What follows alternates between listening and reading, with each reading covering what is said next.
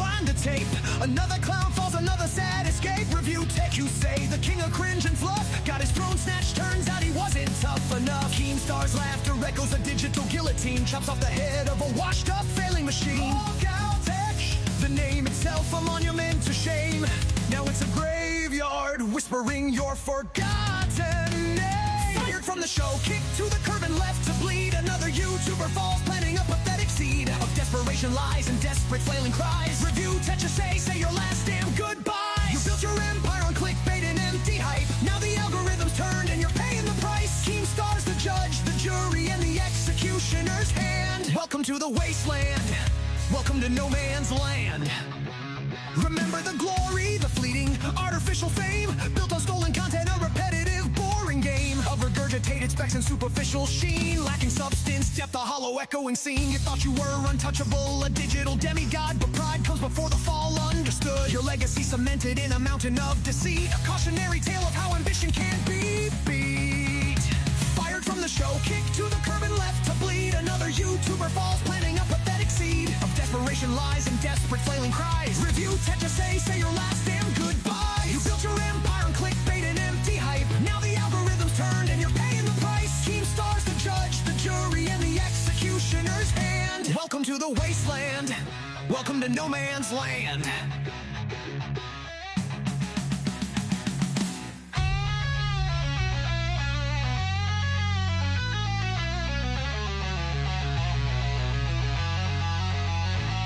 From tech guru to dumpster fire, a rapid descent. Your credibility shattered, your reputation spent. Beat burning bridges faster. You could build them up. Now you're choking on the ashes, drinking from the bitter cup. Don't try to rally your fans, they've already seen the light. The facade is crumbling, exposed in the harsh spotlight. Your excuses are pathetic, your apologies ring false. Just another fallen soldier in this internet waltz. Keemstar saw the weakness, exploited every crack, left you broken and defeated. There's no turning back. Fired from the show, kicked to the curb and left to bleed. Another YouTuber falls, planting a pathetic seed of desperation, lies, and desperate flailing cries. Review ticker, so you say your last damn goodbye. You built your empire on clickbait and empty hype. Now the algorithm's turned and you're paying the price. Keemstar's the judge, the jury, and the executioner's hand. Welcome to the wasteland. Welcome to no man's land. Yeah, no man's land. Remember the name. Review tech, you say. Gone. Next. The PWR's got a digital crown. Sits on his throne of pixels and frowns. His kingdom's a chat, his court's a stream, living large in a glitchy dream. But the mirror cracks, the truth gets loud. Dash fires, torch burns through the cloud. Drifters parade, marching in the shade. Smoke and mirrors all starting to fade. Dash fires, flame cuts through the charade. Drifters parade, your spotlight decay. He sells you a story, a crafted tale, but the seams are frayed, the threads are stayed. Every click's a brick in his crumbling wall. Dash fires, whistle calls out it all. Drifters parade, marching in the shade. Smoke and mirrors all starting to fade. Dash fires, flame cuts through the charade.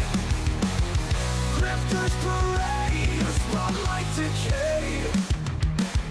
He sells you a story, a crafted tale, but the seams are frayed, the threads are stale. Every click's a brick in his crumbling wall. Dash fires, whistle calls out it all.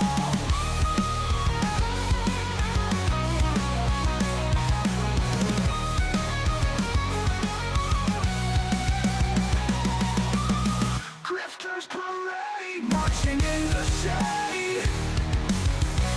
Smoke and mirrors all starting to fade. Dash fires, flame cuts through the charade. Drifters Grifters parade, your spotlight decay. Career on the line on a house of sand.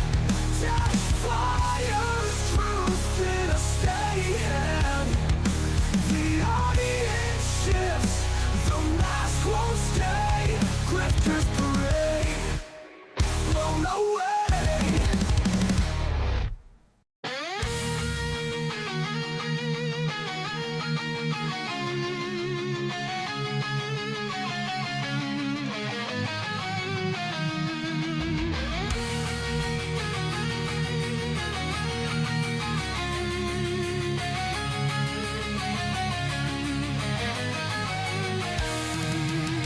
Whispers in the dark side, where shadows start to creep. Echoes of a laugh now buried deep begin to weep. Built a castle on illusions, watching it decay. Delusions of grandeur, crumbling day by day.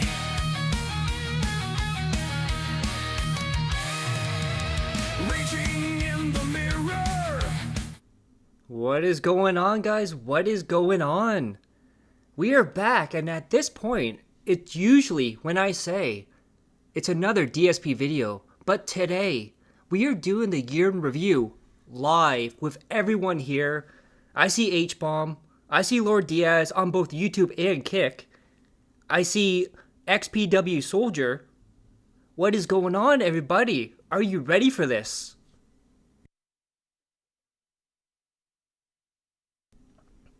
And guys, as you can see on the side there, we have 3 segments. We have the timeline, the major events in the DSP 2025. Then, DSP Tries It, the most memorable ones. We will not be looking at every single DSP Tries It. And then 3, the games, which are the absolute best of the best, worst of the worst for DSP, I guess. What is going on, Game Master? I see you there. That is right, we are hot. Oh, the TTS didn't work. Oh, I put TTS on now. Thank you for whoever did that.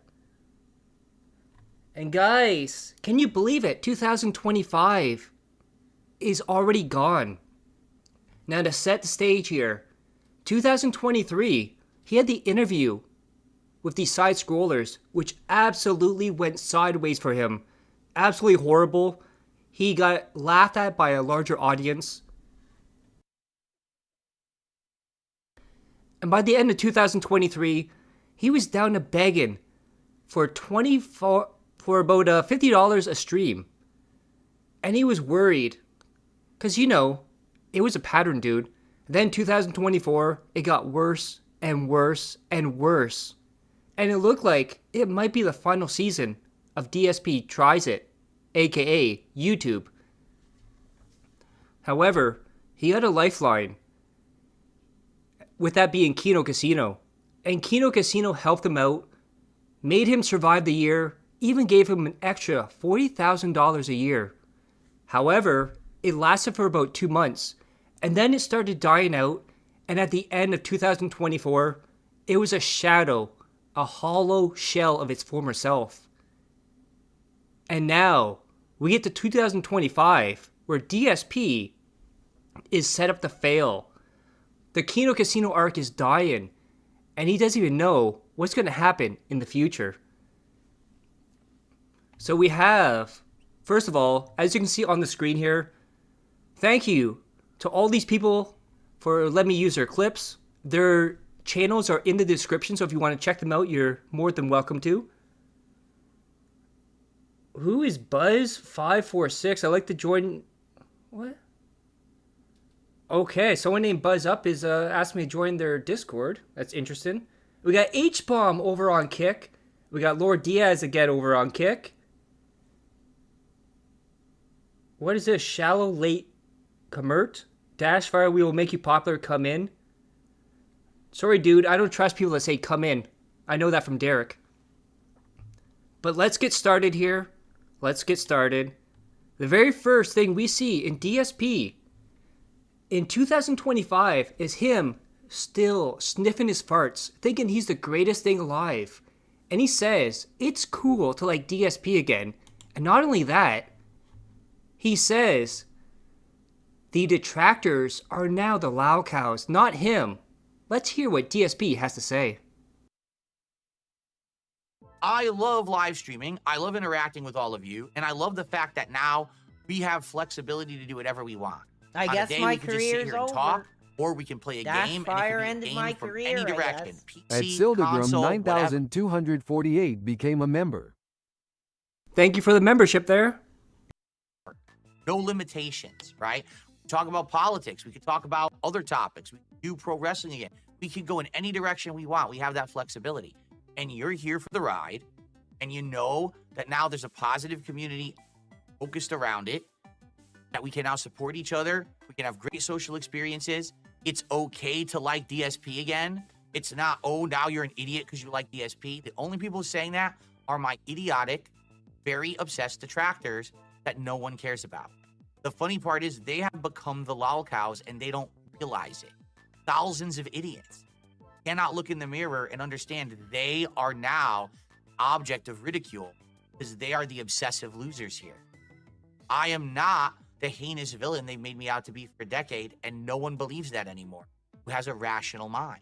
So we are free to now enjoy each other's company and enjoy new kinds of content, different kinds of fun, and not have to worry about any of their bullshit. How long has it been since I've directly addressed any of them about anything they've said about me? I don't need to. Literally, it's fluff. So I just want. And of course, DSP, he always talks about the trolls. His brand is about two things. It's money and trolls, and how the trolls are preventing him from getting money. But now, he has a new idea. Because before, he had the streak. How many streams in a row can we get? Come on, let's get to 30 streams. Let's go. Let's get it. Let's go. Let's go. And people thought there was too much pressure. So now, DSP has a new idea for a streak. And that is right. He hits a goal, that counts towards the goal. That is right. He stacks them one over another, because it's low pressure, dude. I want to say thank you. And this is the big difference between the new way that we are doing these rewards versus the streak. Remember, with the streak, the way it worked is every single stream I had a goal. We had to hit the goal.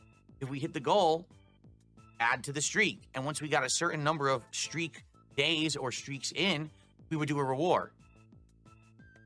Well, now we're doing these rewards even if we don't continue the streak. You know, you might have an odd stream here or there where you don't hit the goal. For example, I'll be honest. The other day we played Indiana Jones, which is actually what we're playing on this stream, and we didn't hit the goal.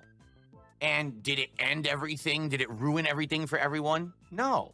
In fact, that was perfectly fine that we didn't hit the goal.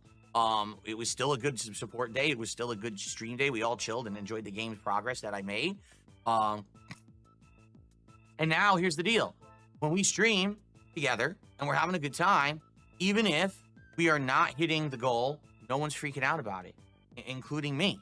You know, now listen, if we have a stream with incredibly low support, obviously I'm going to say, hey, please support the stream, yada, yada, yada. But it's not the end of the world, because you can have a one-off bad stream or slow stream and it doesn't really hurt anything. On the flip side of that, if you have a great day where you're doing a stream and all of a sudden positivity is flowing, people have incentive to want to keep contributing and keep that positivity rolling because you're getting closer to a reward right away. As opposed to, oh, once you hit the streak, oh, we hit the goal for today. Well, there's no point in contributing any further because it doesn't help anything. Now it does. You're seeing, look at this. We're at 43 in what, 2 to 3 weeks? Not even. This is way more accelerated than the streak was. And of course, it would add more pressure, not less pressure. So instead of asking for $150, DSP would not stop asking for money, sometimes asking for $300, $400, $500 in one stream. But he had an idea, I can't even speak, because the trolls run his life. He says, oh, the trolls make these memes up about whales, and I'm only supported by whales. So now, in January 2025, he wants the detractors to start supporting and show them it's not all whales, dude. You know you want this content, dude. Here's the funny part, because if you guys haven't noticed this morning, and this has also been going around, it's all detractor shit. If these people think I'm dumb or something. So here's the new thing. Well, Phil, you're a bunch of whales, and these whales come by every day and they support you. So you should just let them dictate everything you do, because then obviously you'll stay in business, right? And here's the funny part about that. If you have an issue with people who like my content and come by and support it, all right? Number one, I know you're jealous. It's just this the truth. You're a jealous motherfucker who wishes that you had someone who liked you and your content and would actually come support you. That's the only reason you have an issue with someone coming by and being a big supporter of my content. That's number one. Okay. Number two, then if that's the case, then why don't you contribute too? Think about this, right? If the issue is that there's a bunch of people who come by every day and they support, but it's only a small group of people, well then, don't you think that if others supported, then it would negate that? Instead of sitting around and whining and complaining and saying, oh, I'm so upset that just a small group of people support Phil, then if you came by every day and you said, well, you know, I'd like you to do something different than what you're doing, and here's $5, to show you that there's effort towards that we would actually support other things than just the things that your whales come by to support, right? Then maybe it would change that.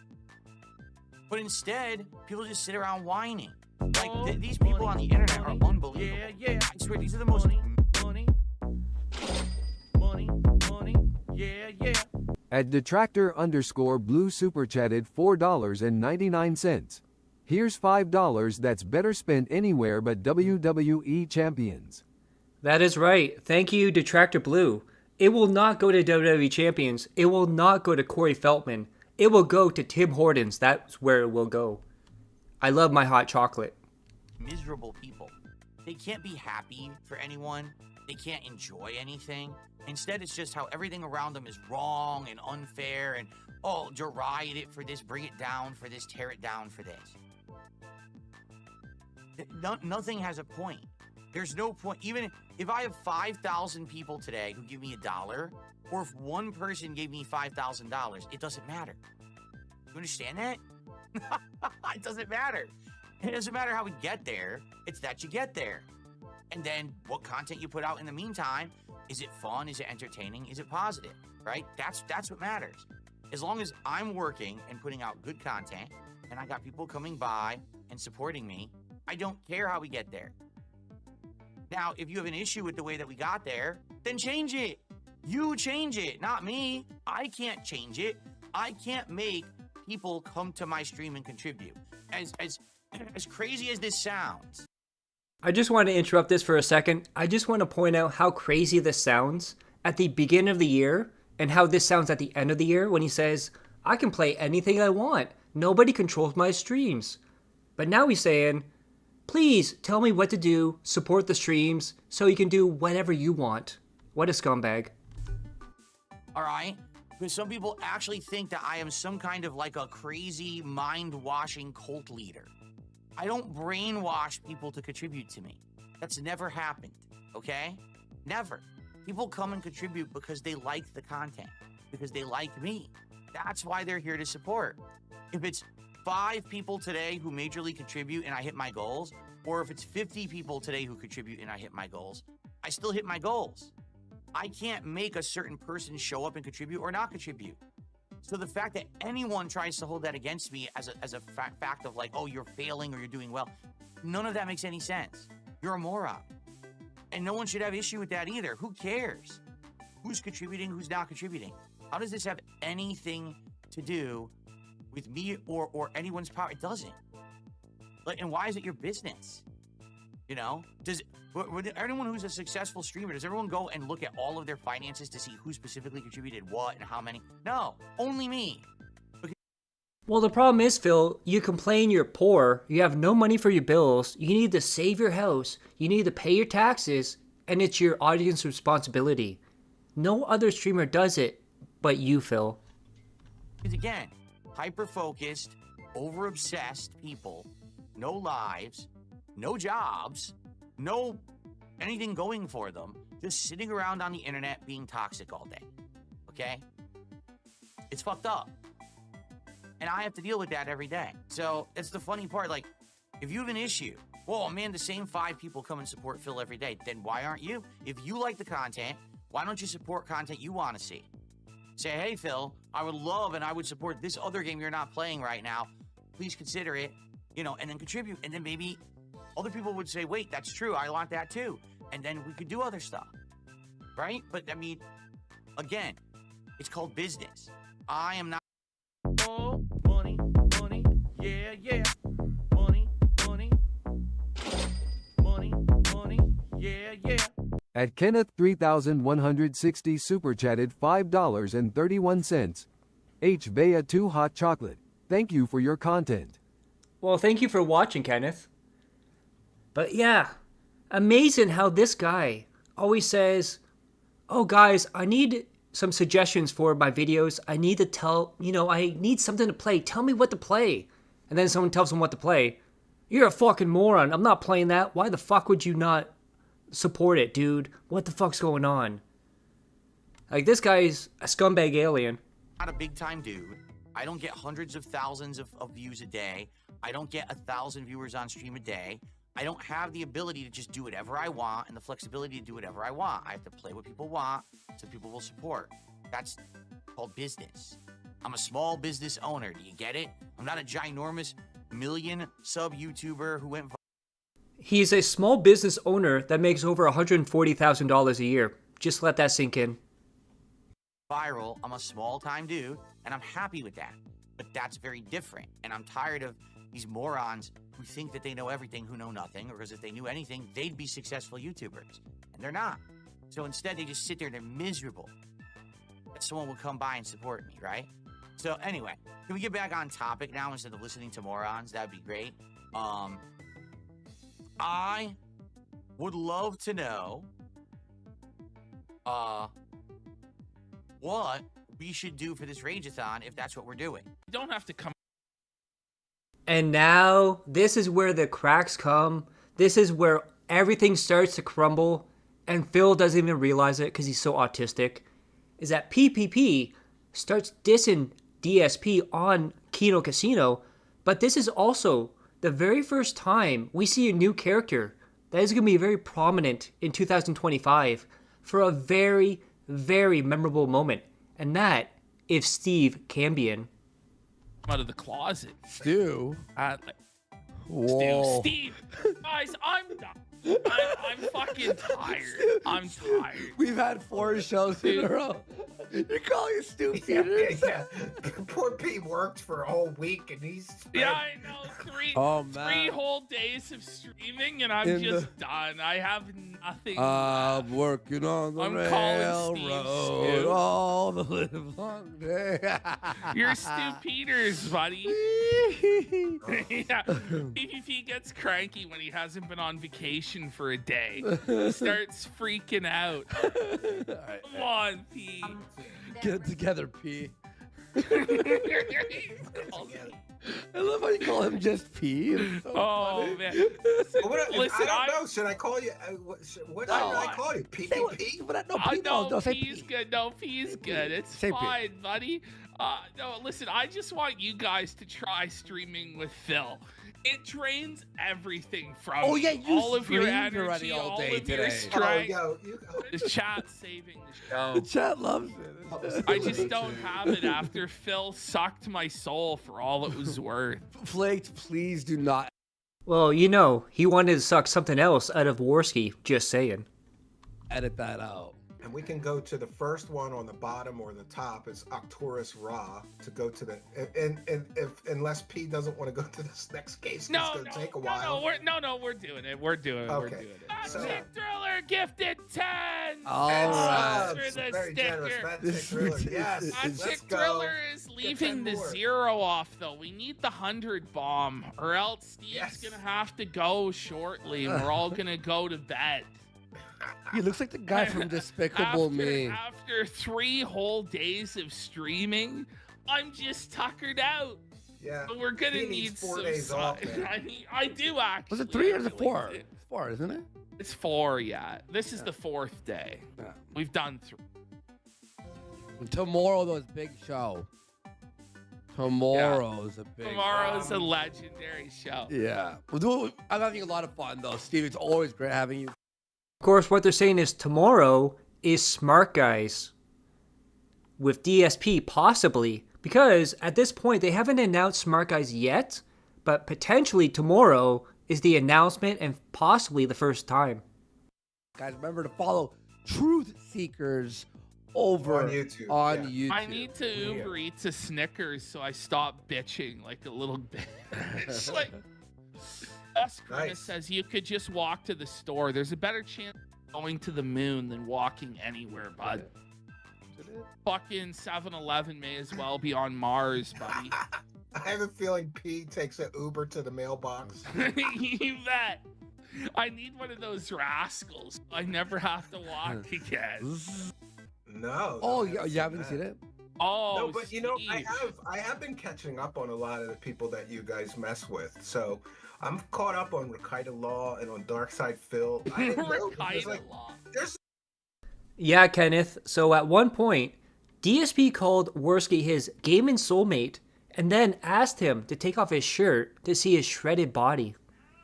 there's like 4-hour deep dives into these people on YouTube, and I don't sleep much, so I was listening.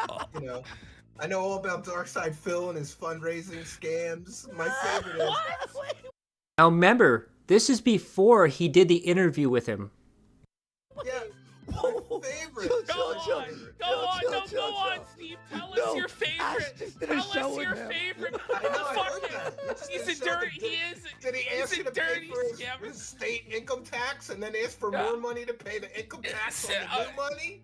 Steve, tell us your favorite Phil scam. Which one is your favorite? My favorite was when he did a fundraiser to get the state taxes that he owed, and then he got that, and then he went back to the audience. He was like, "I got a problem because now my income went up, and now I need more money to pay." More money. The money. Get him! Get him! He's a bum. No, I think I feel bad for him though, because if that guy was such an early adopter into streaming for games and he was getting millions of views, and now look at his views, it's sad. No, but you don't understand, Steve. Yeah, and some of DSP's views right now are like within 3 days, under 200 views. He's a survivor, though. You got to give him credit. He's like, He's I a get millions survivor. of views, and now I'm streaming with PPP for 1,000 views and $27 in donos. You know, like he's a survivor. Good He's for a him. survivor. So back in the day on Twitch, like it turned out like the average person on Twitch got about 26 cents or 50 cents a viewer. Yeah, I put the links to their channels in the description, like near the top, I believe. And then I also showed it at the start of this, and I'll show it at the end for all the people's clips I used. Right? Darkside Phil makes like $58 per viewer. And it's just like they call it pignosis, Steve. So they call him needs 10 viewers to have a good night. They call him the pig roach. And he operates what's called pignosis, where he tells everybody how poor he is. He's on the verge of homelessness. They're gonna take his house. They're gonna take his car. My favorite, Steve, was that he was gonna be forced to eat lunch meat sandwiches. He's like, "What do you guys? Do you guys expect me to eat lunch meat sandwiches?" Wait, what? Worse than a meatloaf. Wait, what do you mean? So you don't know this one, Worski? No, I don't know the lunch. Reduced to eating lunch meat. Yeah, one of Phil's complaints was that he needed more donos because otherwise he'd be so poor that he would have to resort to eating lunch meat sandwiches, and that just won't fucking do. So Phil needed that money. Now, Steve, have you heard of where all the money goes? Because Phil makes like $200,000 a year. Didn't he spend like tens of thousands of dollars on a wrestling mobile game? That's right, Steve. Yes. did. And then he said he wasn't playing that, and somebody caught him, and then he said he sold the account, and that's somebody else. Yeah. So I was he still trying to has. get him. Oh, I was God. trying to get him to ask to it again today. So on the wrestling show, we now have a segment called Grill Phil, where every week I grill Phil about his various scams and lies. And of course, even after all that stuff, DSP thinks Kino is still razzing him, dude. And they're just joking. The detractors just don't get it. Who thinks Kat is gone? Oh yeah, she is definitely gone. I think Phil puts on her clothes, acts all crazy, talks to himself, just like Norman Bates. And in this clip here, DSP's gonna say, you guys just don't get it. They're laughing at the detractors, not me, dude. We go again. All right, guys. All right, is Ash here? This is so ridiculous. These people are, I'm sorry, people are so slow and dumb. I'm sorry to say it, they just are. Ladies and gentlemen, I've said this a million times, but no one listens to me, okay? If you genuinely believe that, like, because someone is how can I say it? Criticizing someone or razzing someone or even trolling someone, it doesn't mean that they hate them. Guys, I want you to tell you something. If every single person who ever brought up something, you know, negative about me or made fun of me, if every single one of them, if I made them like my enemy, I would have no one left to talk to. Do you understand that? You know that, right? Like, it's been a decade. Everyone dumps on Dark Side Phil. Did you notice that? I mean, we've been living in a fucking cave, all right? So, last night on Kino Casino, they had a guest, and the guest was talking a little bit about me, so they brought me up for like a small segment where they were bringing up stuff like, you know, Phil spent all his money on WWE champions, and he scammed his viewers, and here's him trying to eat cup soup, or cup noodles with a fucking spoon, and here's him trying to unbox a game, but there's a fire alarm going on. You know, all the common stuff that everyone's gone over, but what it is, it's funny stuff. I agree, like, I see that segment, I laugh my ass off. I think it's funny. Legit, I think it's like, dude, they're doing the usual best of shit. It's like the best of montage, right? It is. It's like the funniest, dumbest shit. It's the dumb shit I've done over the years, what everyone talks about, what everyone laughs at, right? Like, I don't get it. Like, what's the problem exactly? If I watch it and I'm like, that's funny shit. Why? You wanna know who has a problem with it? My detractors. Because they want to act like this is some heinous shit going on. It's so bad, right? That they would, like, make fun of Phil. They made fun of Phil before. They're gonna keep making fun of Phil. If Phil's not offended, why would anyone be? I'm the one being made fun of. And if I'm okay with it, then no one should have issue with it. I think it's funny. I legit wish I was there. I would have laughed my ass off if I was watching it live. I didn't get to watch it live. I would have had a good time with it too. That's funny stuff. Everyone makes fun of me for that shit. So why? I don't get it. But again, the morons of the internet want to be like, well, don't you get it? He really hates your guts. Yes. Let me tell you, Ashton hates my guts. That's why we just did a 2.5-hour wrestling commentary show with each other, where we played well off each other. It was a successful show. We want to work together moving forward in the future. He must really hate my guts. Are you retarded? I mean, no, honestly, I know. Well, that's insulting to say. I can't figure it out. Place I would ever. Yeah, and Phil still doesn't understand. It was never about wrestling. It was about making fun of Phil, getting content out of him. But Phil is the retarded one. What's going on, Banana? What's going on, Zippy? Flip video show off his sloped mouth. That is true. Phil. Oh. Yeah, on full display. If Phil was sexually attracted to anyone who had been catfish, oh yeah. I think, he's like secretly gay, but doesn't want to come out. And now DSP, one of the most brain dead takes ever, is gonna say, the California wildfires are stupid. Why would anyone ever live there? Live somewhere else, dude.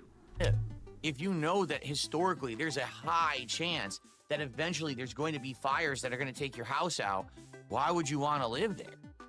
It's not like this randomly happened and it was shocking. Now, you hear about LA fires every year. I don't know. Maybe it's I don't know. Maybe it's like this affluence thing. If you're rich, you want to take the chance of having the luxury house, but it might burn down. I don't know. It sounds weird to me. Like I said, I would not want to be in any kind of a high risk area or anything like that.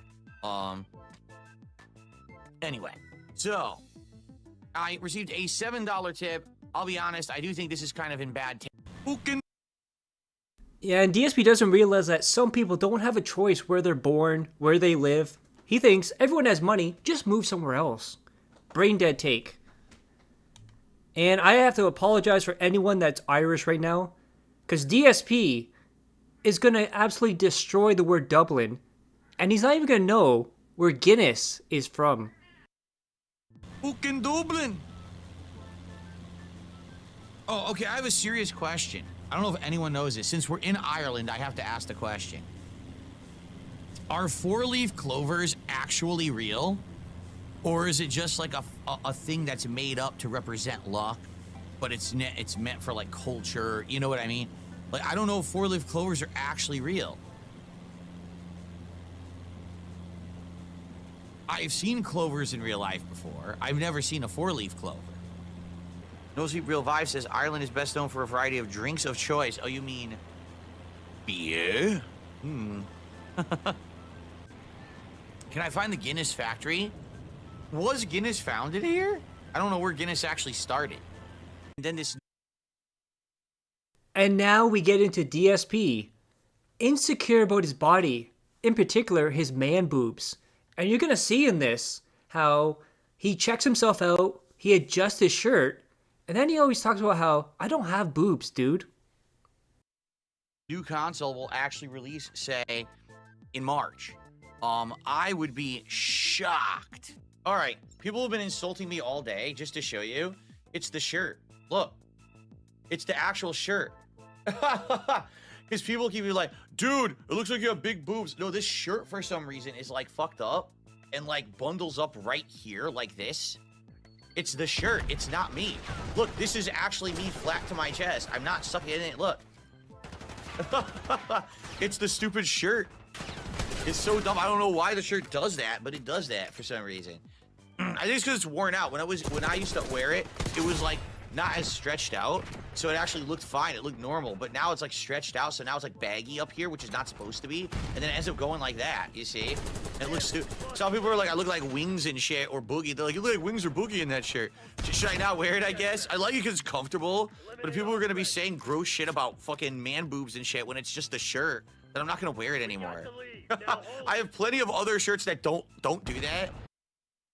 Remember, he said he's a master of his destiny. However, LTG made him dress a certain way, and the detractors make him dress a certain way. That doesn't sound like you control your destiny, Phil. You know, to show that it's not, that it's not me. But if people are gonna say that shit and fucking be derailing the chat all day, then I won't wear it. Kingdom to its core. Uh-oh. Apparently, Phil's fat. Oh! Phil has tits. I have man boobs! Man boobs! True, it's a man boob alert! Man boob alert! Phil, what's the deal, buddy? Oh, I've been working on them. You know, I've been taking lactation drugs, obviously, to build these suckers up. I'm trying to get to the other demographic, you know? You're getting on the hormone replacement therapy, Phil? Of course. Is that what you're telling me, Phil? That's well, right. We got to appeal to the liberal viewers somehow. But, like, I honestly, like, what? So I've been sent, right? As you might be aware, or probably not, because we keep this under wraps. I'm on what's called the Council of Obesity, Phil. And this is composed of people of calories. You know, Boogie's on the Council of Obesity. Wings is on the Council of Obesity. Wow. And I've been tasked to come here and decide if you, Phil, should be on the Council of Obesity. If you should be granted rank as a master of obesity, Phil. What? And also, according to DSP's timeline, this is around the time he started working out but not telling people. So you're saying the trolls made you work out. The trolls made you eat healthier. The trolls convinced you not to have kids. But remember, the trolls don't control your life. And it got so desperate, PPP would make him do absolutely anything. And he got so desperate for money, he's now going to say he will show his feet for money. What tip would get us to how about this? If someone gets us to the 150 right now, I'll go to the wide angle cam and I'll show you my feet. I'll stretch out my legs. There you go. The claim that half the day. And now this was absolutely pathetic because PPP was grilling him all the time, and he's now going to say how it takes him 4 hours to grocery shop, and eventually PPP also got him to show his fridge, which created the meme, snack pizzas. The claim that half the day you are grocery shopping. How is this possible? That it takes half a day to do groceries, bro? Like, how far away is the grocery store? No, well, first I got to make the shopping list with my wife. That could take upwards of 30 to 40 minutes because you got to figure out meals for every day. You got to figure out the ingredients for each meal. You got to figure out, you know, all that shit. What's that we're out of in the house for that week? It could take upwards of a half an hour or more just to make the grocery list. That's true. And then you're freaking out. He's freaking out. 40 minutes to make the list? Yes. Surely it's a similar list every week, no? Sometimes we on alternate meals. We don't have the same meals every week. You get bored, so we're alternating, and you know we got different things. I even have an app for it. I have an app that's my grocery list that I use every week. So you have an app, but it still takes 40 minutes for the list. It's a very elaborate process. Let me tell you. Here's the app right there. See, I got all my groceries. You know. So you got to make the list, then you got to actually drive there. You got to do the shopping. How long do I think the stream will be? Oh, this is going to be a very long time, probably. What's going on, Jerry? How's it going? Yeah, we're going to be here for a while. And how long is... Okay, so we have 40 minutes for the list. Yes. Okay. Then we have, how long is it? 20 minutes to Costco? 30 minutes? I'd say about 15 minutes to get there, and then probably about a half an hour to 40 minutes inside, depending, and then another 15 minutes to get home. So that's an hour just for the shopping. And then you got to unpack, you got to clean the vegetables, you got to bag the bread, you got to freeze certain things, you got to put things away. Yeah, just to give you a little pinpoint into this, we're at about 42 minutes, and we're at January 22nd. Plus, we have DSP tries it and DSP failing at games to go. Wait, that's probably about another half hour to 45 minutes. So realistically, on my day off, it's probably around 3 or more hours just for the grocery shopping. There's no way it takes 3 hours for you to go grocery shopping, Phil. You must be fibbing. Are you for real? No, I'm serious. In fact, some days it takes longer than that. Bro, they're saying you're running your life like basic training in the army. That's my mind. I have that organized mind where I'm always like doing things in a very organized manner. It's not just willy-nilly stuff, you know. That's how I've been my whole life. Him, civilians. He does, but he washes the vegetables. He puts the bread in the bread bag. I chop up the vegetables unless it's something that would go bad if I chop it early. I chop everything early, you know, get everything into separate containers, into the fridge, nicely organized so that we're ready for the week. Remember, same guy who says, I have no time to spend with my wife, but he spends 4 hours grocery shopping. We're good to go. Yeah. So, does the list take longer than the actual shopping itself? No, the list, because here's the thing. Like, we shop for about a week to a week and a half. It really depends on my wife's work schedule and my work schedule. So, and then you got to determine if it's a day that my wife is working, in which case she doesn't have time to make an elaborate meal, so we have to do something more quickly, or if it's a day when she's home and she can make a more elaborate meal. So it's work. Yeah, what days are you working, honey? And you got to put those on. Okay, so we have 3 days, that's a quick meal. 3 days, that's a home meal. 1 day we're going to order out, maybe because I'm hitting a goal and we're going to order like a DSP tries it goal or something like that. So you got to figure all that out. Then you got the meal. You got to figure out the ingredients for each meal. Well, what do we have? What don't we have? Maybe we have some of those ingredients. Maybe we don't have those ingredients. It's very complicated. Listen, when I was a bachelor and I was a YouTuber full time, you want to know what my grocery list was?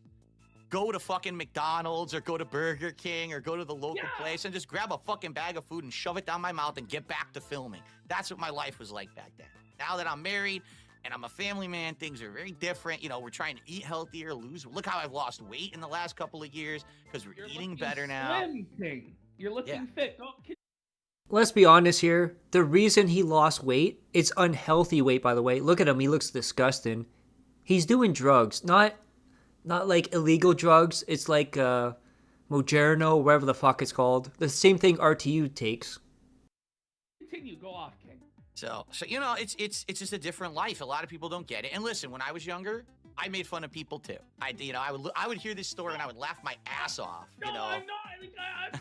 I am actually genuinely curious about this. I know that there are people who are dying to know about this. These are the things that they're fixated on. Okay, so we have an idea from chat. Have you considered Instacart? That's when they shop for you and they deliver it to your house, Yes. correct? Well, the Yes. problem with that is you're paying a lot more. That's just the same as if you're ordering, you know, DoorDash or Uber Eats. You're paying for the service, like the delivery service. You got a tip. So you're going to end up paying way more money. And here's the real problem with I love the comments where it says like, why is Cat fat? Instacart, because I've seen it. They just grab anything off the fucking shelf. They don't give a shit. So let's say, oh, I want bananas. Dude, they will grab you the most brown ass fucking bananas off that shelf and toss it in. They don't give a shit. I know because last year, no, about a year and a half ago, both my wife and I caught COVID. Okay, it was bad. We were real sick. So we did order groceries once to be delivered. The groceries were delivered 4 hours later than what they said they were going to be delivered. So we were starving because we were waiting for food and it never showed up till like late at night. And then half the stuff was bad. Like the bread was like fucking rock hard and shit. We're like, what is this bullshit? We got ripped off. You know, we paid a lot of money for the delivery and it wasn't good. And the humiliation for DSP continued for PPP. And now he got him to dance like a monkey and talk about his underwear. Remember though, guys, remember, looking forward, this was all part of the King Snake plan. On the catwalk, here comes Phil. He's on the catwalk. On the catwalk. Yeah! Throw it out or donate it. I'll wear shit till it's done. Like my last pair of sneakers had holes in the soles and water was coming up through the bottom of the sneaker, and that's why I got rid of them and bought a new pair of sneakers. Phil, this is how are you living like this, Phil? Yeah, $100 for sneakers? No way, dudes. $100,000 for Hulk Hogan dick pics? Hell yeah, dude. This is fucking demented, Phil. You're wearing fucking sneakers and fucking underwear that are crusty and fucking holes in them. Did you at least get new underwear now? I now have new underwear, yes, and it is official as of yesterday. And listen to this. This is the most autistic thing, well, one of the most autistic things DSP has ever said. Again, the pages and the delivery squires delivered 18 new pairs of luxury socks to my castle that I can now wear daily and alternate between on stream. What defines them as luxury socks, Phil? They are not just regular cotton socks. These socks have either bamboo or merino wool lining. It is the cream of the crop of socks that I have had delivered. Various kinds of designs. In fact, get this, I'm not wearing them today. One of the pair of socks, I've never seen this before in my life, actually is marked right foot, left foot on the sock. What? You must. No, like, Yes. No, it's not. Yeah, I could show you. I'll show you right now. No, all right, go, Phil. Go. I'll get him. Gotta do show That's and it. tell with the king. I'll get him. He's got. This is the new foot fetish grift for Phil. Like he's committed to this grift, guys. I'm pretty sure if PPP said, hey Phil, wouldn't it be funny if you like blew a dude live on the air? DSP would have done it. He's telling us about how they're labeled right foot, left foot, his old fucking dirty socks with fucking holes in them, and the whole fucking nine. I don't really know what to say, folks. It's the schedule, the 5 pair of socks, fucking 1 pair of underwear. This is Phil. This is his life. And we're going through it together. This is... And at this point, how do you not know they're making fun of you, Phil? Even look at the chat. GC right here. Just some light razzing, dude. what they call a struggle session, I'm pretty sure. I'm... Okay. This is the life of a king is what this is. I could hear you down the hallway. This is the life of a king. Okay, this is the life of a king. The All right, you king ready? of Renton. Hold on, I gotta turn on the autofocus so that it'll By actually the way, focus we so you had can see a this. $20 dono before we get into this. Nice. My king, Tony Clown's AEW is not worthy to touch the hem of your cape. Wow. Canadian Netflix gives you ad-free access to all WWE shows, including their best show at the moment, and Oh, that reminds me. So PPP had to convince and show DSP how to use a VPN. He didn't know how it worked. He didn't know how to get it. He didn't know how to pay for it. And the funny thing is, so when DSP got the VPN, the very first thing he looked at was ads for food around the world. XT, PV, it's stacked with hot chicks, all the puppies and gooning. And by the way, guys, we do $500 on this show, Saturday night main event review next week. Right. $750 we'll do the next AEW show. And then Phil has these sock and foot goals up until the $500. Okay, so show us, Phil. Imagine being in your 40s and having a sock and feet goal to show your audience for money. What? Okay, let's see these socks. I'm not kidding you. I wasn't making it up. There it is. That's the left foot, Phil. That's the left foot. And there's the right. You have to wear them on the correct foot. Uh-huh. What happens if you... Is it like crossing the beams in Ghostbusters? Like, what would happen?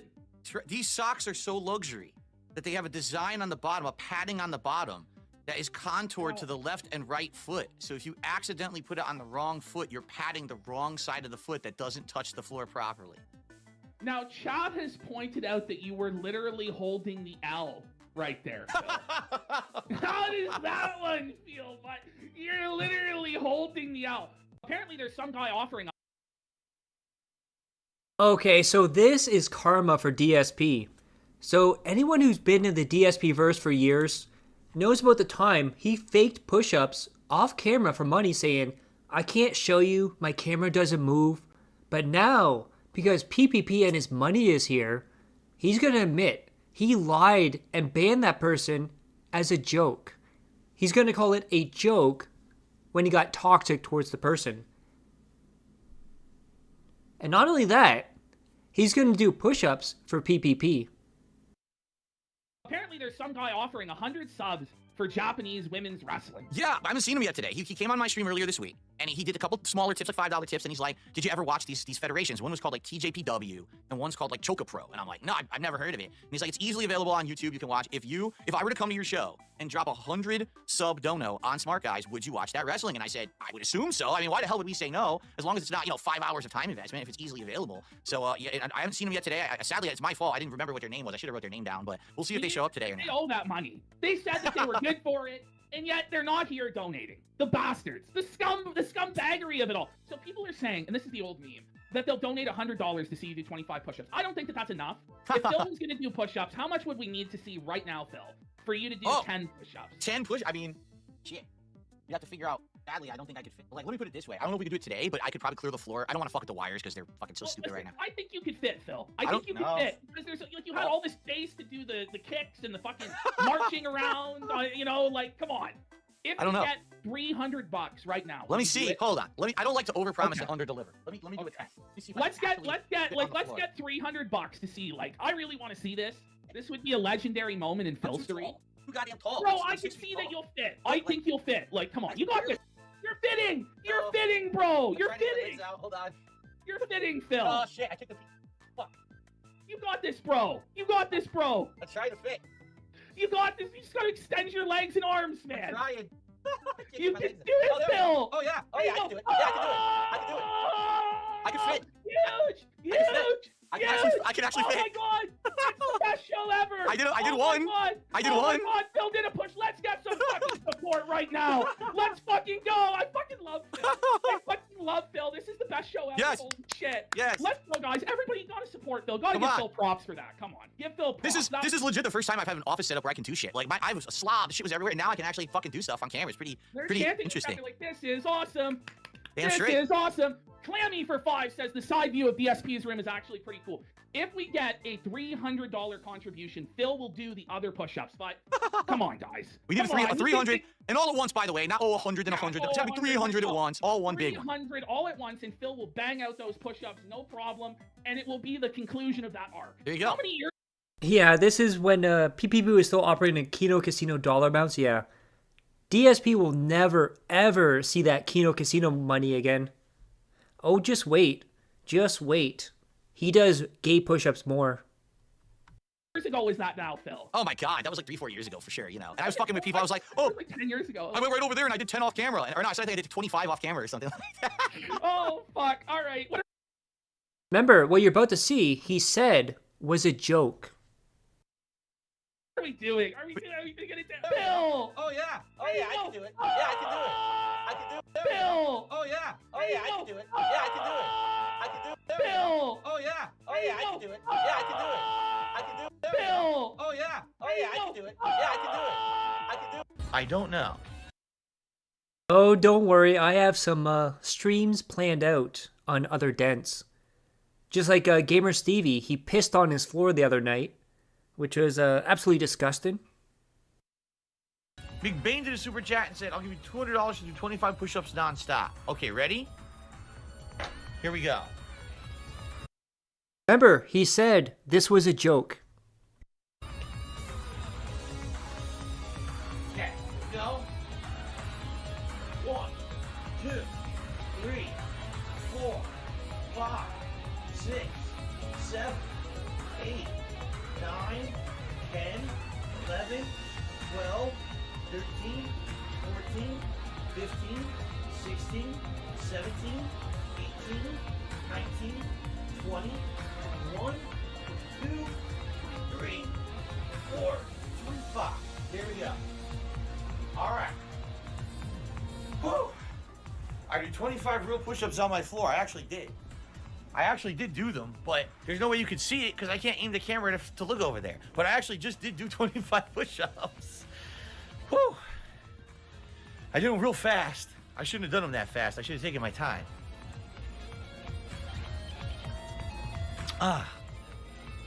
Okay. So you better send the $200. He wasn't gonna do it anyways, full of shit. Remember, it was a joke, dude. But people think that like I can't do push-ups or something for some reason. I don't know why. I just did it easily. But the problem is like there's no way I can adjust my camera and everything It's because you're fat. to even turn that way because of the cords and everything. So, whew. Okay. I did it too fast. Now I'm out of breath. Okay, ready to? You ready? And not only will he show his feet and socks for money, he is also going to show his underwear for money. Of course, it's if he hits the goal, dude. Definitely not an e-thought. I'm gonna tell you. I swear to you, I'm not making this up. My new boxer briefs are specific to the day of the week.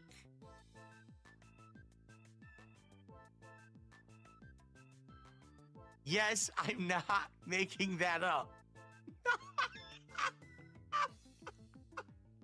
I'm not making it up. I swear to you, I'm telling the truth. And I will show you what I mean if we hit the goal. But we've got to hit the goal. If we hit the goal of support on this stream, which I need to do, I really need to hit the goal on this stream, then Did you hear that? I need to hit the goal on the stream. Not I want to hit the stream goal. I need to hit the stream goal. then I will show you exactly what I'm talking about. So let's hit the goal on this podcast. Let's do it. Let's get some support in, and I will show you exactly what I mean, that my underwear are specific to the day of the week. I know you probably have no idea what I'm talking about. I don't blame you. All right? I don't blame you. But we've got to hit that goal. All right? So let's do it. Let's do it.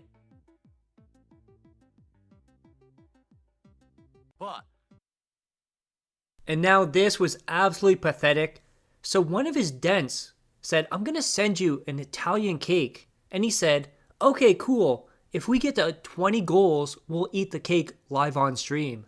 Now there was a problem. Nobody was supported. And he says, come on guys, we have to hit $2,400 in 3 to 5 days. Otherwise, it's going to go bad. So he's demanding $2,400 because he has too much food in his fridge. He can't let the cake out, and he has to eat it, dude. yeah, out of the 6 streams now that I've done this week, because I was here Sunday, Monday, Tuesday, only half of them do we hit the goal.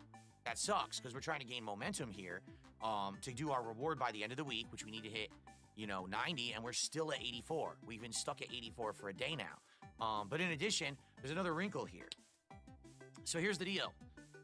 Rare Tricks over on Kick actually ordered me a celebratory cake. It's called an Italian rum cake. And he says, I want to send it to you because you're going to hit your 100 goals soon, and you could have it during your marathon. That would be a cool special thing to have, like a celebratory cake. It's authentic Italian. You try out. Yeah.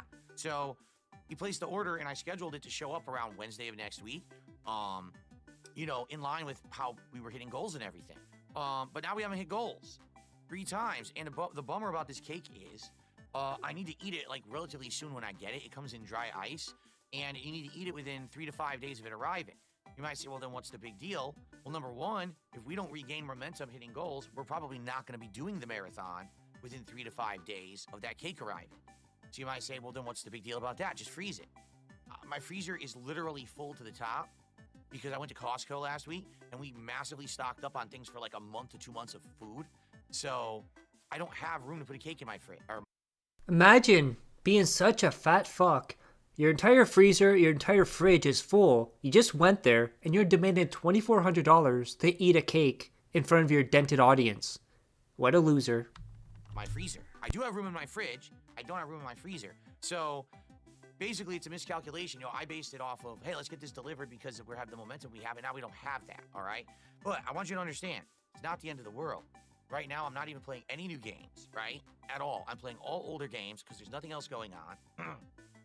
The new games that have come out are just not that interesting to me or the audience, right? I don't care about Kingdom Come Deliverance 2. I didn't play the first one, and I saw my wife play it, and I hated it. It looked shitty. So I don't think I care about the sequel, right? So what I mean? The stuff that's happening right now is just kind of dead. There is new stuff coming out mid to late February, but that's mid to late February. We're not there yet, okay? So it kind of stinks. There's not much I can really do right now, I do hope that people will tune in on Thursday night for Smart Guys because we didn't do it tonight. Hopefully that doesn't, kill the show for the week. And I do hope that we get momentum back. If you're watching this and you're like, oh, man, I didn't know. Yeah, it would be great to get momentum back starting tomorrow. And not only was it a free cake, he was wanting $2,400 on top of that. Dude, I had an entire ham my mom gifted me on Christmas. I have so much ham-based food in my fridge right now. Oh, ham is amazing. I love ham. And now the PPP degradation of DSP continues as he's now going to show his underwear to PPP to keep the gravy train rolling. We gotta debunk this once and for all. Oh, sure. Listen. Listen, let's just show them all, Phil. He's a sexy Boxer boy. shorts. Just Boxer pull briefs. it. No. Look at that slut right there. What a slut. No, pull her right down, Phil. Let's see it all. Let's see it all, Phil, because they're saying, because apparently, so what's the deal with the boxers thing? This show is on YouTube. For me. And now we get to the turning point where DSP has enough and PPP is going to start calling his wife fat. But will DSP actually confront PPP, or is this all a show? An illusion, dude? People have been saying this for months, so I'm just going to bring it up, and I want to hear what you have to say about it, all right? Is it true that publicly on your show, at some point, I don't know when, you publicly insulted my wife and how she looks? Is this true? It's true. It's true. Okay, and when was this, and what context was this? Because I'm not aware, and I want to hear what actually happened. Now imagine someone insults your wife and you go, okay, I want to hear this. What context was it that you insulted my wife? Phil, what context would it be okay to insult your wife? Husband of the year right there. And now, we got a special treat. We have Ma Bills from Dark Sea to Flow, the music video for the resurgence, the redemption arc. And I have one question. Who's coming to the show?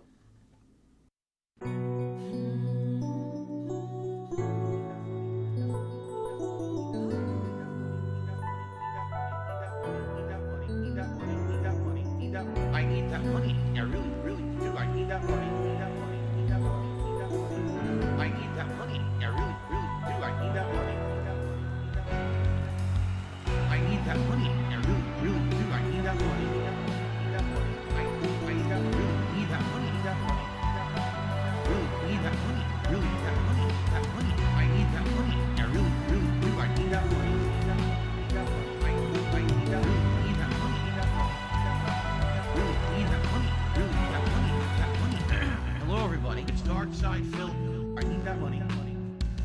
bills, the electric bill, the internet bill.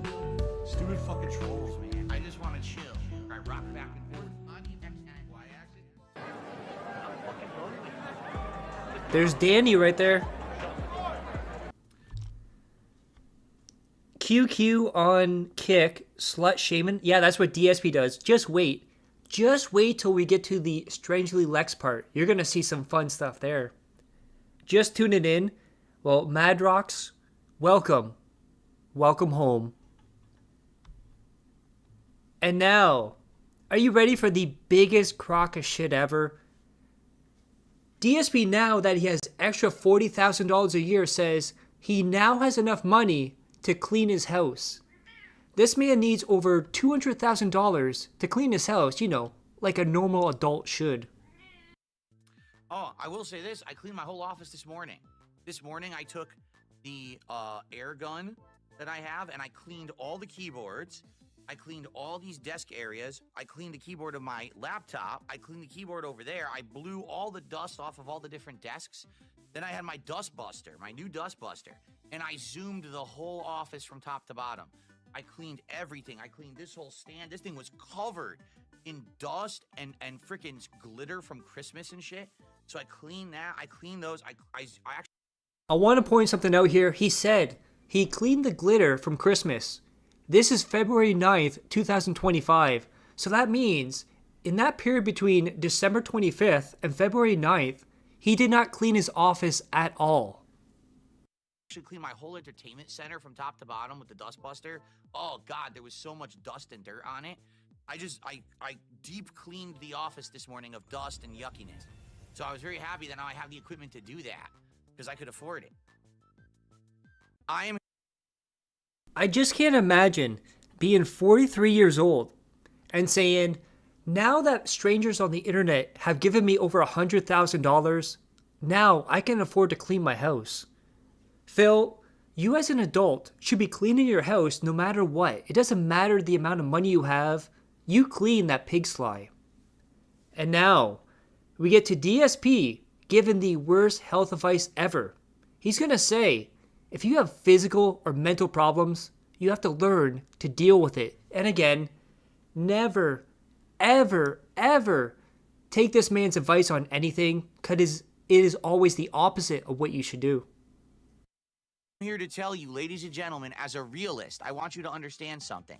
It doesn't matter how much you exercise. It doesn't matter how healthy you eat. It doesn't matter how many stretches you do, how many doctor appointments you go to, how many injections you get, how many medications you take.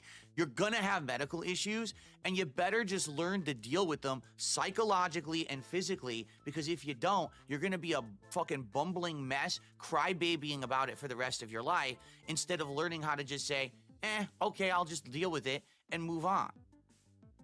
All these things that these people say, oh, you could do this, you could do this.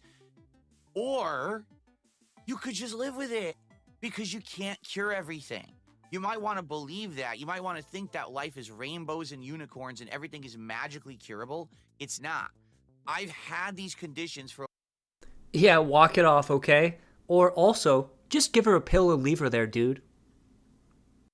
Over 20 years, I will have them for the rest of my life. I've come to terms with that. So I don't need to run to the fucking doctor every time. We are slowly getting towards Strangely Lex and the whole slut shaman. That I accidentally pinched the nerve in my neck. But maybe you do because you're a sissy. And you think that some... Yeah, so far, this is before Kino Casino broke up with him. This is before the 666 podcast. We're getting closer and closer to the major milestones. Doctor is magically going to cure every problem you have. And you think that you have the crazy health solution to every problem. You don't. You're an idiot. Why would you want to play a... Yeah, so now DSP, one word he loves to say in 2025 is the word retard. And he's now going to call other people retards. And he's going to say how you properly use the word retard. Then he's going to ban people for not using the word retard properly. And people are going to lash out at him. Why would you want to play a fighting game where someone who mashes jab like a retard is favored over someone who did something timed perfectly to counter it. You see, as James, see, that's the problem, because people misunderstand. People actually think that when I'm using the word, I'm using it as an insult. I'm not. It's a genuine descriptor, okay? I want you to understand something. Yeah, just like how we call cat fat, it's a factual observation, dude. People that sit around all day on the internet, opening their phones, their laptops, their tablets, their mobile devices, going to one of my detractors' channel, watching the content that they put out every day. That's illegally restreamed, that is completely out of context, purposefully over-exaggerated, defamatory, slanderous content. First of all, none of that even happens, and you don't know the difference between slander, libel, or defamation. The other thing, too, is most people, when they clip you, Phil, it's just you talking. So how can your words be defamation against yourself? Of course, he just doesn't like criticism. He doesn't like anyone saying, you're doing this wrong, Phil. Do it better. Do it right. And they legitimately believe it is fact, and then they propagate it. And they have a community based around it. And they have friendships and relationships based around it. And they have memes. Oh, thank you, H-Bomb, for subscribing, or not subscribing, but following on Kick. Thank you for that, H-Bomb.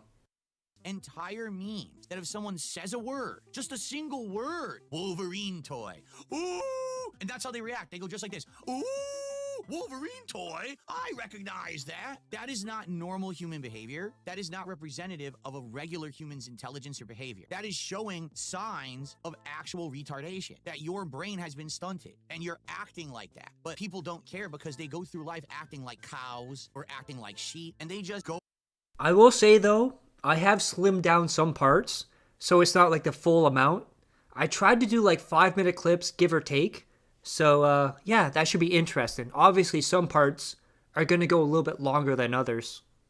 With the flow. They don't actually think for themselves. They just act stupid. And there's millions upon millions of people on planet Earth that are literally just stupid creatures that never add anything to the planet. They're just there to exist and take. They are dunces. They are just big sucks on natural resources. They're not there to be productive. They're not there to be constructive. They're not there to spread anything positive, happy, or to improve anything for anyone around them. They are just sucks. Big vacuous existences of sucking on the positive and giving nothing back. Those are my detractors, and those are the people who watch my detractors. Do you get it? Those aren't normal people. Those aren't intelligent, sharp, savvy people who are thinking, who are actively doing something to make life better for people around them. These are just people along for the ride. They're not, I'm not saying that they're suffering from some kind of a medical condition. I'm saying their brains are stunted because they don't actually take the time to think about what they do. You get it? This is not a slur or an insult. This is a descriptor, an actual adjective to their behavior. If you're describing someone... Welcome, meteorologist for life. Welcome home. As something and it's accurate, it can't be offensive, stupid. Do you get it? It's only offensive when you use it in a way that you're trying to insult. I'm literally not trying to insult anyone. I'm telling you these people are mentally slow based. So, in your own words there, your own logic, Phil, us calling Cat fat is an observation and not an insult. On their behavior. It's a direct cause and effect. There is no intentional insult here. This is how it is. They're dumb. Get it? Because I banned loyal viewers, Chimchar outright was insulting everyone on the stream. Literally, you didn't see what he said, did you? He used the word retard improperly according to DSP. You can't do that. You can't be just publicly trying to insult people on the stream for no good reason. And he basically was insulting everyone. So, I mean, it's his fault.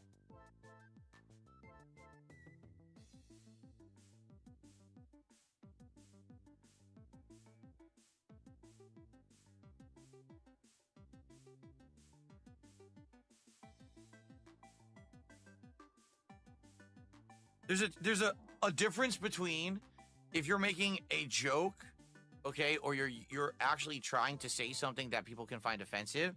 For example, what it is now this morning on my podcast, we had a discussion about the word retard and what it means, okay? And that if you're using it as an actual descriptor, Big ups to you, H-Bomb. Thank you for follow. I keep saying subscribing. It's following on Kick. Thank you, H-Bomb. Of people's behavior, meaning their thought is actually retarded because they're not smart. They have stunted intelligence, right? That's not offensive. It's offensive if you're actually saying that someone has the condition who doesn't have it. There's a medical condition called that, and that's not what I'm saying when I say the word. You can't then just start saying that in the chat willy-nilly, nonstop, saying it in an offensive manner. That's not allowed. What would you like me to do? No, he wasn't using it as a descriptor. He was basically generalized use trying to be funny, and it wasn't funny. And he was using it as an insult towards everyone on the stream, which you can't do. So it's his own fault. He can get incorrect. It's not all okay or none okay. It's about context, right? It's about context. It's absolutely correct. It's about context. Especially with language, when language can mean one thing or another depending on the context. We have to.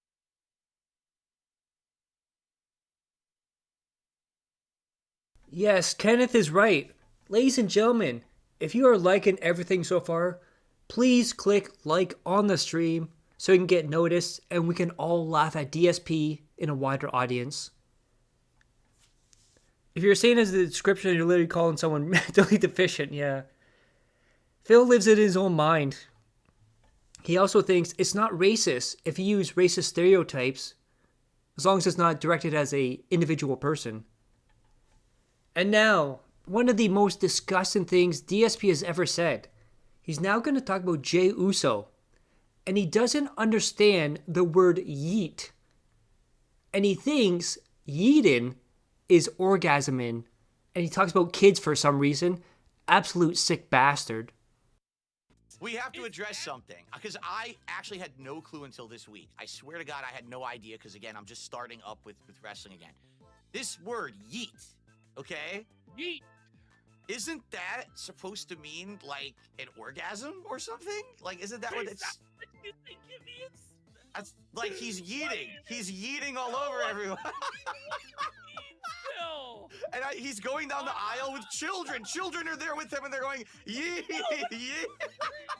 Dang! Eating is when you, like, fucking whip something, you throw it, you yeeted it. You, like, fucking... I guess, like, Phil doesn't know the internet memes live streamer for 15 fucking years, and he thinks Jey Uso is jizzing on children in his entrance. Well, Yeah, how disgusting is that? DSP talking about kids and... you know what? I don't even care. I don't even want to talk about that. Yes, Kenneth is right. It reminds me of DSP talking to Jade. Oh, that's funny. Okay, oh.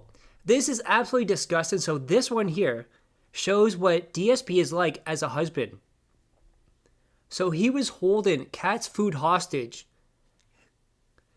because he has not hit the goal yet. And he's going to say, my wife wants to eat, but we haven't hit the goal yet. And she really wants it, dude. It's absolutely disgusting. Husband of the year right here. all right, guys, seriously, let's just do it right now, please. Let's hit the goal. You guys are teasing me here.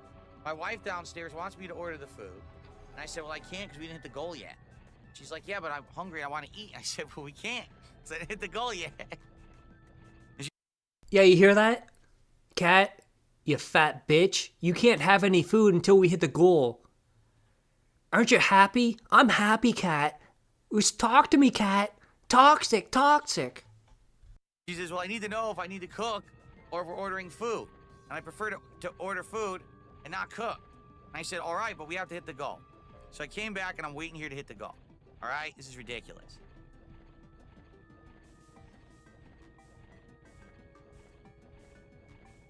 No, she's not eating snack pizza. She hasn't eaten all day besides breakfast. She's been working all day. She just got home. Her day of work. We want to have Arby's. So we need Arby's right now. All right? You understand?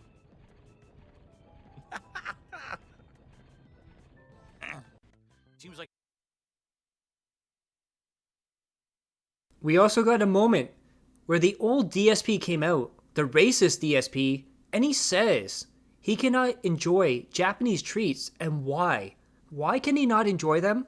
He says it's because he's a white guy. Seems like it's way more up my alley. Then again, I am a white guy So I have European roots, so I probably would like things from, you know, Turkey better than things from Japan. It's more culturally appropriate to me. And now, ladies and gentlemen, the true crack in the Kino Casino actual arc. He did the interview with Steve Campion. Are you ready to see DSP get destroyed not only by Steve Campion, but Bro Side Phil? I mean, And they look at call this. themselves the Tractor. They have it in their name. When you were playing Dark Souls, you asked for money 62 times. When you were playing Light Razzing, I don't know, he makes plays on words on the games you were playing. You asked for money 85 times. Mhm. You tested a mic, and then you begged for money 31 times while testing the mic. And this one is just greed mode, beg count 58. Successful streamer begged 78 times. And I'm not going to play these videos because they're very disparaging. They like make you have a huge head and try to make it funny. Popeyes felt it, beg count 100. So to eat Popeyes, you begged for money 100 times. Flight Simulator, you begged for money 111 times. Call of Duty, you rage quit 9 times. They clip. And I got to tell you, I watched these with a counter going, he can't ask for money 101 times in one stream. They clip them all and they put them together. I don't know what beg more is, but you ask for money 101 times. We've got Wife is Strange, beg count 33. Life is Strange, I guess they meant. Yeah. Nightly Kingly begs count 65. Shadow of something 77 times. WWEC. Oh, also, shout out to Franny the Detractor. Ban World beg count 88 times. 145 begs in this stream. And all this person does, Phil, is go through your streams and then clip all the times you ask for money. And then they put it together, and I guess they make it kind of funny. I wasn't really, like, amused by this. But I'm just wondering, like, do you realize that you ask for money that many times in one stream? Well, first off, I've never watched any of this content to make it clear. I don't actually know how truthful that is. I went through with a counter, Phil. He's right. I mean, unless he's like AI, he's got like CIA level AI to make these clips of you asking for the money. All I'm saying is I'm answering this question in perspective of I have no clue if anything that a detractor puts on their channel about me is true or not. All I can ask is from my perspective, right? I haven't seen that content. I can't really respond to it. But no, I mean, I do ask for contributions basically as soon as I start my podcast. And if we're talking about how I did the day before, I'll mention, how we did. And I'll say, hey, let's hit the goals today. We have some goals in place. Here's the rewards coming up. If we have a reward that's scheduled, we'll talk about that. During each podcast, I'll mention it several times for sure. Well, this is why I brought up the autism, because I don't know if you know this, but people with autism have like perceptual problems and social problems, and they. It's amazing the amount of people that get into the DSP verse and always assume DSP is autistic. And also keep in mind, Steve has an autistic daughter, remember, so he knows the signs of being autistic. They don't recognize social cues, and like that's what made me think that maybe you're on the spectrum, because a neurodivergent person or a person on the spectrum might not realize that they were asking that many times, and that this is what I'm saying. People with autism also have a problem with social norms. So like the social norm is ask for support once or twice a show. And I think most show hosts would agree with that. If you make 4 or 5, I don't know, but 88 times, 122 times, 56 times in one stream, it's a little bit extreme, and I think that's why your detractors go after you so much, because nobody. I'm not aware of anybody else. And this is what I did. I went to Twitch and I just started watching some random gaming streamers, and I got links from people to watch, and I watched from the beginning to the end. And over on Twitch, at least, most of the gaming streamers, hey, thanks for the support, give some subs, here's our goal tonight. And a lot of them didn't even have goals, but they would read the gifts or the tips or the cheers or whatever. But they don't ask so many times. So I think that's why, because it's just too much. You don't think it's too much? Let me put it this way. The people who have issue with how much I ask are the people who benefit the most by bringing it up. Now, this is one thing DSP does all the time. Someone will ask him a question. It's a yes or no question. And he says, well, let me explain this to you. He refuses to say yes or no.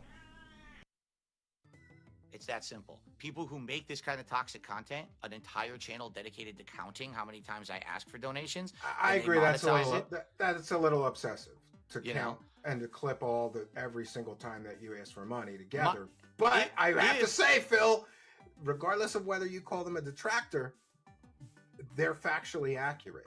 Okay, fair enough. And that's the problem. They're factually accurate. You do Well, here's the all thing. the time. I don't think that's a problem. I think that's a perception. Some people think it's a problem. Don't you think some of the others stuff don't. is crazy?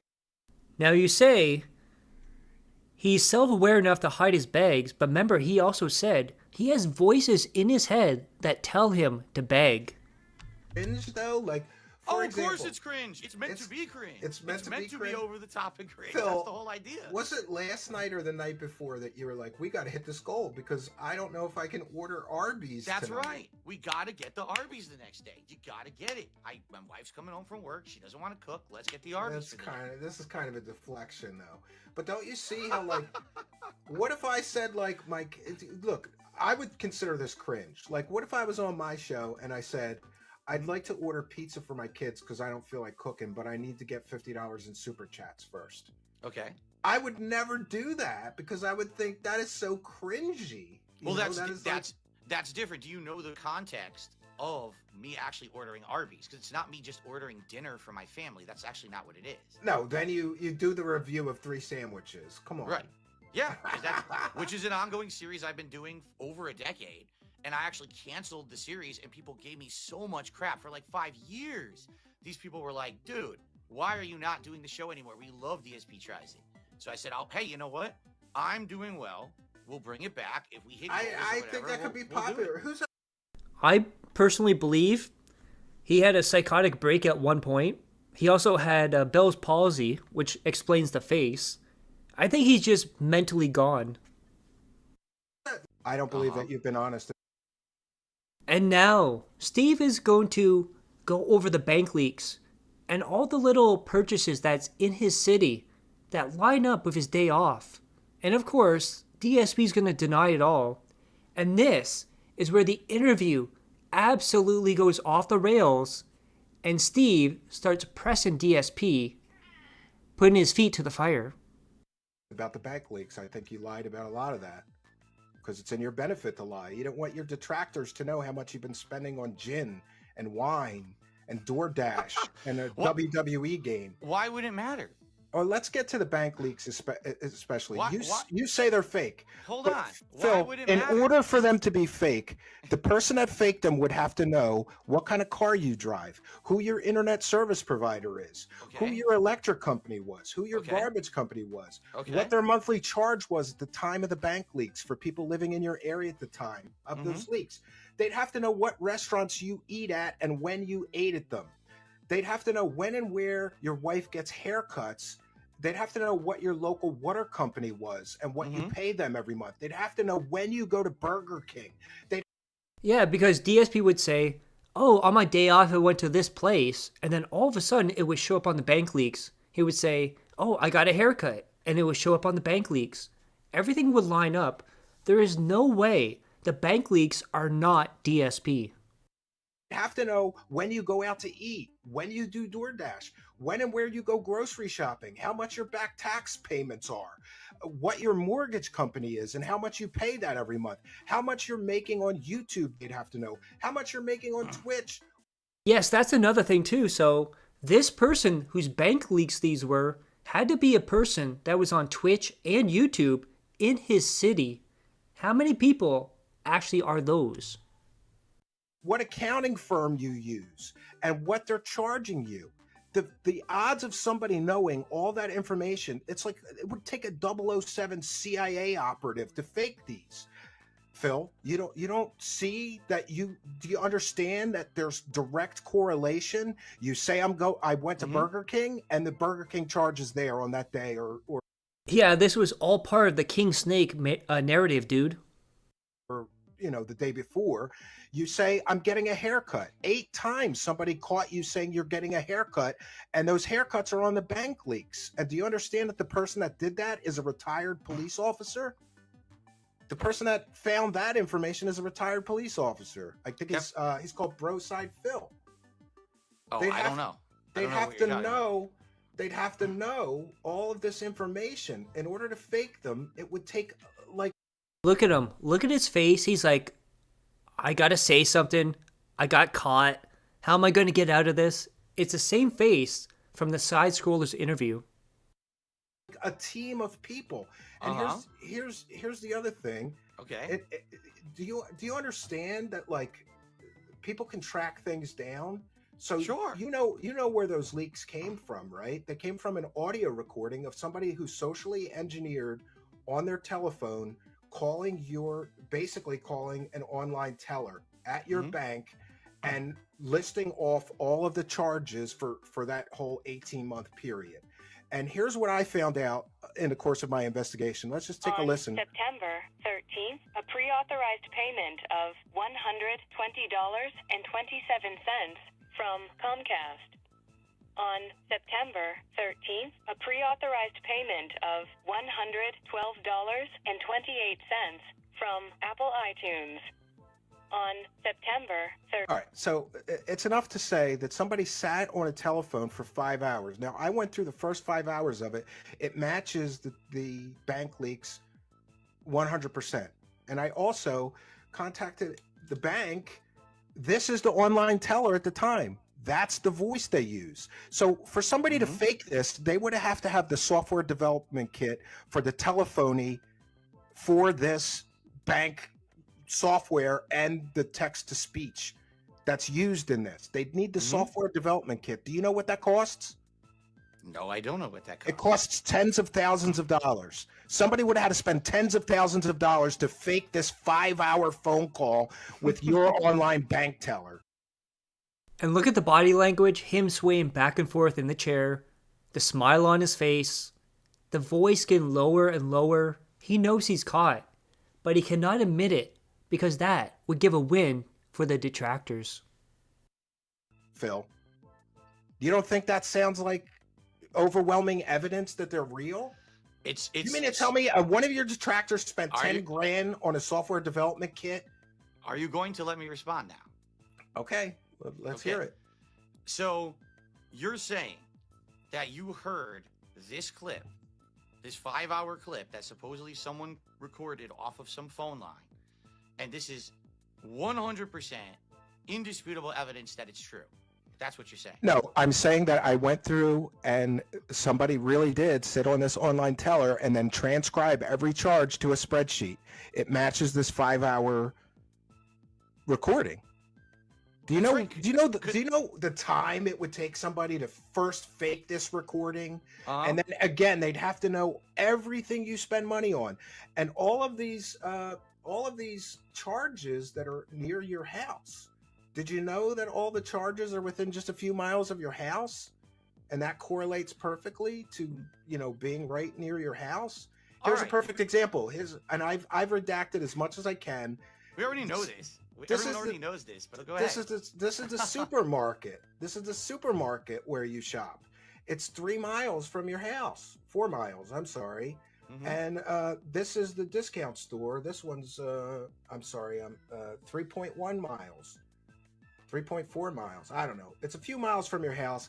And I was able to do this mapping with over 40 of the charges. The Petco, the place where you get your hair cut.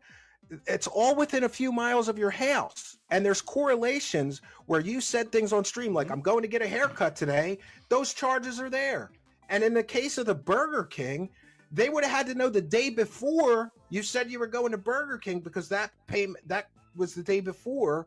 It's virtually impossible for somebody to fake these, in my opinion. I've got 40 correlations. These are all stores and locations all right near your home in this course of this 18 months. You mean to tell me that some crazy evil genius figured out how to fake a 5-hour teller call and then put it all on spreadsheets as well. It's all fake. Look at the spreadsheet. Okay. It correlates to the. Remember, DSP always says, "Where's the evidence? Show the evidence." Well, he now has been shown the evidence. Audio recordings, 100%. So, and look at this. You're telling me somebody faked all this? This isn't you? I'm still waiting for you to finish so I could respond. I'm not finished, so respond so far, and I got more for you. I got a lot more for you, Phil. You can either admit that the bank leaks are real, and those are your charges, or you can continue to lie to your viewers and everybody else. It's up to you. I told you about that road to redemption. So, come on. What are we going to do here? So are you done now, or do you have more to say about the bank leaks? I'll respond to all of it when you're done. Well, the reason that people are so upset, you could see in these charts, it shows that you spent more on transactions most month than your mortgage payment while you're begging your audience for money for your bills. That wasn't my question. My question is, are you done talking about the bank leaks so that I can respond and we can move on? No, yeah, I could show you more evidence. I could show you more evidence. All right. I'm just waiting for you to be done, and then I'll respond. Because there's no. All right, I'll show you. All right, then fine. I'll show you some more evidence, and you can try to explain all of this away. The haircuts. Oh, this is beautiful here. So there was a picture on Twirls and Curls website of Cat, and DSP is either playing dumb or doesn't even recognize his own wife. The haircuts, Phil. The haircuts. Mm-hmm. The haircuts ruin your grift. The haircuts ruin your grift, and here's why. Curls and Twirls. Is that your wife, Phil? No. On the website, you're going to say that's not her? Do I got to get a facial recognition expert? I don't think so. Imagine being married for someone for over 5 years. You see a picture of them. I don't know if that's my wife. Same hair, same fat face. That's your wife, Phil. She's fat as fuck. That's her? I don't think that's her. Where did you get your haircut, Phil? Where did you get your haircut? I'm not going to tell you because then people are going to harass You can't tell me because you get your haircut at Curls and Twirls. Did you hear what I just said? Your wife's on the website, Phil. Steve, are you listening to what I'm saying? And wait a minute. That's not. What are you talking? And now we have a moment of history here. So we have a detractor face to face with DSP. And this right here is going to kick off another arc. And it's going to kick off another meme. A 220 meme. This is the start of it right here. Talking about? He spoke to the detective that you talked to. You said in the Side Scrollers interview that sometime prior to the bank leaks, you didn't file a police report. By the way, your bank would have. Did you know my wife, I mentioned she was an accountant. Do you know what she did? She worked in the fraud department at Beneficial Savings Bank for 20 years. And she told me that you, Phil, said that these people got access to multiple of your accounts. The bank itself is required by federal law and banking regulations to file a police report. Our retired law enforcement officer friend filed the FOIAs. The bank didn't file any fraud reports. They're required by law to do so. Can you imagine if Side Scrollers actually went this hard on DSP and they didn't give a fuck? It would have been amazing. Just amazing. So if you talk to the bank and said somebody got access to my account illegally, they would have filed the appropriate police reports, talked to the detectives, and followed up on that. They didn't. You lied about when you said the police only investigate human trafficking or something. No, hold on. We've got another video for that. We've got another video for the FOIAs proving you lied again. Wait. So hold on a second. So you're saying that I'm lying completely about the bank account? Like I still have this bank account, it's real, and it's still open, and honestly, Phil, I'm losing track of your lies. I don't know what you've lied about because you lie about a lot of stuff. You're bringing up 10 points, and every time I try to address one, you move on to another, so I can't address any of your points. Well, there's a lot I of can lies clarify. There, I can clarify. Yeah, go ahead. And Yeah, by sure. the way, I've checked this person's credentials. They really are a retired law enforcement officer. Steve. I'm asking you. You were just mentioning. You said if there's fraud involved with the bank account, the company is required to file a police report about the fraud with the bank account, correct? Yeah. So I think you never reported any of this to your bank. You just got a new bank account and moved on. That's what I believe. So you're saying I manually closed the bank account?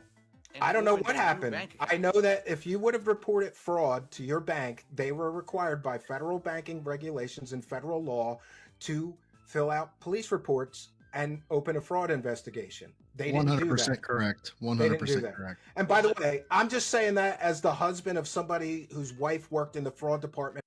Oh yeah, Kenneth, this was amazing part of the Kino arc, but the best one is coming up very, very soon, and it's straight out of fucking hell. At a major Fortune 500 bank for 20 years. She did this every day, Phil. Every day. People would call and say, somebody got a hold of my card. Well, you have to be willing to prosecute them, and we'll get to the police. And she'd fill out the police report. She'd talk to detectives. She'd follow up on all the fraud cases. None of this happened in your case. And I think that's because the bank leaks are real. And that's your banking information. And you just wanted to glaze over this so that you could keep going with the e-begging grift. That's Steven, what I think. The more damning. I sold out the PWR. Well, I'm going to give an answer to the PWR interview, and spoilers, I'm not going to do it. So I was talking to people, I thought it over, and guess what, guys? Even if I press him, even if I ask him questions, he's going to hang up or rage quit. So why would I waste my time with PWR? PWR can go fuck himself. So I am not ever interviewing PWR. It's a waste of time. He doesn't want any criticism. He doesn't want to answer anything. So PWR can go fuck himself. Thing about this, however, is the fact that during the Side Scrollers interview, he stated that he didn't file a police report because during a threat case, which was done via email, it was a Swedish email company. I think it's protonmail.com. Oh, we're all good, Skippy. I'm just saying, PWR is a piece of shit. He's an actor, a grifter, a liar, and I want nothing to do with him other than making fun of him. Which very truly did threaten Phil Burnell, saying that they wanted to kill him and do terrible stuff.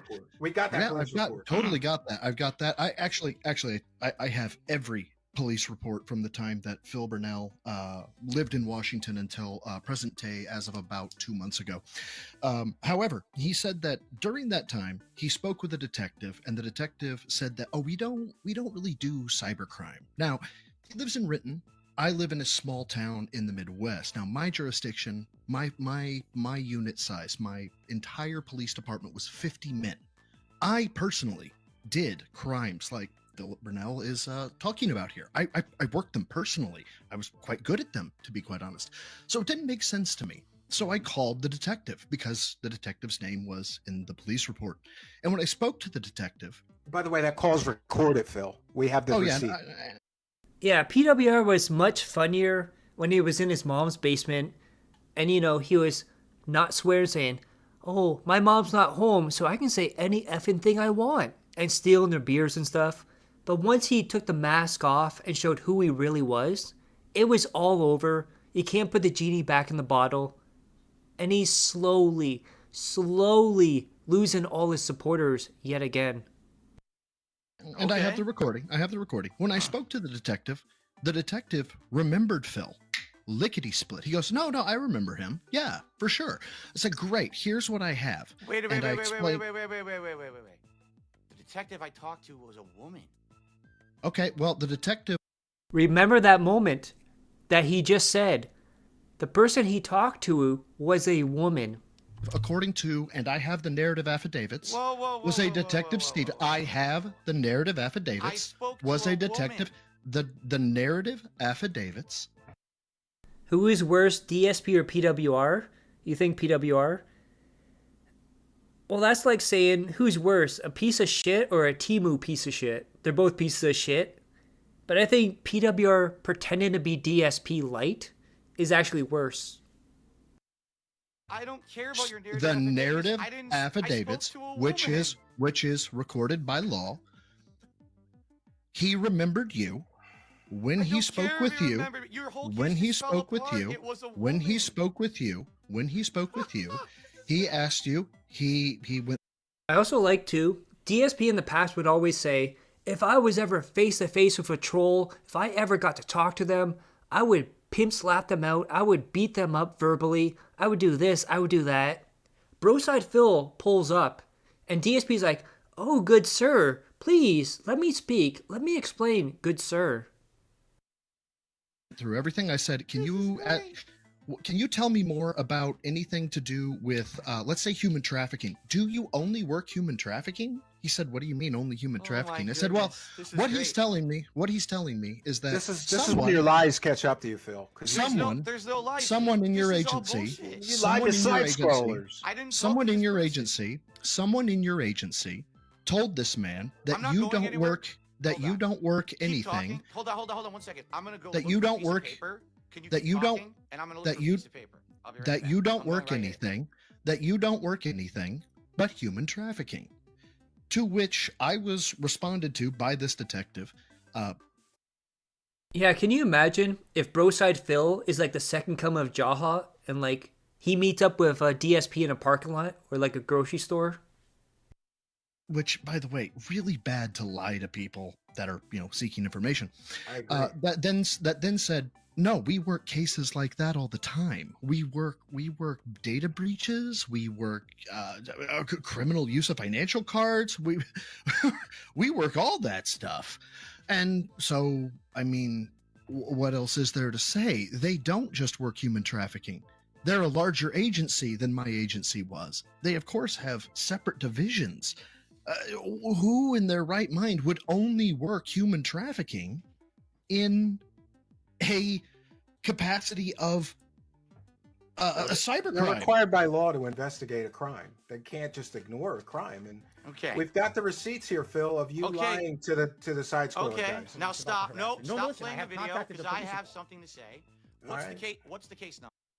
This part is very, very, very important for what's going to happen in the next couple of videos here, because DSP and Broside Phil are now going to confirm the number on the report, which means it's true, which is going to lead into the next arc.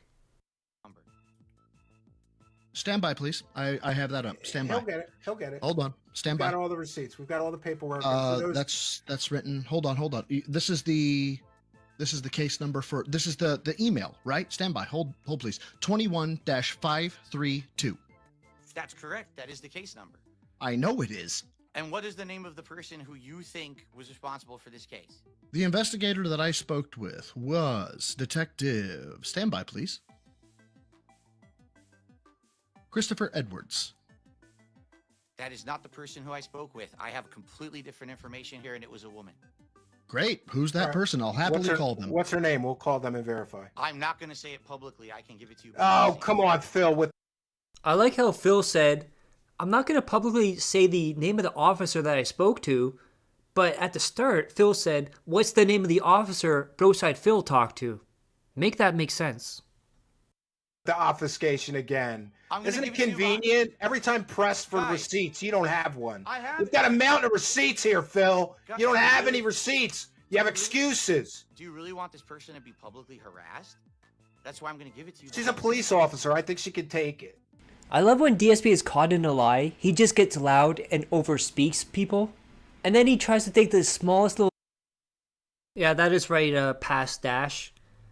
Amazing. And that's going to lead into the next thing. Didn't happen. Are you ready for DSP's response to the interview? Because he had time to process it, and for some reason, I did not put those graphics in. DSP himself put the fire graphics in, and he's going to explain how Steve had an agenda just like side-scrollers. Didn't happen because I appeared on a show over on the Truth Seekers Show channel on YouTube.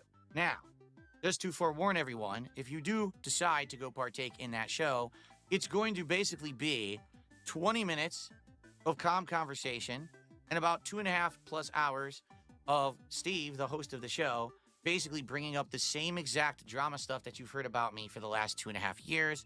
I guess he had some kind of big, lofty ambitions that he was going to try to set me up with some special lie detector event, all of this stuff going on, and it was just fucking bull. I'm going to be honest with you. All the stuff that came up, all the same shit that we've seen a zillion times, okay, from my detractors, literally not a new piece of anything presented. It's all the same nothing burger shit from 5+ years ago in regards to bank leaks and the bankruptcy and shit like that, right? So because of that, it's like, well, it was disappointing. I was hoping that we were going to have more of a back and forth conversation. I'm going to be honest. I don't think that Steve is a bad guy, but man, he's a bad host. He was yelling over me so much that I barely could even give. I believe Steve Cambion was looking into Review Tech USA and also Wings of Redemption, but I don't know if anything will come of it. I would love for Steve Cambion to look at Review Tech USA, bring him on his show, and actually confront him. That would be amazing. An answer to anything that he was saying, which is kind of unfortunate, okay? So it is what it is. I spent a lot of time on the show, but I'm done with it now. You know, he wanted me to be involved in all. Well, will you do this and do that? I was like, no. Like, Steve, I tried to tell him, he's like, you tried to come on my show here because you were interested in clearing your name. I said, Steve, I have zero interest in talking about any of the drama stuff we're talking about right now at all. It doesn't affect me. My viewers like me and my content. We've already been through all of this. The stuff you're talking about is from many years ago and doesn't even apply to who I am or what I do today. Just take a look at everything around. Well, I guess I could turn this off now. Just take a look at everything around you and how it's changed. But it is what it is again.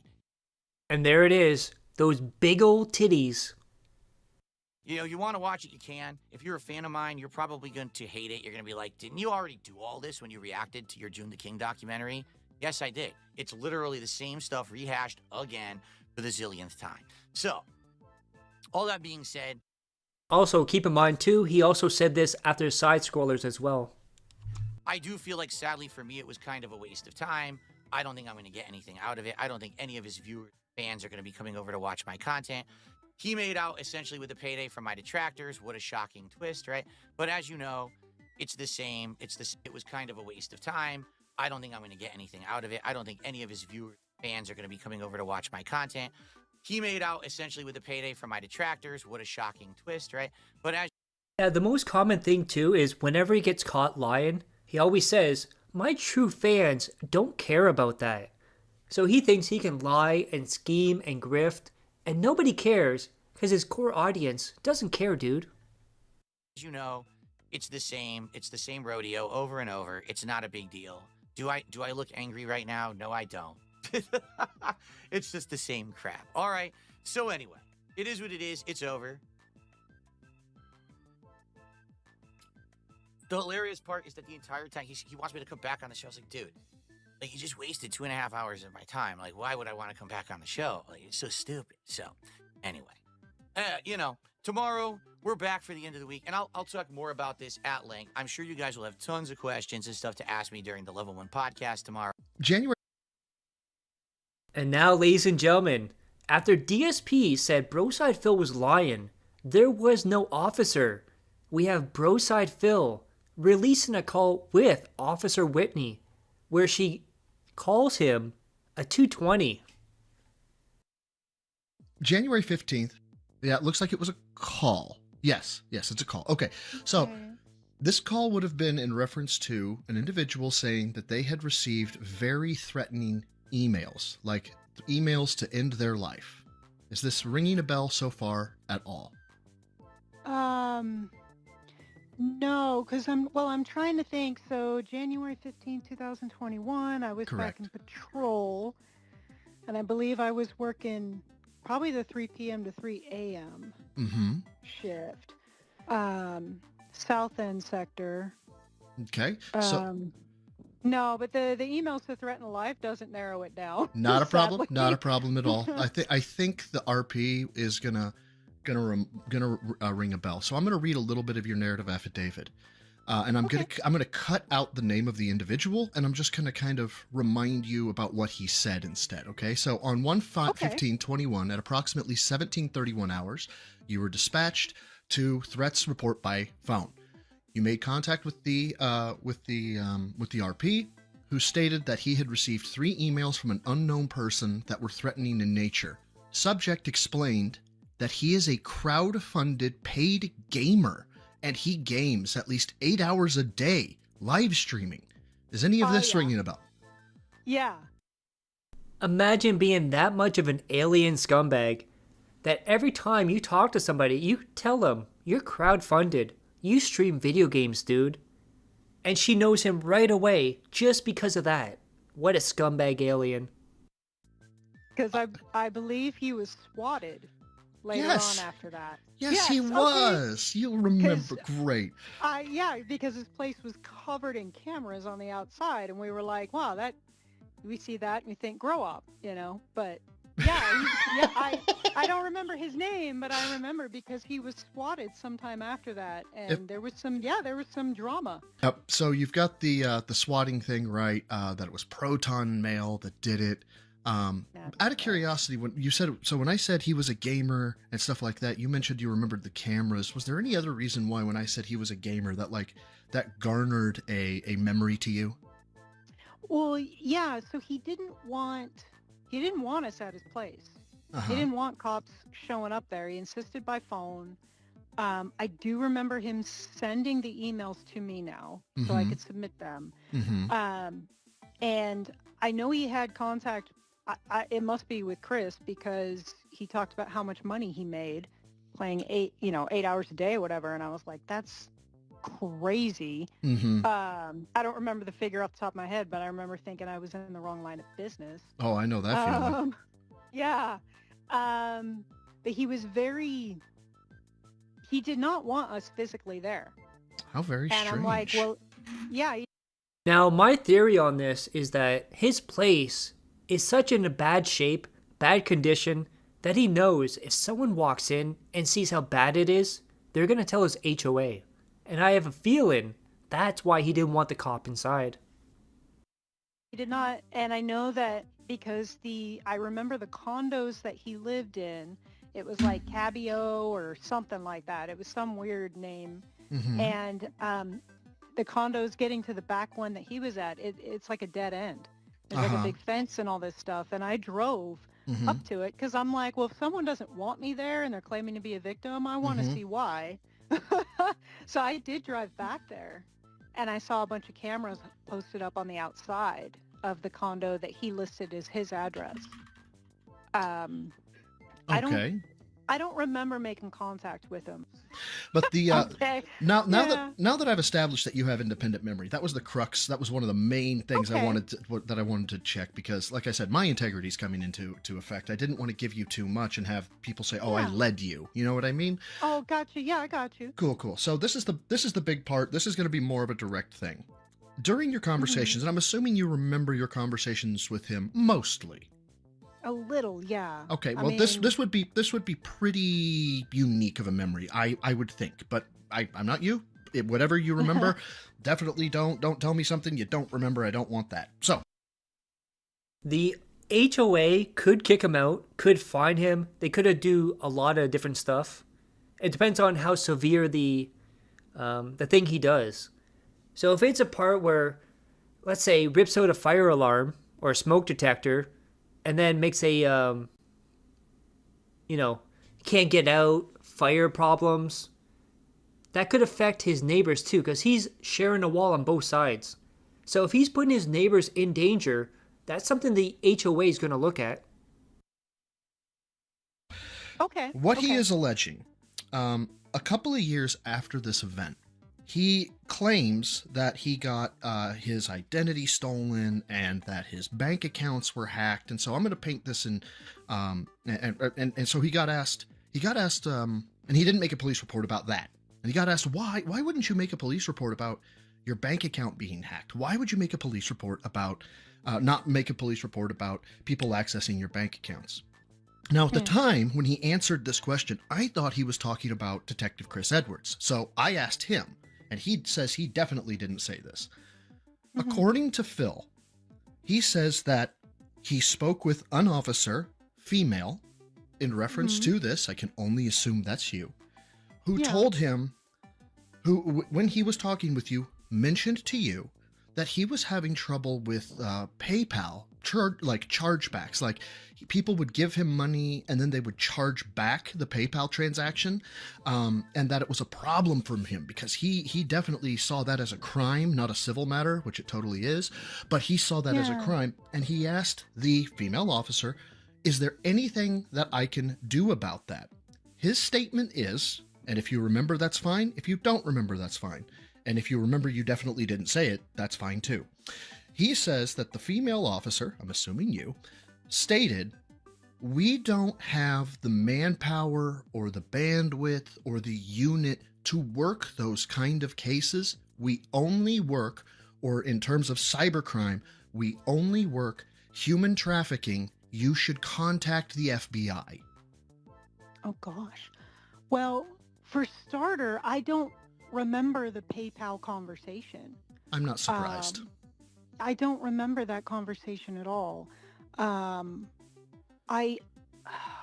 let's and talk. I'm trying to think if that would even be something I would say, because I personally worked in the human trafficking online cases as both a UC and actually mostly as a UC. You mean prior to this, or after this? Like prior and during. Oh like no! Whenever, yeah. You're making my day. I know. I worked those cases. In fact, our set team, they're I can't remember what it stands for now, but basically our narc detectives who were separate from the investigation division, they worked all those cases. And so whenever they had an operation, a sex sting or sex trafficking sting or whatever, I was actually one of the UCs either on the phone or typing. And way years prior to that, because I looked young enough, they used my pictures when we first started the online trafficking program in Renton with he's now I think Deputy Chief Rutledge. Okay. He was a detective in set, and he's the one who all on his own got that started, and we used my pictures and I was the UC and all that. But we did, I mean, investigations would have been assigned any type of fraud or anything like that. Yeah, so they did investigate, because I worked in investigations. I mean, I was only property crime for a year before I moved on to sex crimes. Mm-hmm. And I didn't personally, I worked a few fraud cases, but the banks did the majority of the work there. Us. Okay. Well, let me see if I can't garner. Let me see if I can't garner a giggle out of you, okay? To kind of give you context of what this is all about. So Phil Burnell is very actually well known on YouTube. And here we go into the good stuff now. You could even say notoriety / celebrity status. And the reason why he's so well known is he is well known for begging. He goes on YouTube by the moniker Darkside Phil, and his YouTube channel of They Call Me DSP. He is also accused of having a gross gotcha game addiction to WWE champions, spending somewhere to the tune of $100,000 to $200,000 on a mobile game, and illegally, 100% illegally, somebody socially engineered his bank account information. Like, they were able to get onto Bank of America's call center and hear transactions come through, and they documented all of this. And he had like something like $40,000 in iTunes transactions, which would be how he's paying for the game, and like $20,000 in PayPal transactions, which is another way to pay for the game. Well, these were affectionately known as the bank leaks. And when I was telling you about that interview where he said, I didn't make the police report. Well, that was them saying, well, dude, if your bank information got leaked, why didn't you make a police report? Well, his response was because you said they don't work cases like that. They only work human trafficking. Now, this is where it takes a turn, and this is where the meme comes in of 220. And I'm sorry, just based on how you're talking to me, I refuse to believe that. I just needed verification. So, like I said, it is stupid. It's dumb. It's dumber than dumb. But at the same time, like I said, I'm former law enforcement myself, and basically said, I don't believe you. You're a liar. You're this. You're that. When I talking about Chris Evans and stuff like that. Well, I live streamed myself, and I was mentioning this, and I had an individual reach out to me and say, actually, I know former officer, because I know you're no longer with Renton, because I called Renton first, and they said, I actually know her. She was actually friends with my oldest sister. That's actually how I got your Facebook information. I'm not a crazy stalker or anything like that, I promise. Oh, no, I mean, I kept my name the same, so I was like, you know, I don't hide it or anything. Okay. Well, like I said, I really appreciate your time. Yeah, This has been so wonderful.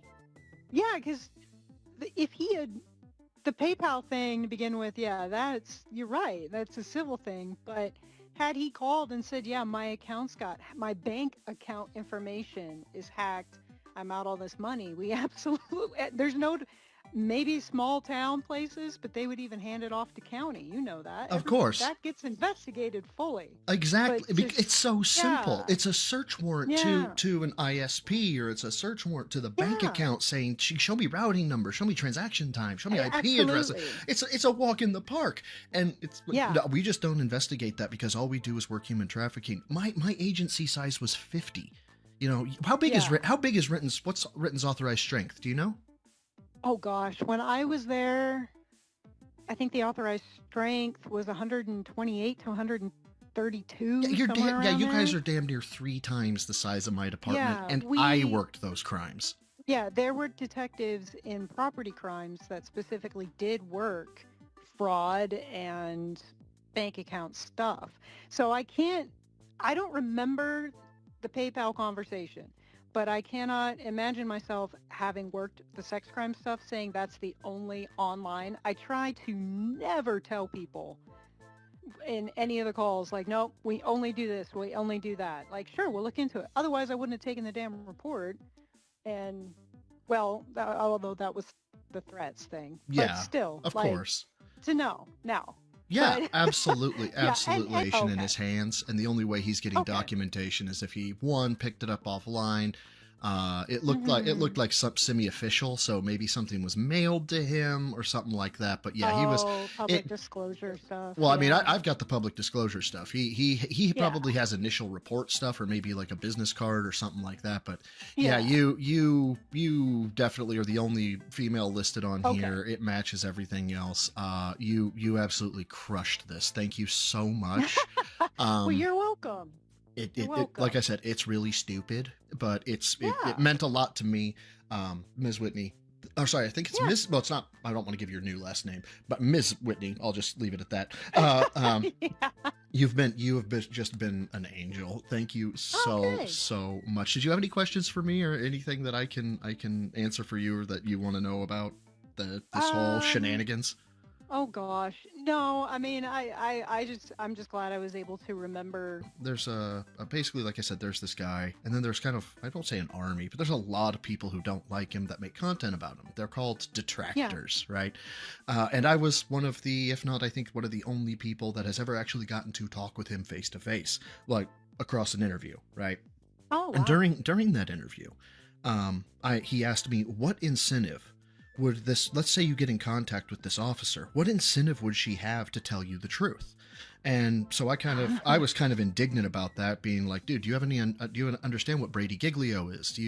This is her career. It will end her if she was just to be flippant and be like, I don't remember anything, because, it'll get her in trouble if, you actually said, hey, we don't do those crimes, to just skirt the issue. So then he goes on afterwards, when I'm not talking, he goes on a little show of his own. And he basically said, of course, if this woman remembered and what she was doing was wrong, she would lie out of self-preservation. I would love to hear your opinion on that line of thinking. Well, see, and that's somebody right there who's already got a compromised moral compass. I mean, he's up to bad stuff in himself, so he thinks everyone else has the same degraded moral compass. My commission for Washington State actually expired last weekend. Hey, so there's really no repercussions on me. I'm not even commissioned anymore. So it's like, I can't see myself why not be honest about it? That's what separates. People always have this assumption when they're up to bad things that everyone else will do the same stuff. So they have a hard time believing that cops are like, the majority out there are honest, and I'll remember the best I can. I might get some things wrong or not remember certain bits and pieces, but I'll do the best. Well, yeah, and I knew that I'm when... not going to sit there. Yeah. Yeah, when I said it was Phil, you didn't say, oh, yeah, totally, that's who it was. It was Phil. Yeah, it was Phil. Dude, you didn't remember. Okay, that happens. No. But I remember the incident. I don't remember the PayPal conversation, but it could have entirely happened. I was pretty thorough in documentation, so if it's in there, then it happened. That was my own thing. Well, you didn't document it, and based on your statement, the conversation about PayPal, and based on your statements of, I worked in human trafficking, there's no way in hell I would tell somebody we only work human trafficking. That's just my icing on the cake. I am gonna defer to what I always refer to as LEO best practice or common practice, which is what I think you gave me over this guy who's been caught in God knows how many lies in the past. I'm gonna trust you. I'm gonna trust you. Well, I appreciate it. Well, I can't see any repercussions for me either way. If he's like, oh, I recorded it and she said this, and I'm like, that's kind of an outlandish thing for me. Of course he didn't. But I'm like, I was very cautious when I would talk to people to not give onlys or we don't do that, And there were times and calls I referred people to the FBI, but that was if I was tired of talking to them and they were what we call a 220, kind of. There you go. DSP referred to as a 220. And what does a 220 mean? Mental, and there were times and calls I referred people to the FBI, but that was if I was tired of talking to them and they were what we call a 220, kind of mental. And that was just for fun. You have no idea how much that like you just gave me icing on top of icing on top of icing on top of a cherry on the cake. My God, you were a sweetheart. Thank you so much. I don't want to take any more of your Sunday. You gave me 23 minutes of your time. I am indebted to you. Thank you so much. You bet. And I hope everything works out all right with the whole thing, and this Phil guy gets his comeuppance all on his own karma, and And you heard that, Officer Whitney, 220 is Phil Burnell, mentally unwell.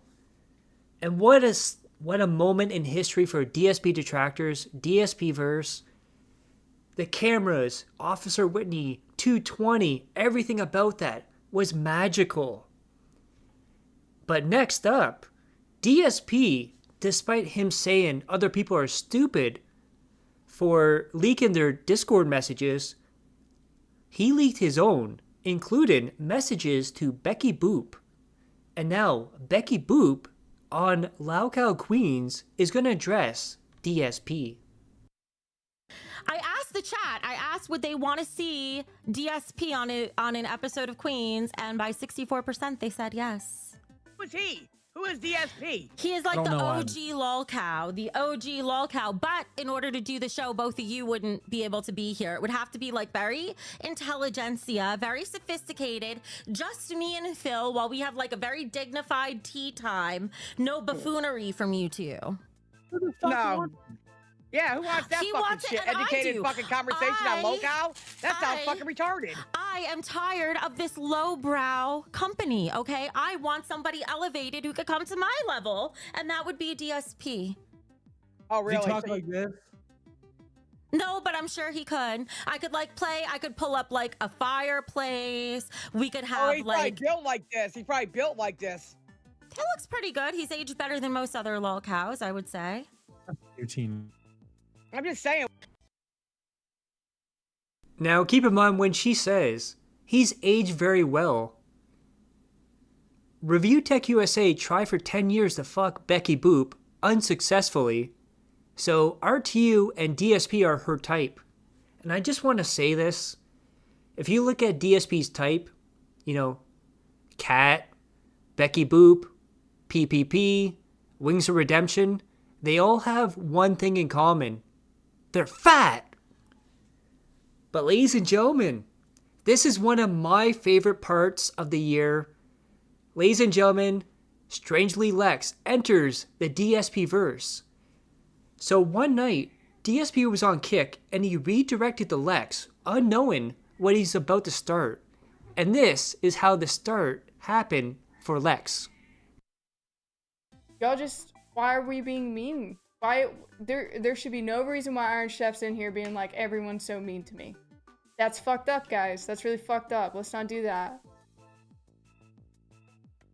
He threatened to send me a spoon to eat shit out. What the fuck? Thank you so much. Is this real? Iron Chef, thank you so much for the 25 gifted. ICS, pay her $500 for the dog. Bro. 1K react goal, let's go. Yes. Yes.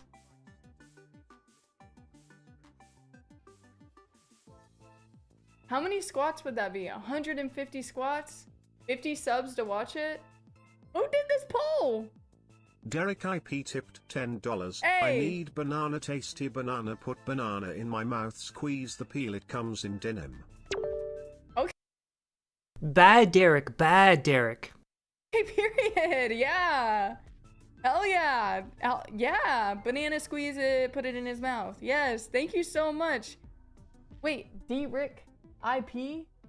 Derek IP. Thank you so much for the $10 donation. Hell yeah. Dude, TTS is $1. Who is that? No. Who's this guy? He's a bad guy? Oh, he's a bad guy. Ban him. Okay, let me catch back up here. It's nuts how many corners of the internet there are, but the detractors are something else, man. They're the best. They are, like, y'all are, like, that's actually pretty cool. This is, like, the most interesting group or, like, community I have witnessed ever. I don't think that anyone is going to be able to top y'all in this community. It's so cool.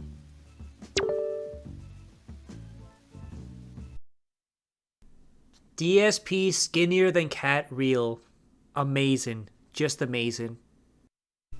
I joined a call. Yeah.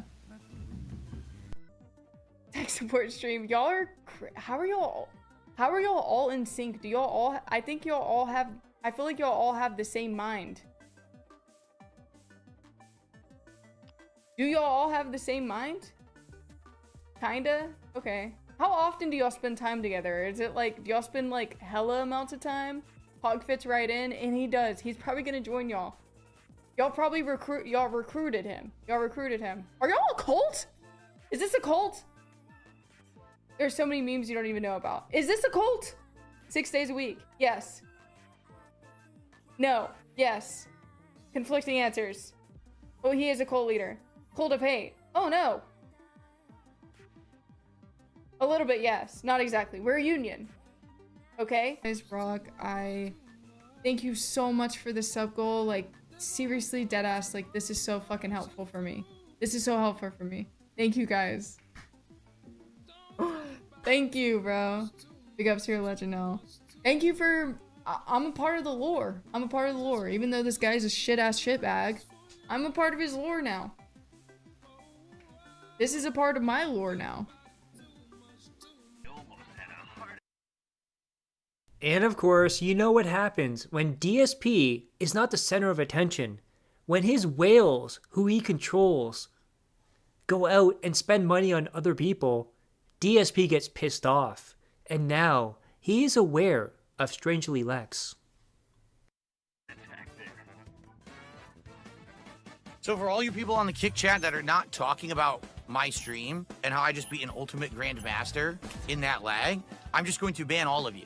Because you're talking about another streamer, you're derailing the chat entirely, and I don't give a fuck. So if I look at that chat one more time on Kick and you're talking about another Kick streamer, you will be permanently banned and not unbanned ever. Just for the record. It's always been the rule.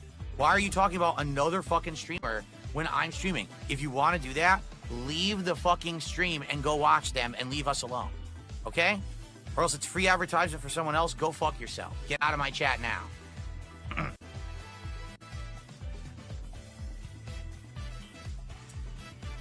And there's the first person to get banned.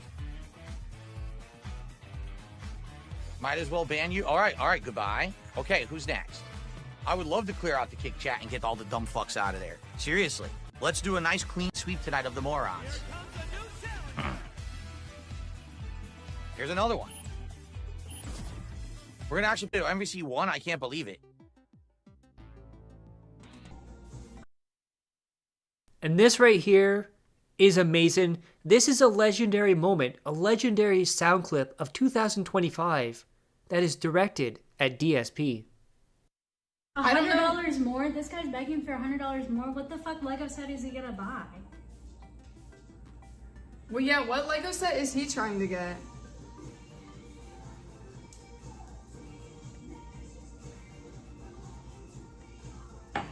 The squats are endless here on He bought some plant set.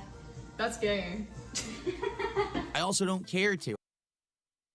And now the moment that QQ on Kick has been talking about. The slut shaming. Are you ready for DSP, the mature adult with a business degree, to call someone a slut after he offered to show his feet, his socks, his underwear, everything like that for money? He's now going to call someone else a slut. I don't care about a fucking ethot on Kick who's fucking doing squats for money. Okay, I don't give a shit. I don't care if she talks shit about me, because apparently I'm being told she did. That people made fun of me. Oh, did you know that there's an e-beggar named Darkside? Oh, so embarrassed. He's in his 40s and he e-begs. You're fucking squatting on camera for money, you dumb shit. You fucking slut. The fuck are you talking about? You're the one who's doing the embarrassing acts. I'm literally sitting here putting out content. You understand? You're squatting on camera for money. But anyway, you know, I'm supposed to be the villain in this situation, right? Again. Yeah, you could hear it when he said the word slut. The amount of venom, the amount of hate in it, absolutely off the chart.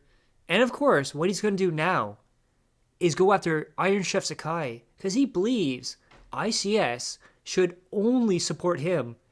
And if he supports other people, he demands to know what's going on.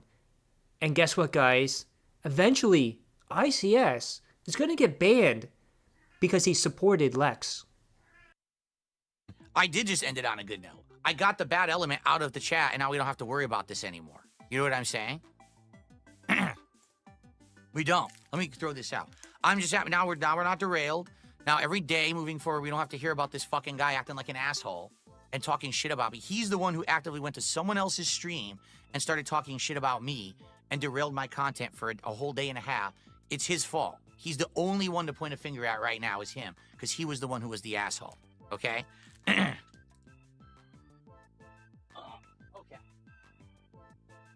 No, the truth is with someone like Iron Chef Sakai, it's just a matter of time till they turn on you anyway.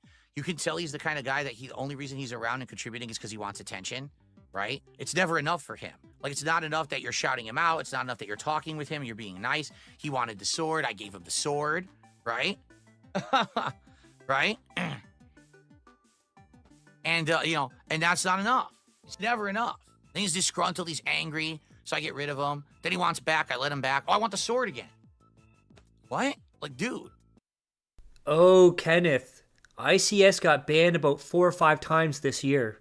Then comes back on sock accounts and gets those banned. Comes back on new sock accounts, get those bans. It's never enough with these people. So to be truthful, as helpful as it is to have someone like that in a community, and the fact that they're going to toss money at you, okay? Over time, you realize it's better to get the toxic out. It's going to be healthier overall for this community to not have that kind of element in it. You know, sure, I would make a buck to have them in the community, but it ain't worth it. It's short-term gain versus long-term success, and I'd rather have long-term success. You know what I'm saying? Seriously. All right, so I don't care. You can stop telling me that he's talking shit. Of course he is. The guy did an entire stream about me, unhinged, talking shit, right? And then you know, he comes back begging for forgiveness and acting nice and throwing money around. You know what I'm saying? So, you know, it's just ridiculous. Like, I don't want to hear about him anymore. Like, I don't care that he donated to anyone. I don't care. In fact, I don't want to hear it again. If I see it again, I'm just going to start banning. I don't care. It has nothing to do with me, right?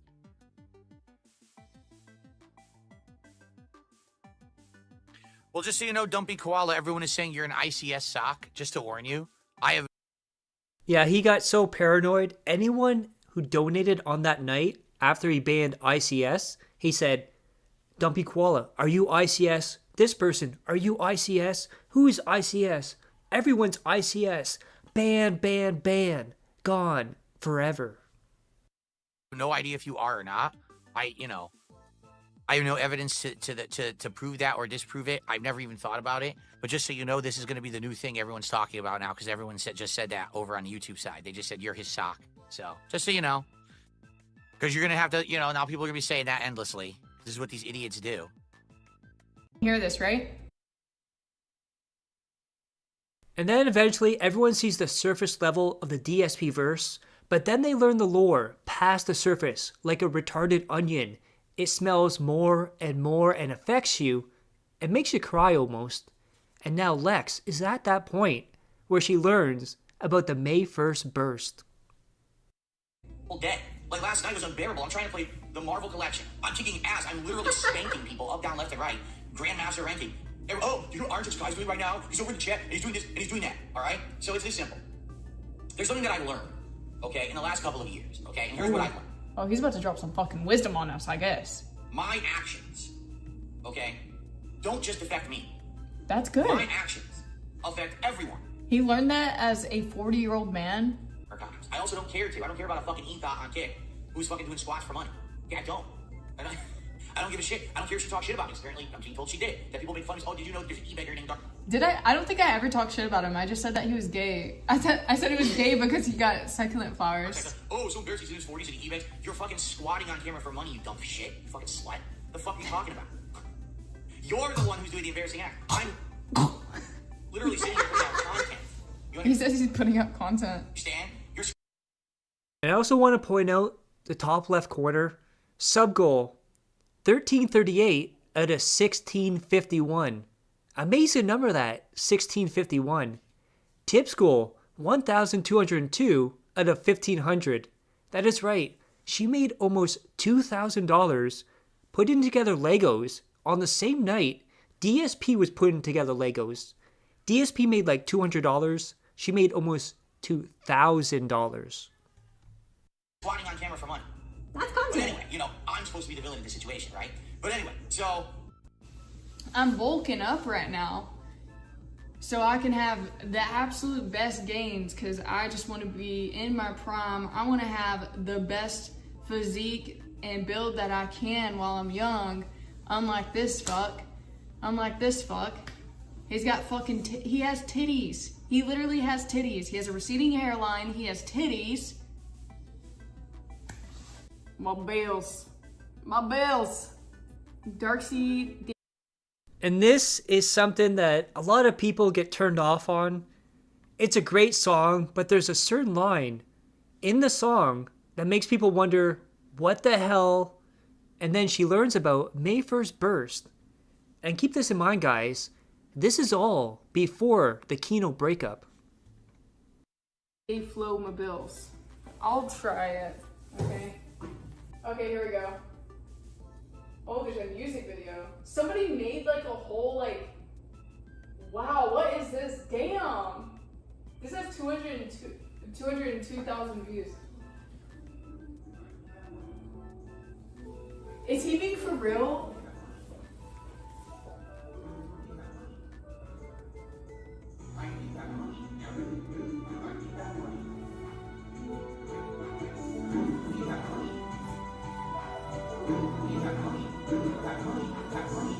Hello, everybody. It's Darkside Film.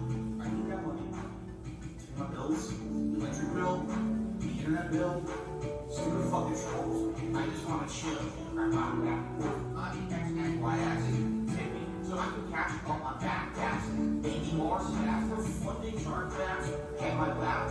Selling out the back. Fucking bitch here. Fucking bitch there. Fucking bitch. Raise your hands in the air. Fucking bitch here. Fucking bitch there. Yeah, so people were asking her to do like a vest and hat goals. So every time she would hit a goal, she would put on a hat, she would put on a vest. She would do all the stuff that DSP refused to do. I need that money.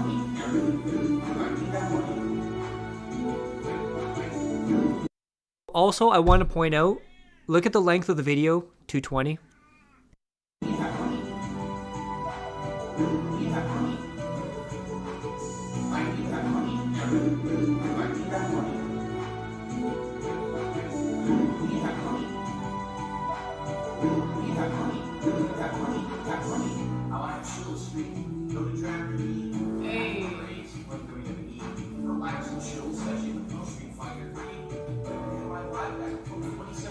Hey, okay.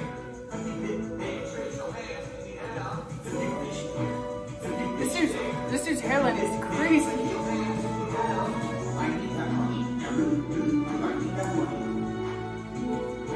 How's that computer doing on full charge?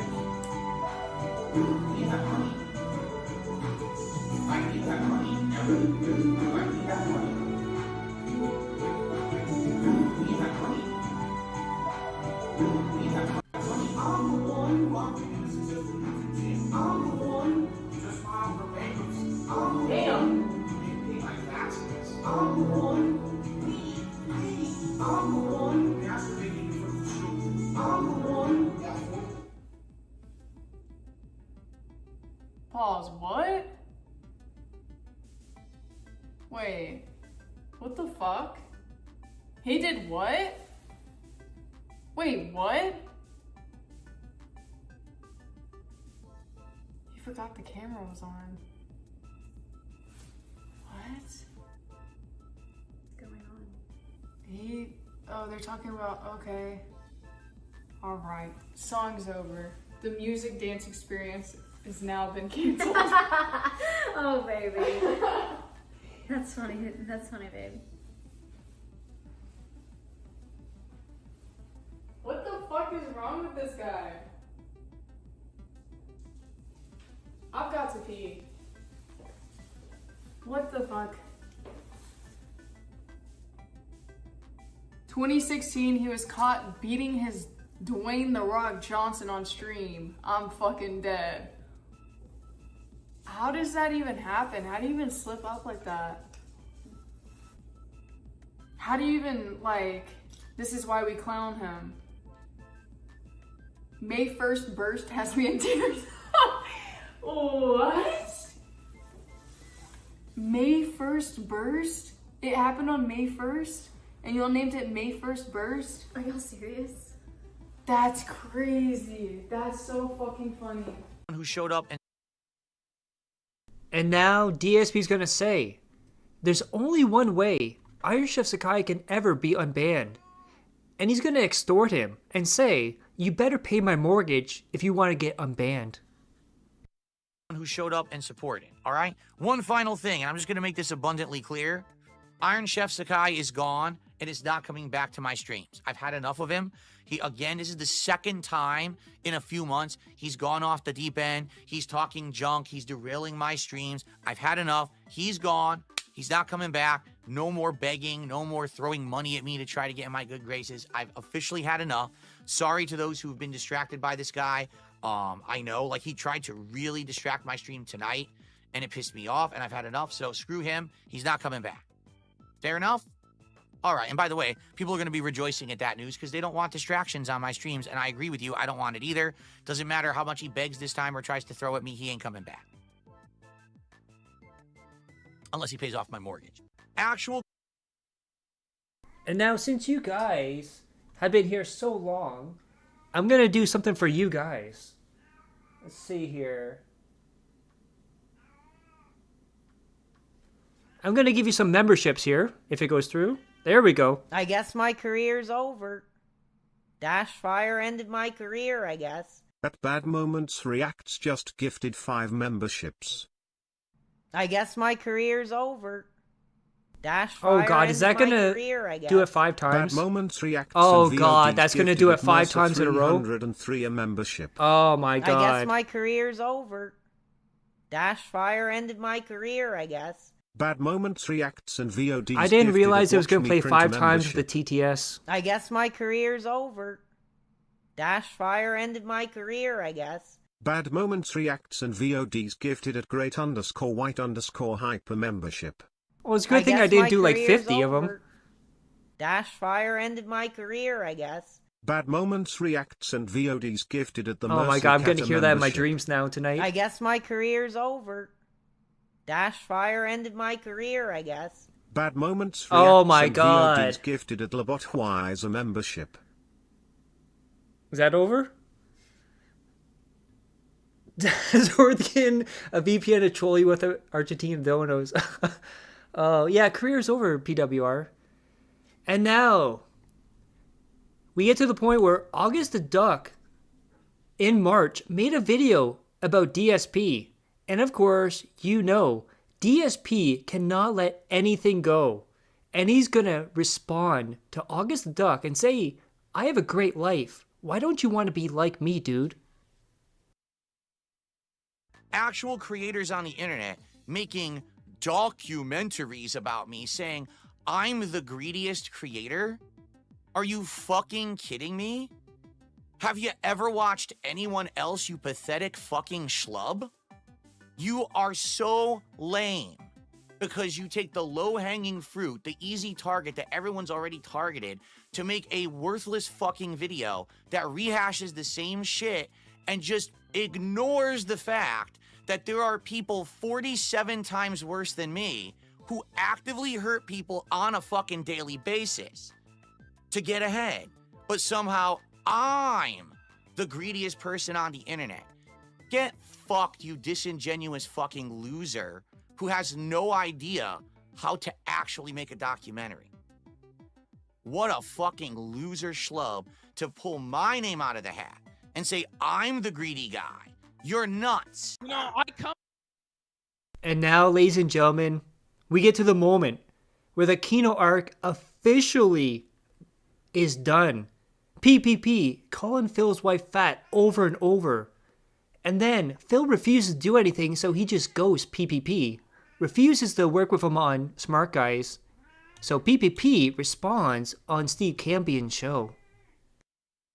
You know, I come from sales, and in sales, the motto we had at the company, anything that you can conceive and believe, you can achieve. If you can put together the plan on how to conceive and how to do it, and you can believe in it and work that plan, then you can achieve anything. And there's a lot of things good attitude that I was able to do with Darkside Phil that nobody thought would be possible, but I had belief that it could be done. But eventually, recently, my belief went away. So I could conceive how it was possible, but I could no longer believe that it was so, and so it could no longer be achieved, and so I am cutting my losses, and I'm going to get a return on my investment by now fucking with Phil until I feel like I get my fucking money and time back, which I never really will, but because he's scared of confrontation. He would never, ever stand up for his wife in public. If somebody slapped his wife's ass at the bar, he would do fucking nothing. He would probably watch as his wife gets fucked in the alleyway by a black bull. Let's be fucking real. This guy, that's why he doesn't go outside. He's afraid his wife's gonna get banged by a black dude? What? He got down on his fucking knees at the Street Fighter tournament and begged this guy not to whoop his fucking ass, and tears came from his eyes, and he said he was a fucking alcoholic. And then we wonder why he won't bring me on to confront him tonight. It's because he's scared. It's because he's spineless. It's because he's a cockroach. He's a fucking worm. And he's afraid of anybody that is any sort of a man, that has any sort of a masculine presence. He doesn't know how to behave in a friend group or a setting because this guy has never had any friends. Let's be real. It was always super awkward when we brought him on with me and Andy because he's never been a part of a male friend group, and he views anybody who is his friend as a means to an end. It's not somebody that he genuinely cares. Yeah, PWR is the Temu Canadian Josh Block. He's even got the drugs and alcohol down too. About to him, people are tools. John Rambo was a tool. Howard was a tool to him. You use everybody, yeah. I was a tool to him as well. He didn't genuinely care about me or anything. By the way, This guy, I was so. It's probably the biggest Phil bag yet, P. So thank you. Now there goes. Both of you are petty. Oh, you don't know just how petty we can be. PPP is going full petty next week. Like Ralph mode, fucking petty and savage on fucking Phil's ass. Yes, we have Phil's birthday, which is a interesting thing that happened then. And then the 666 podcast. Straight out of fucking hell. Fuck Piggy. Let Piggy fucking seethe. I hope Piggy suffers. Suffer Piggy, Suffer Phil. Piggy, yes. All right, guys. Let's keep going. We're going to do a few more minutes of this. Understand why. You know, I offered to pay this guy's flight and his wife's flight to Florida for the Super Bowl so that we could hang out in Florida. We were all going to fly down together. I offered to pay for the pet sitter for his pets. I offered to pay for his wife's ticket, his ticket. And also keep in mind, he kept saying, DSP saying, that this was gay. PPP was gay for him. He wanted to drug him and rape him. Give them 2-3 days alone so they could have the honeymoon they never fucking had. Wow. See, that's a friend. He turned it down because he had to take care of his cat. You couldn't leave the cat with a stranger, P. Come on. It would be a traumatic experience for him. And I'm just putting this out there, just letting you know, my kids really want to go to Disneyland, you know. I'm just saying. And if we went into the DMs, I have receipts of all of that. I pleaded with him. Every excuse that he ever made, every objection. Yeah, and you just wanted to get him out of the house and do something nice for him as a friend. Like, here, I'll pay for your honeymoon that you never gave your wife. Because you're a good guy, Pete. I want him to get out of the house. He has to get out of that house. And here's why I chose to do the wrestling show with Phil. Aside from that, it was a Trojan horse to fuck with him and humiliate him and shit like that. Oh, no. I chose it because it was something that I thought he would actually be passionate about. Because it seems to me he's not actually passionate about anything. The only time I've ever seen him be passionate is when he's playing WWE Champions on live stream. Then he knew everything about the game. He was excited to play. He was smiling. He was happy. He was in his element. And so he was a lifelong fan of wrestling. I figure, okay, this is something that he really likes. He'll be excited to talk about, and it could be a good show. But he never really got that excited about it. He never really grew into his own. He did a little bit better after the first couple weeks, but he was still shit. And so it's like, you're not passionate about anything. And I don't know how somebody like sleepwalks like a zombie through life like this, where they have no real passions, they have no real interests. Every minute, every hour of his day is accounted for and can be tracked on a spreadsheet. And he tells us everything that he does within a week. And it's very pathetic, and it's a very sad existence that he has. And he's absolutely miserable, and he's depressed, and it's why he's an alcoholic, and he's neurotic, and he's crazy like he is because of the lifestyle that he leads. Yeah. It's interesting. He's asked PPP how he feels about Phil defending DERICH more than Kat. Isn't that sad that Phil put more of a defense up for a pedophile that has playlists of pictures of little girls playing in school grounds? Well, this PDF file was giving him money, though. I don't know that his wife gives him money. Well, the thing is, I actually don't think that guy donated, which makes it even weirder. How defensive he was of that guy. I guess it was because he was just a genuine fan of Phil, and he did like maybe some behind the scenes work for him or whatever as to why he did. But like me and Josh Moon are confronting it. It's like, listen, Phil, like either he's got to go or we're gonna fucking go. And that was one thing I was really proud of doing, was purging that pedophile from Phil's community, because he was a creepy fucking weirdo. But the fact that Phil like thought that it was more of a W to keep his pedophile in chat than to just take the L from the detractors was insane to me. It's like, well, if I give in to the detractors here, like where will it end? It's like, just banish this pedophile. Yeah, and like I that's won't bad. be surprised if he really brings bad. the guy back. I really hope he doesn't. I really hope Phil learns something, and that a lot of the positive changes that I managed to get Phil to enact stick. It's not like I did what I did at the top. Well, he's probably under a sock account. I think he's a Eva Cowboy fan or Vietnamese comrade or something like that. Of this show and exposed like his dirty kidnapping scheme for what it is, where he like controls her with evil mind control tactics, isolating her from her family like he did to Panda, fattening her up to lower her self-esteem. These are the dirty evil tactics that, and I never said any of that stuff, and I could have. Well, you're saying it now. Let's see what else he has to say. Listen, I'm not gonna get into everything with Phil. Phil can decide how far he wants this shit to go. I don't know. Should I just go full bore and just drop it? Yeah, and just go in on his wife's fucking medical condition? Fuck him, P. He fucked you. Fuck him right back. And this right here is what scared DSP. He thought, oh, they're gonna drop the DMs, so I'm gonna get ahead of this, and he does something dramatic and incredibly stupid after this. Fuck him right back. Fuck, man. Yeah. You know, he's concerned that his wife is going to die and she's becoming more religious. And so Phil feels like he needs to be more religious, and so he can't be a heel. And I just feel like come on. I feel like that's fucking nonsense, because he actually is just an evil, horrible piece of shit. And with that being said, DSP goes on to say that, remember, everything he said to PPP was a lie. So he lied about his health, about the health of his wife, his parents, his friends that don't exist, just to get what he wanted. How sick and delusional do you have to be to lie about your family member's health?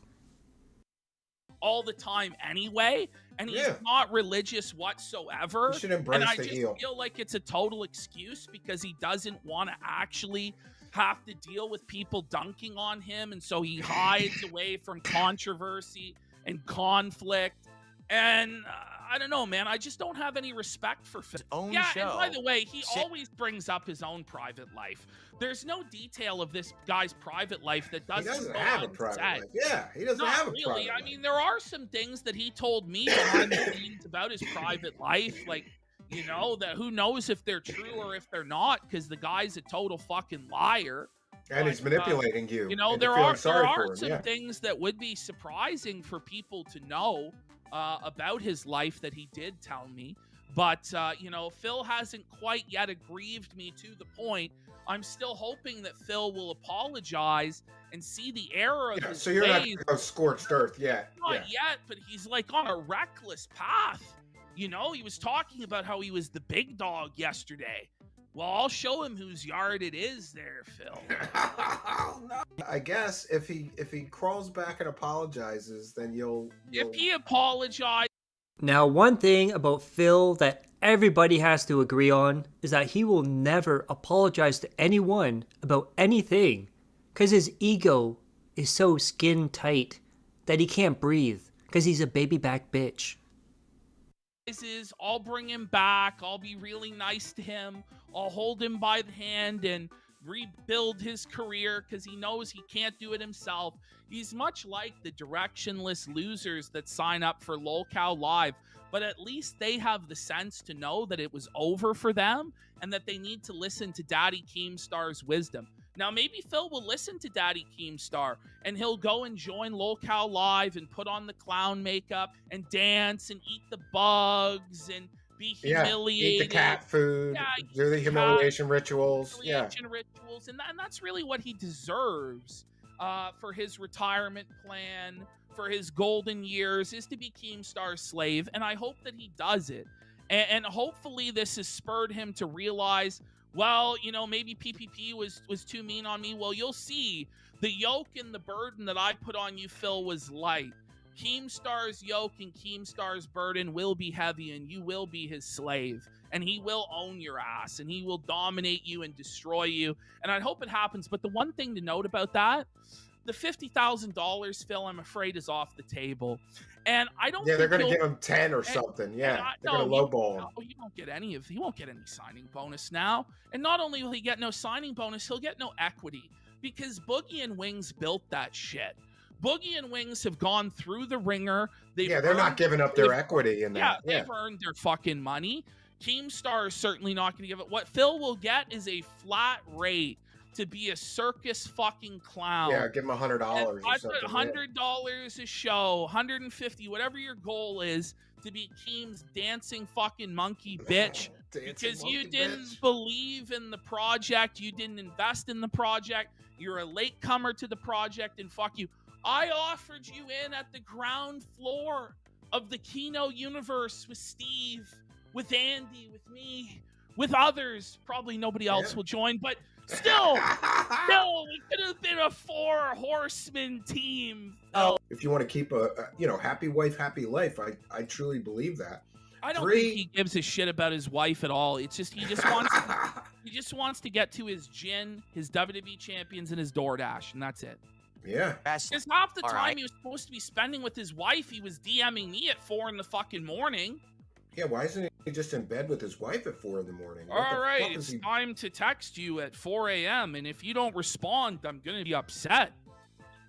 Let me just tell you the truth, man. It was never really an opportunity because I knew that every dollar he would ever make would just be spent on WWE Champions, Gin, and DoorDash. So for those of you who are upset at me for enriching Phil, just realize that all of it went to worthless black holes and didn't go to anything that genuinely improved his life. And now his tax bill coming in next month is going to be a lot higher. Also, his 2026 tax bill will be very high as well. Welcome. Okay. Question for Now, ladies and gentlemen, one of the biggest moments, if not the biggest moment in history of 2025, the 666 podcast, Straight Outta Fucking Hell, is here. So he built this up as an interview with Review Tech USA. But then he had this huge plan to retcon everything, to say that he robbed Kino Casino. And he said this started the moment he was humiliated by side-scrollers. And it's so many questions about this. Why, Phil? Why did you choose a topless picture of Andy and Ashton? Why did you do this in the first place? Because keep in mind, too, he said the night before he had personal business, so he took off the night stream, didn't stream at all. And when you look at the creation date of these files, as he scrolls over it, it's from the night before. That means he took off the night stream to get all these together to create this narrative of the King Snake. question for you before I actually show you the briefcase, okay? And the question is this. Okay. Are you familiar with the king snake? The animal? Nope. You're not? Nope.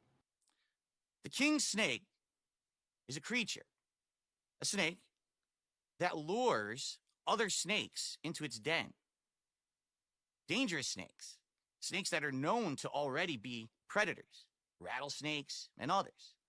The king snake uses this trick in order to make those creatures feel safe.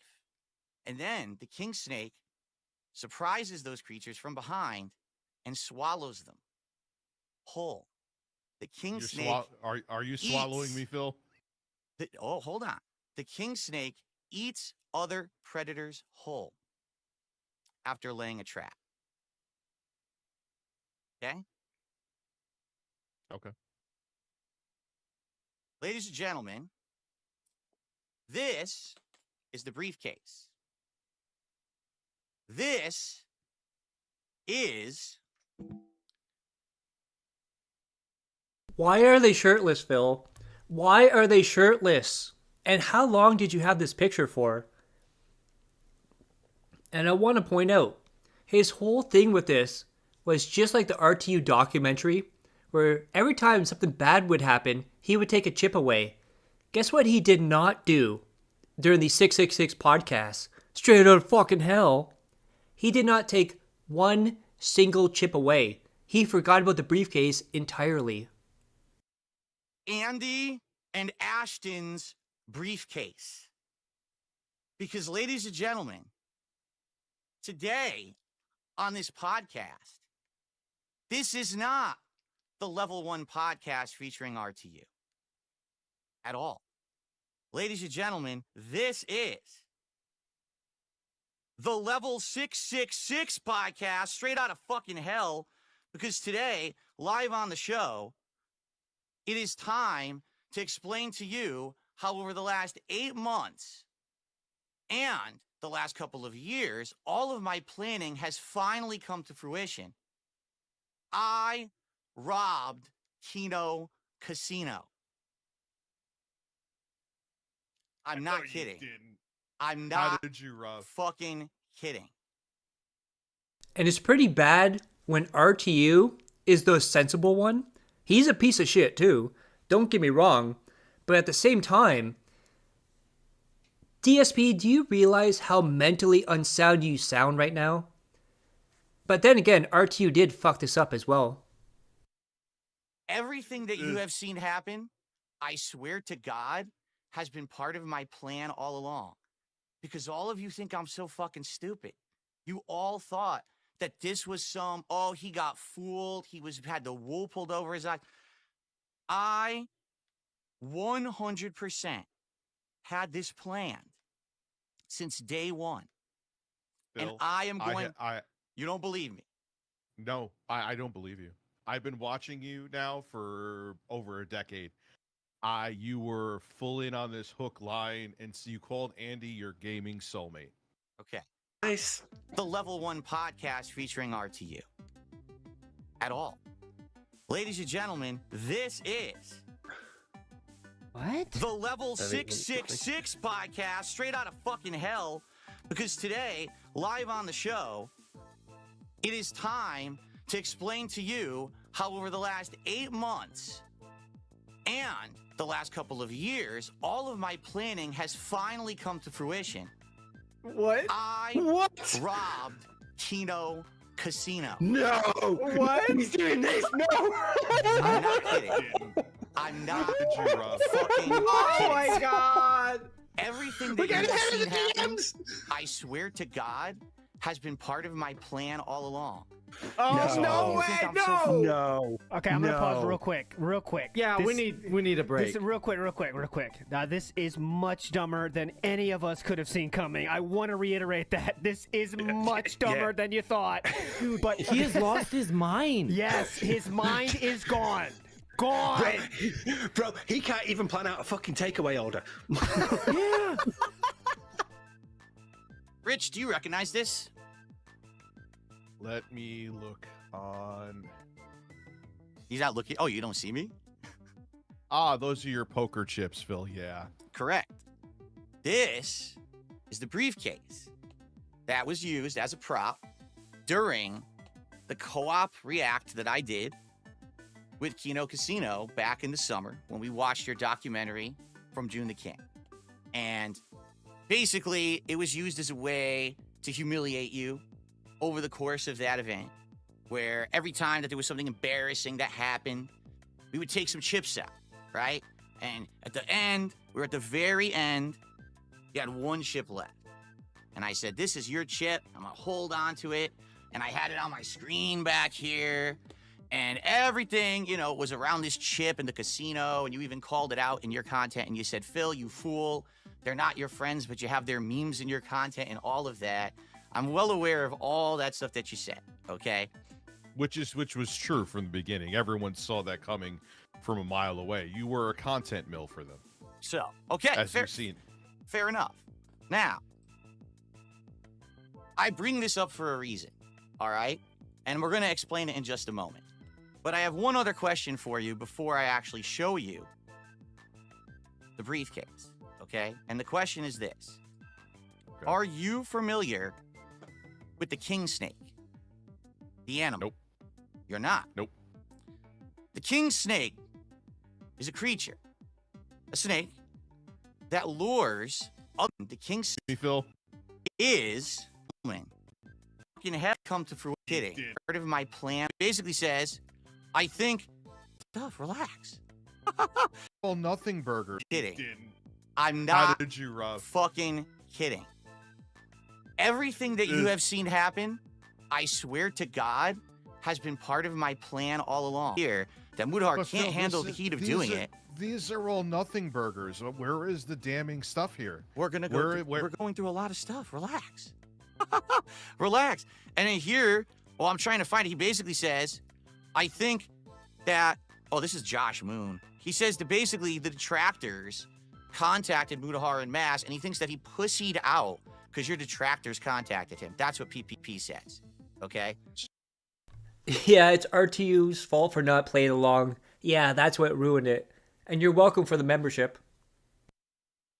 Screen share that link that I sent you. I want you to explain it to me. I'm not sent you a screen link. sharing any links. We're not doing any bullshit that you want to do. It's not your show. Why Okay. why is you not doing? It's not my show, but you brought me on. All right. So I think Phil, I think you thought this is going to be like some like battered wife. Like, yes, let's go. I don't care about the. I really don't give a shit. I don't care about. Okay. So, I guess we'll continue on. Let me go ahead and get rid of this. I tried, everyone. Really, I did. I tried to make it entertaining. That man is not entertaining in any way, shape, or form. I really wanted to give it an honest shake, but he's an idiot. Okay? There was the pedo arc where apparently it was leaked that these guys had gone on a vacation to Vegas, and in that vacation to Vegas, the person who had financed the entire vacation was one of their followers, and he was a pedophile, and he had been outed. So now it's like, dude, you just like took $100,000 from a pedophile to go to Vegas or whatever. And I didn't know anything about it, but all of a sudden, Andy starts hurriedly sending me all this stuff about. Now, keep in mind, he said when this first came out that it was detractor stuff, it's bullshit, they're making it up. But now, he's not with Kino Casino, so it's all true. Makes you wonder, so you knew in your mind there was pedophile stuff going on, but the money was still there, so you still went with it. Great logic right there, King. About this. See? Your detractors in RTU are trying to say I'm a pedo and snorts through video. Here's the deal. I'm at the end of RTU accusing me he watches the video and exposes it was all bullshit. Everyone's trying to sweep that. Mr. Medicare made an entire video explaining it's all. Like, why would I care about this? He's hurriedly setting me to this like it's important, and I'm like, I don't care. But he's so terrified. You know what I'm saying? That this is gonna actually like resurface. I'm gonna be honest, I'm very embarrassed when I get this because number one, all right, I'm friendly with this man from a work perspective. I'm not necessarily considering this guy a close personal friend or anything. He probably thinks that way because I've been feeding him these lies for months and months about family members and shit to get out of stuff so I don't have to get wrapped into his drama shit. That is right. Lying about his wife's cancer, lying about his parents dying to get out of stuff. Absolutely disgusting. And I like how he says, oh, I'm friendly but not a friend with him. He was messaging him at like 3 or 4 in the morning. You should be with your wife, Phil. Awful ideas that aren't gonna work. Okay? So, basically, I'm like, damn. He definitely got, he's lonely. He's got full, I'll be honest, maybe a little bit of gay. I don't know. Again, that's not anything bad if he is gay. I don't know if he is or not. I really don't know his sexual affiliation. I'm not trying to say he's gay, but it's a little weird when someone who you've never spent any time with in real life all of a sudden is offering to fly you across the country, all expenses paid, to a bar in Florida to drink and see Hulk Hogan. I'm like, this is a little gay. Okay? Just being honest. Okay? Now. And now we get this beautiful piece of work as soon as the Kino arc ends, and it is magical work of art. Enjoy. He's a bum! Do you know how hard? He's an ungrateful beggar bum! Do you know how hard it was for me to hold it in? Every time he said, hey! And I thought we were being obvious. Hey? Yeah! I thought we were being like as obvious as possible. No, I mean, we were like literally trying to get rid of him. It's like when you like throw it. What's that scene where they throw the rocks at the dog?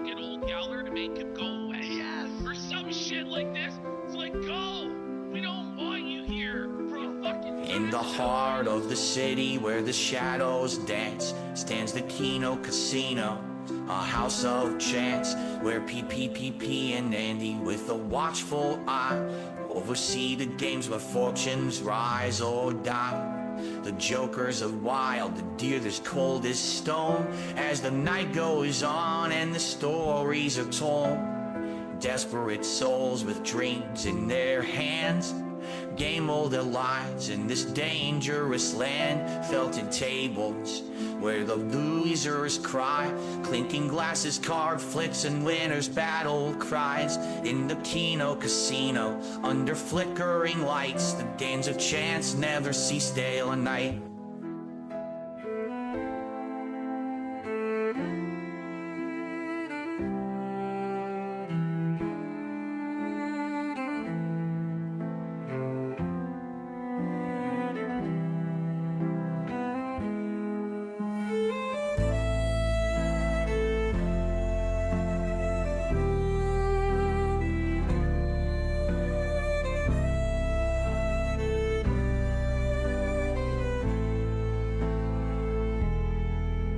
Felted tables where the losers cry, clinking glasses, card flips, and winners' battle cries. In the Kino Casino, under flickering lights, the games of chance never cease day or night.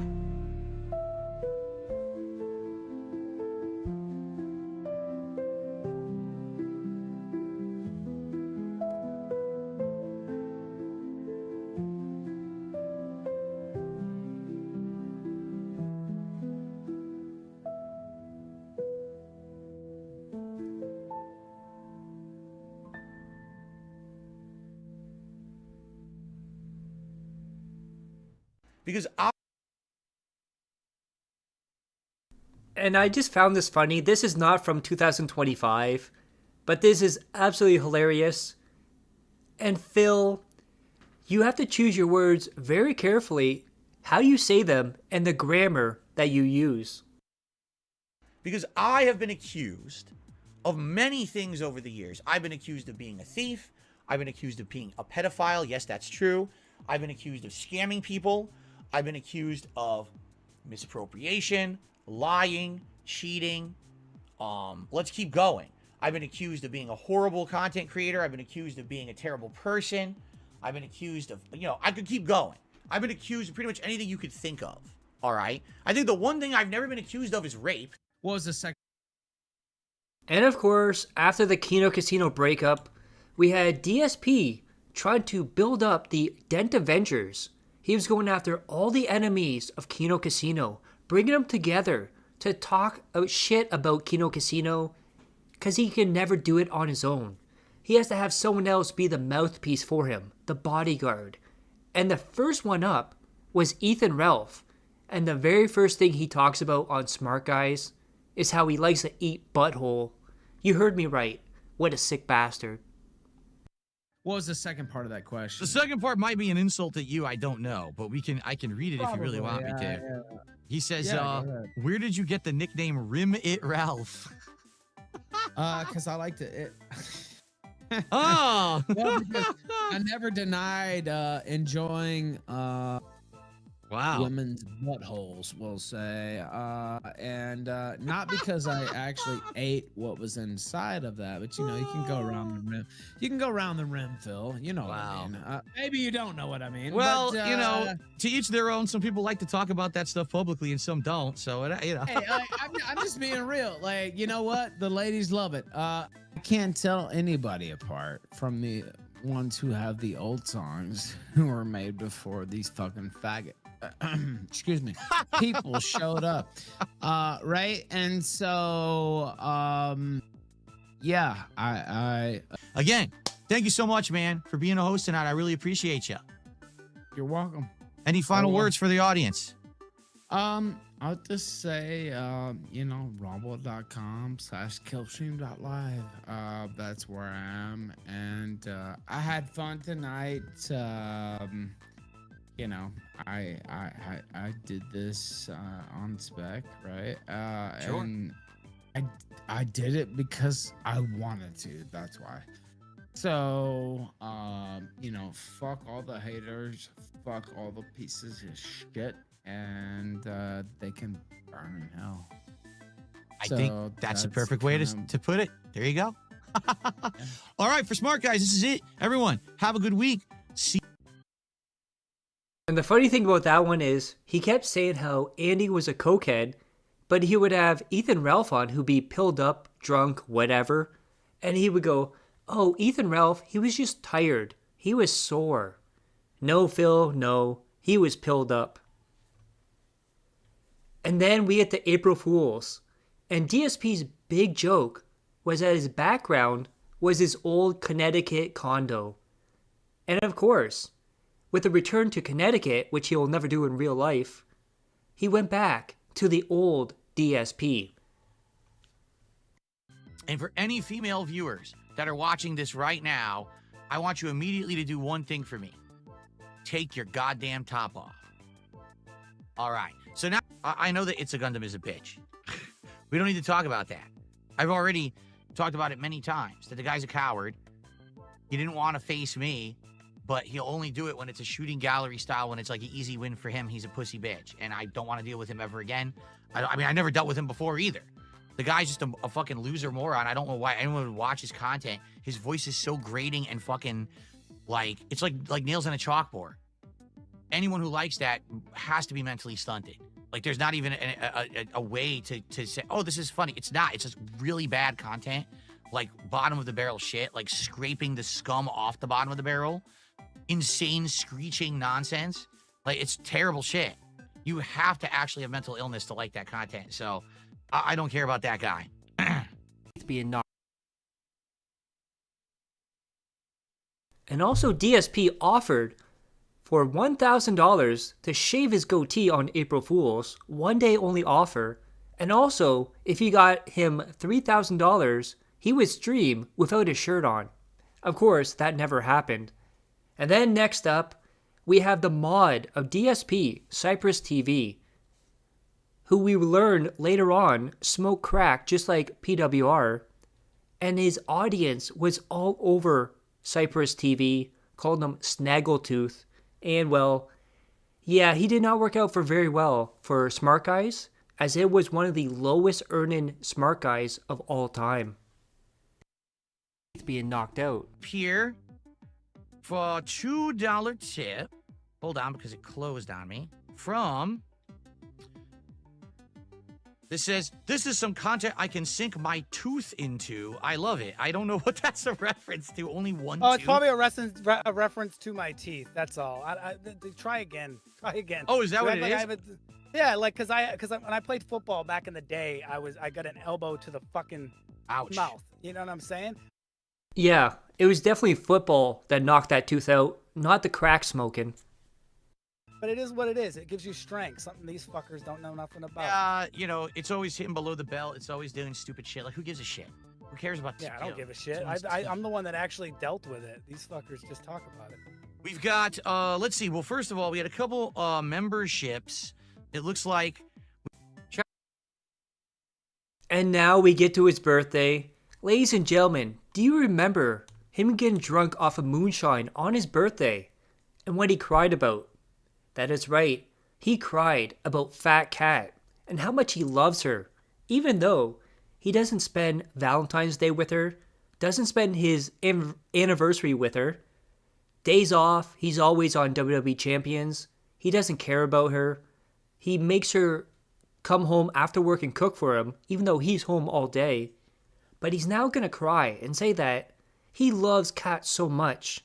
And not only that, he used to be so angry before he met Kat. She has calmed him down, dude. Shout out to your wife. I don't think she gets enough credit for helping you behind the scenes. She does not. For food and dealing with disrespectful trolls, you're absolutely right on that regard. She's a keeper. I hope God continues to bless her. Me too. You as well. Happy birthday. Can I get a ding dong die for the road? There you go. Ding dong die. You got it. You got your ding dong die. My wife is an angel. My wife is my saving grace. My wife is the reason why I'm so happy. And now, of course, I'm getting emotional, but Did you see how angry I was before I met Kat? You saw how angry I was, right?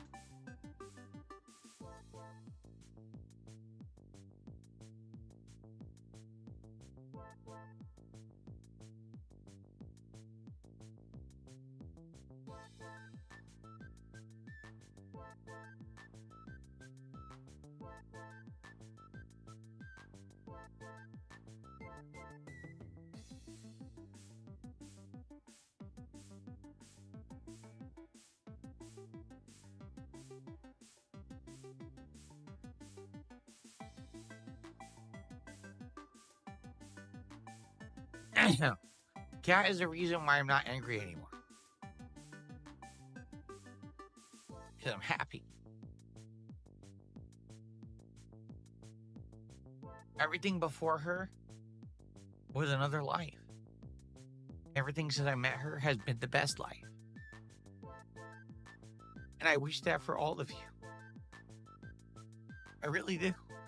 That's why I think that so many people out there are in pain and are hateful and hate others and think it's okay to step on others. I gotta step on others to get ahead. I gotta hurt others to get ahead. Because you're not happy. Because if you were happy, you wouldn't want to crush others. You wouldn't need to crush others. Because you would be okay. There's so many people out there who are hurting. Now keep in mind, this is a few weeks after the King Snake arc, where he said he cased and robbed the Kino Casino, used them, crushed them, and took everything from them. And no one gets it. Once you get it, you don't need to do that anymore. You don't need to be upset about every little idiot who says something about you. Every little moron who pokes at you. Again, every single stream, he rants and yells about the detractors, how they're ruining his life. And keep in mind too, about a year ago, he ranted on people about his life in how it's like a, what was it? Like a dragon? How the character was just like him. And then King be cruel, King be bitch, and then talk about mail and spoons, they eat shit out of his ass. But remember, he hasn't been angry since he met Kat. You know, you don't need to hyper focus on the negative. You can just be positive about the good things in your life. And people don't get it. They don't. Because they don't have that. And I feel bad, but I can't make you understand that until you have it. So I wish that upon all of you. Because my life is so much better because of my wife. And I feel bad that so many people don't have that. And they just stand there and they're so upset about everything. Every little fucking thing. Well, I'll put up a new theory about the divorce or Kat not being there. She's chopped up in the freezer. Just saying. Who cares? Who cares that Ethan Ralph lives in a shack in Mexico? Who cares about Cog, who doesn't have a toilet that flushes, right? Who cares about this guy that said this or this guy that said that? Who cares about this guy that makes crap content? Who gives a fuck about any of it? 3 letters, Phil. 3 letters. LTG. Why would you care? Don't you have something better to do? Don't you have something you actually like? Because you know you don't like that. So why would that be what you're doing with your life? I don't get it. I don't understand it. You don't have to, I understand, you don't have to like what I'm saying. You have to say, I get it. Why would I focus on that? What is wrong with me? And I'm happy now and I don't need to anymore. Ever again. I don't have to listen to any of this nonsense from the drama sector, whatever it's called. I can just be me. Today I played games, I ate food for my wife. I made an insane amount of money. Why would I be sad? I'd be retarded to be sad. You are retarded. With what just happened today. You know? Like, oh, let me now go crap on some people. No, I'm not going to do that. I don't need to.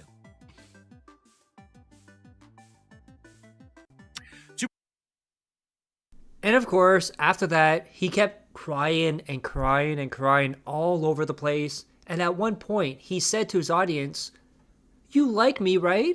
Please tell me you like me." It was sad and pathetic. And of course, this happens every few months. DSP ranting about Japanese culture and how they're perverts. Let's listen in. Supercharge says, what are your thoughts on Nintendo charging $80 plus for games? Do you think other studios will take note and do the same? I think it'll spell bad news if it becomes the norm, and Nintendo never discounts their games unlike Steam. You're right, and there's a reason for it, and I keep explaining it, but no one listens, or they think that I'm like prejudiced or something. Okay, you ready for this? Because this is 100% truthful. The Japanese people and culture, it is ingrained in their culture that they are smarter, stronger, faster, better than everyone else. It's just part of their culture. It's actually not insulting. Like, their culture is a culture of elitism. They believe that everything that they make and do is better than the rest of the world. I'm not kidding. It's actually part of their culture. I grew up knowing this because of Street Fighter. All right? Back in the day, when we were doing Street Fighter tournaments, okay, we would actually invite and pay the way for the Japanese players to come to our country as like, oh, please come to our country and play. It's like an invitational. We want you to come here. You know, you're our guests or whatever. And they would outright demand that we pay their way. So we would. Like, tournament organizers would actually find all this money and finance these Japanese players to come to the American tournaments. Now, when it came time, when the Americans wanted to participate in the Japanese tournaments, they were like, well, you have to earn your special spot and qualify through a series of special tournaments. And then if you even qualify, you have to pay your way anyway. We're not paying for you. Why? Well, because you're not Japanese. What, are you crazy? And we were like, huh? It was like a culture shock. But that's just how it was. They were like, no, that's how it is. You got to pay for us to come to your tournament. We're not paying for you to come to ours. We don't give a shit. That's just how they are. With Nintendo, no exaggeration, they feel like their shit doesn't stink. Everything they do is gold. And therefore, how dare you ask for a discount? Did you know, and this is documented, Reggie Fils-Aimé, the former U.S. head of Nintendo, okay, the president of Nintendo in the United States, when the Wii was coming out, he wanted to have a free game packaged in with the Wii in the United States. Did you know that all the heads of Japanese Nintendo argued with him and said no? Do you want to know why? They said, no, this Nintendo product is the best in the world. Why should we just give away our amazing content for free? Why would we just package in a game? You got to pay if you want the best. And he was like, no, you don't understand. It's value added for the customer. It's good faith. It gives them something to do when they buy the console. It's a nice gesture, and it gets people excited to go spend more money. And literally, he had to fight with Nintendo of Japan to get them to even put in, what was it, Wii Sports? He had to fight hard because they wouldn't listen. They were like, no, we're the best. Everyone else sucks. Sure, you know, Microsoft will put a free game with the Xbox. Sure, Sony will put a free game with the PlayStation. We're not giving anything for free. Fuck them. Oh yeah, you have a good night, Kenneth. Yeah, this will be a video on demand after the fact, so you could always check in with it as well. Whatever you miss from this point on. We're better. That's how they are. No lie. So that's why the prices of games never go down. They're never, you know what I mean? There's never a big discount, a big sale. There's never a package in anymore. It doesn't exist anymore. And that's why Nintendo feels like they're the first company that can say, we're demanding anywhere from $70 to $100 for our games, and we don't even have to justify it because we're Nintendo. We're just better. Or don't you understand that we're Japanese and that Japanese game development is just much better than the rest of the world? And if you don't like it, fuck it. Don't buy Nintendo then. You pay or you don't get it. Like, that's their mentality. That's just how they are. That's not even meant to be an insult. That's just, imagine if you grew up like that. You were always told you're better than everyone else. Therefore, you work harder, you make better stuff, so everyone else should have to pay more for it. You're just better than everyone. Imagine if you were raised thinking that way. Right? This elitist mentality. That's just how they are over there. Sad. And this part is really, really bad. So DSP says he will never, ever go back to Connecticut to visit his parents, even though he said they're dying. And the reason? Because there's not very good food selection. I'm not making this up. He's an absolute scumbag who won't visit his parents. When your parents get older and they're just not like they used to, like, no exaggeration, it sucks. I haven't seen my parents since 2019. The idea was, I moved out here in 2014, and my parents were going to visit once a year, or maybe once every other year, okay? That was the whole point. Because I told them outright, I said, I want you guys to understand something. I don't want to go back to Connecticut. You know what I mean? Like, there's nothing really there. There's a zoo, and there's Italian food, and that's it. Like, if they come here, there's stuff to do, right? When you come to Seattle, there's all kinds of fun. I just want to point out, too, he said his parents are getting old. They're not moving around like they used to be. They're having health issues. But he's forcing them to come to him to fly or drive to the other part of the country. He refuses to visit them. What a scumbag alien. Things, there's restaurants, there's all kinds of tourism, there's things to do here. For me to visit them in Connecticut, there's fucking nothing going on. It's boring, okay? And it's expensive, too. So that was the idea, is that they were going to come visit me maybe every year, every other year. You know what I'm saying? And then what ended up happening was, basically, they visited that first year for Christmas, and then they visited in the summer of 2016, and then everything fell apart. Also, in both those trips, when they came to him, DSP had them doing housework and fixing things around his house. Because he's incapable of doing that. My aunt got ill, and so my parents had to basically be taking care of her constantly. She eventually passed away. Then their health both turned for the worse, to the point where they can't travel. They basically are kind of like, not that they're completely homebound, but they can't really do much. They outright told me, there's no way we could fly out there, you know what I mean, to spend time with you. We just can't. So, you know, it's life. And I was like, damn, the whole plan fell apart from the get-go. You know, we were planning on this, just within 2 years, the whole thing stopped. So, you know, sucks. What can you do, right? But I hear you. And it's not just them, too. I have other relatives and other friends and things that I hear about all the time. It's like, damn, this person passed away. Passed away? That's insane. They were, you know, young. They were vibrant. They were healthy. How did this person pass away out of nowhere? The older you get, the more this stuff hits you. And the more it hits you, the more you realize what's actually important in life. And that's when you mature up and you stop being an asshole. At least for me, that's exactly what happened. Like, I outright admit, when I was younger, I was an immature asshole. I was a troll. I was a jerk. I said and did irresponsible things. I didn't really give a fuck. And then as I got older and I realized I have limited time on this planet, and I have limited time to spend with people on this planet, and there's people who are very near and dear to me who I may not be able to see or do stuff with much longer, things hit me like a ton of bricks. I think it's time to change my life. It's time to change who I am as a person, as a creator. It's time to, you know, do things better for myself, for my family, and to basically not be an irresponsible douchebag only out for myself for the rest of my life. And a lot of people, I think, will come to that realization when they hit a certain age. For me, it was like the last 7 years of my life that basically this has happened. I was like, oh shit.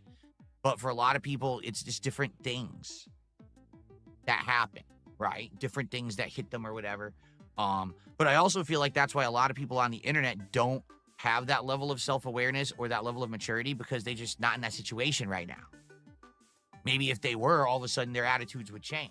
But, you know, for me, I literally could not be someone who would be okay making a living being a disgusting, nasty person to people all day, every day. Like, You are that person, Phil. You are that person.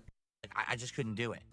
You know what I mean? Like, I don't want, I could never live with constant drama, internet bullying. I couldn't do it. I every once in a while you want to joke around or whatever, but for me to do that seriously, it actually would hurt me inside, knowing, you know, what I know about the human condition. So, and call me different than others, I guess that's fine. But, you know, And now we get to the final host of Smart Guys, Gahul. And you're wondering, who is that? Exactly. Everyone had that thought. But apparently, Ethan Ralph, the first host, was a registered sex offender. And this person, Gahul, had his house raided by the FBI looking for CP. Amazing people you're pulling on Smart Guys, Phil. But PvP is a death fact, right? His only option is an E relationship because he can't physically. Right now, he can't physically leave the house. You know, at the time he could barely get to the toilet. You know, and when he lived with Surfer, so he was basically, you know, immobile. He's basically handicapped through fact, right? He can't leave the house, and any girl was going to go out with him, she would have to come to him. And I mean, frankly, I don't want to get into the fat shit because I'm very fat. I don't feel comfortable with that, but I mean, that's the actual reason, right? That's why you would do that. Okay. I guess that makes sense then. And yeah. But you know, and there's no fucking, frankly, I want to shame the guy for that. The shame comes from the choice in the e-girl, right? Because this e-girl Snacks was, I don't know, I'll start with the least crazy allegation, which I know to be true, and then go to the actual like bad stuff. So okay. This Snacks again, e-girl, for the record, I know nothing about what we're about to talk about. This is all first time for me. I have no idea what any of this is. and for the record, because some people in chat are like, what's going on right here? It's this simple, all right? PPP right now is riding high. And the reason he's riding high is because he caught lightning in a bottle, all right? What it sounds to me like is he was someone who was a LOLCOW on the internet, and he knows it. He knows how bad of a LOLCOW he was. He was in LOLCOW circles, the sector, and he was making content and all that. And at some point, he somehow stumbled upon the perfect formula. I want to do a show with someone else, formerly kind of from this group, and we're going to basically make fun of everyone else, and we're going to act like we're the high horses above everybody else. But in truth, here's the truth about all of this, all right?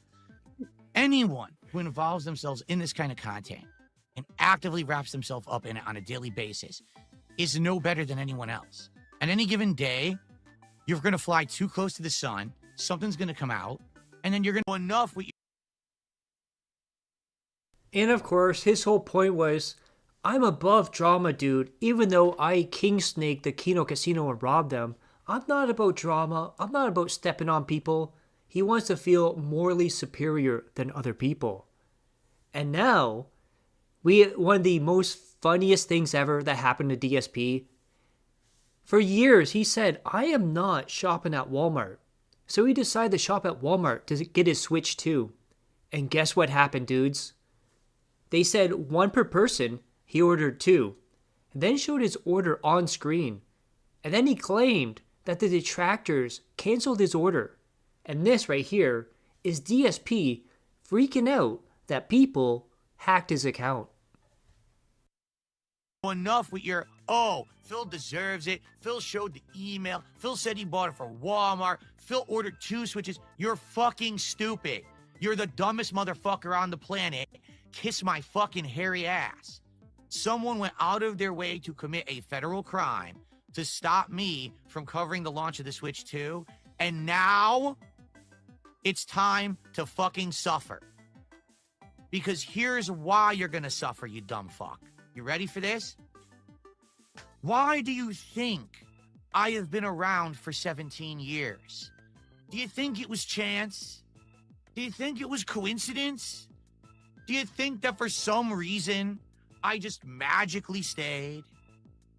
Ladies and gentlemen, the reason that I'm still here after 17 years is one fucking word. Perseverance. Get it? I don't give up.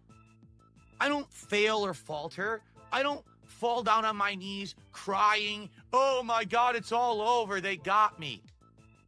Instead, when people fuck with me, I use that as motivation to continue forward positively, to keep sticking to my guns, to keep doing what I know is the right thing to do.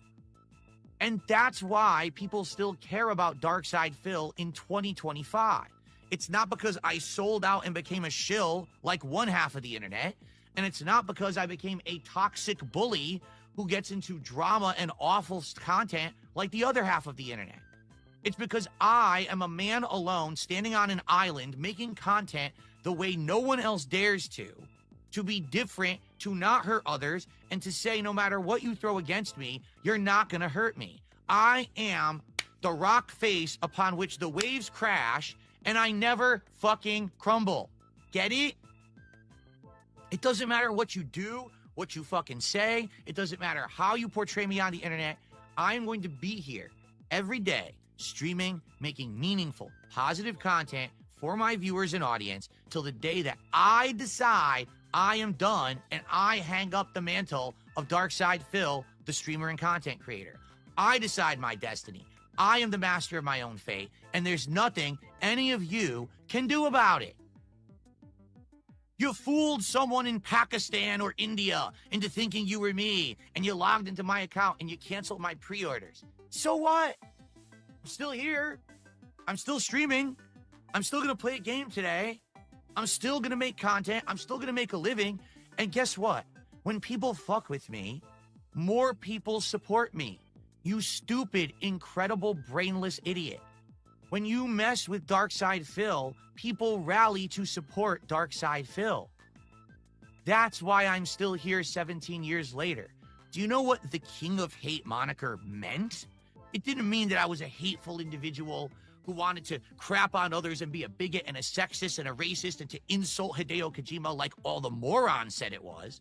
The King of Hate moniker is that when people hate against Phil Burnell takes all of that hatred and vitriol against him and he uses it as fuel. He throws it into his fucking engine and he burns it up and it propels him forward with energy and vigor to make positive content and to be successful. I own the hate against me and I use it to push forward positively and succeed.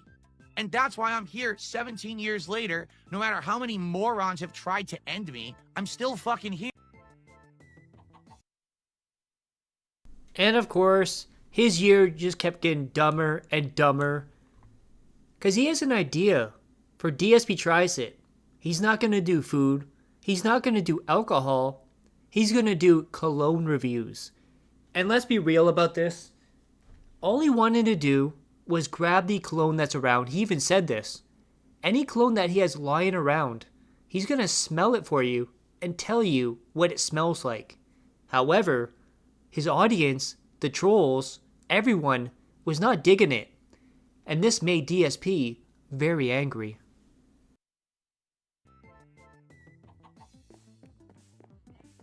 That's right. You guys did not get to see my cologne review idea because disgusting negative people had to crap all over it and immediately make fun of it and say it wasn't going to work. So I said, well, forget it then. I'm not going to bother with it. If you're going to be negative and not even give it a chance and allow it to be tried once, then screw you. Then you don't get it. I'm not wasting time. You're already complaining before the idea's even seen the light of day. You're going to be so toxic about it. Well, then, tough shit. So now you don't get it. Now you'll never get it. So I had an idea. I said, for something different, instead of me always reviewing fast food, why don't I review a cologne? I can either get a brand new one and smell it for the first time and test it and see what I like, or I could review a cologne I already have. I could show you the bottle, I could tell you the cost, I could tell you the value, what I think of it. Oh, horrible idea, worst idea ever. All right, well, fuck you then. You won't even let me do it once. You got to sit there and you got to shit on the idea before it's even happened. Then fuck you, I won't do it. I'll continue to eat fast food and you'll like it. It's that simple. People are so toxic on the internet and want to be dicks to me. Well, then you get nothing. I come up with an idea. If you don't like it, then you won't get it. Tough. And now, in a moment that is actually self-aware for DSP, he's going to admit he does beg for money. Sideways Welshman subscribed to the channel. Oh, thank you for subscribing. He's going to admit if he doesn't beg for money, Nobody gives him money, which is a result of a failing business. And of course, this was also the return of the unrecorded begging, and it is beautiful and glorious.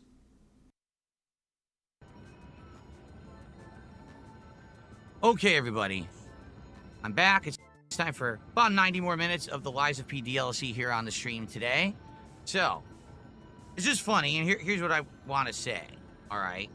So today I went into it on stream thinking, you know, I got a lot of good stuff going on today's podcast, so I'm not going to mention anything about goals or income or nothing. We're just going to go right into it, and we did. And we had all this stuff to talk about, right? Think about it. We talked about the Switch 2. We talked about the new steering wheel that I got for Truck Sim. We talked about all these games, game trailers, everything. By the end of the show, the podcast, I made around 40 some bucks or whatever, and then I mentioned to everyone, hey, just so you know, we got this goal this week. We want to hit the goals. Please support the stream. And then I started playing Lies of P. And that was, geez, hour and a half ago. And I've gotten 0 since then. 0. And the thing is, I haven't mentioned it until right now, like until I went on this break. I purposefully said, if I say nothing, I wonder what'll happen. So when people say dumb stuff like, you know, you're e-begging and you ask for contributions, yes, I do. Because when I do, people say, oh yeah, that's right. I'm watching a stream. I'm getting good content. I want to support that. And then they do. If I don't bring it up, I don't get support. You get it? Like, that's my model. I think what it is, a lot of people forget. This is not a paid for model. I don't have a sponsorship. I don't have a partnership. I'm not making tons of money on, you know, a paid product placement. I'm not getting paid to play Lies of P. I'm not some giant streamer with 10,000 views so that every video I put out, I'm making money. Nah. I make my living on these streams. 100%. So I have to, on the stream, say, hey, please support the stream. Because here we are. We got about an hour and 20 minutes left on the stream. And we've been at $44 since the podcast ended almost 2 hours ago because I didn't say anything. And I'm going to repeat that. Because I didn't say anything. If I had said, hey, please support the stream. Let's hit the goal. Let's get motivated. We would have. Right now, guys, let's get our first sub on Kick. We haven't had one. Take a look. We haven't had a sub on Kick. We haven't had a membership. What we had this morning was a few super chats and a few tips, and that's it. Let's get our first sub on Kick right now. Who on Kick is going to support this stream? You've been sitting here watching all morning. So now, sub. Send a sub. Get some support. All right? How about a membership on YouTube? All right? Anyone who's enjoying the gameplay, please support it. I can't continue to operate with a $40 stream of a major new release. I just can't. I paid $60 for this game because I had to rebuy the base game and the DLC. All right?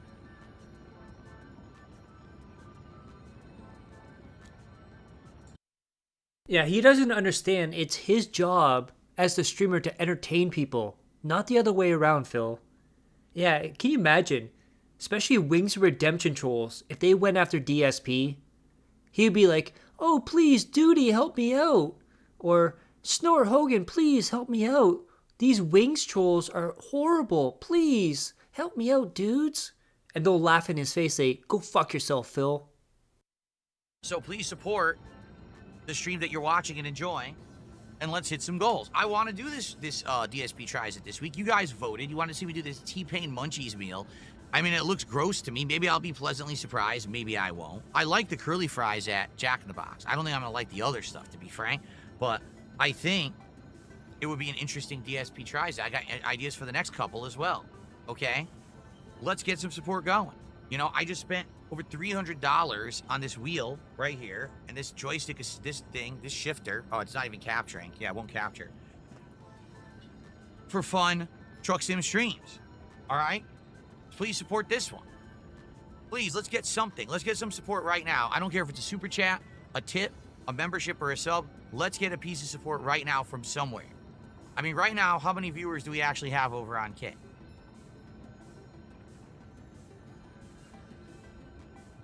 81. Out of everyone sitting there on Kick, someone support the stream. Seriously.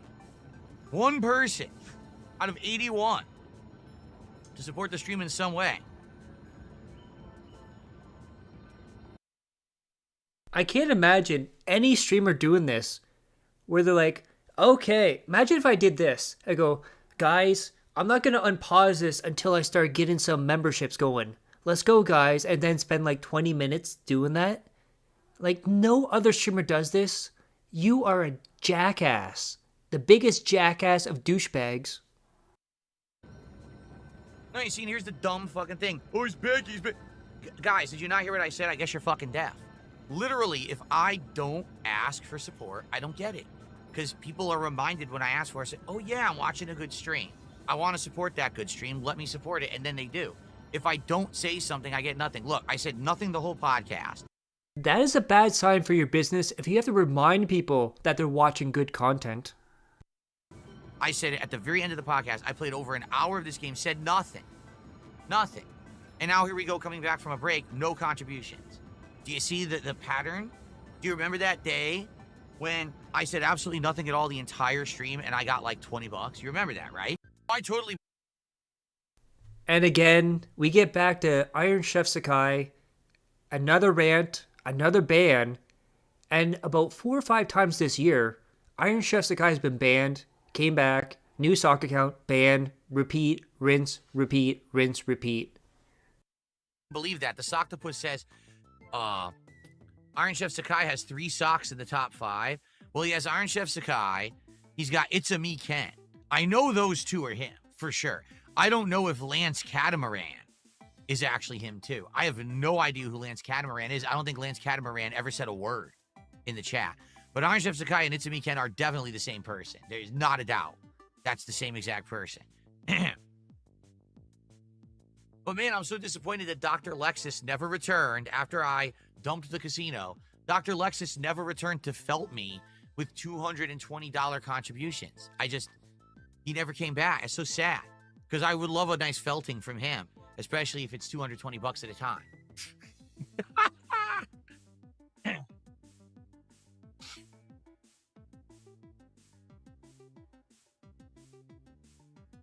No, from what I'm to understand, Dr. Lexus is a legit, like, ginormous whale of the casino. And he came over here to support when I was part of their group. And then the moment that I was done with them and dumped their asses, he freaked out and was like, well, that's it. I'll never come. He was gone for like a whole week. He came back one more night and claimed, oh, I don't like console wars. You get the reference there. I don't like console wars. I was just away for a week. I was sick. And he dropped a... what was it, 40-something subs, so it equivalent 220 subs, the stupid detractor meme. He dropped that, and then he literally never came back ever again after that. And man, I'm still feeling the sting of the 220 bucks. Oh, it hurt so badly when those dollars entered my wallet. Oh, you really got me.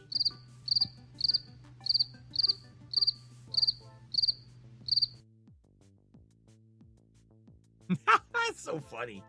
But it was fun. And of course, 220, ICS, whatever he wants to be called, is still in his chat to this day, giving him money, and PWR as well, that sick bastard. And now, even in 2025, DSP is still jealous of Justin Wong. He wants to live through him. He wants to be him. And of course, he's wondering, why did he get all the advantages? Why did he get everything paid for him? And he says that he, Phil, was a rags to riches story. He had to work for everything, dude. Funny, because the top players at the time, I swear to you, didn't have jobs. All they did was travel and play Street Fighter. Like, how is it that you would hear that Ricky Ortiz and Justin Wong, they're traveling to every major tournament and winning? Wait, how did they afford to go to every major tournament? And if they're going every weekend, it means they don't have jobs. So kind of weird how that worked. You got to wonder if the top placers had rich families and were getting funded by them to be able to go to these places, because all the people in my group, my play group, friends group, we couldn't afford to go to tournaments all the time. For us, we would have to save up. It would be like a treat for us to be able to go to a tournament. While the top placers, how the hell are they going to every single event? How are they paying for it?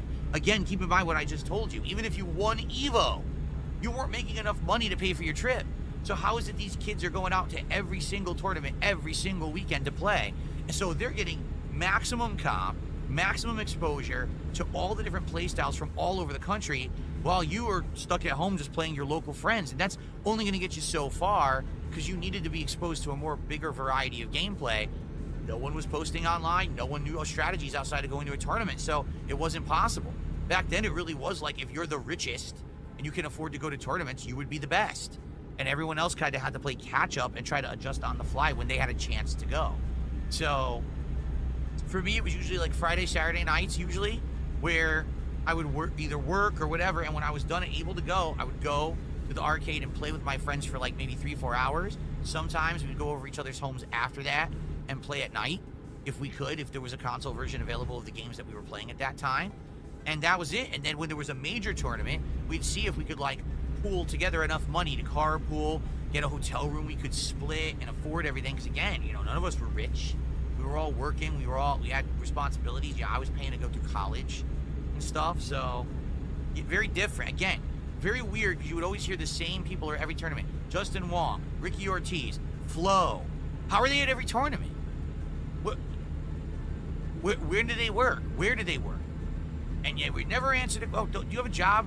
Oh, don't ask me personal questions. Oh, okay. Don't ask you personal questions. All right, I see how this works, you know. Very fair playing field, right? Derek says they probably had sponsors or came from rich families that let them do that. There were no sponsors back then. To make this very clear, in the early 2000s, which is the time period I'm talking about, there was zero sponsorship. No company sponsored anyone. It just didn't exist. It was all grassroots. So 100% either they were, like someone just said, they're Nepo babies. Probably their parents paid their way for their hobby. That's true. Coming from a guy whose parents paid him throughout life and still to this day. So every April on his birthday, he gets $2,000 from his parents as a birthday gift. But remember, he worked for everything he has, dude. And their job was full-time, or their job was full-time hobby, play Street Fighter. They didn't have any other responsibilities, so this is what they just did with their life. How do you compete with that, right? When you've got a job with responsibilities, when you're going to school, when you got all this other stuff going on in your life, and you're responsible to pay your way through your own life, how are you supposed to hang with people who have 100% paid the way? Don't have to worry about nothing. It's pretty messed up to think about, don't you think? But that's how it was back then.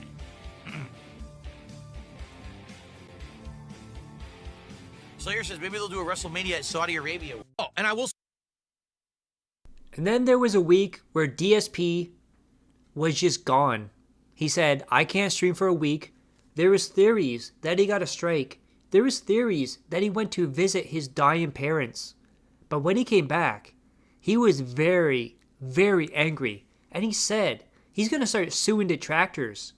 And then brought up a license fee where you would pay him money to stream his content, to make it legal, dude. Absolutely nuts. Bonkers all over the wall. Batshit crazy. Say one more thing before we move forward. As of today, officially, there are parties involved documenting all of that. Who's doing what, how often they're doing it, how much they're doing it, when they're doing it, what they're actually doing. Like, are you actually rebroadcasting me fully? Are you just clipping and editing and doing transformative work? All of that is being documented as of today, formally. I'm going to have everything I need in the future. So if you're out there and you think you've had the gravy train all this time and, oh, it's all been free and clear, as of today, I'm giving you official notice publicly. I'm sure this will be clipped. Everything is now being documented for the future. So I hope that if you're someone who actually steals my content illegally and benefits from it financially, that you have like a backup. Because pretty soon, everything you're doing is going to either come to an end or be mine and I'm going to own it. Okay? If you pay for your house right now, your mortgage, with money that you make because you steal my content every day, well, pretty soon you're not going to have that money anymore. And in fact, all the money that you've made is going to be mine. You understand? So I'm just saying, now might be a good time to like go get a job and get some job applications out there. Maybe go, sing some fries or maybe Uber driver or something. Now, the funny thing about this is at the exact same time, Cyrax, Wings of Redemption, and Low Tier God were saying the exact same thing, word for word. It's almost like a troll went around and said, I can help you get rid of your trolls, dude. Believe me. And DSP fell for it, hook, line, and sink. You know, something like that. Now might be the time to dip your toe into the lake of something else, because the days of milk and honey for you are coming to an end. Everything is now being recorded, and you've gotten fair notice now, just so you know. So anyone else from this moment on who continues to do that behavior, that illegal behavior, you already knew that this was happening. You have no one to blame but yourself. I've given you fair public notice. Fair enough? I had a few... And of course, the next day, he's going to set up a website for the official DSP gaming streaming license. And of course, if you know in the past, DSP had the King of Hate forums, which had IP trackers and spoilers. This went nowhere. He dropped this idea after 2 days. People contact me via DMs and emails yesterday asking me, so what is the deal with obtaining a license to restream me officially? Now, I think that these people are not serious, and here's why.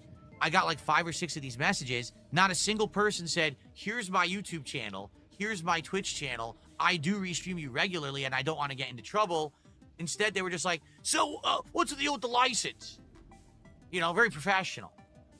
So what I'm going to do, I might do this shortly, actually set up an official way that people who are interested can contact me and pay me a fee to obtain a legal license to restream me for daily content. Then that way in the future, if and when I do exercise my right to have legal litigation against those who steal my content illegally on a daily basis, those people who purchased the license would be immune because they've been given permission to use my content. So I need to work on that because to be honest, I didn't think that anyone was going to care, but a bunch of people did contact me. But again, I don't think that they're real. I think they're just like, you know, people messing around because no one said, hey, so by the way, I am so-and-so, who you probably know. I'm one of your detractors and I restream your content daily. But actually, I think it's fair that I would pay you a fee to do it because I make a lot of money doing it. So what's the deal with that? Like, no one actually reached out to me like that. Instead, it was just like, hey, so how do I do it? Like, what? No. Because to be honest, Yeah, because DSP thought he was this big television network and people were going to pay him to be on his network and a license fee and all that, and it did not work out very well. So earlier in the video, well, I guess the stream, if you're watching it live, DSP was caught talking to Becky Boop. However, that was not the only person he was caught talking to. And this is Early Bird. That is right. After all the rants and raves about Lex being a slut and a whore and all the sex work and streamer ethos and whatnot, guess what, guys? He's spending his money on Early Bird, another female streamer. Imagine all the incels in DSP's audience that gives him money after he called Lex a slut, and he turns around and gives this money to Early Bird. And this goes sideways so much for Phil, as Early Bird finds out who DSP is, unfollows him, and tells everyone, hey, I cut everything off, I didn't know who he was, it's over, dudes. And then someone found this out. Apparently, DSP has been supporting this person, Early Bird, a female streamer. I remember all the rants and the ravens of DSP about sluts and whores and female streamers. But here he is supporting a female streamer, and not only that, as Katzberger points out, DSP is following and giving money to a female gamer even though he is married. Kat might divorce him over this. If you think about all the times DSP complained about women in video games and women streamers, and how much he freaked out from Strangely Lex and all her streams taking away his viewers. And it's quite funny, first Becky Boop, now Early Bird. So Phil, is Kat even still there? And I found this funny because DSP always uses the word hyperfixation, and Early Bird puts this in her profile. Hi Diddly-o, neighborinos. I'm Early. I have a weird hyperfixation on horror games and bad games. And there you see on the side, DSP bought a coffee times 4. Oh, but it doesn't stop there. Apparently, DSP is also following Early Bird on Twitter. And look at Early Bird's very first sentence. Consider supporting the channel. I wonder how familiar that sounds. And then look at that. Early Bird follows DSP. So if you're thinking this is a troll, no, this is actual DSP. And one way you can tell it actually is DSP is because he refuses to even acknowledge anything about her. He refused to talk about her. He refused to talk about supporting her. If anyone brings it up in the chat, they're banned, not even a word is said. And when DSP is silent about something, you know he got caught doing something. And he's ashamed of it. Because if it's anything else, he will rant and rave about detractors being mentally ill and stalking weirdos.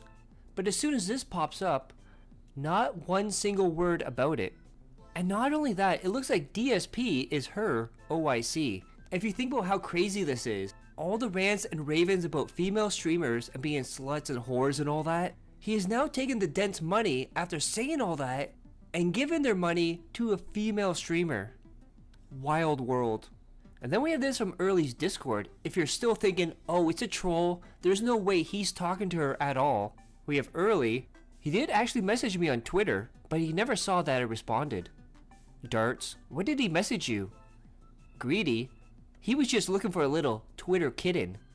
Early, he doesn't realize I'm more of a Twitter goblin. Just hi basically, and he likes the videos, lol. And then Darts starts talking about WWE champions. But then, you know what happens then? The detractors, the trolls, those mentally ill stalkers get to her. And they tell her exactly what DSP is all about. And would you look at that? Early Bird, stop following DSP. That is right, the detractors cock-blocked DSP from getting his next soulmate. Then we have Jordan, why did you stop following the guy? Early Bird, I've since been filled in on him and don't want to be involved, lol. And then Early Bird put this out. Hello DSP fans from that one video. She's talking about Duty's video. I haven't ever interacted with the guy besides him saying hi to me one time. Don't get too excited. I've now been filled in. What a crazy ride, ha ha ha. Probably about him jerking off and begging for money and treating people like shit. Just send the record straight for all speculation. I don't know the guy at all. And of course, you know what happens after that. We have divorce coin through roof.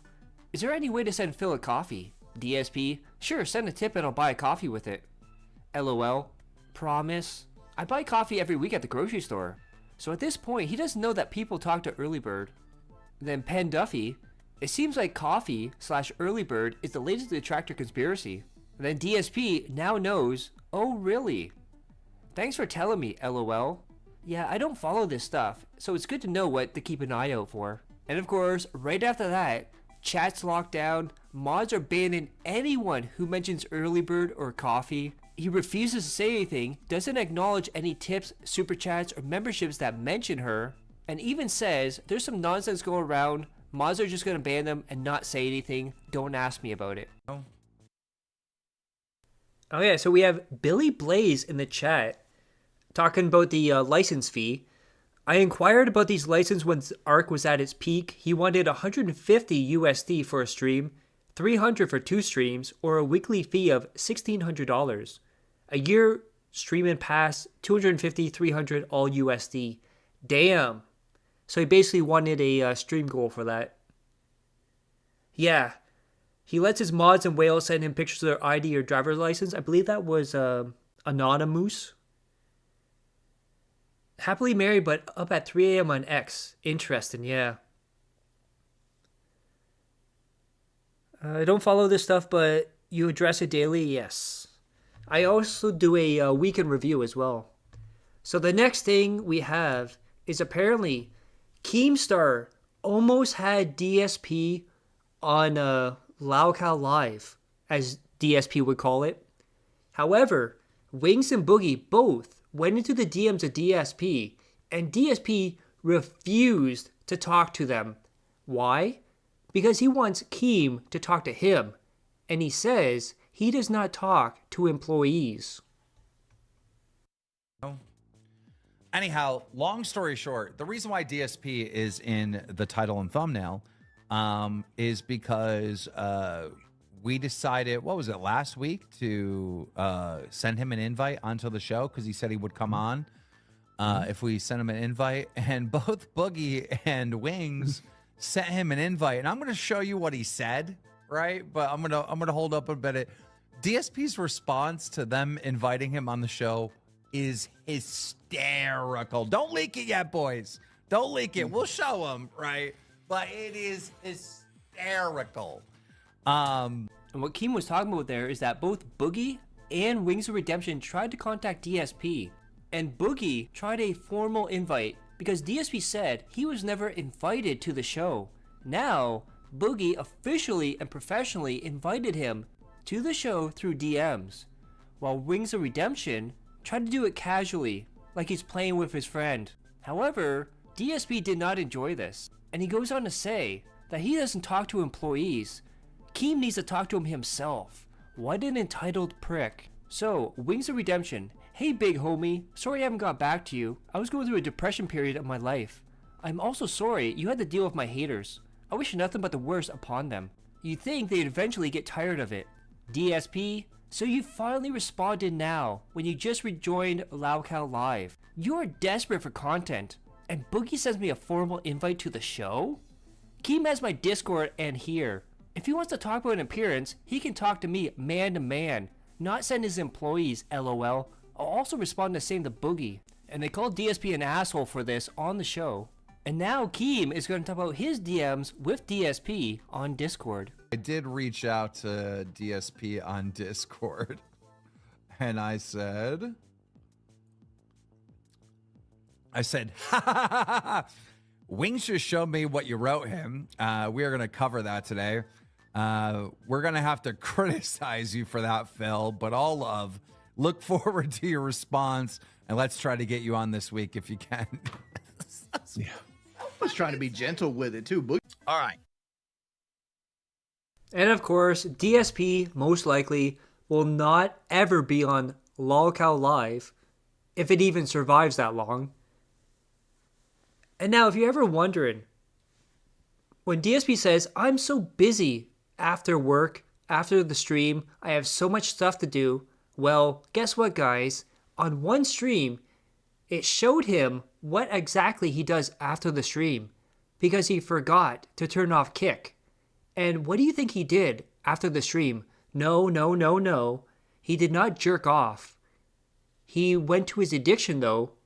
WWE champions. Last match of the night. Guys, last match to support this stream and hit that goal 12 straight and get our momentum going towards our next reward at 30 goals hit. Let's hit it right now. Let's do it tonight, right now. This is the last chance. I can't stay late after this match. I'm out of here to upload thumbnails. Get the fuck out. So let's go now. Yeah.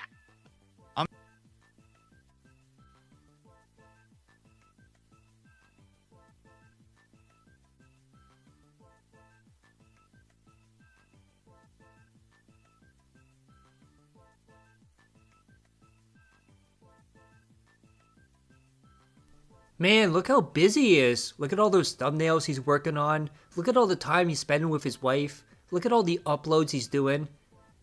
Oh, it's almost like DSP lied to everyone and his family.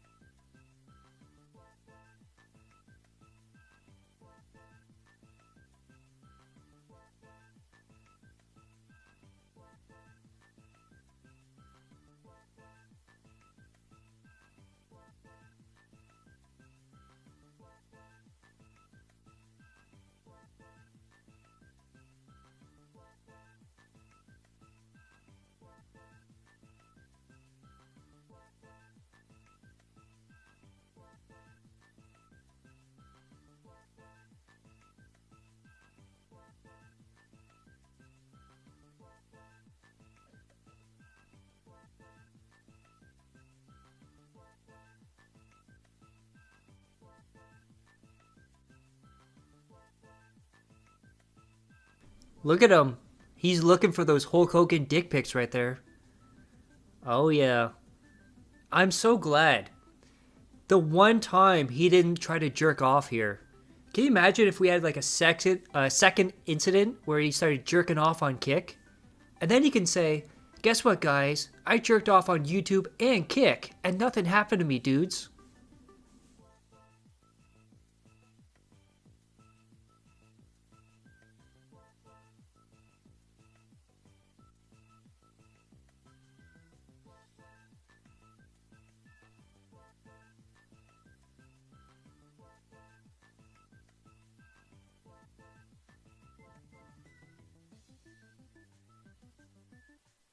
Oh yeah, get into that nose. Get those boogers there, DSP.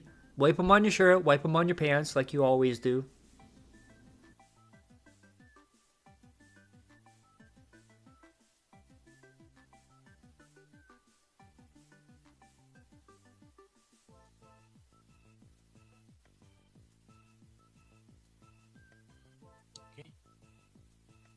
Good evening, everyone. Phil here, and welcome to the Daily Wrap. Eventful 3+ hour stream, okay? And it's gone. So, and this is absolutely delusional. So this is in the peak of his fitness arc, and he said he's been working out like crazy. He never told anyone, and he's gonna say he has about 8 to 12 pounds of fat on him, which would equal about 6% body fat. And keep in mind, most bodybuilders are around 8% body fat. So he's saying he has less body fat than bodybuilders. So, and that's what I mean. Like, that's what we eat. And because I've done that, I don't almost never eating fast food. If it's fast food, it's because it's for DSP Tries It. That's it. That's the only fast food I eat. No soda, nothing sugary or anything in between. Every meal I have to be sure to be eating protein. You always need to be eating protein every single time you eat.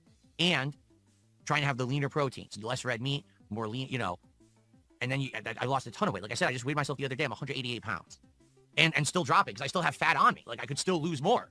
So if once I lose all the fat, I'll probably be down to maybe like 180, I think, I'm guessing. I probably have like anywhere from 8 to maybe 12 pounds of fat on me, I would think. Mostly around the stomach area, which I need to get rid of. It's so hard to get rid of stomach fat, like that, what do they call it, the donut or whatever. It's so hard to get rid of that, But I'm trying my best, and my diet has been pretty darn good. And now he has a conspiracy theory that when he was with Kino Casino, them and Kick would inflate his numbers to get him to partner status. That is right. He is accusing Kick of being corrupt and working with Kino Casino. Oh no, I see what people are saying. Someone just said in Kick chat, Phil, it's weird we don't make the front page of Kick anymore. Yeah, I mean, let's be honest here. You notice what was happening is that moderators for Kick, their actual admins, were coming into the chat and were putting us on the front page, which would boost viewership for temporarily, and it would actually get more view numbers and things on the streams.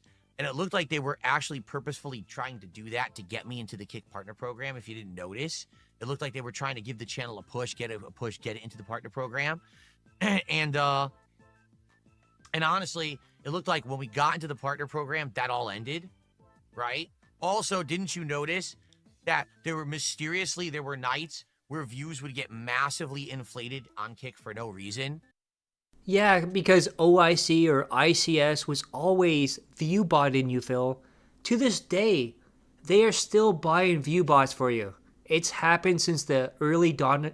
The early dawn of time on your career.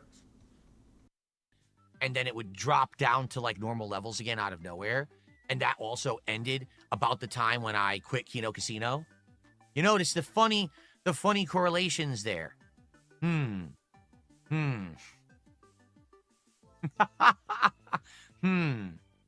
Just saying, Now, I don't know what I think Kick wants to get a lot more people excited about streaming on Kick.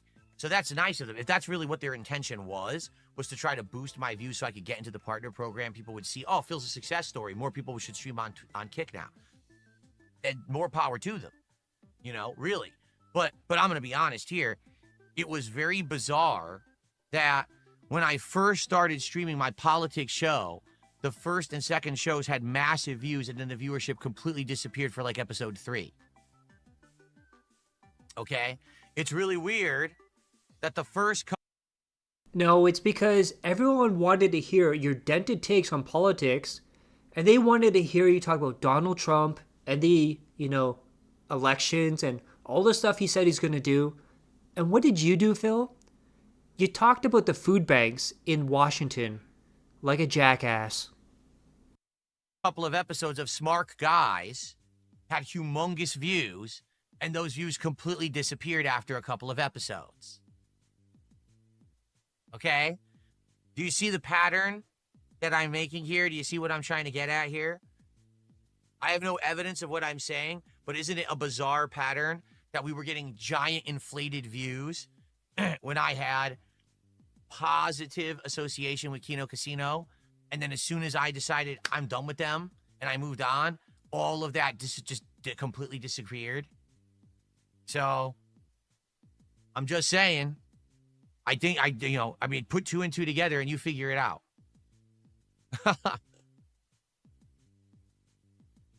Like, literally. And now, if you want to hear something really demented and how sick this guy is in the head, he's going to compare detractors laughing at his fat wife like people would laugh at kids burning in a building. You heard me correctly. It's absolutely nutso. Like, literally, a single one of you, if you laugh at people who bully others online, if you enjoy their content, if you support it, you're fucked. You actually are mentally cracked. You're mentally deficient. You should seek help. You should go talk to professionals about it, because they'll counsel you on how to get better and how to repair your psyche. Because normal people don't revel in the pain of others, particularly innocents, who have nothing to do with anything, right? If there was a preschool that burned down, would you laugh that the kids died in the fire? Do you think that's funny? Some people do. I'm not kidding you. Some people do. Ha ha ha. Yes, this is great. No. That's not cool. That's not something to laugh at. Actual human misery is not funny. It's not something to revel in and be happy about. It's just not. Anyway, you see my point, right? So that's why my wife isn't part of my content.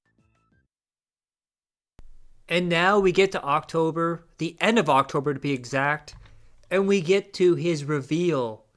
And he was Sub-Zero, or Scrub-Zero as some people said, or Sub-Zero subs, or 0 subs, I can't remember. But this is DSP being a jackass dressed as Sub-Zero.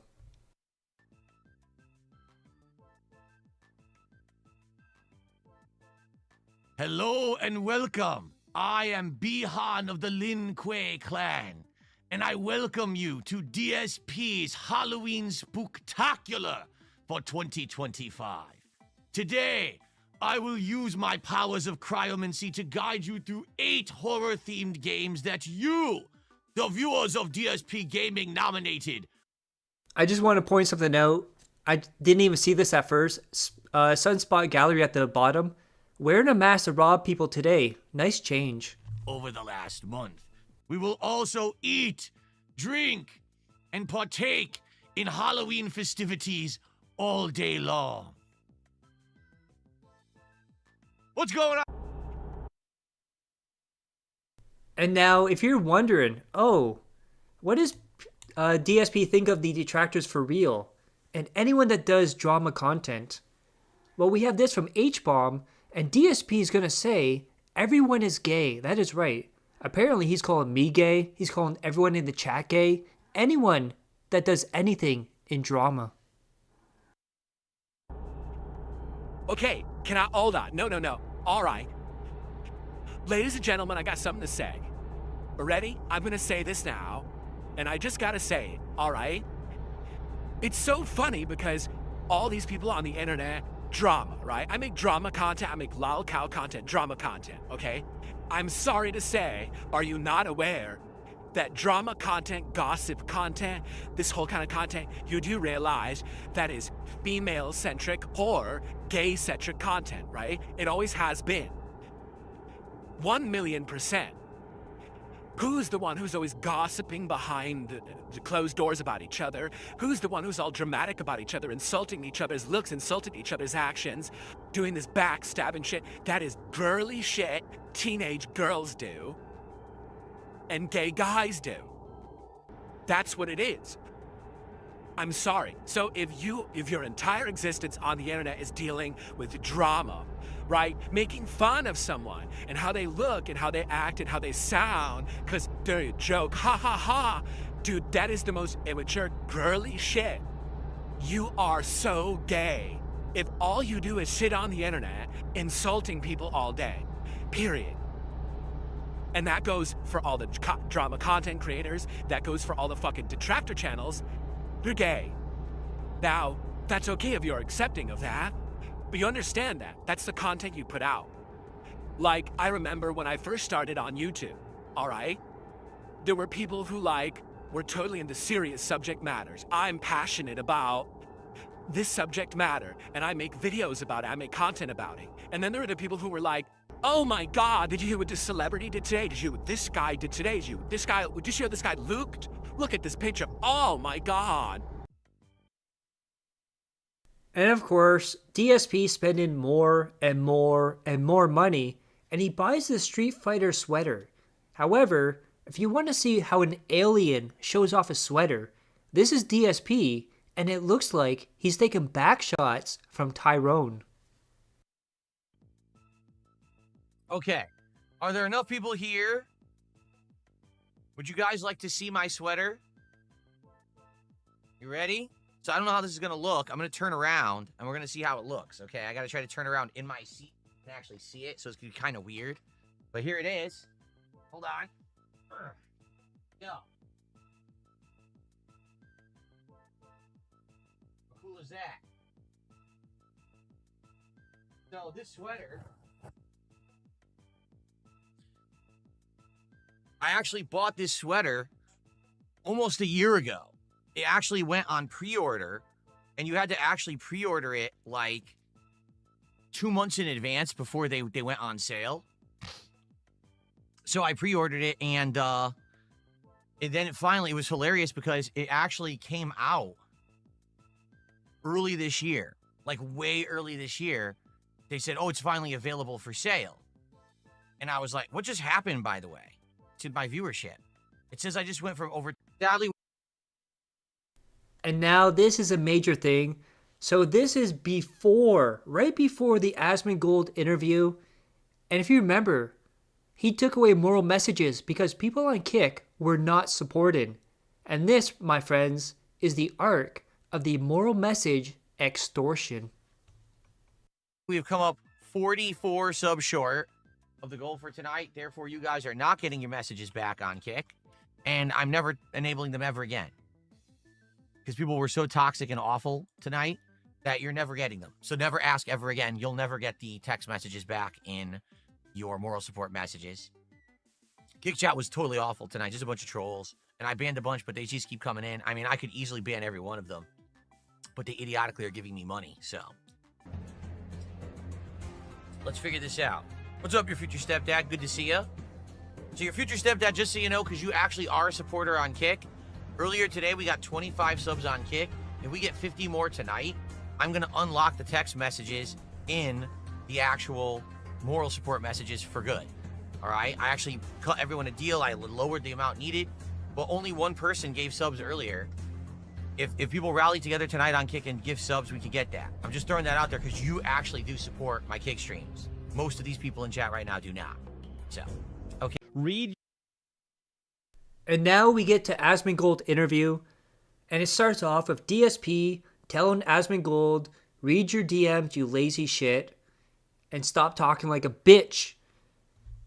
And it goes all over the place, and the interview itself, the first half, was good. He was pressing him. The second half, he went under pignosis. And this is what happens when you have someone who looks and sounds and acts like Cyrax in a position to interview DSP. Your DMs, you lazy shit, or else stop talking about me like a bitch. Okay, let's read it.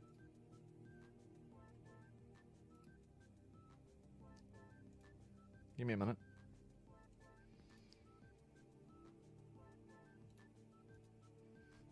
All right.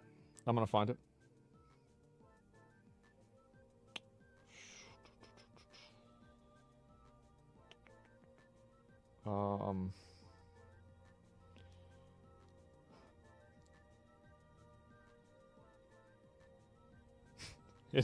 It didn't even go on my message request. It went in my spam requests. Okay. I'm reading it.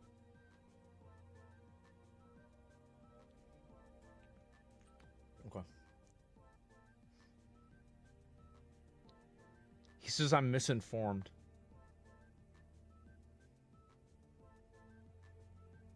He says he was never banned from Twitch.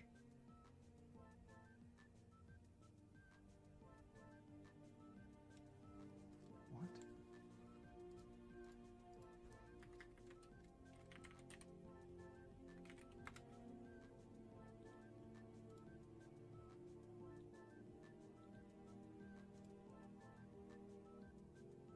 He closed the channel himself.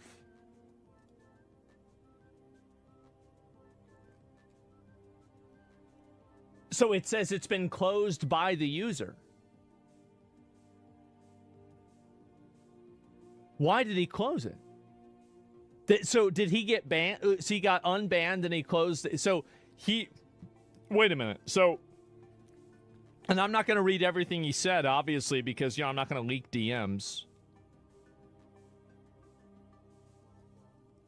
I mean, he wants to talk to me.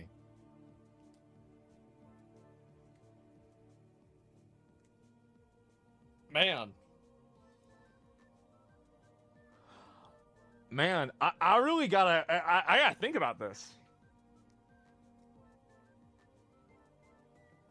I mean, I hate interacting with people, but this is a content opportunity. It's a pretty big one.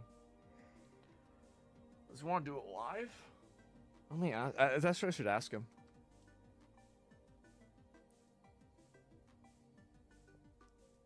Do you mean live on stream or off stream?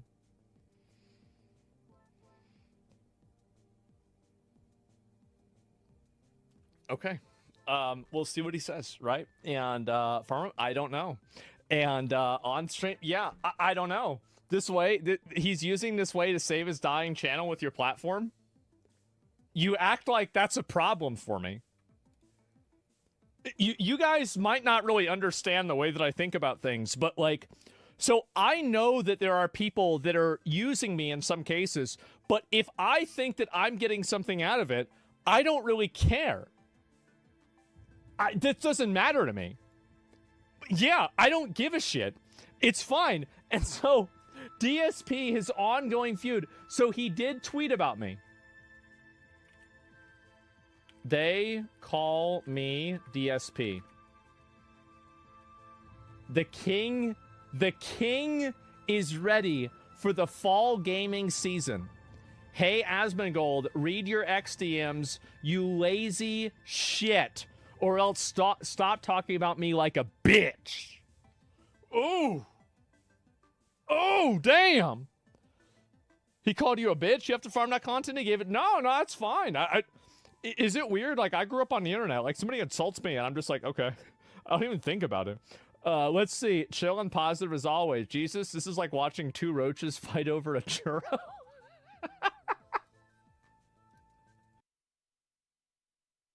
See, whether you like or hate Asmongold, this is the difference between him and DSP. Asmongold will embrace his roachness, his dirtiness, all the memes about himself. He will laugh at himself.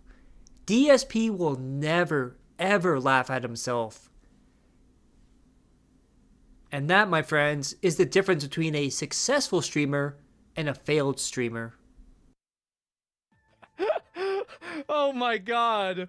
But you said you weren't talking about who you were whenever you were pearl clutching. Well, we'll see what he says, right? I don't know. We're gonna have to wait and find out. The detractors don't bother me. Also, Phil. Well, we'll have to see what happens, guys.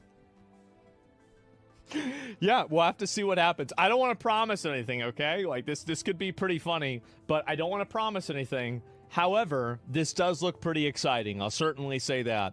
And you see Side Games said, oh, I lost it with Konami over Uma Musume. No, I didn't see that at all, actually. I didn't see it anywhere.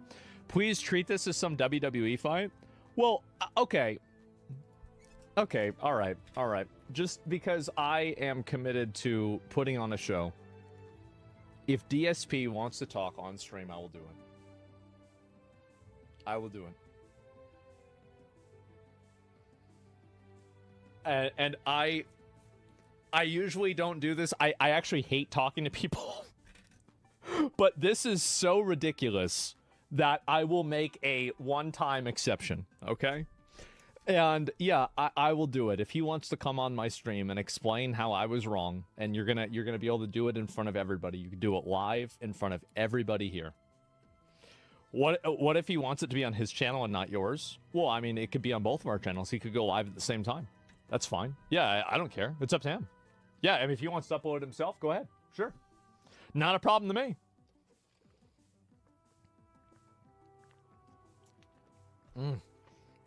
Yep, sure. Not an issue at all. He tweeted at 5 a.m. It's at 2 a.m. It says 2 a.m. And so he was sitting there up. So he was up late. Wait a minute. Was he up late watching my videos about him? Spoiler, he's always up late at night watching all videos about him.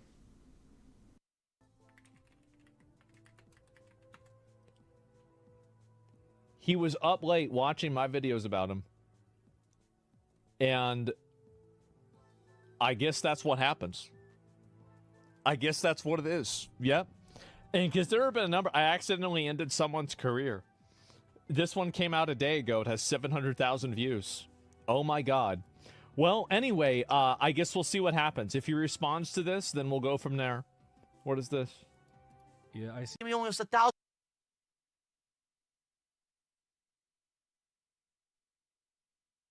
And of course, DSP went on there, and then, first half, pressured him. Second half, pignosis. And DSP admits now that he doesn't have to beg. He's abolishing the goals. And not only that, he hears voices in his head that tell him he has to beg, like a greed goblin. We only have $1,000 today. But my brain has been so fucking hardwired to do that for like years and years because I had to do it, that it's like, it actually bothers me. Because it's like, you're forgetting something, Phil. No, I'm not. Shut up. Like, shut up. Shut up, head. Back. There's like a voice in the back of my head. Ask for more. No, I don't have to anymore. I have to like slap that voice. Like, stop. Shut up. I'm good. I'm happy. I'm having a good time today with my audience. I don't have to be a jerk anymore and keep asking for stuff. Just talking about. And here we go. These are the issues that Asmongold pressured DSP on, including his begging. The LOLCOW universe. Well, I didn't want to use that word, but yeah. But listen, the thing is, I used to be so angry when people called me a LOLCOW, but now I understand. If you're a LOLCOW, it's not because of your choice. It's because people have made you a LOLCOW. Like, they have chosen to try to elicit a kind of reaction from you. They're going to try to get your goat every day on stream. And you're human. You're going to give them that reaction every once in a while. If that's what they want, now you're a LOLCOW. They got the laugh out of you, right? Right. So, you could call me a LOLCOW. I don't care. Okay. Really, at this point, it's just. You ask for money a lot. Mm-hmm. Like, because like I'll see like there'll be a new video and it'll pop up on my YouTube recommendeds on my smart TV and it will just show up and it's like there's a new one like every day and it's you talking about people like meeting a sub goal. Kick recently there was one about people on Kick that weren't supporting the stream as well, and supporting a stream is giving money, and I feel like it's a very, very common thing. And like, so how many times a day do you think you mention the amount of like people, like something in relation to? Now, I want you to look at the difference between Asmongold interviewing DSP and Steve Cambion interviewing DSP. It's like day and night. you receiving money? It depends. Every time that I receive something, I do a shout out. So you could argue that every besides single that. time someone contributes, I'm talking about it. Well, like whenever you make a call, how often do you make a call to action or draw attention to the fact that you can donate money to your stream? Like, what would be like? What do you think your ratio is? Well, what do you mean? Like, just number of mentions? Do you mean the Yeah, percentage like of the actual stream? Well, I mean, I don't know. I mean, Because I stream a lot. I Yeah. stream every day, from around 11:30 a.m. till around 4 p.m. And then I have Yeah. a second stream that starts around like 6:37, and that goes till like 10. Okay. Okay, so you're talking almost 8 hours of streaming a day. Yeah. All right. Every morning when I start, I bring it up. I'll say, "Oh, here's where we are with our goals for the week, and here's what we're doing today with this and that, and here's how you can contribute." And then, during the course of if I'm doing a podcast or whatever, I might bring it up like halfway through the podcast or near the end of the show. If we're near hitting a goal, Yeah. like let's say for example we're at 100. I gotta get my kitty down. It's Jasper, everybody. Jasper. Oh, Kitty there he trying to is. steal the spot right here. You got He's little white cooking me feet. Yeah. It's fine. So- I don't think they mind it. It's okay. No, everyone loves a cute animal. Yeah. So, but let's say for example, we're getting close to a goal. Oh, we're at $100 Mm-hmm. out of the 150 goal for today. I'm gonna bring it up. Say, hey, we're there. We're in the home stretch, guys. Hey, please contribute if you like the content. And now Sure. the thing is, I also my audience is here every day. I ham it up sometimes. I do it as a joke. I'll like overly go overboard on purpose, and the audience knows it's a joke. But someone who clips it out of context and throws it out there, look what Phil did today. Yeah. I can't believe the audience is laughing at it. They're having fun with it. They know I'm not serious. They know that. So if they I like made that. What you're 100 saying is they like you begging for money. They think it's funny. They for me to want. ham it up. Do you think that they want you to do it? Do they want me to ask for contributions actively? Yes. No. Oh. Okay. But they want me to succeed. Okay. Go ahead. Your honest answer to this, please. And also keep in mind to that, right after this interview, he abolished the goals, even though it was a joke that they were in on and they want him to beg. But all of a sudden, he had a new audience and everybody loved him and he doesn't need to beg anymore. Funny how that works out. I'll give you an honest answer. You've seen the clips of how I ask for contributions. Yeah. I'm not even really sure. So yeah, those are like, but okay, so I guess I was right at least about all of those. And I do think that, I mean, the asking for money thing, definitely you do it a lot. I definitely think you do it a lot. But, it's like, that's the way somebody's going to do their stream. I mean, fuck, like, I mean, that's not my problem, right? I mean, I here's the question. Okay, go Here's ahead. the question. Go ahead. Your honest answer to this, please. I'll give you an okay? honest answer. You've seen the clips of how I ask for contributions Yes. on my streams and everything. I've just told you, in general, more often than not, I actually hit these goals. Yes. Okay? So if I have an audience that comes to my stream every day, enjoys the content enough to support it, doesn't mind me asking like that, is there a problem? Well, I mean, I think that you're introducing a bit of a fallacy there, aren't you? Because there are a lot of people that also don't like it. So you're kind of comparing it to an unknown. So like if you're not doing it and you're not asking for the money, there's not really a control group that you can look at and say, okay, well, with me doing this, I'm making this much money, but if I stop doing it, I would make a different amount of money. But I already told you that I tried that.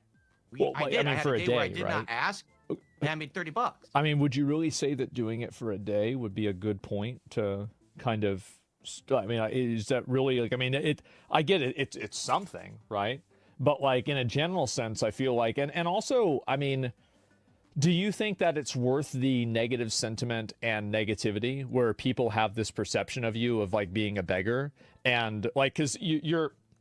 It's hard to measure the negative effect of that because you don't know how many people choose not to watch because of something like that, right? So it's very hard for you to come, like not you, but like for a person to come to a conclusion with that answer because it's just impossible to know. That's what I would say. Okay. Now, in regards to what you're saying here, okay, you're saying basically maybe if I didn't ever ask for contributions, I'd actually get more viewers or whatever. I think it would, I yeah, get that. yeah. But here's the thing, and this is I've been there. Maybe I know you have detractors too. I just don't know. To what extent they Every actually streamer affect has detractors. Yeah. Right. For me, okay, if I right now, cold turkey, said to my audience, guess what, guys? I'm never going to ask for a contribution ever again. All right. And I literally did it and I never did it. That moment, my detractors would move on to another thing that they don't like about me, and that would become the next meme. And the reason that I know that, they've already done it tons of times over the years. Like with the wrestling game. But that was a thing for a big time. It is still a thing. Now, because last year I admitted to it, it's in the past. Now it's the begging. That's the new thing. So now the begging is the problem. But what about all the other streamers who ask for contributions? Oh, well, that's fine. But because DSP does it, it's not good. Right? Just because of me, because I'm doing it. Anyone else can do it, it's fine. You can have entire people who are based on doing things on their streams that you think are immoral or whatever, that's okay. But if DSP asks for contributions from active viewers who like the content, that's not acceptable. So if I were to not do that, it would just be another thing and another thing. And that's the thing. I don't care, and this maybe will be shocking to people, I don't care about people who don't like me. Understandable. I mean, I'm the same way. I have a lot of people that don't like me, and you just got to deal with it. Yeah, no, I get it. Yeah, he doesn't care about the people that don't like him, but he rants every single stream about the people that doesn't like him. Make that make sense. I'm not here to appease these people, because these people are never going to come to my stream and support the content. They don't care. They're just there to either make fun of me or make a buck by making fun of me. So therefore, why do I give a shit what they say? I'm doing good.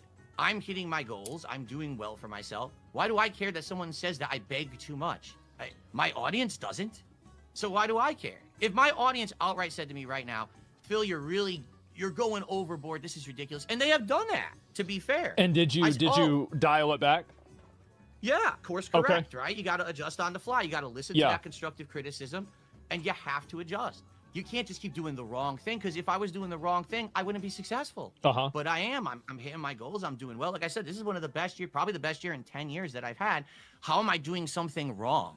You know, I'm making do the only way that I can. You know, like we just talked about some other people. We talked about Boogie and Wings. Yeah. They found success by actually kind of stepping away from their individual content and doing a whole LOLCOW focused show. Yeah. They basically made a public spectacle of themselves. They embarrassed themselves to make money, and it worked. You know, Wings has actually outright said, dude, I made money like a doctor. Now I have money in the bank, so I don't have to worry so much about my normal stream. I don't ever want to do that. I want to just exactly. Yeah. I had him on the show about a month ago, and I commended him. I said, sir, you need praise for that, because I couldn't do that.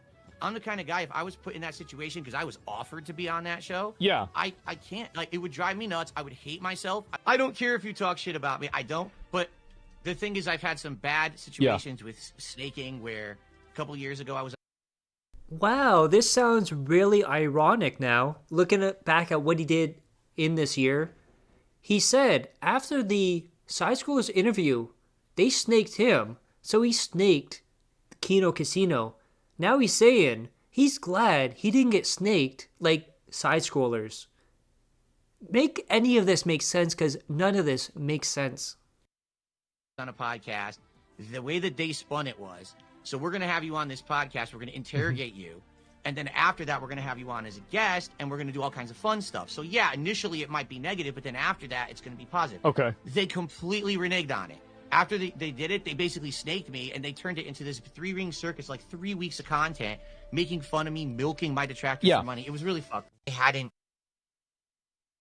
And of course, he had his interview with Wings of Redemption. I'm not going to cover it because it's one of the most boring interviews I've ever seen.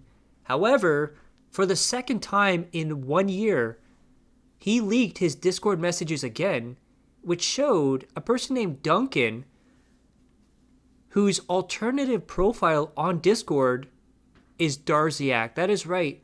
Darziak is still helping DSP with every single thing in the Snort Fort, tech-wise. And not only that, so people kept saying, hey Phil, what about the handcart? And DSP said, I don't have a handcart. And during the Discord leaks, it showed him talking about his handcart. I hadn't actually had a chance to look at it yet.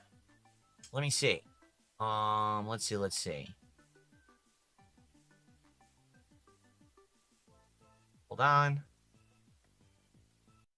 So at this point here, DSP thinks he's on Amazon. So on his screen, he sees Amazon, but apparently his window capture is capturing his Discord.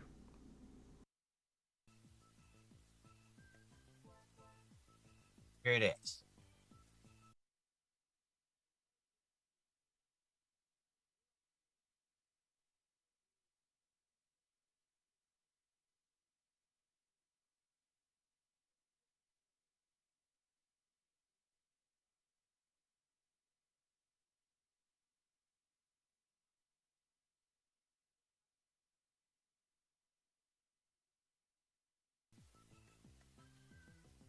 This is some kind of a detractor meme, okay? People have said over the last 5 to 10 years, they talk about a hand cart. I have no idea what you're talking about. And the very first... However, when he, DSP, decided to go with Asmongold and rescheduled Wings of Redemption, basically pushing him away for the new audience of the Roaches, welcome home. Wings of Redemption, you are no longer welcome here, but I want you on my podcast so I can milk you for more content and money. However, Wings didn't like being pushed to the side. So what did DSP do? He got drunk and went into Wings' chat, giving him money, spamming all over the place, getting timed out, and banned in Wings of Redemption's chat. And the very first thing we see is Phil drunk in Wings of Redemption's chat. And he was spamming so much, demanding answers from Wings, that his mod timed him out. As we have David Blackman. Phil get banned? Where's his message gone? Redface. I did time him out. He was getting to be too much. Then we have DSP reacts. Is there a fraction of a chance we can get Jordy to stop playing this game and talk to me for a few minutes once it ends? Publicly or privately? I'd just like a real answer. Redface, not sure if I made the right call. I don't dislike DSP at all, but I timed him out because it was just too much. DSP, okay Wings, read your DMs, but this won't be great. What a threat right there, DSP. I hope you'll respond. Good night. And then he was timed out on his DSP Reacts channel, comes back on his DSP Gaming channel. You do realize that I'm still timed out on my DSP Reacts channel for no reason, as I said. My streams do not need Wings, but I want Wings back on my show. Is that wrong or something? I don't think so. I like Jordy. Redface, don't do it. Wings is going through some shit, and I feel bad doing it this way, but he doesn't respond anywhere. I'll hit his goal if he talks to me. DSP wailing out for Wings. Not there helping you. Your mods are... And DSP didn't like that, and multiple times he went into Wings of Redemption's chat to bug him, to pressure him to get back on the podcast. And then DSP had enough, and he's now declaring Wings of Redemption is a lost cause. And not only that, he is banned from the Level 1 podcast forever. Not there helping you. Your mods are coddling you. Your mods are enabling you. Your mods are making you do and say things. They're constantly goading you. They're actually doing troll memes and things. You don't realize it. They get you to act how they want. You're like a puppet to them. You understand? They're not there to protect you. They're there to basically do things that will harm you, and you just don't realize it. Because no one in their right mind would have someone coming on a stream contributing and time them out for wanting to have a 5-minute conversation about something that you said you're interested in. Okay? So I said, listen. Oh no, I don't like Jordy. I don't like Wings of Redemption. They're both pieces of shit. I think it's just funny that they're going at each other. Want a yes or no answer? Give me one. He didn't give me one. He ignored me all week long. Okay? So as of today, I have absolutely no answer for Wings of Redemption whatsoever about if he's going to come on this show. All right? So now I have to say something about the situation, and I'm about to. And then I'm going to move on from it, but I need to say my piece, and then I need to move on. All right? I don't think that Jordy Jordan is a bad person at all. I think he's a person who's a victim of circumstances and himself at the same time, and I think that it's a 50-50 split. I do believe that Wings of Redemption's situation that he's in, being grossly overweight, constantly eating fast food and drinking soda on his streams, saying he hates his life, he hates streaming and all this, and he's trapped in this life. I do believe that a lot of that is extrapolated and basically exponentially increased because of the fact that he has trolling to the level that he has. All right? I'm not going to deny that. I'm not going to say that isn't happening. At the same time, what is this music that's playing right now? Hold on a second here. No, that totally distracted me. What is this music? Let's turn on some relaxing music. For goodness sake, I was like, what is this music playing? Right in the middle of me making a point, it's like the most distracting. It sounds like Pokemon theme or something. Okay. It was like clown music. It was, you're right. Okay. So, at the same time that I absolutely will admit that the trolling is probably some of the reason that Wings is in the situation he's in, the other half is him. It's his own doing. I'm going to give you a comparison. Imagine someone who gets bullied, okay? They go into a cave somewhere, an isolated cave, and they say, man, I really hate this cave. Then all their friends and family go out there, they're like, what are you doing? Why are you in this cave? Get out of the cave. And they say, I hate this cave. So then they go and they buy dynamite, and they start lining the doorway to the cave with dynamite and C4 explosives. And everyone around them is staring at them saying, what are you doing? You said you don't like this cave. You want to get out of the cave. Leave the cave. Do things to get out of the cave. And they say, oh, I will. I swear I will. I really need to. I know I have to. This is best for me. I hate living in a cave. So then they put a device and attach it to all the explosives so they can detonate them. And people are saying, wait, what are you doing? You said you don't like the cave. What are these actions that you're doing that are leading to you being in that cave? And they say, I don't know. I swear it's everyone else's fault. And then they hit the detonator button and the cave walls blow down in front of them. And they're literally trapped in the cave forever. And then as they're stuck in there forever, they look up and they scream, it wasn't my fault. That's the situation Wings is in, all right? Yes, he absolutely has a lot of problems that I think are extrapolated by his trolls, and he is stalked by a hell of a lot of people, all right? At the same time, not everyone hates Wings of Redemption. Not everyone thinks that he's a horrible person. Not everyone wants to roll with the detractor beams and be nasty to this guy. Some people actually want to be nice to this guy. I do. I wanted to kind of be nice and befriend the guy and have him on the show and every once in a while have an interaction. I'm not saying that I needed to have a long-term business transaction with this man. I just wanted to chill with him. I think we have some things in common. I think that interview we did was a good one. I think that we could make great content together over time. But Wings is a victim of his own actions. He builds a prison around himself from which he can never escape. Overeating, bad actions, complaining, whining about going on stream. But then when someone comes to his stream and says, hey, I'll have you stop playing games. I'll actually hit your goal. Let's talk about your next appearance. He ignores it. He blows it off. He tells me to DM him where he's already ignored me for 2 weeks in DMs. And then his moderator times me out. Dude, this is your own creation. I like you. I want to hang out with you and be a positive person in your life. And you have shut me out. That's your doing, not mine. Yours. There's no one to blame in this particular situation but yourself. It's that simple, 100%. I'm sorry. There's no other way to spin this situation. All Wings had to do was have a level of professionalism, a level of respect. He doesn't have that. Instead, he wants to be in his cave forever. Even though he says he doesn't want to be, I'm sorry, I have to believe that that's bullshit. You don't sit there on stream all day, every day, acting a certain way, saying things that you claim, you don't want to say, but you say them anyway, stuff in your face all day, drinking soda all day, unless you actually want to do it. That's the case. You might say, oh, I want to be better, but if you do, its actions speak louder than words. It doesn't matter what you say, it's what you do. His actions have outright said this is what he wants to do for the rest of his life. And it doesn't matter how many people care, how many people try to support him, how many people try to help him. He's never going to change. It has to be him that makes the change and nobody else. No one can help this man but him. He refuses to help himself. So because of that, I'm done. I'm done trying to reach out to this guy, be nice to the guy. I mean, I've done every possible thing I could. I've talked nice about him. I had a great interview with him that tried to help him. I wanted to have him on again right after the Asmongold interview because I figured I could maybe give him a little bit of a positive rub. It would help him out in his content. Maybe he'd get more viewers. It would take some of the pressure off of him. He doesn't want to play ball. He doesn't even want to respond. He can't bother at all to give me a respectable answer about anything. Instead, he wants to ignore me. Well, Jordy, guess what? You like Burger King, right? Well, guess what? Like Burger King, you can have it your way because now I'm not going to bother you anymore. And you're going to sit there on your stream playing the games you claim you hate, stuff in your face, acting like a fool for the rest of your life. No one's going to reach out to you to try to be friendly to you or save you or help you because your actions shut them out. It's not us. It's you. That's all I have to say about it. Ladies and gentlemen, Wings of Redemption will not be appearing on the Level 1 podcast. Under no circumstance. The only way I would ever have him on the show again is if he actually publicly apologized for his actions, the disrespect, the unprofessionalism, the fact that he couldn't even give me the time of day, and the fact that he kept publicly saying in his content that he wanted to be on my show and then acted otherwise. If he publicly apologizes for that and says he will change his ways and then actually acts differently, again, actions speak louder than words, then maybe I'll consider having him on the show again. But as of now, Wings of Redemption is banned from my podcast and will not be appearing ever again.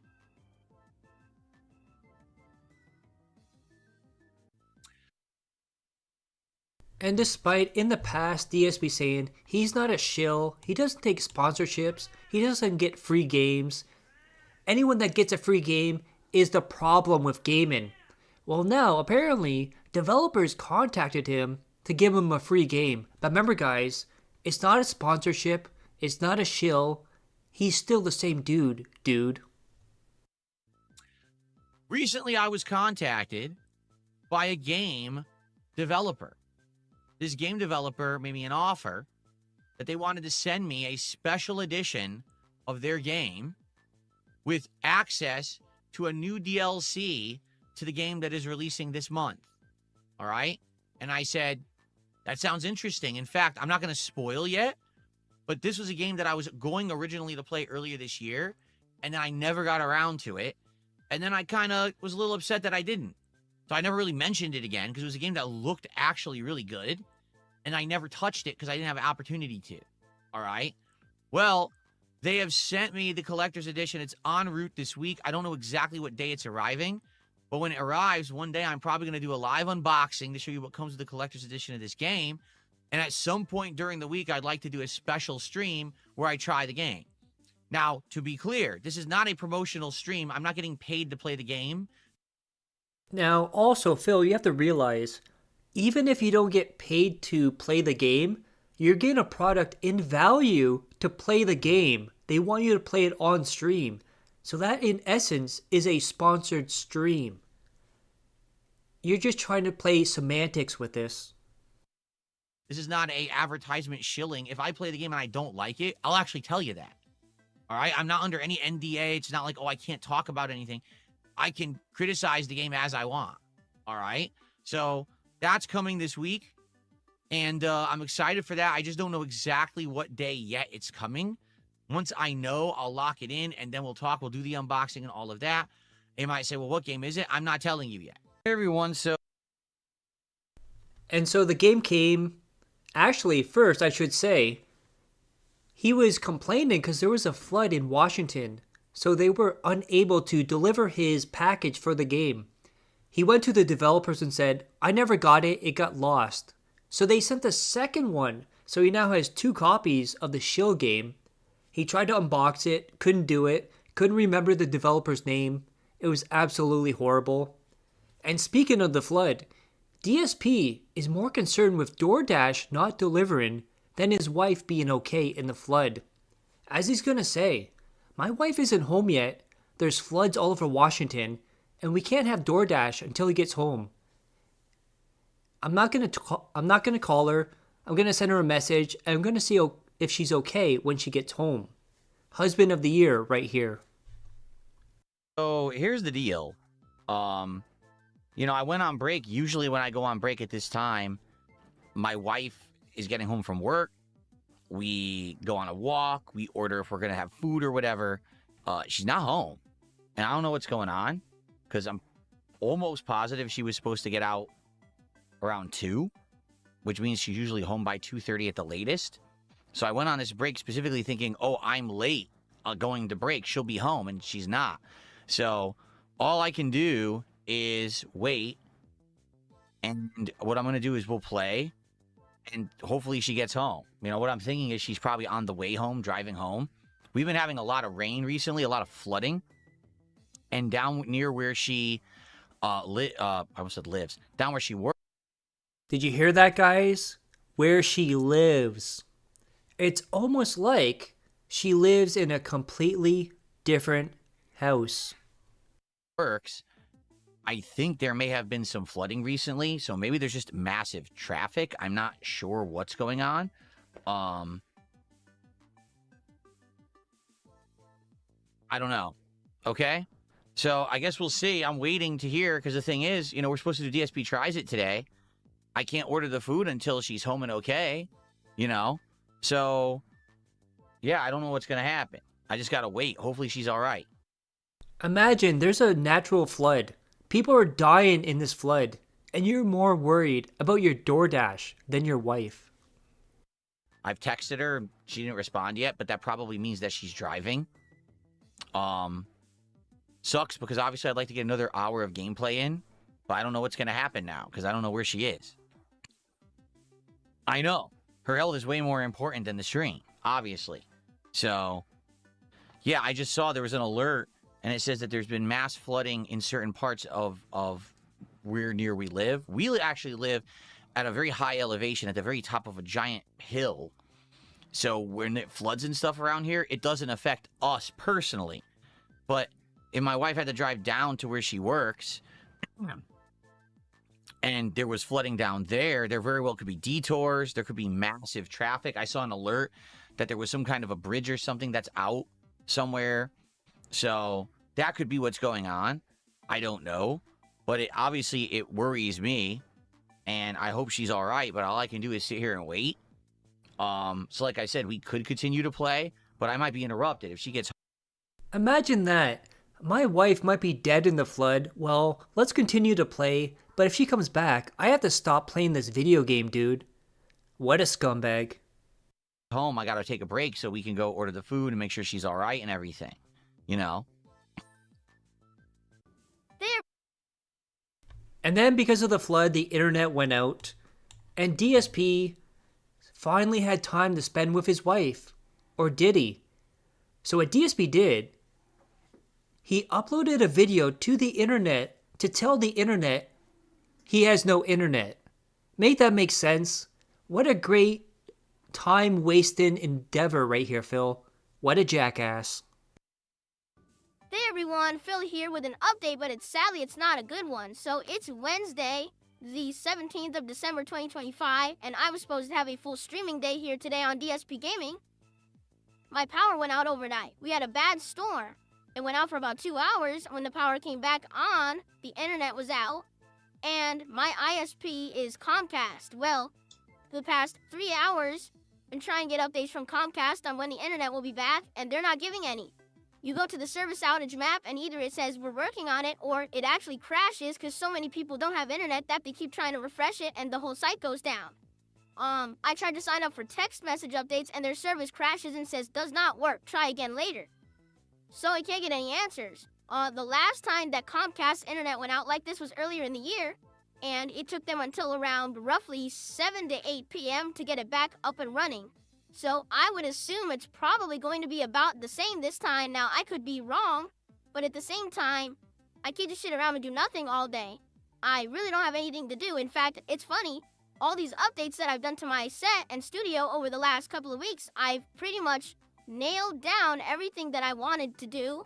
I rewired the whole set, like there's really nothing else to update here.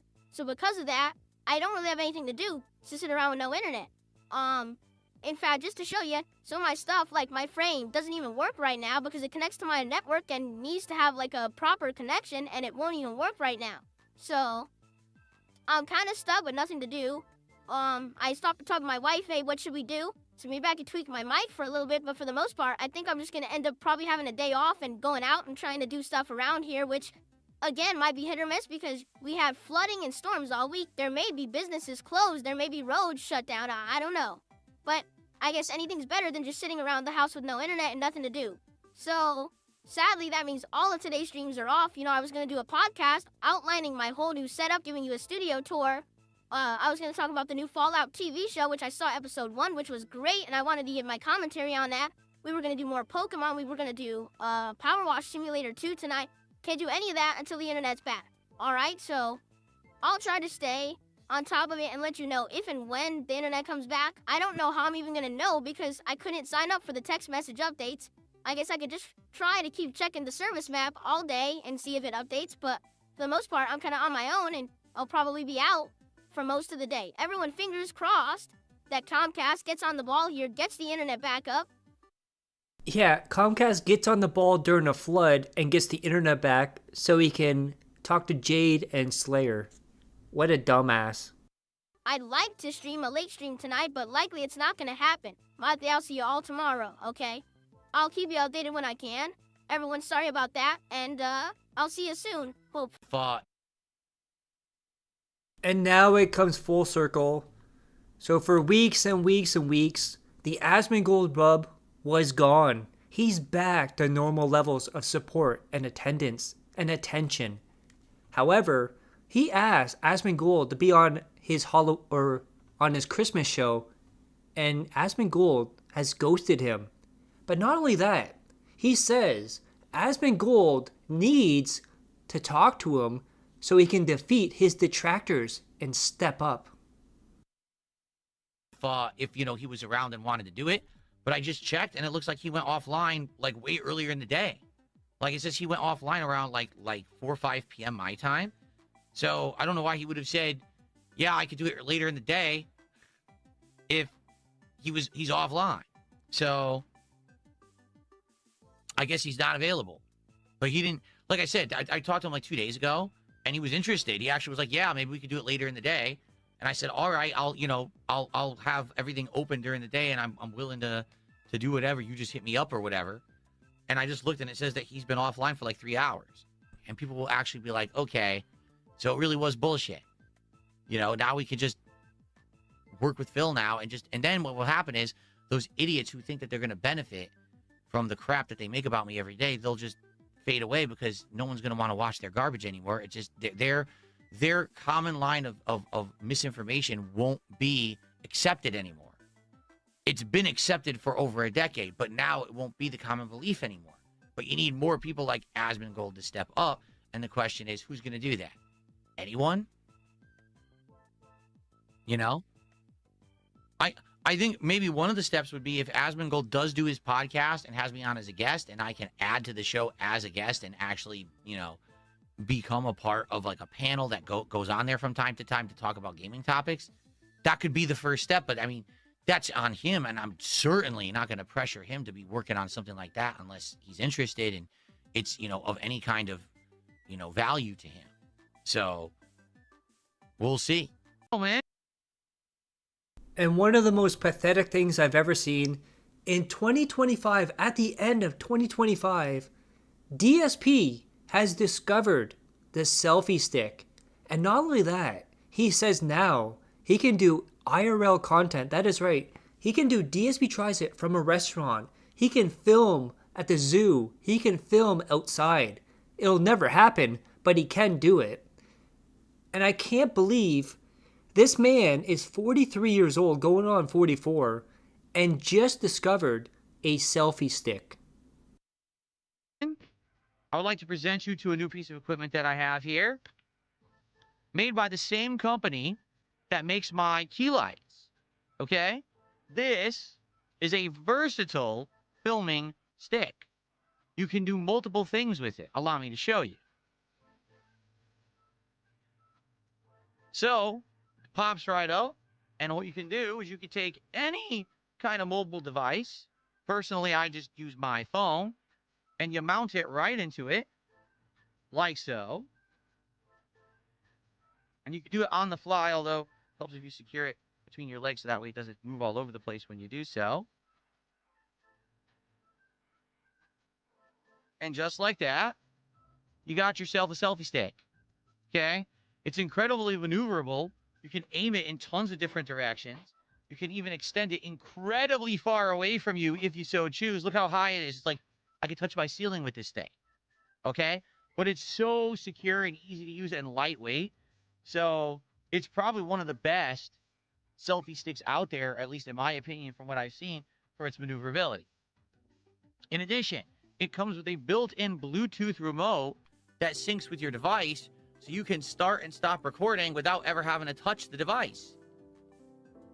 Okay? In addition to that, it's not just a selfie stick. It's also a fold-out tripod.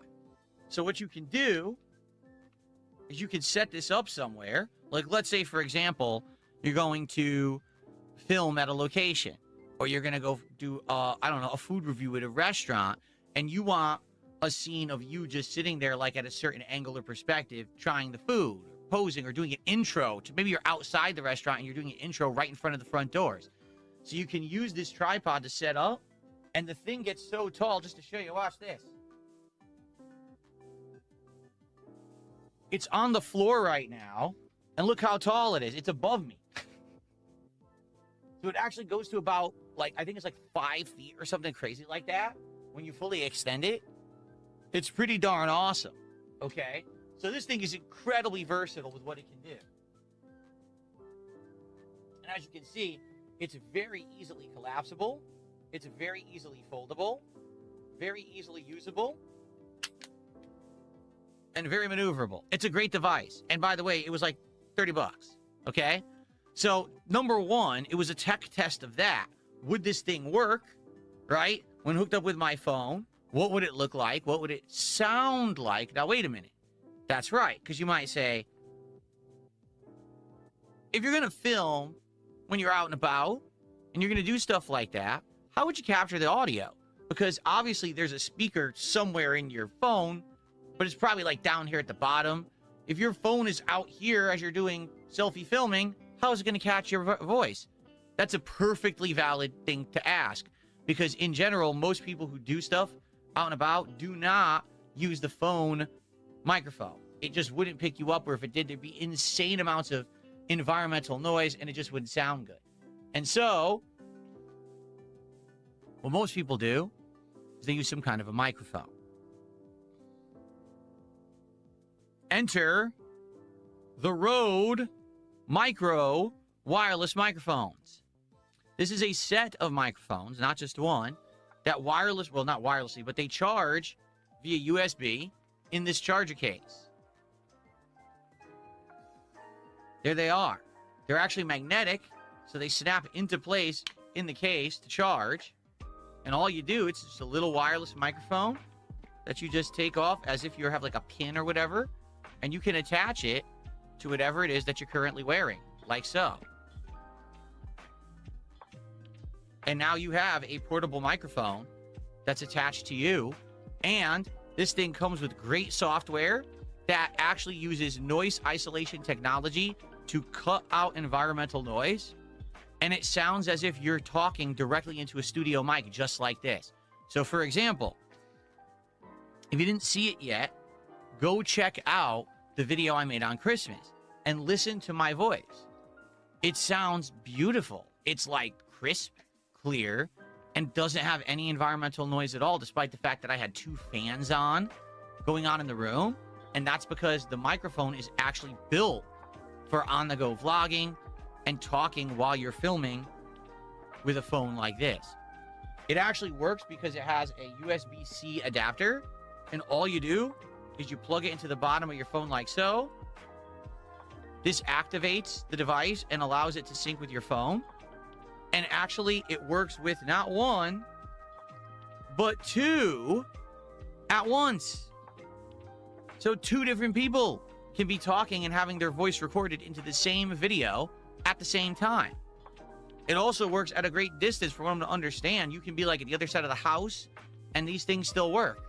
So, we did a... Okay, so with that retardation out of the way, we have the last moment in the timeline of 2025, and if you followed my content, you know one of the people that I followed since the start has been PWR, and unfortunately, I was the very first person to ever cover him, and unfortunately, I kind of put him up there. Oh God, I can't believe this, because I thought at first it'd just be like a one and done video, and then all of a sudden he started freaking out like an autistic retard. And all throughout the year, he kept defending DSP, kept saying, I'm gonna end the detractors, I'm gonna unalive them, I'm gonna unalive myself for DSP. And now, on Christmas, he finally gets an answer from DSP about collabing, and this was DSP's response. We did a $5 super chat. He says, hello, Phil. I'm sending this money for you to consider getting PWR World on stream. I really hope that you do, even for a moment. Anyway, thank you. All right, I'll address that in a second. I keep saying I'm going to address it in a second. But we've been waiting like an hour. Real quick, because this is going to be a very fast answer. And then we're going to jump into half sword. Okay? No. PWR or PWR World. He's giving me the... He's going to destroy my career right here. I know it's pro wrestling. Okay? I guess my career's over. Dashfire ended my career, I guess. At Durwood_Matslovich. Oh, is that 50? Is that going to do it 50 times? I guess my career's over. Oh, please don't. Oh. Dashfire ended my career, I guess. Durwood Matslovich gifted at Kaswaga membership. Oh, this is going to be going on for a while. Thank you for the memberships, though. Over. Thank you for the memberships. Dashfire ended my career, I guess. Durwood Matslovich gifted at Hidi Mandriwab to membership. I guess my career's over. This is going to play 50 times, isn't it? My career, I guess. Durwood Matslovich gifted at Smolly0875 a membership. I guess my career's over. Dashfire ended my career, I guess. Durwood Matslovich gifted at Catfish 8125 a membership. I guess my career's I'm going to have your name in my dreams tonight. Thank you, though. Dashfire ended my career, I guess. Durwood I do appreciate them, though. Gifted at Thangai from Bar 2079 a membership. I guess my career's over. Dashfire ended my career, I guess. Durwood McSlavich gifted at Robot Gorilla Man 6,193 a membership. I guess Bob my and Weave. career's over. Dash Fire ended my career, I guess. Durwood McSlavich gifted at Zososka membership. I guess my career's over. I really should have turned the TTS Dash off for Fire these. ended my career, But thank I you, though. guess. I do appreciate Durwood them, though. McSlavich gifted at Brooks Not Done a membership. I guess my career's over. Dash Fire ended my career. That was perfect I guess. timing, though, on the Durwood PWR segment. McSlavich gifted at Roy Oh Boy Oh a membership. I guess my career's over. Dash Fire ended my career, I guess. Durwood McSlavich Argentina gifted at can't X-King get me. Bosax a membership. I guess my career's over. Dash Fire ended my career, I guess. Durwood McSlavich gifted at Joseki Higashikata 7,769 a membership. I guess my career's over. Dash Fire ended my career, I guess. Durwood McSlavich gifted at SAP 10380 a membership. I guess my career's over. Dash Fire ended That my nasty career, I voice, guess. yeah. Durwood McSlavich gifted at House of Dara membership. 20 minutes of TTS. I guess yeah. my career's over.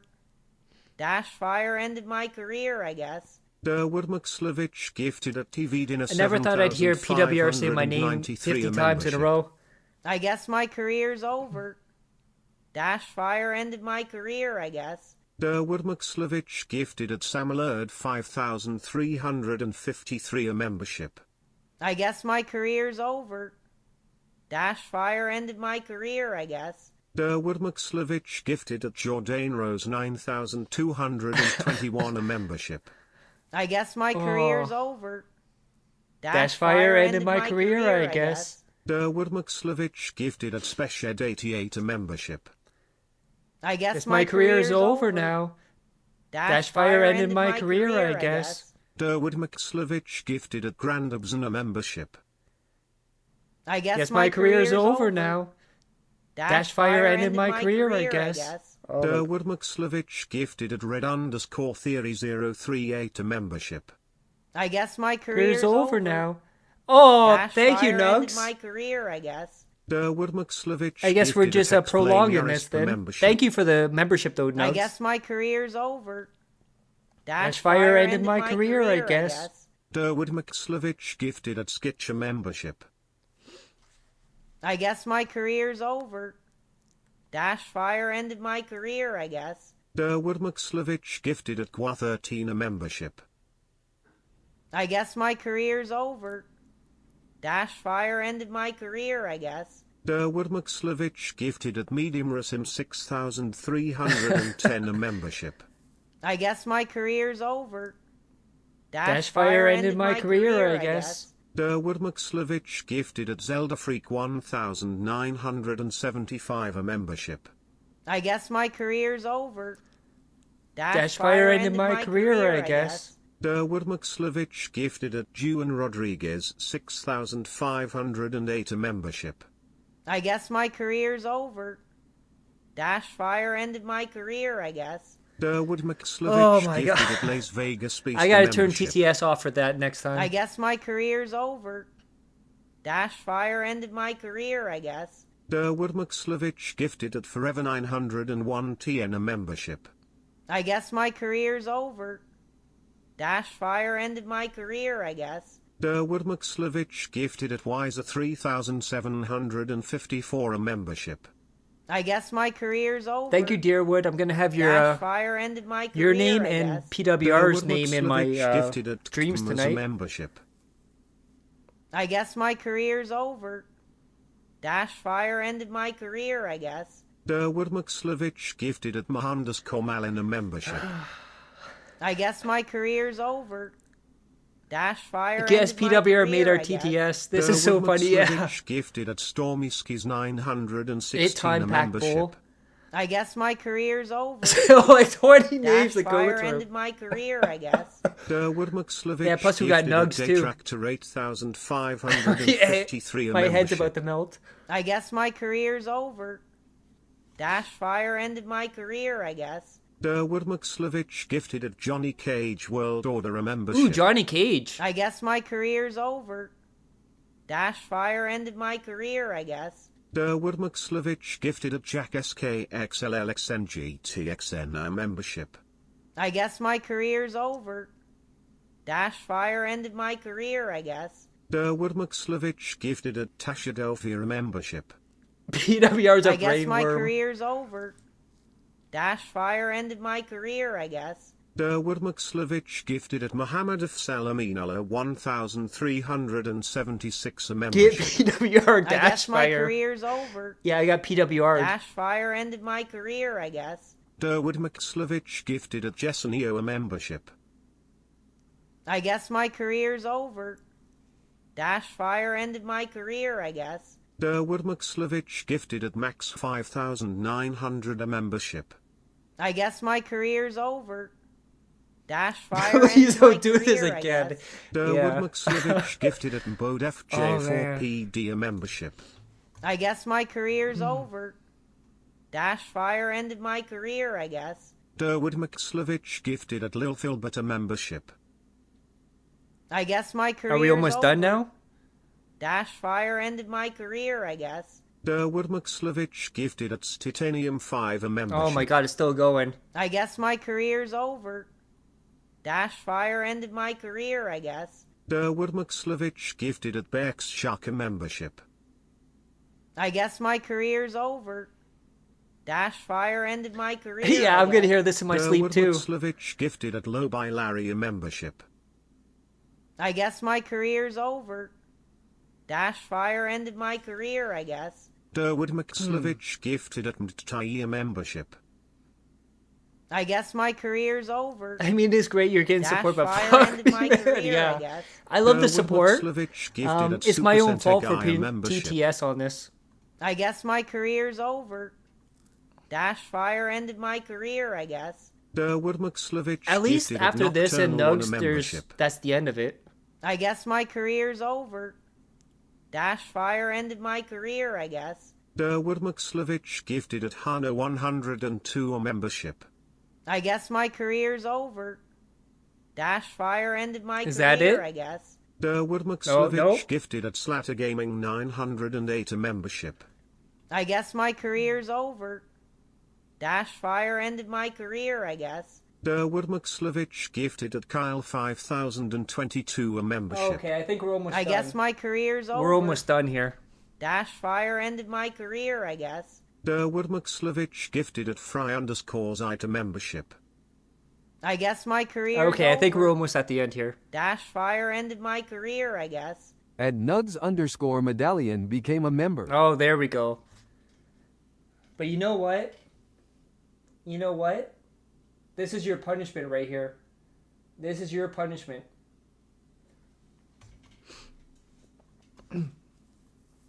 That's what you get right there. I guess my career's over.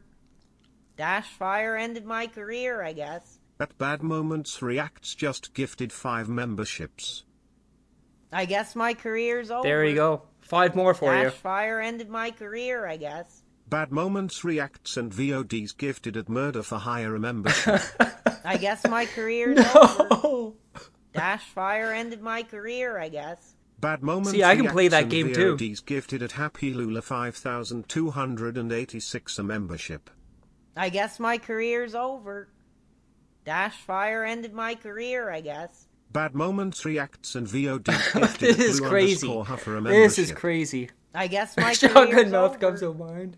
Dash Fire ended my career, I guess. Bad Moments Reacts and VODs gifted at the Tattooed Jesus a membership. I Okay, guess we're my almost done for career's real now. over. We're almost done for real. Dash Fire ended my career, I guess. Bad Moments Reacts and VODs gifted at 1,390 a membership. Okay. Okay, we're done. Pretty sure that's done okay. Let's get back to this actual video here of PWR getting his heart broken by DSP. Oh man, that was crazy. Thank you guys for the support too. I really do appreciate it. He's giving me the... He's gonna destroy my career right here. I know it's pro wrestling, okay? You got a bunch of people on Kick who are saying, get him on, get him on. Okay, you ready for this? Yes. Ready for this? This is My gonna be guy will do it. groundbreaking content. Ready? I don't know who that is. Oh my god! He doesn't know. I have no clue. Career over. Here's the matter-of-fact answer. Career is I've over. never spoken to anyone named PWR. Yes. No one named PWR has ever come to my streams. Oh, bullshit. Talked to me. Bullshit. I never had a conversation. There's never been a DM. There's never been a forum post. It was Phil. It's right here. Earlier this year, all of a sudden, Uh-oh. I'm on stream and people start coming to my stream spamming. This guy did this. This guy said this. This our guy childhood. did this. Your detractors are watching him and giving him money, and he's doing this and doing that. To which I respond, I don't care. No. This person, I don't know who they are. They don't exist to me. Yeah. I don't Oh. give a crap about who this person is. Career Because over. you people out there are hyper fixated on a person that has nothing to do with me. Doesn't mean I have to care. Oh, I Phil. literally have no idea who that person is, nor do I want to know who they are. Oh, because Phil. apparently from what people told me, Uh-oh. they talked about me all year. They made a bunch of content around my detractors and shit. I don't give a shit. Let them do what they want. Lies. Over here, away from me having nothing to do with me and my existence, which is actually how it is. No. And I'm going to be right here doing my own stuff, period. I literally don't know anything about who this person is, and I don't care to. Phil, my child. You guys spamming me and saying toxic stuff about this guy, saying that he's been with detractors and done it. I don't care. I've been with I wish detractors. him all the best. Happy holidays Oh, to thank him. you, Whoever Phil. they are, 'cause I don't know. I have no clue. Yes, you do. Good luck in your future endeavors. I have Yes. nothing to do with them. Now stop bothering me about it. No. I'm moving forward now. with My the- childhood. Okay. He's moving on. We got it. Hold on. We got it. And then PWR kept replaying it over and over. It was almost like Ralph Wiggum on The Simpsons when you could see his heart breaking in real time. And at this point before this, PWR said, I'm going to take 2 weeks off. He streamed every single day, like 9-10 hours. And then he went away for like a day or two, came back, I think, a couple days ago. And he said he was in the hospital. That is right. He got locked up in the nut house because DSP broke his heart. How sad, how sad. And that was the timeline. However, we are not done here. So if you look at the right of the stream, it says segment 1 is the timeline. Now we're going to get into DSP Tries It. However, I have cut these down. So you don't have to worry about discussing videos. It's going to be disgusting, but it's not going to be as disgusting as you think. The vape tells you everything you need to know. God, this can't be real. Absolutely pathetic, yeah. Oh, we're not done yet. We are not done yet. So if you notice, segment 1 is the timeline. Segment 2, DSP Tries It. And then segment 3, games. So let's start now with the flight of beers. So this is DSP Tries It Alcohol Addiction. Well, it is addiction. And one of the worst things I've ever seen, DSP is going to spill beer all over the place, and he's going to blame it on it being a can. Tonight, it is a very special edition of DSP Tries It because tonight we are doing something the likes of which I have never done before. Tonight, it's not food. Ooh, that's right. We are not doing food, okay? We are actually doing something pretty awesome. We are going to be doing a flight of beers that we have right here. I don't know what this is. Never had it before. It's called Carlsberg Premium Elephant Pilsner from Denmark. I don't know. It is Denmark beer. What would that be? What do you call someone who's from Denmark? I don't remember. I've forgotten. Okay? So it's a Pilsner. Elephant Pilsner from Denmark. Danish beer. Open it up. And it is foaming up right away. Oh, I just poured it all over my leg. It's all over my legs right now. That's delightful. I'm completely soaked in beer. That did not go well at all because it's a can. The bottles will pour, the cans don't pour. That was a huge mess. I am soaked in beer. I don't even know where to put it down where it's not going to make a mess. I have paper towels, but I didn't pull them out yet. Hold on 1 second. Here's what it looks like. Okay, let's give it a taste. Wow, my legs are soaked. My floor is soaked. My chair is soaked. This is not good because now everything's going to smell like beer in here, which is definitely not good. It's a nice golden color, a little darker than that. Actually, I'd say more like a dark amber color. So it's actually not as light as I first thought it was when I was pouring it. Okay, let's give it a taste.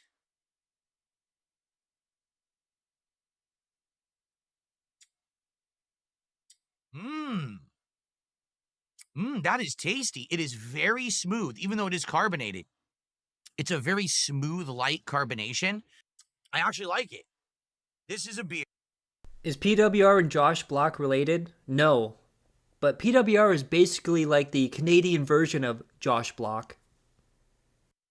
Here, I like the flavor. I like its smoothness. I would likely drink this one. What's it called again?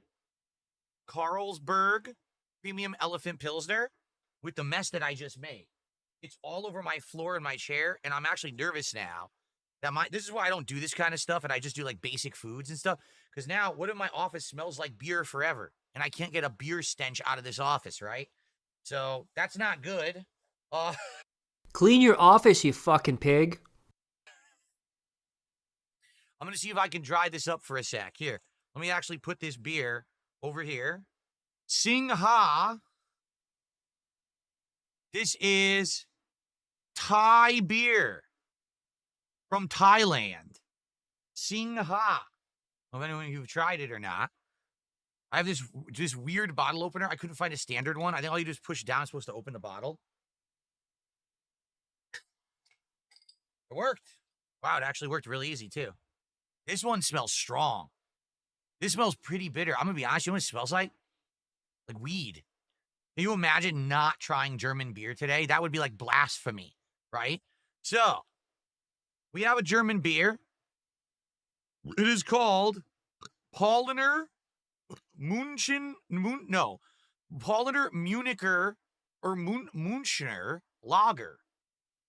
Yeah. I'll show you up close. Ready? Oh, it's hard to finger. I can't really tell. It has bubbles coming I'm pretty sure that's not a phrase. It's hard to finger. out of the can. Look at that. We're going to do another Asian beer. This one's probably the most popular, like, mainstream, because I've heard of it before. Sapporo. Okay? The funny part about it is, okay, here's the funny part about Sapporo. It's Japanese, right? It's a Japanese beer. And you look at the bottle, and you want to know what it says? It's brewed in the USA. Like, what? Why is it brewed in the USA? I guess what it is it's so popular, they probably don't want to brew it in Japan and fly it over. So they actually have breweries here. But yeah, it says right on it, it's brewed in the USA. I can't see exactly where it says. Here, hold on. I'll tell you right now. I got my glasses.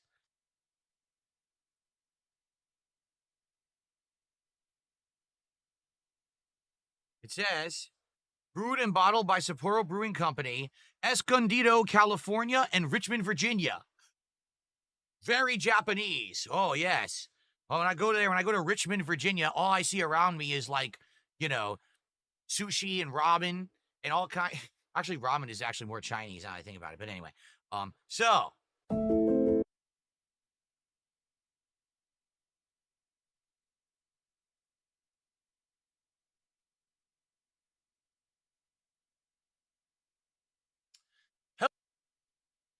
Oh, just 1 second. Get rid of that.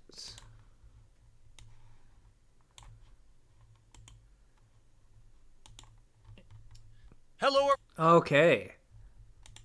Is it still on? Okay, just making sure everything's still working. My OBS just said it disconnected.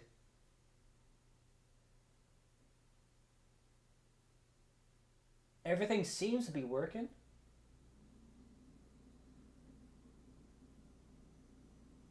Okay, I think everything's working. My OBS just said it disconnected, but it just said reconnected. So now we get to Firehouse Sub Thanksgiving subs. Man, oh man, he complains about every single thing on here. Lack of meat, too much stuffing, cranberry, too much bread, blah blah blah. Phil, not everything is gourmet.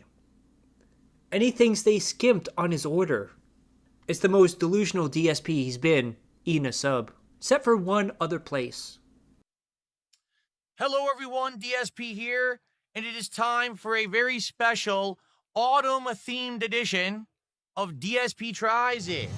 And if you're wondering what I mean by that, you're like, autumn-themed? Why would it be autumn-themed? Well, you know, it is now November of 2025, and there has actually been a food item that people were interested in seeing me try ever since it got announced and released. But the thing is, they released it in September, and it doesn't really make sense that I would have tried this food item earlier because it's the Thanksgiving sub from Firehouse Subs. And you might say, Thanksgiving, doesn't that happen different times of the year? It does. It depends on where you are in the world. Thanksgiving is kind of a holiday that happens in a lot of countries, but American Thanksgiving in the United States takes place on the last Thursday of the month of November. So that would be November 27th. Well, today is Sunday, November 2nd.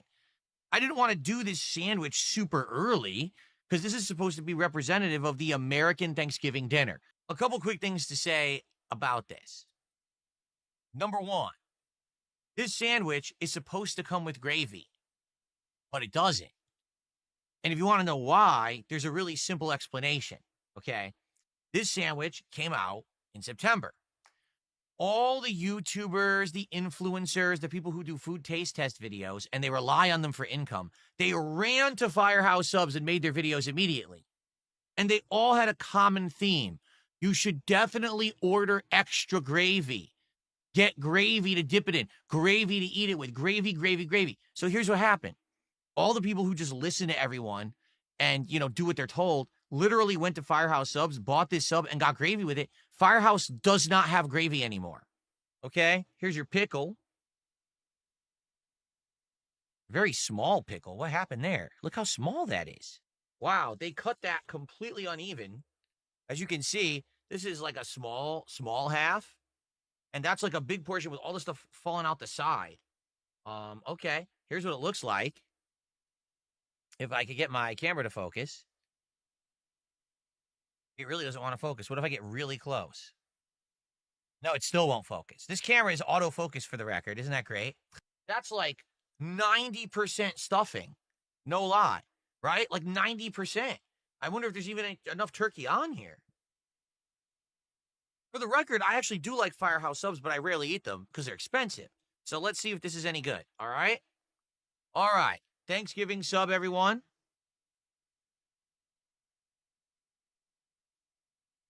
I took my first bite, and I actually thought that it was going to be dry as heck. It wasn't.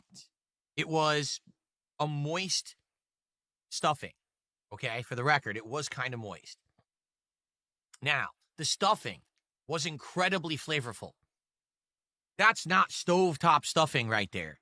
That stuffing had herbs, spices, and all kinds of flavorings in it. I don't know what. I'll say this. If you take a look at the color of it, it looks a little bit more green than the stuffing that I'd be used to, but it is absolutely delicious. It is just full of flavor. I bet DSP wants to be stuffed and full of flavor. Criticism number one, there's not enough turkey. Like, as I was eating it, it was 90% stuffing and cranberry sauce and almost no turkey. If I'm going to Firehouse Subs, which is supposed to be all about loaded subs, look how little turkey is on that. You can see there's one big chunk of turkey in the middle, a little bit of turkey on the side. Why is it not loaded with turkey? At Thanksgiving dinner, what do you eat the most of? Turkey. And a sandwich, what do you want the most of? The protein.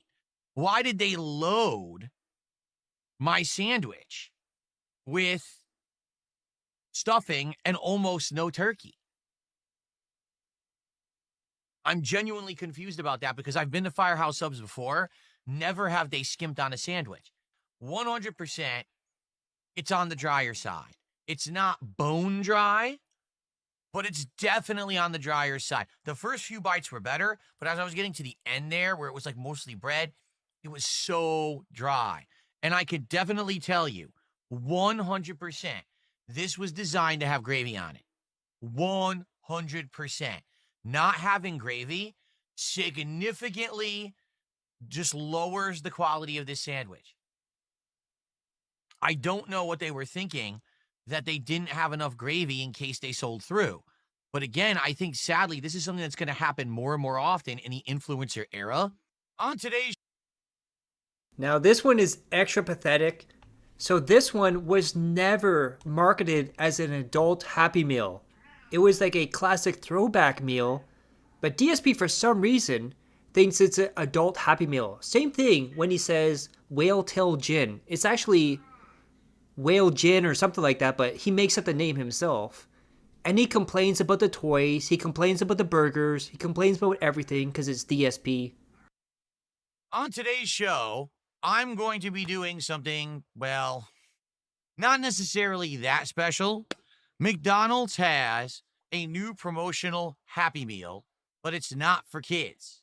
This Happy Meal is actually being advertised and sold as the adult Happy Meal. What does that mean?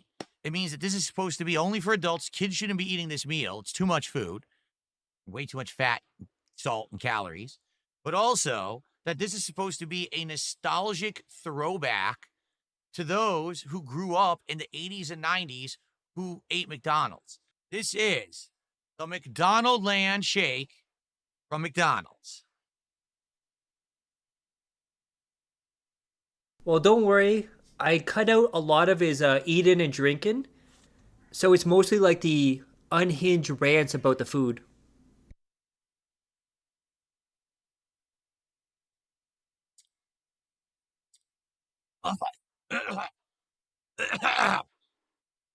Oh, excuse me. So, is it still thick? No. Is it watery? No. It's not thick like Cat or Tyrone, you know what I'm saying? It's in between. Maybe it always was that consistency. I can't tell. But it's not as thick as a milkshake that you would want. It's definitely more melted than you would want. This chocolate shake, because I want to compare the two and just see, like, directly comparing the flavors, is the chocolate better than this McDonald Land Shake? So let's actually try the chocolate shake and see the difference. Ready?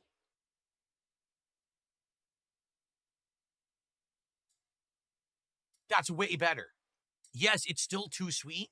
It's definitely way too sweet, but you get chocolate on the first hit and then you keep tasting chocolate. I'm still tasting chocolate right now. Standard McDonald's fries, of course. Not very good. Personally, I don't really like McDonald's fries that much, but I find them addictive and not make a huge mess. Not much to say there. So here's what they get. Yeah. DSP wants it thick and creamy, dudes. Gave me.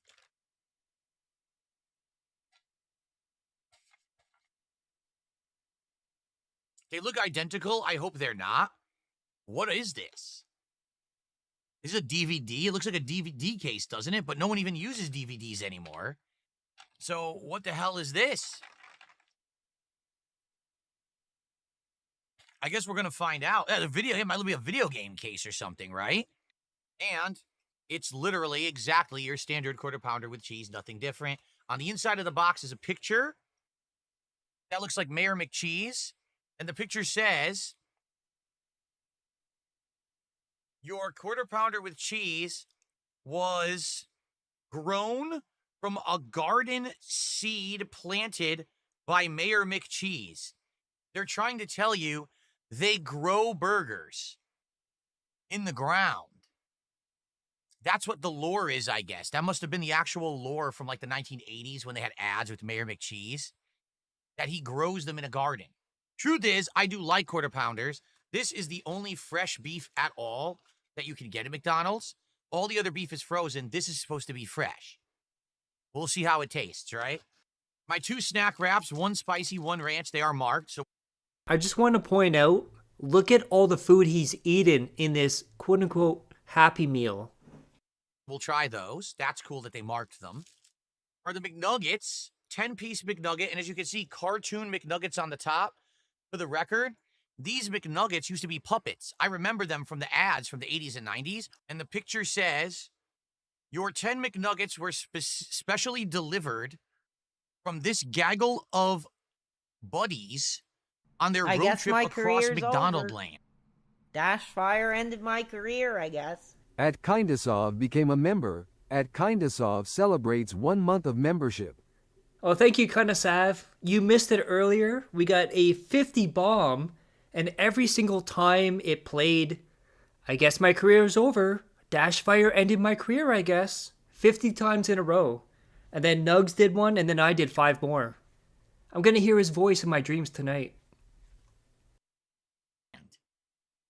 Right. So the puppet McNuggets jumped into a car and drove across the country. Sure they did. Well, we know the food's not going to be anything to write home about. Here's one. Here's one that's just single. Let's see what it tastes like. Ready? Yeah, I think I'm going to isolate that as another video so everyone can see it because it was hilarious. Everybody was laughing about it. It was absolutely hilarious. It's okay. It's not great. It's actually not bad. It's moist in the middle this time. Last time I had them, they were dry. Quarter pounder with cheese. There it is. One of the signature burgers they do at McDonald's. Supposed to be the only fresh meat that they actually have there. Everything else is supposed to be frozen. You got 2 pickles, some diced onion, a slice of cheese, and a little bit of ketchup at McDonald's. It's okay. All you can really taste is salt. You get a little bit of the bun. I don't taste any of the condiments at all. And it's very, very dry. Very dry burger. Okay, here we go. Oh, don't worry, my friend. We still have to go through all the games he played, too. We're not going to go through every game, just the memorable games. The chicken wasn't bad, but that was insanely dry. My first bite had no lettuce, no cheese, and no sauce. It was just tortilla. And don't worry, we have the Subway rant coming up, too. And the chicken tender. Let me see if I can actually get a bite that has the other ingredients in it. Looks identical. It should be. It's just supposed to be exactly the same thing, but with a spicy sauce instead of the ranch. Okay. Look how he just shoves that right in his mouth like he's thinking about Tyrone or something. Like, look at this. He's like an alien, shoves the whole thing in and takes a bite. Okay.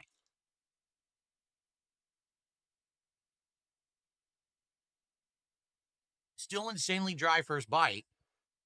I don't taste any sauce, but there is a bit of heat. Like, there's a bit of heat on my tongue and just in the back of my throat. Just a little bit, though.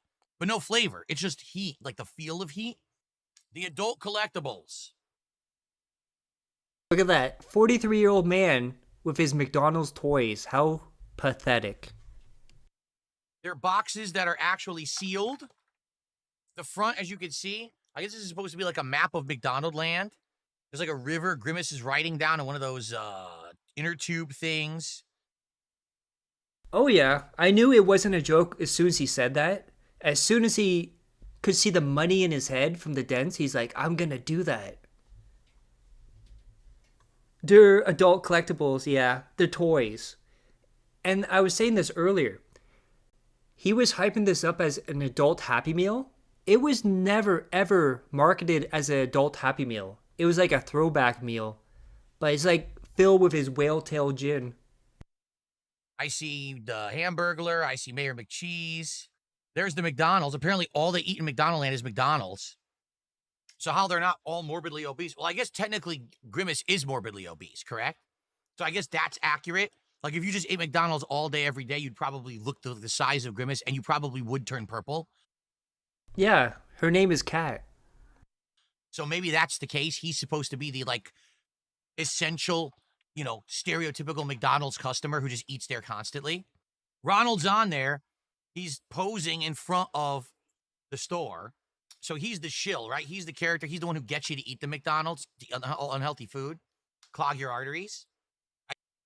This man just called Ronald McDonald a shill. He's a mascot, Phil. A mascot. I can't get it open.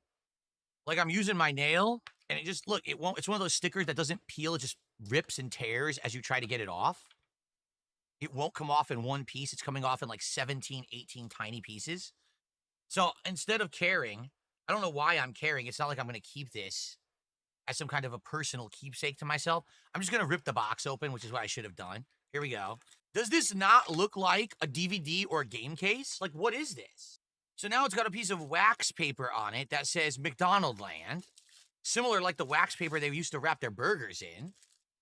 Take a trip through McDonald Land, and there he is, morbidly obese Grimace in his inner tube. That's supposed to be Grimace's signature. Well,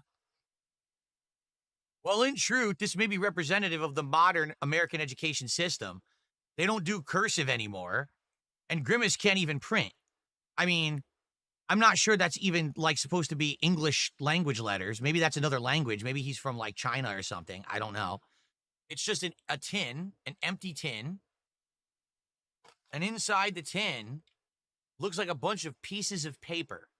I'm not kidding. This is supposed to be the adult toy that comes in this meal. Long distance buns and Franks. What the hell does that mean? Well, if he likes Franks, I think we just learned something new about Hamburger we never knew. It always comes back to dicks with DSP. Balls and dicks. That's all he thinks about. That's a kind of an interesting reveal. Well, there you go. Hamburglar came out in the McDonald Land adult meal. He likes long distance buns, but he actually really likes Franks. So there you go. And now we get the Popeyes. And oh my god, they ruined his meal, dude. You never heard this before. And he's gonna complain the chicken's not big enough, it doesn't taste good. You know, the usual DSP-isms. And he's gonna go on about how it's not enough, it's too expensive, blah, blah, blah. We're doing something special. A new collaborative meal that Popeyes... He's gay! Chicken is doing with Hot Ones. I guess this is supposed to be a YouTube show. I've never seen Hot Ones. I've seen clips from it. Celebrities and people eating chicken that's super hot, and they're like, their face is exploding, and they're crying and stuff. I have no idea if anything we're about to eat will be that hot. Here, in a side bag, there is a box. I'm going to assume this must be the ghost pepper boneless wings. Okay? But there's also, make sure this isn't messy. It's not. Okay. Oh, that's interesting. It's kind of like a chicken fry when you think about it. Oh, man, I love the coating on Popeye. Smells great. So these are just generic. These you can get right now. This has nothing to do with Hot Ones. But they put it as part of this combo meal with a dipping sauce you're supposed to dip these in. Okay? They don't even smell spicy. I mean, there's definitely a powder they put on them, but they don't smell spicy at all. I guess we'll have to try. I'm really like, you would think if this is supposed to be like Hot Ones hot, you'd smell it and be like, oh, right? No, not at all. It smells actually pretty mild, in my opinion. I could be wrong. One thing I noticed too, so the more he does DSP tries it, the more items he buys. So sometimes he'll have like 3 burgers plus sides and all this other stuff and a drink. But remember, dudes, he's the healthy one. Maybe it'll burn my mouth out in a minute, but it just doesn't seem very spicy at all. Okay? Yeah, I think about like 4 or 5 times a week he probably eats fast food. I guess we'll find out. I think we're going to have a big problem here. Guess what? They did not give me the Hot Ones hot sauces. Get fucked. And I bought the meal that has them. They didn't give it to me. I didn't get this last dab ranch or whatever it is. It's not in here. I'm serious. Here's what they gave me because I ordered and paid extra for extra sauces.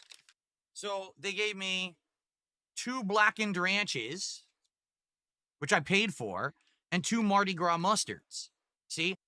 Oh, we all know who else is blackened, if you know what I'm saying.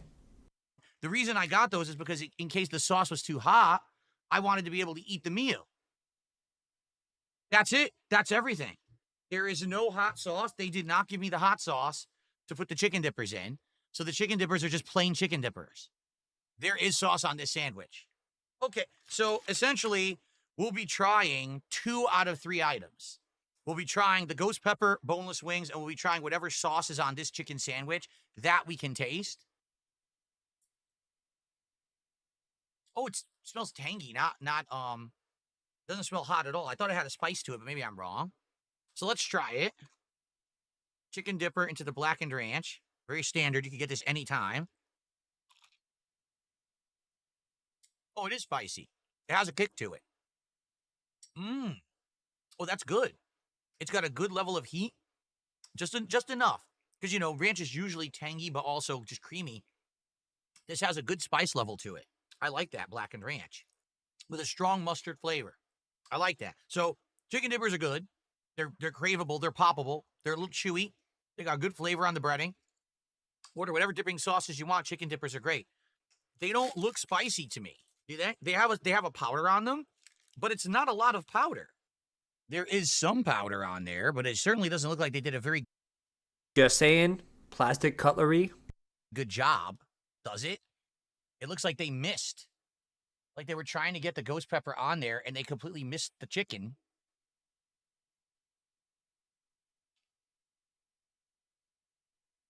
Oh, man. It's so spicy. I don't know how I could possibly eat any more of these hot ones, spicy wings. Oh, no. It's like nuclear red, right? Or I say orange, like a nuclear orange sauce on this. By the way. Yeah, he charged his audience $1,500 to eat this food and all the other foods as well. And keep in mind, he says it's so expensive. So you're getting $1,500 to eat this food that's like $30. Where's the rest of the money going there, Phil? Has something changed about the Popeyes chicken sandwich? Look at that. What the hell happened? Does that look like what they used to have on their chicken sandwiches that people lined up around the block to eat? It's actually one of the smallest pieces of chicken I've ever seen. Remember, I ate this sandwich on DSP Tries It years ago. It was great. What the hell happened?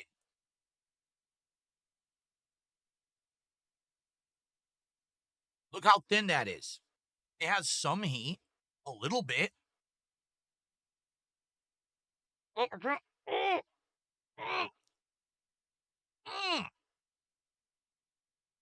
I couldn't bite the chicken. It's too tough. No, Phil, that's probably your teeth because they're in bad condition. And now we get the Quizno subs. And this goes as bad as you think because he hasn't had it in 20 years. He's going to complain there's too much bread, not enough meat, they skimped on it. And he's going to complain it's not the same as 20 years ago. Okay there, boomer. On today's episode, we got something interesting and special because today I'll be doing something the likes of which, number one, I've never done on the show, and number two, I haven't personally eaten in years, and number three, used to be popular. And I say used to be for a reason. Today we're going to be trying out Quiznos subs. So today I ordered these sandwiches for DSP Tries It. It took about an hour for them to get here. Yeah. So hopefully they're good. I'll be honest, I'm feeling them and they're not feeling very warm. They're supposed to be warm and toasty. That's supposed to be actually their appeal. I mean, it even says, Quiznos. And I think it actually says toasty. Weird monkey or something that used to sing a song about the moon. So they bought the rights to use the monkey in their ads, and it would be like, eat Quiznos subs, because they are good to us. And everyone on TV would have no idea what they're watching. Like, what is going on? Like, why is this the ad? How is this advertising a sandwich shop? Is it still any good? I used to actually eat these when I used to have my office job. That was 20 years ago. That's what I used to eat. You want me to do more streams like this? I can do more like this in the future. Eat Quiznos. So, could it be any good?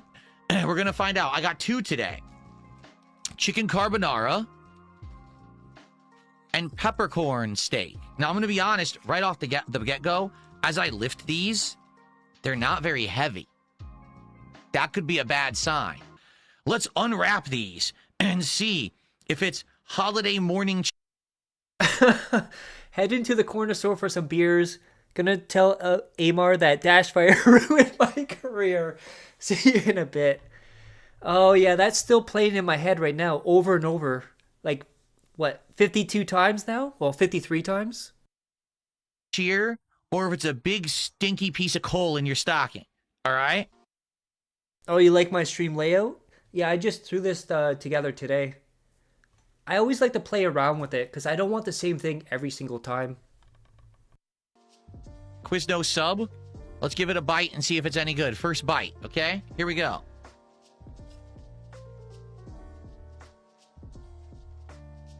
Imagine how bad your teeth have to be for like a sub to hurt. That's absolutely pathetic. Brush your teeth, Phil. It does have onions on it. I'm seeing them now. White onions. There's definitely flavor. All right, the steak is not bad. The steak has some pretty good flavor. In fact, it's way more flavorful than like Subway or stuff like that. It definitely tastes like a decent grade of steak. The steak is definitely overcooked. As you can see, it's gray. There's literally no juice in the steak whatsoever. So I don't know if they overcooked it just this time or if it's always overcooked. But there is like no pinkness, no juiciness to the meat at all. Phil, it's fast food. You're expecting gourmet, real meat. You're not going to get it. And not everyone likes their steak pink as well. So they're going with what most modern people like. A lot of people like it pink. A lot of people don't. They're playing it safe here. But it still does have flavor. The bread ratio is just insane. That's way too much bread for a sandwich. There should have been way more ingredients on there loaded up. That is like so much bread in each bite that, yes, I'm getting flavor of meat, which is fine, but why am I getting... You hear that? DSP loves the flavor of meat. So much bread. I want way less of a bread ratio, quite frankly, than what this sandwich is providing me. It's actually disappointing. We'll get back to that. Here is the chicken carbonara. So if you don't know what comes on this, it is grilled white meat chicken. It is bacon. It has some melted cheese, and I forget the cheese, what kind it is. I really do. I'm sorry. Maybe it is provolone again. I'm not sure. The chicken carbonara from Quiznos. Here we go.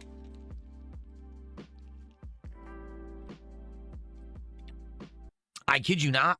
That chicken is really, really dry.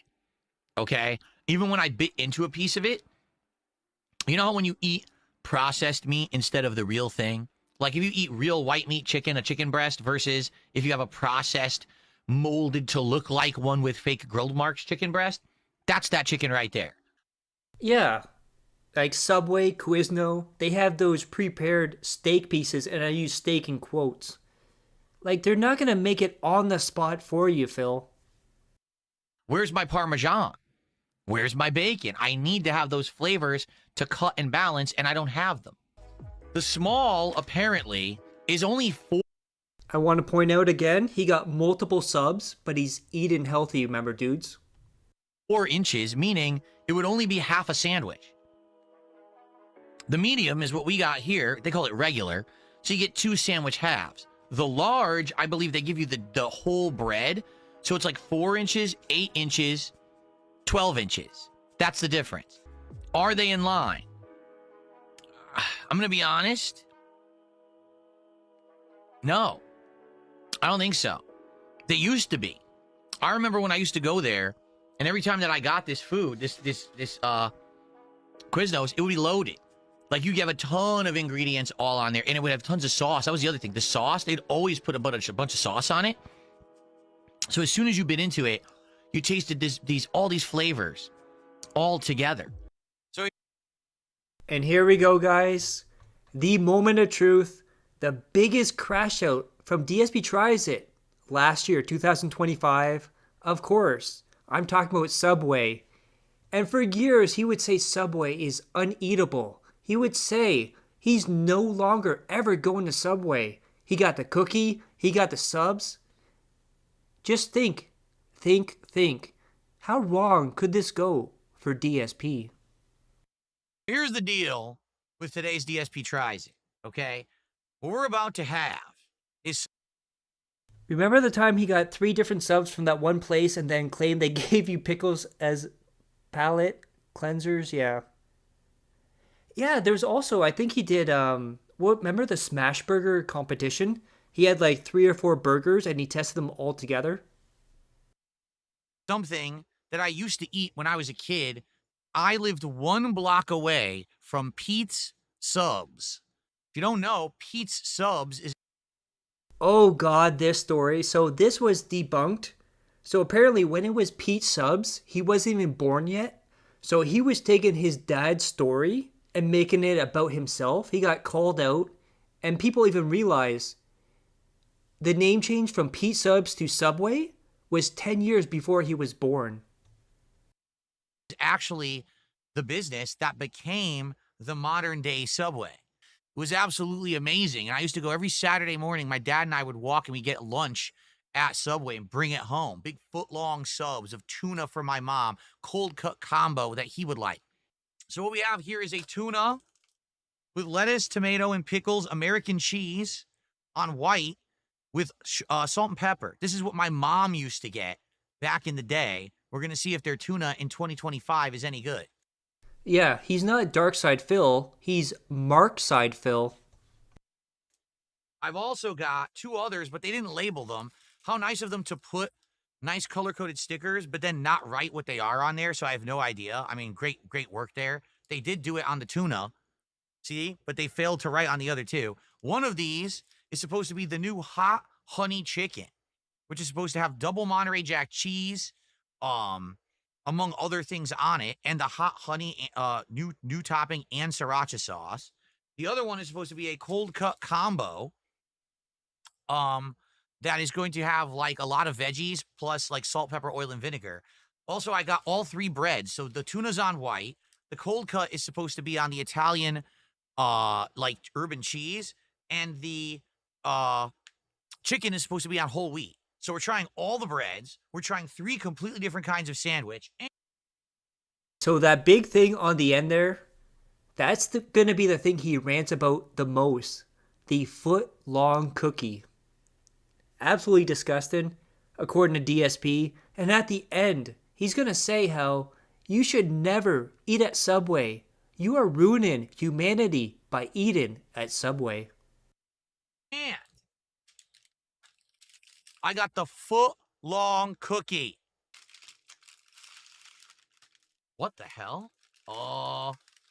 What the hell is that? What is that? Oh my God. That is not correct. Look at what they gave me. What is that? It's supposed to be chocolate chip?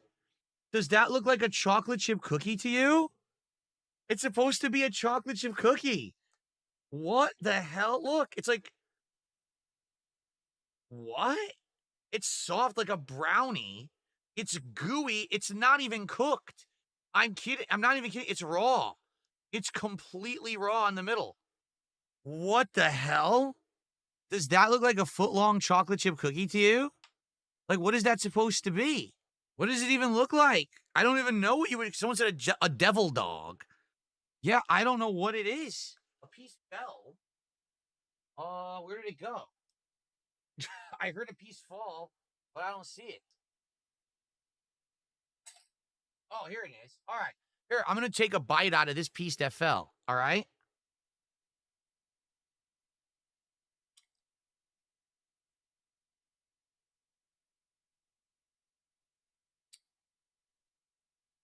That ain't right. That is bizarre. It is extremely sweet. It tastes like pure sugar. Seriously. Really? So the T Zygot says that's not the foot-long cookie. That's a foot-long Oreo. I didn't order a foot-long Oreo. The foot-long Oreo is not even on their menu. It doesn't look like a cookie at all. It looks like a giant turd with a smear of like bird shit in the middle. Like, that's what it looks like. It's supposed to be on the artisan white Italian bread, which is hilarious. Artisan my ass. I'm sure they really make it there. For the record, I never asked them to toast it, but they're all toasted. So I don't know why everything's toasted. I didn't ask for it, but they did it anyway. So the bread is toasted. Okay. So, all right, I see tuna. Lettuce, tomato, pickles, and American cheese is supposed to be on here with salt and pepper. That's what I asked for. For the record, you couldn't get it toasted back in the day. They didn't have toaster ovens or anything. It was just the bread was so good because it was freshly made down the street at the bakery. The bread was good. You didn't need to have a toasty flavor on it, but all right. Here we go.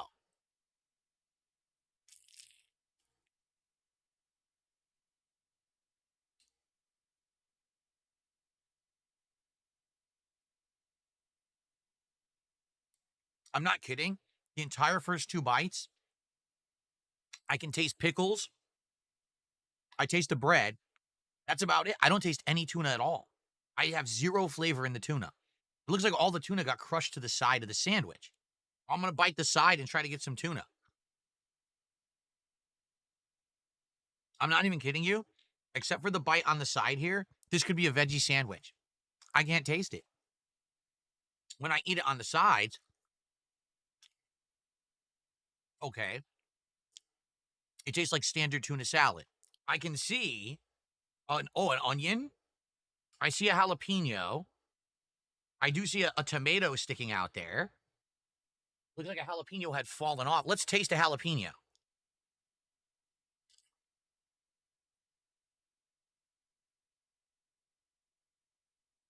It's the incredibly hot and spicy kind with absolutely no flavor but heat.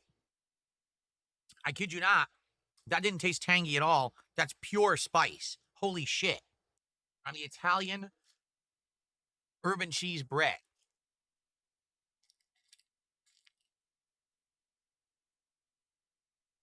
The bread is stale. I can tell the first bite. The bread is dry and stale. Eat fresh. Very good. This is a new offering. The hot honey chicken. Okay, they've just added the hot honey condiment to their menu. So we don't know what this is going to be like, okay? It's supposed to be hot honey, sriracha, mayo, lettuce, tomato, I think onion, and some double Monterey cheese, and the new rotisserie chicken. So have you ever heard of a sandwich? Yeah, kind of Sav. Don't forget the third name, robust. Where you put the meat on the top half, and you put all of the condiments and the veggies on the bottom half. Aren't they supposed to be toppings, meaning you're topping the meat? Why at Subway do they put the meat on the top half? Are they stupid? Like, are they slow? How do you not even understand the premise of how to build a sandwich when your job is to build a sandwich? Hot honey chicken from Subway.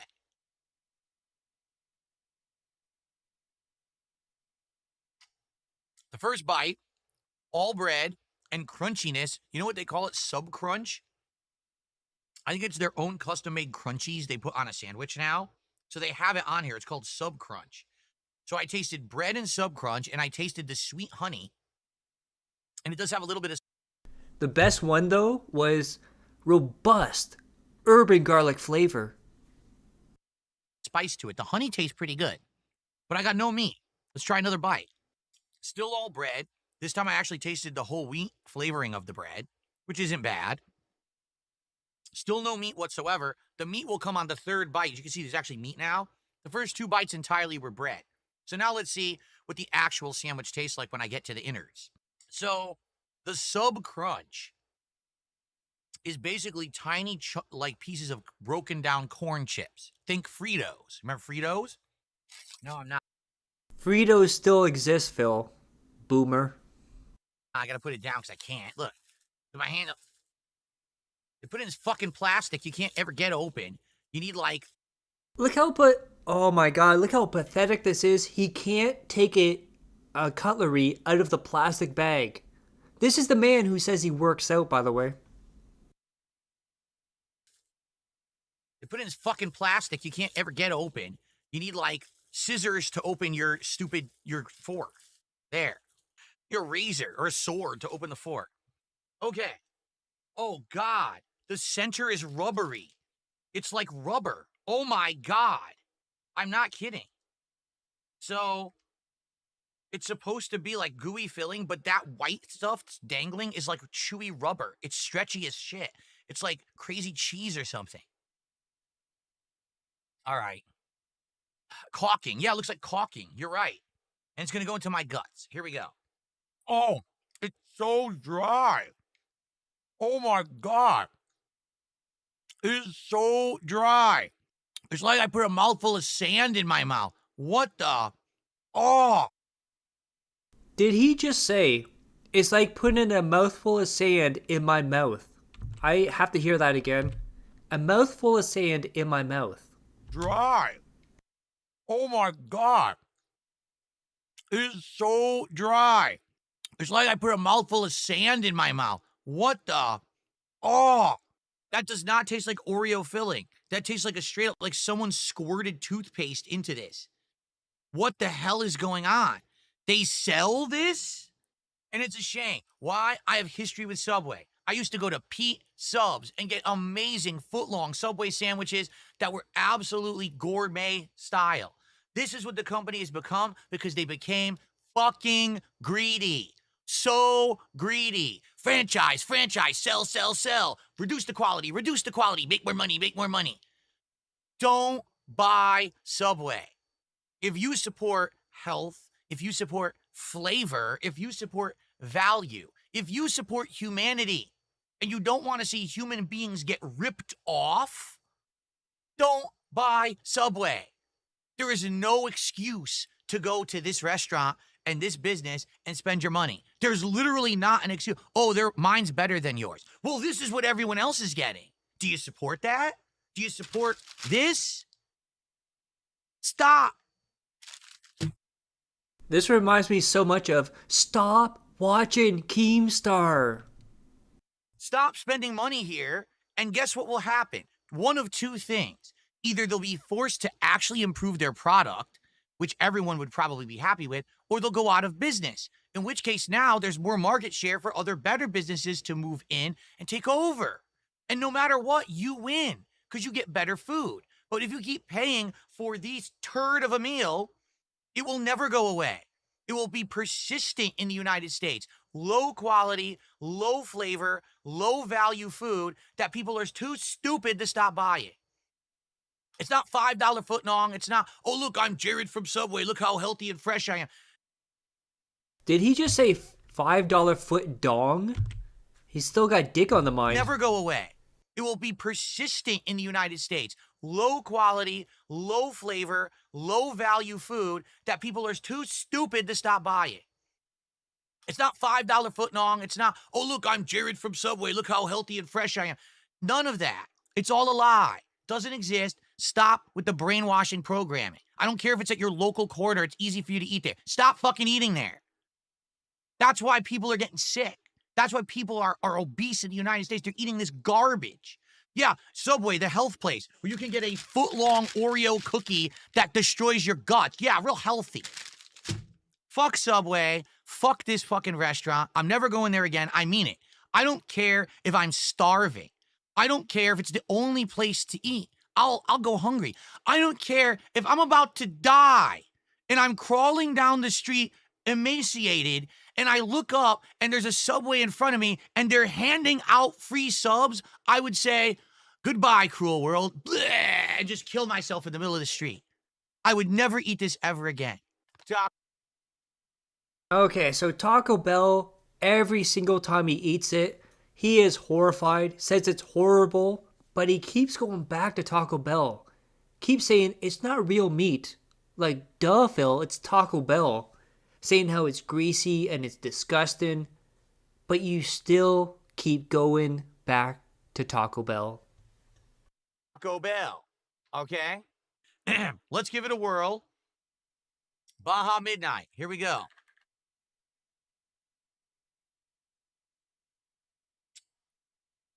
It tastes just like Baja Blast to me. It tastes the same. Maybe I'm wrong because I haven't had the Baja Blast in a while.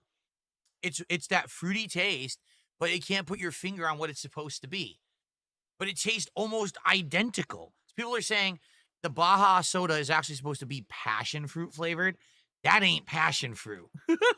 I know passion fruit. That, sir, is not passion fruit. So this is the Supreme version. This has the extra, I believe it's tomato and sour cream. If you get the standard version, you just get lettuce and cheese, okay? Does it have some weight to it? It actually does. Now, keep in mind, this is a taco. They used to sell these at Taco Bell for less than $1. The Cool Ranch Doritos Locos Taco Supreme. Why, Phil? Why do you eat stuff like this? Why do you move your head like that? Move the food, not your head, you scumbag alien.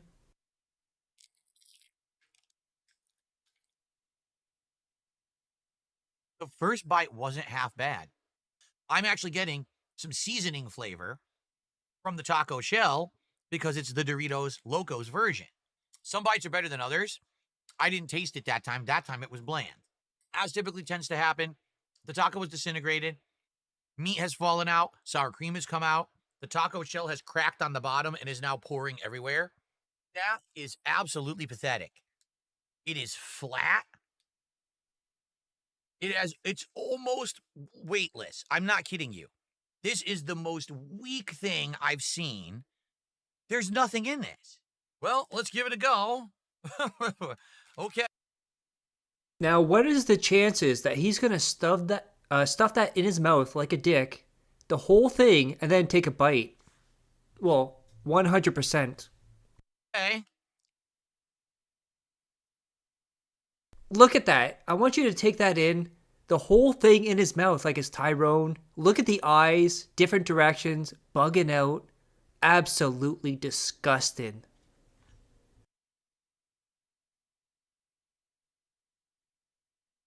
Oh, trust me, Drew, I hate myself for that.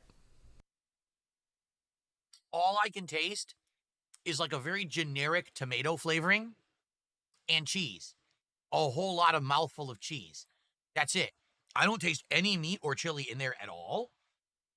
I guess we'll keep going. But a special sauce instead, and then with a extra gordita shell and cheese melted between. So here we go. Here we are.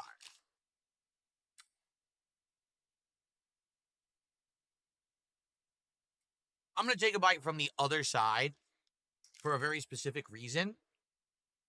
Oh, don't worry, guys. Once we're done, DSP tries it.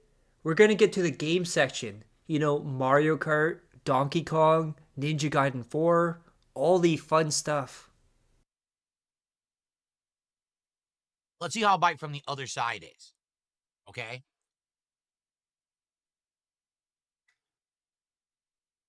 The person who made it effed it up.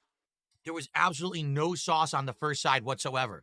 I took 3 bites, and my mouth was dry. There was 0 sauce. I was like, oh, this has got to be one of the worst DSP tries I've ever done in history. I can't believe it's this bad, quite frankly. I guess let's go piece by piece through this, okay? I can't show you some of the stuff because I ate it. The Doritos Locos Cool Ranch Taco, I had the Supreme version. That was actually good. It wasn't as messy as the nacho cheese one. It did have ranch flavor, but it wasn't overpowering. It went well with the savoriness and saltiness of the beef and the cooling aspect of the Oh, now Kinda Sav is hearing it. Guess Dash Fire has ruined my career. sour cream was good.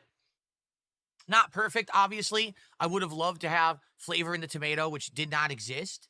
And I wish that it didn't break apart like they always do. It broke apart while I was eating it. It made a big mess. But overall, the Supreme Cool Ranch Doritos Locos Taco was my favorite thing of everything we just ate. Now, is it worth $5? No, absolutely not. It's not. I'd say that probably I guess should my be $2. career's over. Oh, thank you, Kinda Sav. My career, Now we're going to hear 5 more times. Kinda Sav just gifted 5 memberships. Thank you, Kinda Sav. I guess my career's over. Dash Fire ended my career, I guess. Kinda Sav gifted at Balls McGavin a membership. I guess my career's over. Dash Fire ended my career, I guess. Kinda Sav gifted at Eric 4,300. I think I'm pretty numb to this after the 50. I guess my career's over. I'm gonna hear this in my Fire dreams ended so my much. career, I guess. Kinda Sav gifted at Voden a membership. I guess my career's over. Fire ended my career, I guess. Kinda Sav gifted at DeLoncat 5053 a membership. I guess my career's over. Fire ended my career, I guess. Kinda Sav gifted at Why do we have to hear his nasty twat again? 9154 a membership. Okay, it's done? Okay, good. Oh, I'm gonna hear that guy's voice in my sleep, and I use the guy very loosely. Oh my god, I've heard his voice so much tonight. I guess my career's over. Fire ended my career, I guess. Oh man, I'm gonna have nightmares about him. I'm serious. Not 5, 2. So from price alone, it's not going to be a great rating. I'm going to give it a 3 out of 5. The Doritos Locos Cool Ranch Supreme Taco. Okay? The upgraded version, which is the Cheesy Gordita Crunch version of same said taco, actually tastes pretty good and goes well, except the one that they made for me has almost no sauce on it. So it's insanely dry, and it doesn't taste good. The sauce makes this, and the sauce is missing. I had one bite with good sauce. In fact, I think I might see one more dab of sauce at the top. Can I take another bite and get flavor?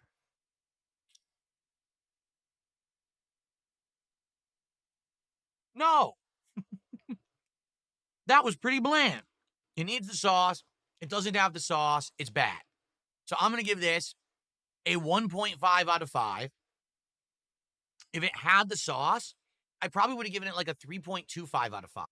Remember, he always says he doesn't rank stuff, but now he ranks stuff. Seriously, because it tastes good with the sauce, but bland and dry is not how I like my dinner. So, and if you thought that was bad, now we're going to look at Taco Bell with the spicy stuff. He had trouble with that Taco Bell. I wonder if he'll have trouble with this Taco Bell. Oh, today we're doing something interesting. Just a couple of days ago. Can I take a bite at the top and get flavor? Yeah. Yeah, that's DSP, all right. Don't worry, Nugs. We're almost done. DSP tries it. Then we're going to get into the games. Mario Kart, Donkey Kong, Ninja Gaiden 4, all the good stuff. Taco Bell launched a new menu. Wow, they never do that, right? This menu is supposed to feature spice. The whole idea of the menu is hot. Wow, not very many napkins. It's a good thing that I have a lot of napkins here in the studio to eat because, you know, Taco Bell is typically pretty messy. So I'm glad that I have more than just the 4 napkins they just gave me. Well, we do know you have that box of tissues for reasons, right, DSP? Frank's Red Hot Diablo Nacho Fries. Well, that's a problem. These are the 2 burritos. Do you notice something? They didn't label them. They're not labeled at all. I have no idea which burrito is which. They look exactly the same. They're the same size, the same tortilla. So how would I know what I'm eating? Let's see what's actually in this. First of all, I got to be careful because I can see that there's sauce right there, which means they didn't do this very, very cleanly at all. They were probably sloppy getting this together. How am I supposed to get this open without making a mess? It doesn't open. Look, I'm breaking it to open it. I actually had to snap the plastic to open the lid. Has there been any fast food ceremonies in 2026? I don't think so. I don't think there's been one yet. But remember, too, there's no goal rewards, too. There's no goals, there's no rewards, there's nothing. He just eats whenever he wants to. Yeah, he is annoying about everything. Some great packaging there. Okay, this is weird. So you would look at this and you'd be like, oh, that must be, you know, very, very flavorful, right? It smells like nothing. I'm not kidding. Like, I'm smelling it right now. I'm like, it doesn't have a scent.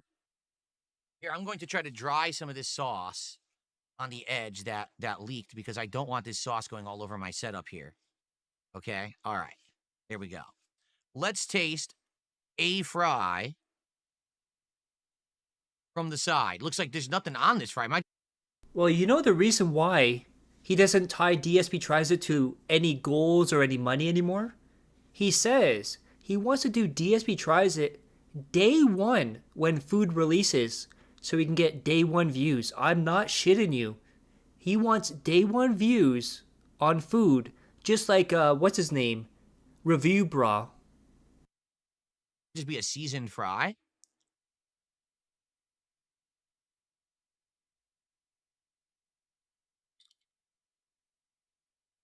It's the standard Taco Bell fry. Has a little bit of seasoning on the edge. It's chewy. It's not crispy. It's not going to be crispy. The chicken is the typical chicken you get there. Has a little bit of seasoning on it. You know, marinated or whatever. It's just okay. It's not great. Here, let me try. I'm going to fork some of this pile of toppings that we're seeing here along with the piece of chicken. Let's see what that tastes like together. Again, is there some sauce on there? Yes. Is it spicy? Not really. Just a tiny bit of spice, not much. Here, let's try this fry, which was literally in the middle, covered in some kind of sauce. It's covered in the sauce. Okay? It's not hot. Like I said, I think they didn't put nearly enough sauce or toppings on here for it to be spicy. If you're going to have it spicy, you have to put more of the sauce on there. It's weird because it looks like there's a lot of sauce on there, doesn't it? I'm telling you, it's not hot. I don't have a super hot heat tolerance. I don't have a good heat tolerance. I can't eat spicy Indian food, spicy Asian food. It's too hot for me. This is like, if I were to rate this on a 0 to 10, I'd say this is a 2. Oh no, people are saying I picked the woke burrito. Oh yeah, kind of sad. Don't worry. He started this review off by eating a single fry that didn't have any sauce or toppings on it. That's how good this review is. Oh no, well, let's go. Let's see what a woke burrito is like. Oh, what? Okay. Well, I think I know what it is. This must be the grilled cheese burrito because the entire bottom is covered in cheese. Look at that. I wasn't expecting that. I didn't know that they actually grilled cheese on the outside of the burrito. Why do they do that? They can't put it in? What is going on? What is this food? I've never had this one before. Obviously, I've never seen that before. Cheese on the outside of the burrito. Why? Because now if I'm going to pick it up, look, I have to pick it up in a weird way because if I don't, I get cheese all over my hand and my hand's covered in grease. The only flavor I got was sour cream. That was it. That entire bite was beef. They're seasoned beef. So 1/2 is sour cream, 1/2 is seasoned beef. And just a little bit of hot sauce. So a tiny bit of heat is now sitting on my tongue. But no flavor yet.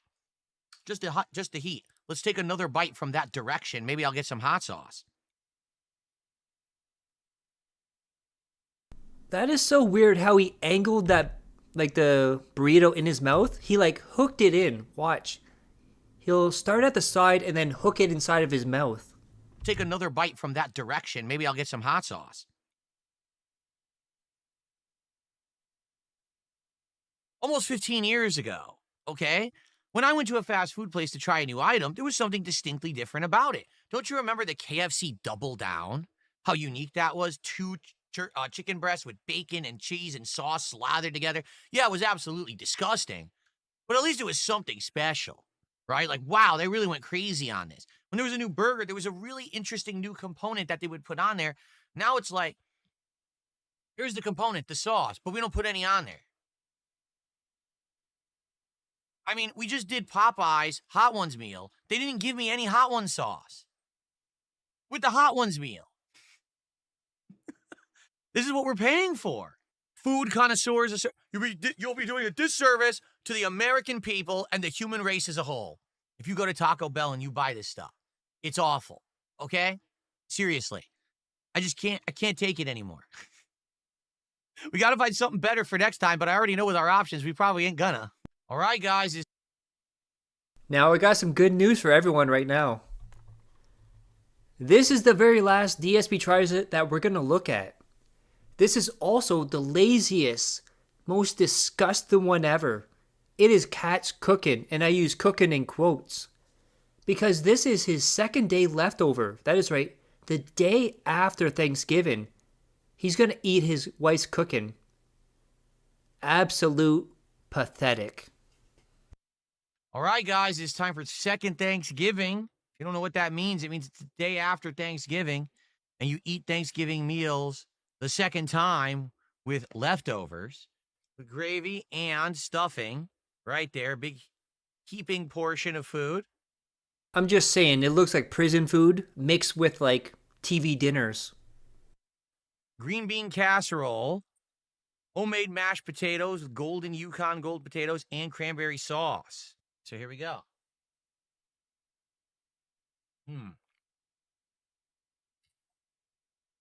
Yummy. This is a turkey breast roast that was marinated in a garlic herb marinade overnight in the fridge and then roasted all day in the oven. Tasted great. It looks like Hungry Man dinner. Let's just be real, Phil. She put it in the microwave, she heated it up. That dumb fat bitch. Skin on the outside, very delicious. Try the green bean casserole.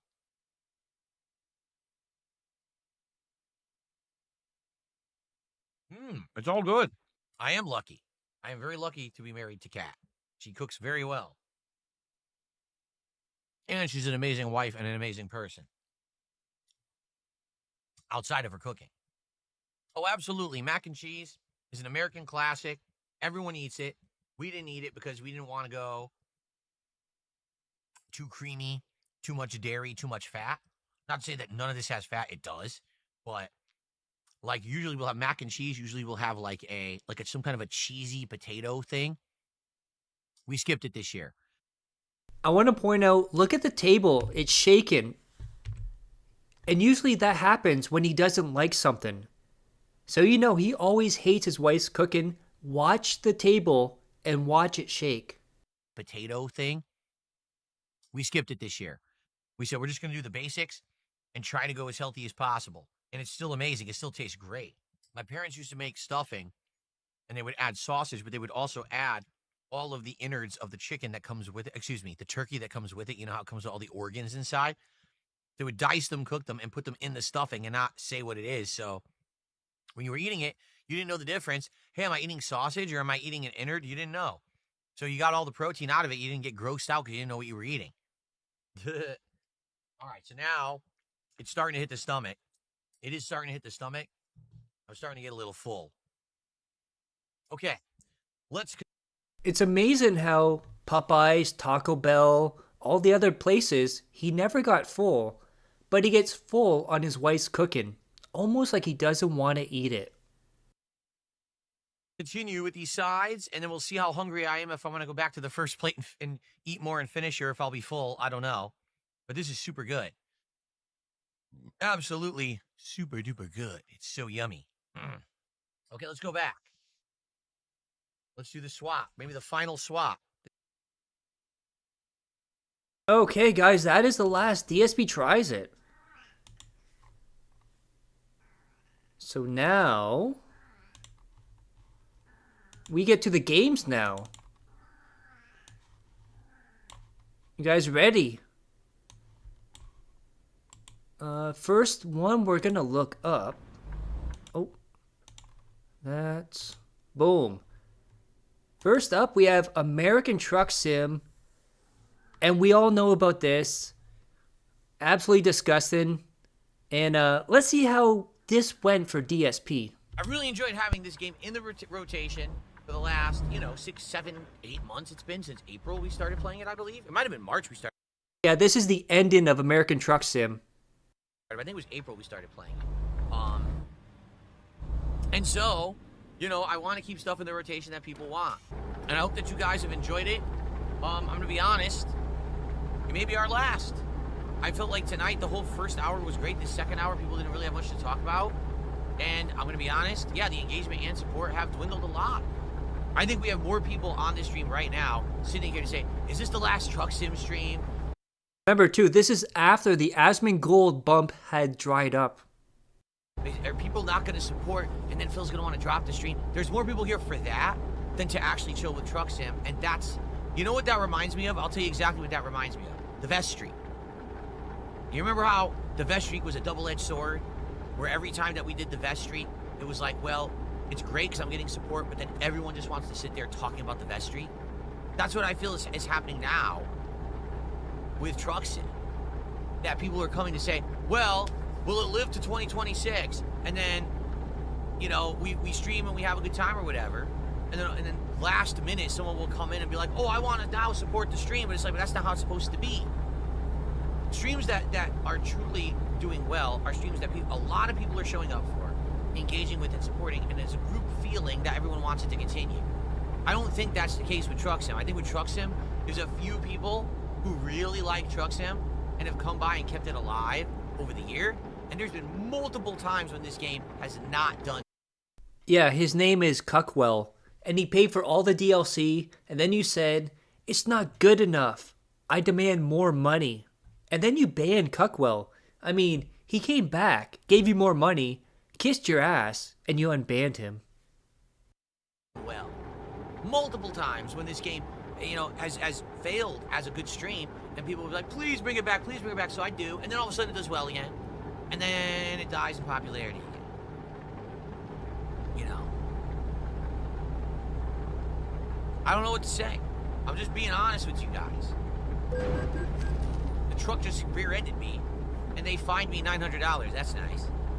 Like, literally, it rear-ended me, and they fined me $900. No, I mean, that's another point. All right, can we call it the elephant in the room? The entire time that I've been playing this game, there's been very few people who really overall support. You get a few people who do small contributions, then all of a sudden, there'd be last-minute Hail Mary contributions out of nowhere. And it's like 10 subs, 20 subs, a giant tip out of nowhere at the end. That's not organic support. That's every once in a while someone saying, oh, I really like it, but that's not really the point. The point is that we're supposed to be having a stream that everyone is enjoying and wants to show up and engage and support as a community. Not, oh, there's like a couple people who really like the game and are gonna Hail Mary it. And it for a lot of the times it has actually been 220, but it hasn't always been 220. To be clear here, it hasn't always been them. I want you to think, back when we watched the timeline, all the times ICS and 220 was banned, and DSP said, I'm done with him, I don't want his money, and here he is, giving him more money. Remember, I've been playing this game since April, but it really feels like that's always been, I mean, ever since that 1 week, if you remember, where it was very poor support, and I said, that's it, and then all of a sudden everyone complained the next week we wanted it, and I said, well, you didn't show up for it, what happened? So I brought it back, and then all of a sudden every week after that, it was like last minute Hail Mary, last minute tip, last minute subs, but that's not supposed to be how it works. It's supposed to be there's enough people who like it, not 5 people. Again, there's a reason why I stopped doing private videos for my patrons. Now, keep in mind too, he doesn't do the videos anymore, but he also offers it as a reward on Patreon and collects money for it. It's almost like he's breaking TOS. I want to be a streamer that's making content that the public want to see. They want to come and hang out with me and have a good time. Not, I'm doing it for 2 people, and those are the people who support everything. You see, like, that's not the intention. You know what I'm saying? It's just not. So, I'm just saying, that's, you know, there's many games that are doing very well right now in my rotation, that's not the case. Case in point, Pokemon, Mario Odyssey 2, Arc Raiders, Call of Duty. I can keep going. There's tons of games I'm playing right now that there's a lot of people who like and they do well. This is not one of them. You know? In fact, isn't this interesting? Let's be honest here. This game, out of all the games we've been playing, is the only game that I have not played since before the Asmongold interview. This is the first time that I'm playing this game since the Asmongold interview, and you notice that it's not doing very well. Out of nowhere. I'm just saying.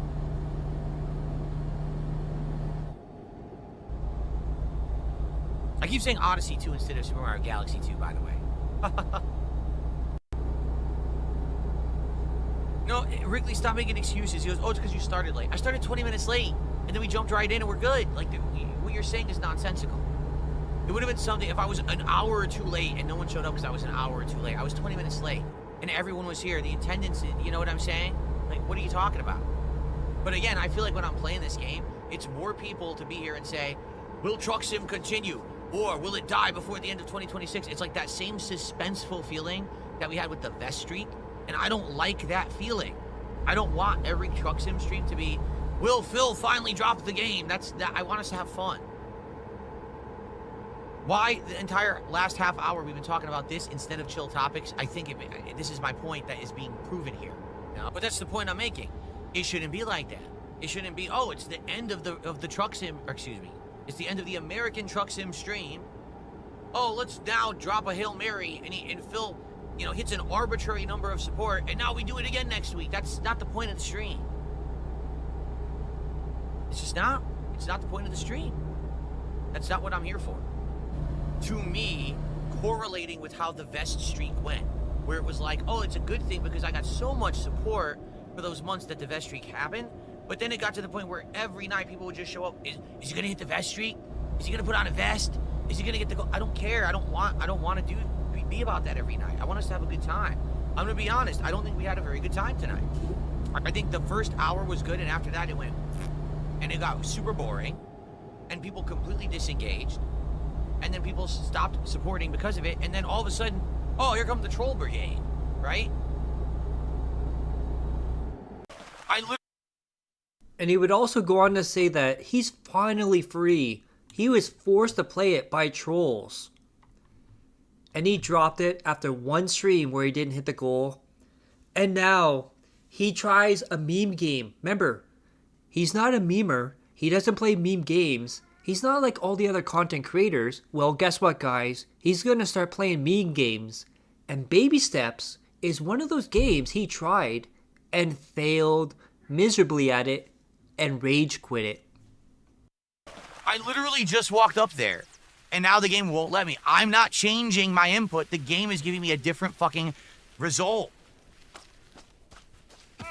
I give up. Fuck this. I'm like this. It took all the fun out of it. There's the checkpoint. It's taken all the fun out of it because the game's not consistent. The game needs to consistently work and adhere to the same rules, and it doesn't do that. Look, it changes the rules whenever it feels like. It makes it so you can't stop sliding down. Sometimes he'll stop, sometimes he won't. Fuck this. Why are you sliding all of a sudden? Stop sliding. Thank you, iLeveler. iLeveler just gifted a sub. Thank you, iLeveler. That's the first contribution in 41 minutes. So you guys hate this game.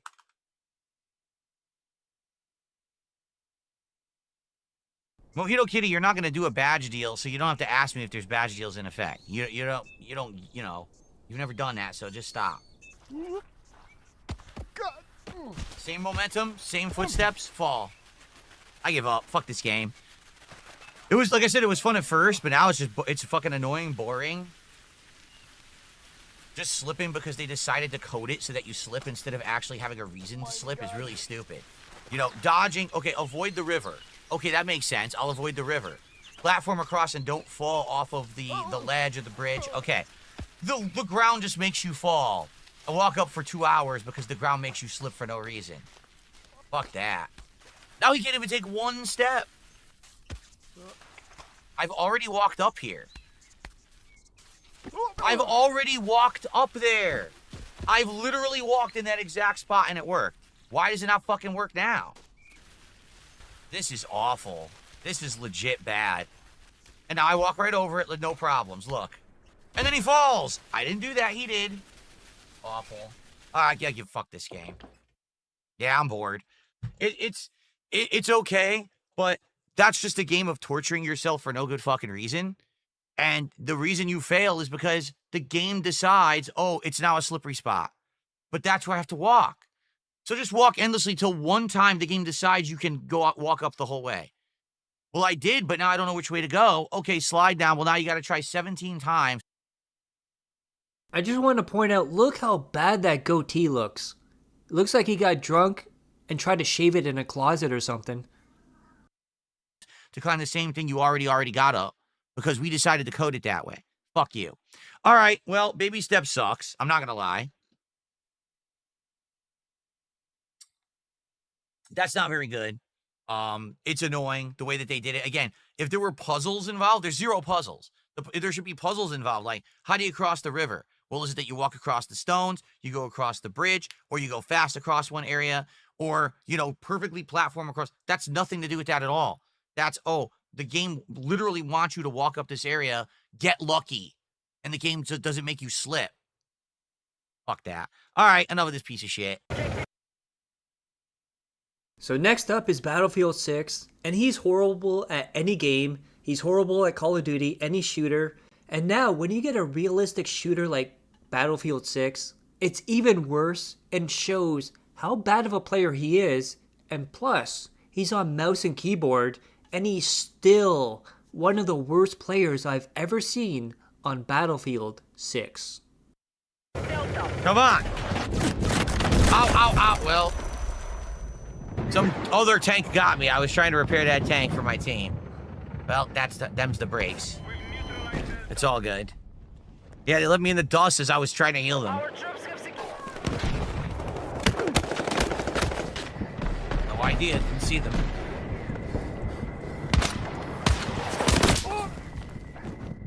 What? How did I get downed instantly again? This is fucking ridiculous. I shot him. I'm firing. I'm just dead instantly.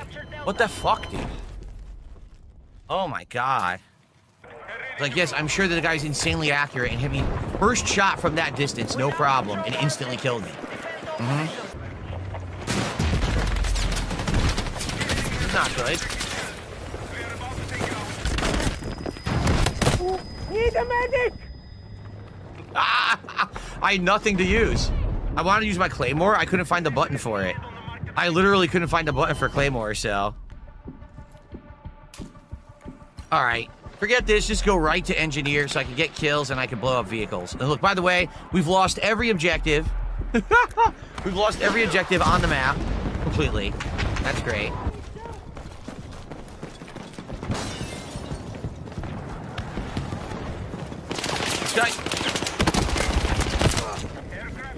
This guy is just trying to snipe and not doing anything useful at all. I need a fucking medic! I'm staying with him and he didn't do it. Look, he didn't even look this direction. He literally didn't even fucking turn this direction.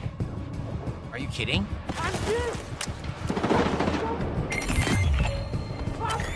These people, because this is the problem, if you don't play with someone who knows how to play and plays like a squad, there's no point in playing. And these fucking guy's an idiot. He didn't even know I was down. I'm standing right next to him calling for heals. He didn't even know I was down. Then he turned super late and he died. Then I died, you know. Jeez.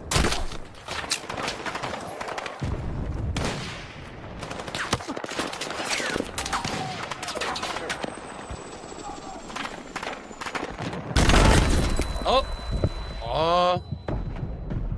What killed me? I don't know what that was. No idea. Stupid giant map with people that don't stick together, don't work together. It's just a waste of time.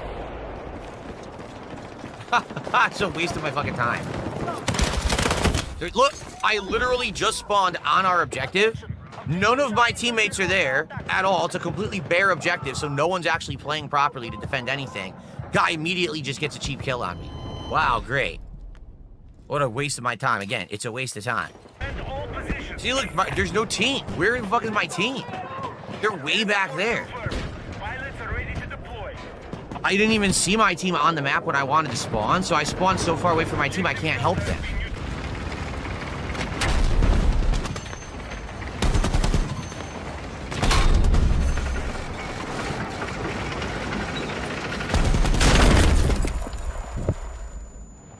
Ow! They're in the tank that has a nice big cannon. I'm in the tank that has a crappy little pea shooter, a crappy little pea shooter machine gun. Okay, get out of the way so I can blow this fucking thing up.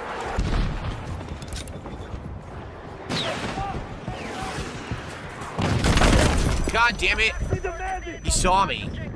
I wanted to run through the landmines, but he got me. This guy's in the tank party. He's just paying no attention. Oh, shit. All right, now we're talking. All right, let's go. Let's fucking go. I don't know how to use a parachute, so if I jump out, I'm gonna die. What the hell happened? What the fuck just happened? What are you doing? You idiot, you fucking ball!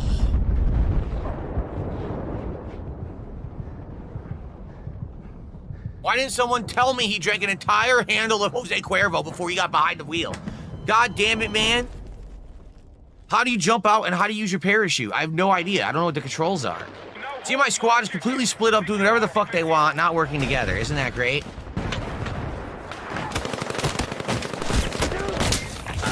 Whatever. Someone shot me in my ass. Great. Great. Thanks for the sub. Also, I think a tip came in. I'll have to shout all those out after the match ends. Thank you, guys. Yes, please support my efforts to learn Battlefield because I suck at it. Kind of like, I feel like this match would be a lot better if our team would work together. No one seems to be working together at all. I was going to revive this guy, but... I didn't see him until it was too late. I totally didn't see the guy until he was already shooting me, and then it was too late to move.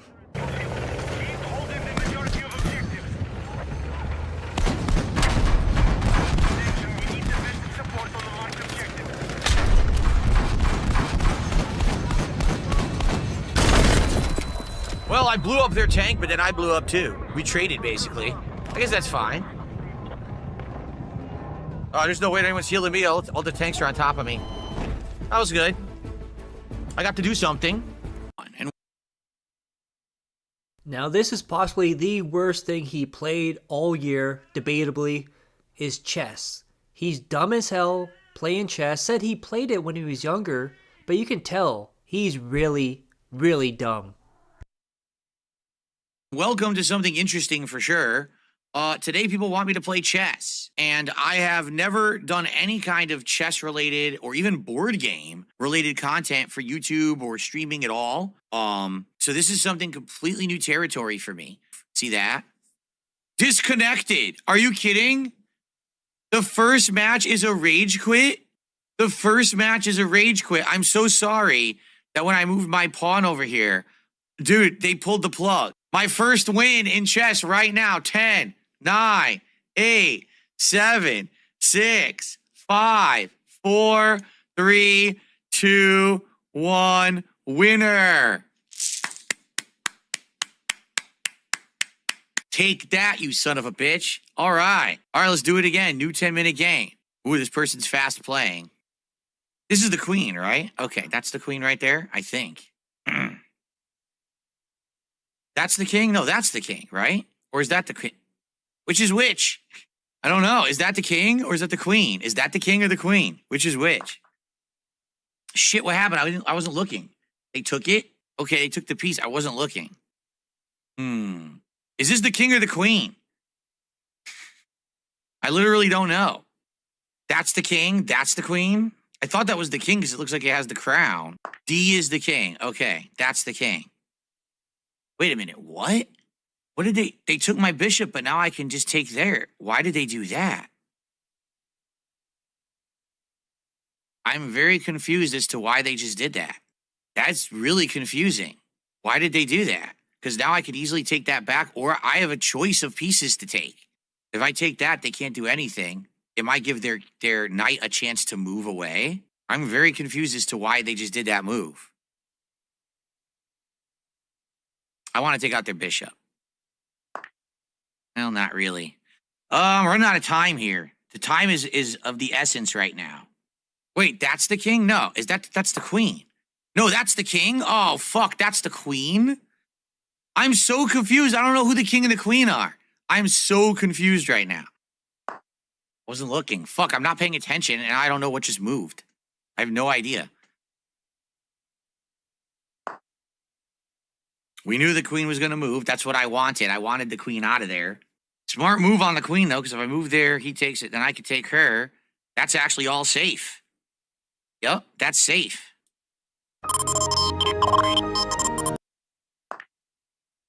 See how this goes.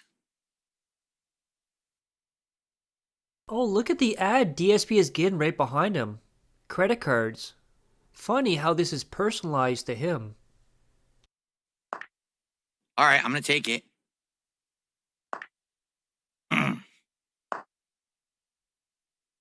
So we're going to sacrifice each other's queens here, basically. Time is the problem. Now look at this ad. It's the weight loss drug, the same one that RTU's taken. Remember, all these ads are personalized based on what he searches and looks at. This was not timed. I do better, but I have to rush moves now, and this is not good. The rushing of moves is not good at all. Check. Check. They're way better. This person is way better than me. Except it's not. They can't take it because then they lose. So now the king's stuck. I gotta make fast moves now. Snort.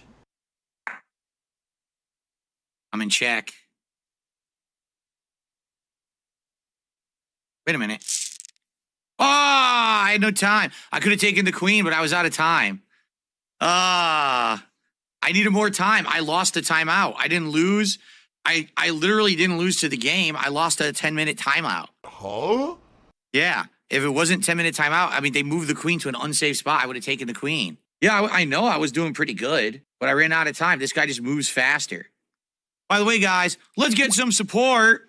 What's going on? Let's get some support for my first ever chess.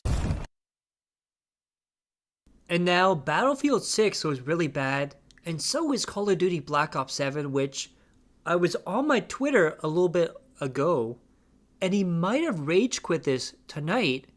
But Phil, you said all the upgrades made you better at this game. You're doing so much better. What went wrong, Phil? Yeah, this gun is weak as shit. The gun is so bad. This is actually the worst gun I've used yet. I can't believe it. Flashbang going out.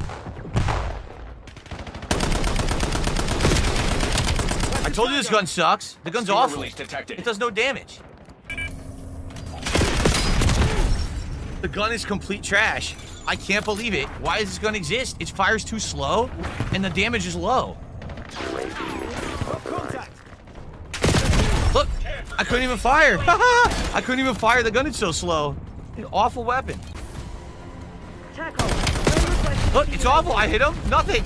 Like no damage. Watchdog Hilo incoming. This is the worst rifle yet, and I'm gonna just ditch it. I'll go back to the AK. This is so bad. Complete trash gun.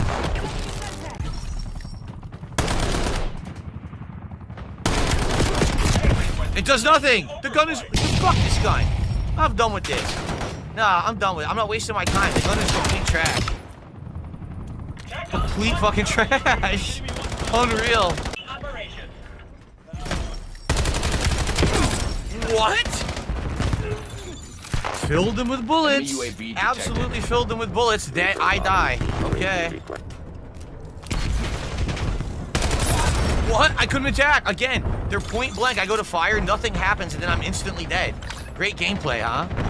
No, that's the latency. The latency is ass. It's 12 milliseconds. It's definitely not 12 milliseconds. Filled him with bullets. Doesn't die. Again, this is such nonsense. Hostile skewer inbound. Again. Hit. No, dead. Okay. Performance is trending below it. I'm pissed. This is a waste of another waste of a game. I start with a weapon that's completely worthless, and then by the time that I'm trying to catch up, I can't play now. It's fucking stupid. Why is this gun in the game? They wouldn't let me look at my loadout right now. Look. Why is that gun in the game? This has an insanely low fire rate, which is hilarious. It doesn't do any damage. Even though it claims it's more damaging than the AK, it's not. It's a blatant lie. It does less damage than the AK, and it fires so slow, you can't kill anyone with it at all. It's a complete piece of shit. It shouldn't be in the game. It's a waste of an unlock. What a complete waste of everyone's time. That is so pathetic that they put that in the game like that. A bunch of dickheads. And I'll just start with it. I'll literally just start with the AK because that MX was a complete garbage gun. Getting the drop on everyone, filling them with bullets, and no one dies because it does no damage. Might as well shoot them with Nerf rounds. I want another one. I want a different assault rifle, but I can tell you I don't have a good one yet. That's the problem. It's probably like the 5th or 6th one down the line. It's probably the good one. Bravo lost. Why did it get... Again, why did it not hit him? He's standing directly in front of me. Where else would the bullets have gone? Straight up?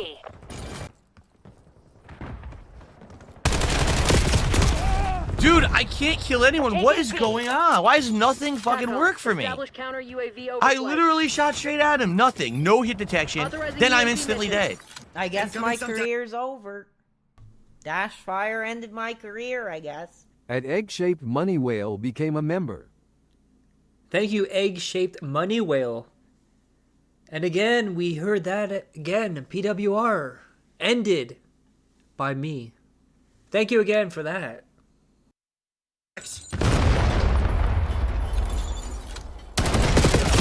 Huh? He was there, I fire. Smoke, can't see anything. You're instantly dead. What the fuck are you talking about? What the fuck are you talking about? I hit him, but he mulched me. Tell me how that was an instant headshot with a fucking sniper rifle from point blank. Does that make any sense at all? What kind of gameplay is that? You are incoming. Dude, again. Oh, I see movement. Let me take... I'm already dead. It's ridiculous. I swear to God, I don't know why the fuck people get to instantly melt you in this game. You don't have a chance to do anything. He just instantly kills me. That's not how fucking war works. That's not how war works, you dumb fucks. Who made this one, by the way? What idiotic game developer made this one that doesn't understand how fucking guns work?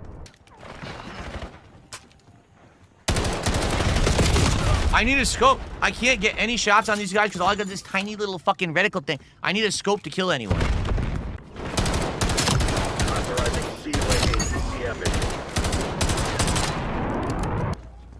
Drone pod level 2.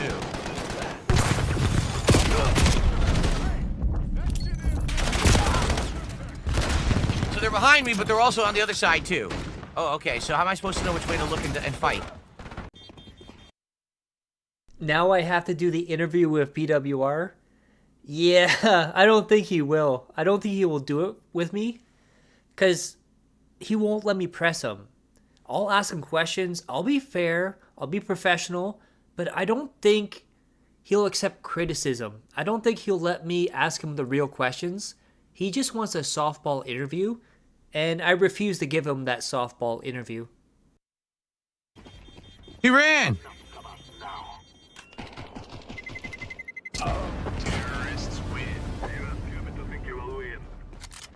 There we go. All right, I kind of get the gist of it. Let's quit out. How do I quit? I can't quit? Or is it exit to main menu? I figured it. I understand the basics now. Okay. Oh, and this one is from one of his marathons, Counter-Strike. So he played this like 13 years ago. He was bad at it then. And he's even worse at it in 2025. He ran!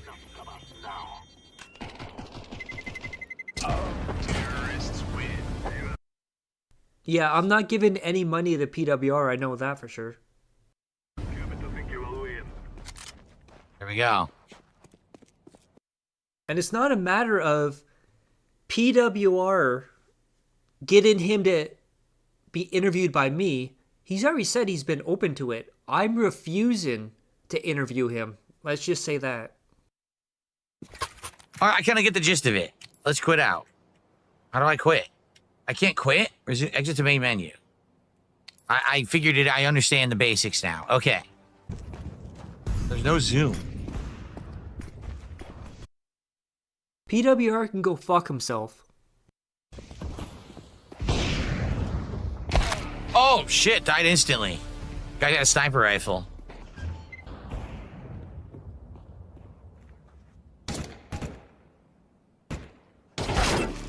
Oh my God!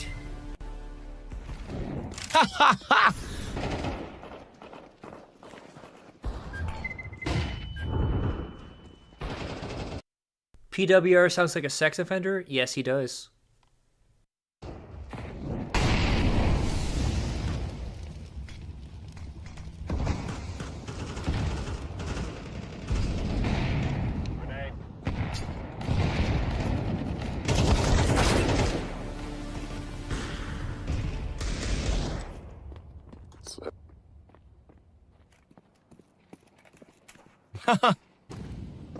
No run, huh? You just walk and you can go slowly if you hold shift. Can't see anything.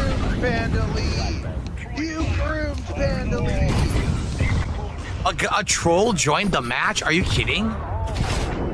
A troll actually joined the match. What an idiot. What a waste of time. Well, I'm just gonna leave. A troll joined the match. What? Why? Why? It's a throwaway game.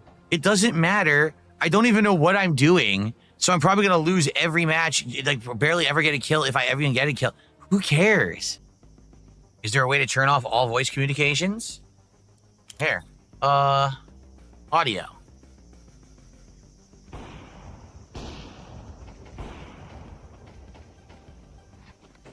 There we go. Okay, fixed.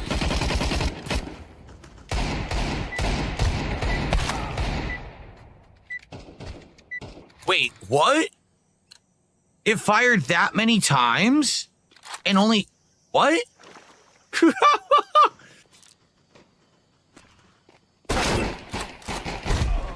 I killed someone. Oh, it was a bot. I killed a bot. Darn. Oh, well. Switch to your bonus weapon. Instantly killed by the real human. Oh yeah, I want to point out, he's playing against a lot of bots and dying to bots.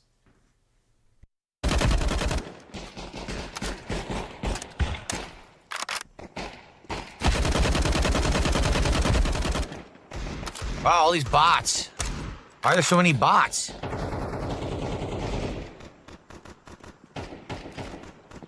Oh, and then the human kills me. I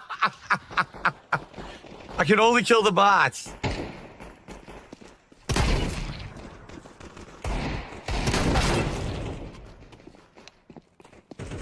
Remember guys, he can pick up a controller and play at a professional level in any game. Yep.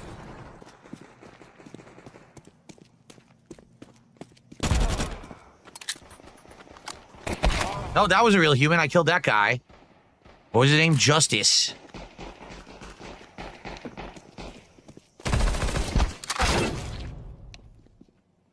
What's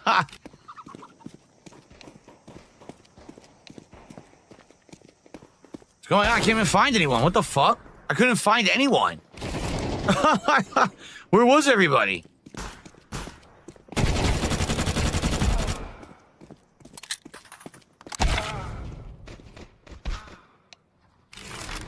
It's very exciting gameplay.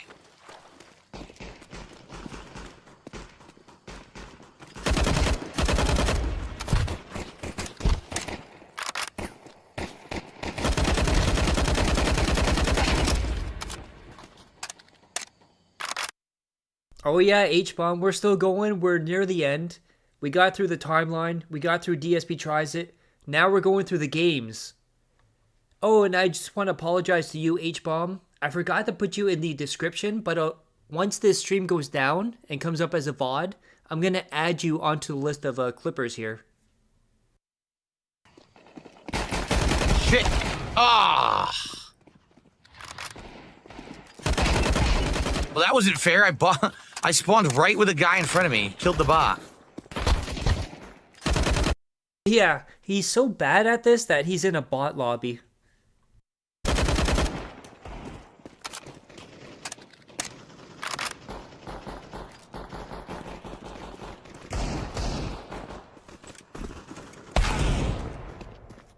Great.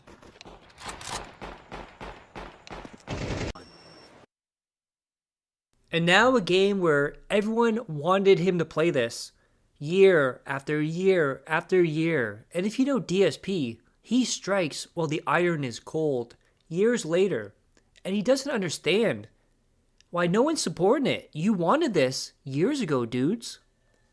And he's going to say that the main characters look like him in different phases of his life.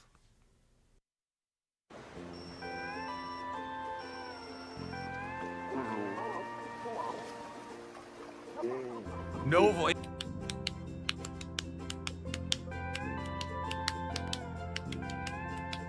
See, definitely not like me. My nose is much bigger than his. I have a protruding chin. I have way less facial flab and jowlage.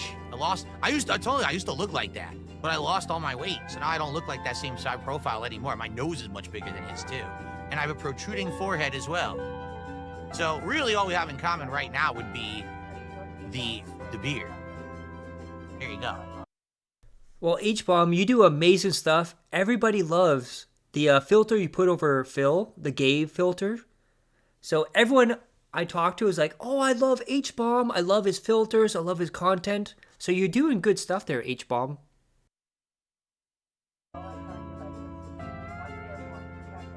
That noise. Music? Wait a minute, hold on.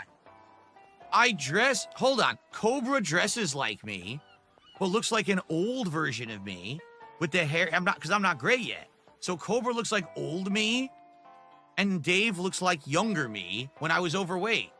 Each character is a different version of me in my timeline existence. I understand. Because that's how I dress now. So he's got my style, but Dave's got my old school looks and portliness. There you go. All right, well.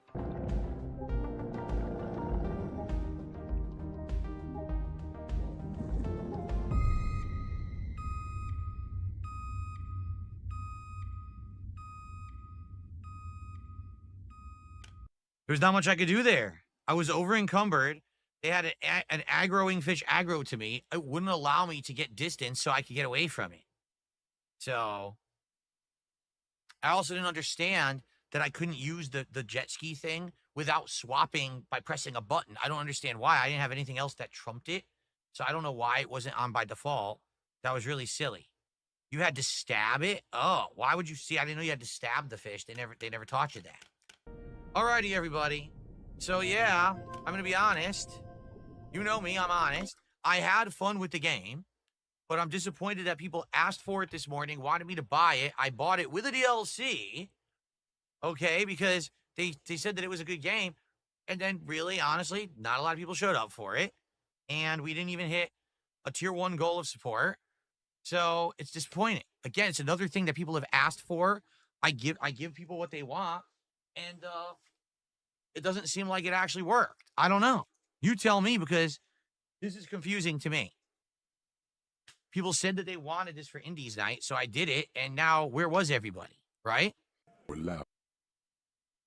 And now we get to Disco Elysium. It's a game that requires you to think and make choices. If you know DSP, he doesn't know how to make choices properly. He doesn't know how to think. And he's going to get a game over because he's going to approach somebody. They're going to have a gun in their hand, and he chooses to grab that gun, which kills him, and then he has to do stuff over again, and he gets pissed off at the mechanics of the game. Allowed to run around uncontrolled and try to wriggle their way into well-organized neighborhoods. Is that the end of the game? You're serious?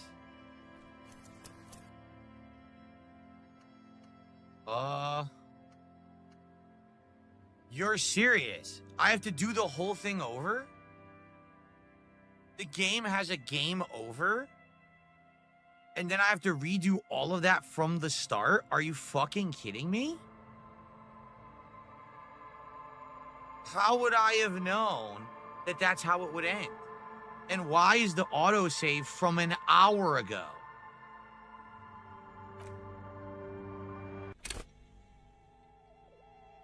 You've got to be joking me. The autosave is from an hour ago? The bullet is safely sealed beside his orderly handwriting. The bullet looks You've sad, got to be like a kidding tiny, me. Shriveled head of cauliflower. The squashed bullet. What? Well, if I was the bullet, if we find who in conclusion, the more we know about this bullet of yours. The jacket of the bullet is, you can just about, it's quite. What can you say about the bullet? A jacketed. We were right. Even the RC. Something tells you that won't be anytime soon. This'll have to be one of those epic tasks. This is nonsense. They're gonna try to make me do it all over again? Now I'm gonna fail these. Going to remember arcane firearm models. This is nonsense. They're forcing me to do the whole thing again because there's a bullshit game over in the middle. Now it's gonna fail. No, fuck this. This is terrible. The game doesn't save. The game puts you into a game over situation when there has never been a game over situation before in the entirety of the game. And now they expect you to replay an hour and redo all of the checks? Fuck this. This is awful. No, this is legit bad, like bad game design.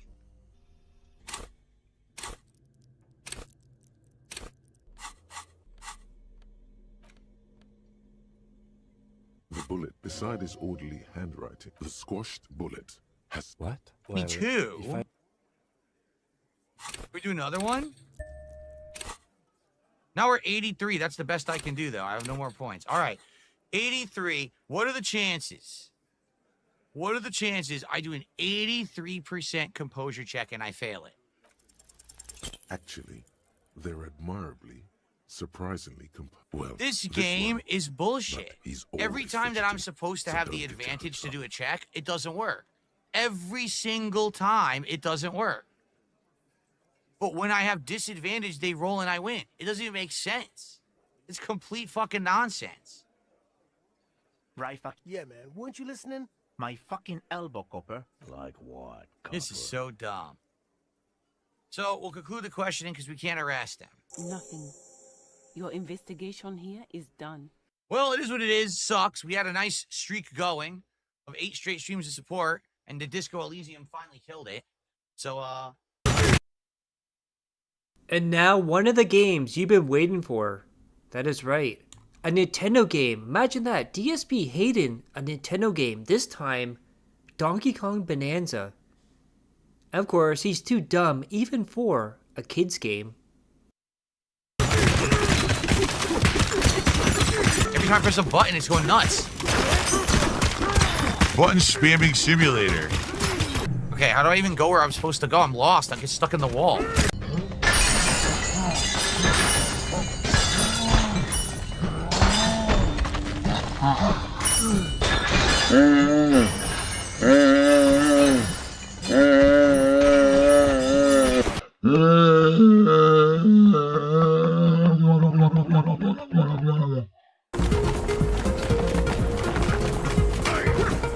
Oh, what the? Well, I didn't understand. If you even touch it, you release.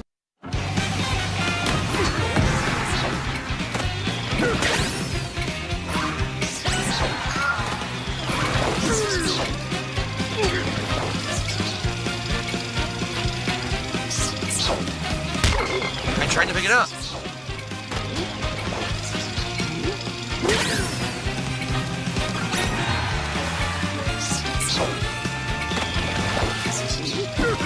Oh no! Well, I failed because I couldn't do it. I couldn't do the aiming. The aiming is actually hard to do because the triggers are very, like, loose. This is crazy. Like, I was not expecting the game to be like this. I thought there'd be some collectathon. I didn't think the whole game was the collectathon. Like, it's literally the whole game.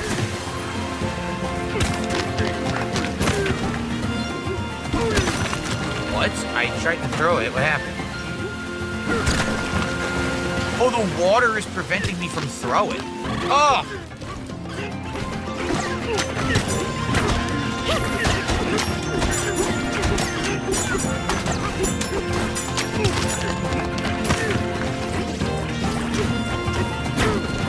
What?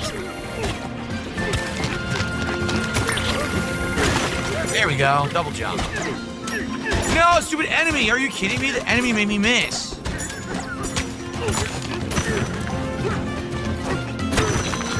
Now I can't do it because of stupid enemies. You're kidding.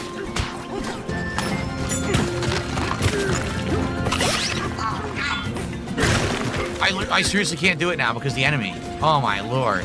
Come on. I blew myself up. Great.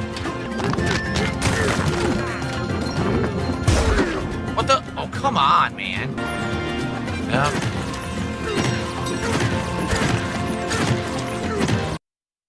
Literally going all the way back to the beginning now. Oh no! Oh! When you find yourself going straight, use Y to accelerate. What? Huh? What do you mean?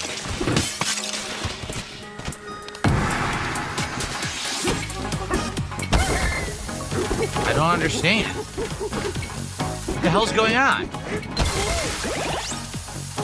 What?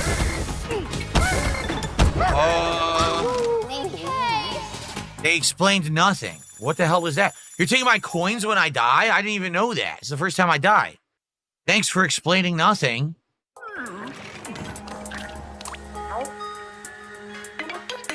Surf your way to the finish line. So why didn't they just say that? Wow, that's really stupid. Why did they just say that?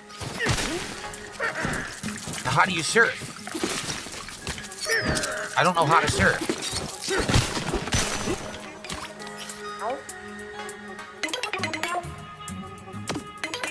I don't know how to turf surf. I don't think I have turf surf, do I? I don't think I have turf surf. How do you turf surf?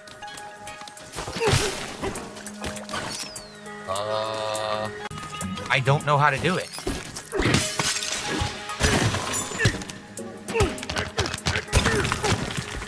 Okay, here we go. It was left trigger.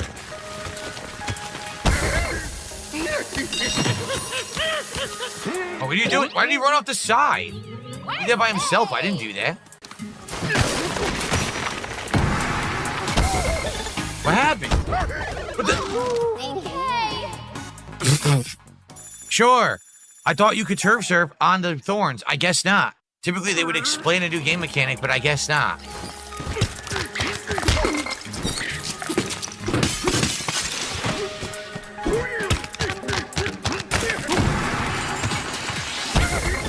What happened? Why did it break? I'm dead now. I don't understand what's going on. It's breaking instantly, and then I'm failing.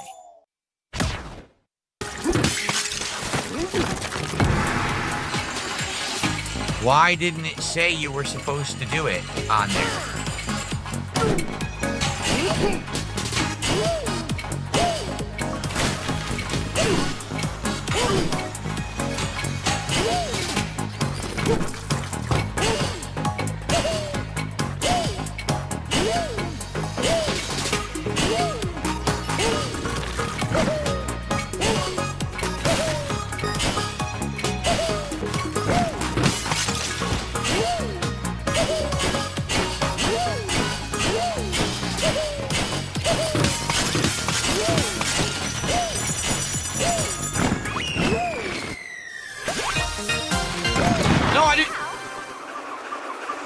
You couldn't even stop yourself and you leave.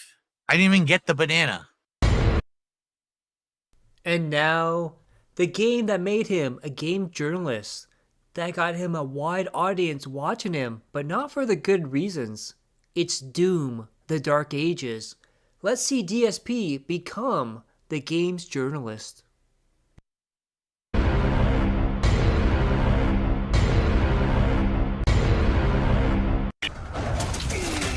What? There's one of the invisible guys on top of that? It's even worse.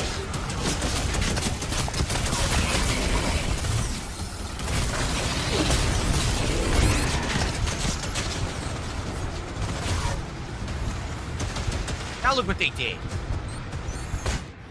What? What just happened? Oh my god. Where's the invisible fucking enemy? There he is. He hits me cheaply and I can't do anything about it.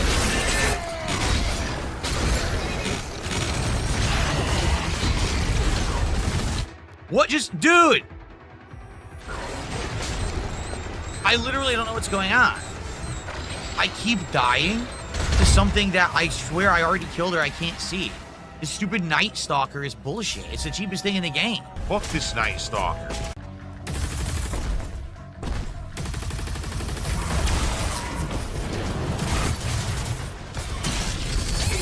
Again with this?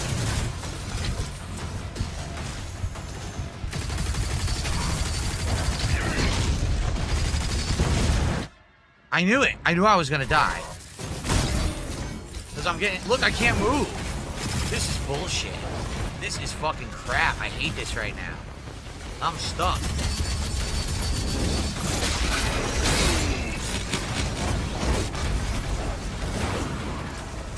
I can't kill these enemies because they're all superpowered.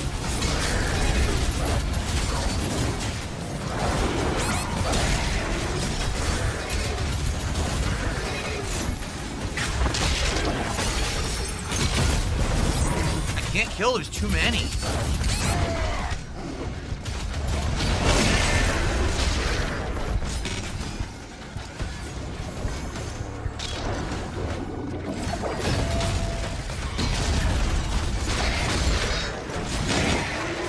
You won't die.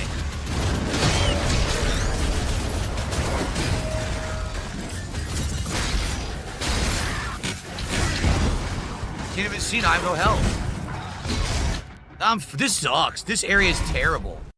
Yeah, you know how bad you have to be a gamer that makes Doom look slow and boring? Like, Madrox is right there. You can't even see where you are. There's too much going on. I can't even swap my weapons to the weapons I want. There's a superpower guy I need to get the armor up, but I can't because I can't focus on him. There's too many other enemies. Yeah, this sucks ass. Yeah, I don't know, man. I said the more I'm playing on this harder difficulty, it becomes less fun. It's just, it becomes so tedious just to kill normal enemies now. That they're gonna give him a shield. Okay, where's the guy I have to kill? Well, there he is. Oh, but he's surrounded by 700 guys. So I'm trying to kill the shield guys, but then another guy attacks me from behind. I try to keep moving. It doesn't matter. I still get hit anyway. That's so frustrating. What just hit me? Oh my god. It's literally out in the distance. I can't even fucking see it. And I took all that damage. What? I got armor and it hurt me.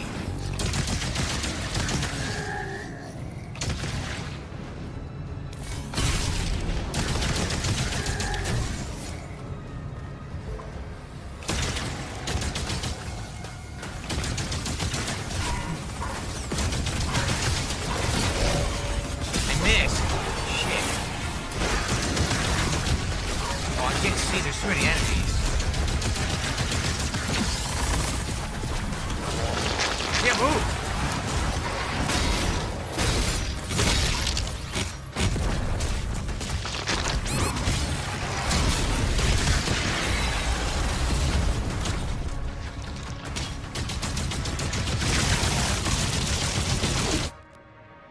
Wow, again, something I couldn't see killed me. Well, I got the final daily chat, or chat. Oh, there's a boss. Okay.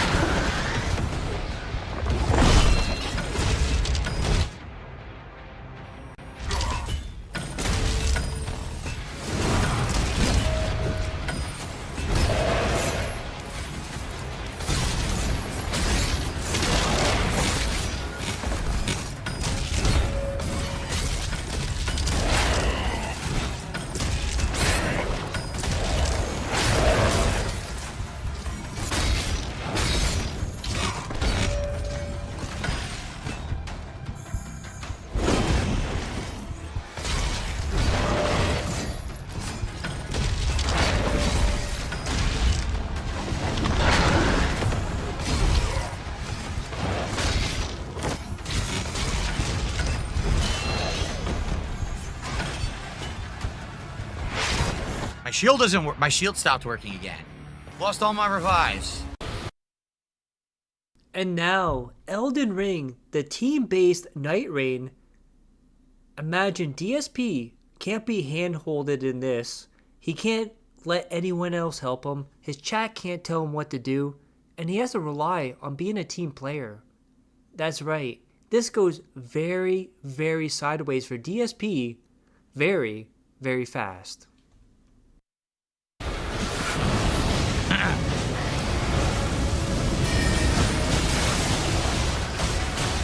Almost got him. Oh, really? Oh, man, he hit me with his tail. What a dick. I almost had him. I got hit by his tail.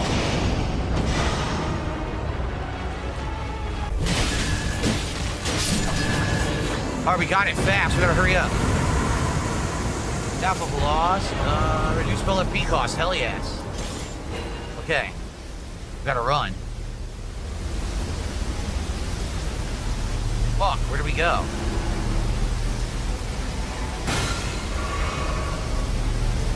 They climbed. I don't know how they did, because I don't know how to climb here. I can't see how to climb.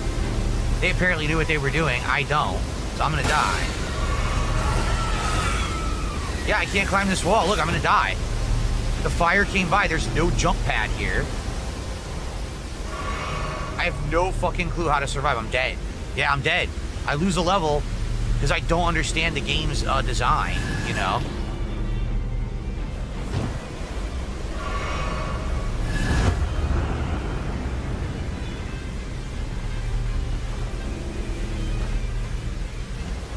Yeah, this is ass. I just lost a level for no reason.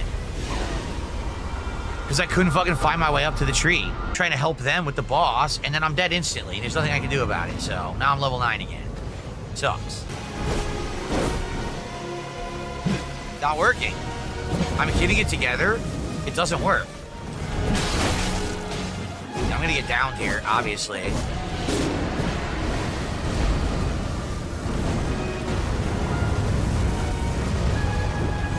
Finally got it to work. It wouldn't work before. Whoa, I rolled. Didn't work.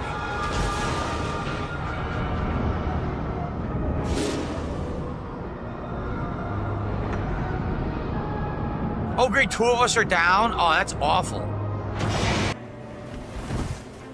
And this run is terrible. No one stuck together. That's really bad. The opposite of what you're supposed to do in a game like this.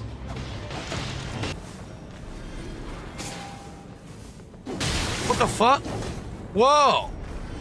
Night Thief and Night Executor. I have no money. Or no money. I have no health. What I meant to say.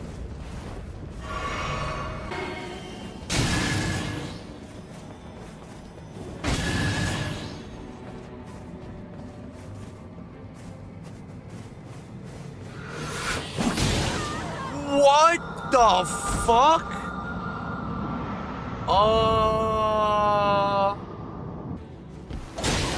Dude, what? Again, I couldn't react. The game would not allow me to react. At all. I couldn't do anything. He just swings, I'm instantly dead. It won't let me dodge, it won't let me react. I'm just dead. It's fucked up. I think the game is glitched because I don't know if this is our boss or not.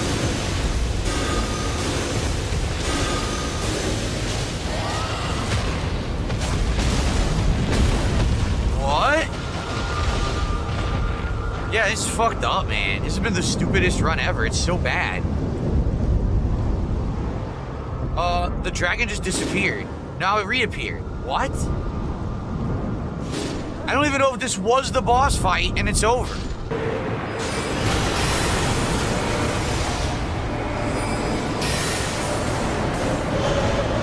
I didn't put me to sleep. I was nowhere near it. Oh, there's a hand over here. Oh, I didn't know. I didn't see it. It was behind me. Fuck. The fucking hand got him. See, it's hitting us all. How annoying. Stupid hand.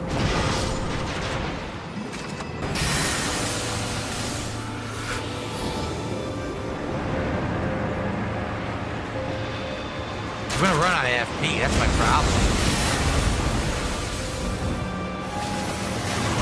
That's it. No more healing. Oh my god. I have no more healing and no more FP.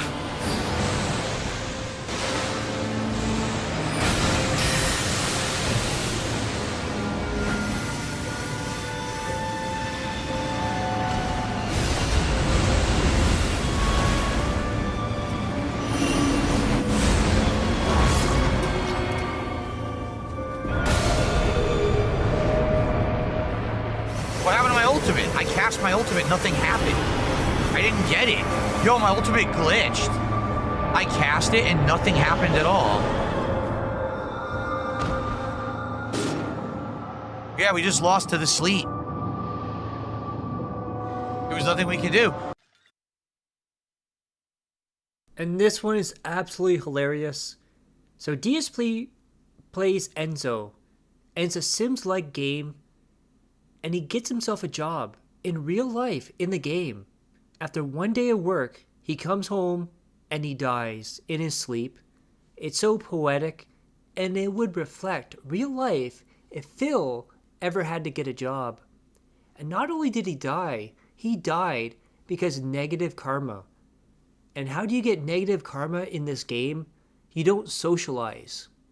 Art imitated life. That's good. You make money with the programs you make in your free time. That's neat. All right. Time for bed. Why is this his sleeping outfit?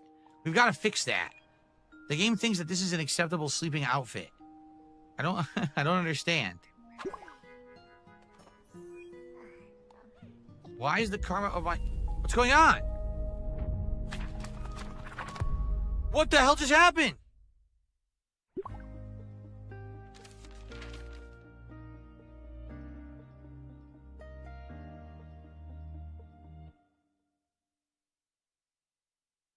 What the hell just happened?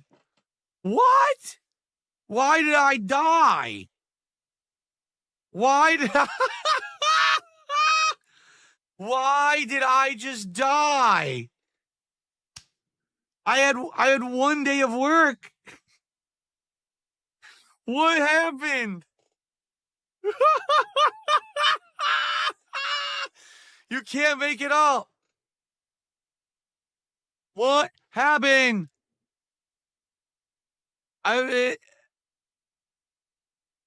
Exactly, the dream of all of my trolls. I have absolutely no idea what just happened. So let's read this. Phil Burnell's embarked on the final journey of life, embracing death. This Zoe lived a full life. Wow, yeah, it was like 2 days. Gaining knowledge through many experiences, filled with cherished memories with family and friends. What? That didn't happen. Phil Burnell passed away peacefully. This Zoe's ready for the next life, and will be remembered as a noble soul who's cherished all the experiences and love from the world. Please watch over Phil Burnell so warmly as it embarks on a journey of new learning. A Zoe's karma is determined by past choices. Zoe's with bad karma scores become ghosts and must remain in the world to reflect upon their lives and learn lessons that they missed during their lifetime. Play with your original family. No family members available. And then it's going to be time to sleep. So here it is. See, hold on. It says you're in a risky state. I died again!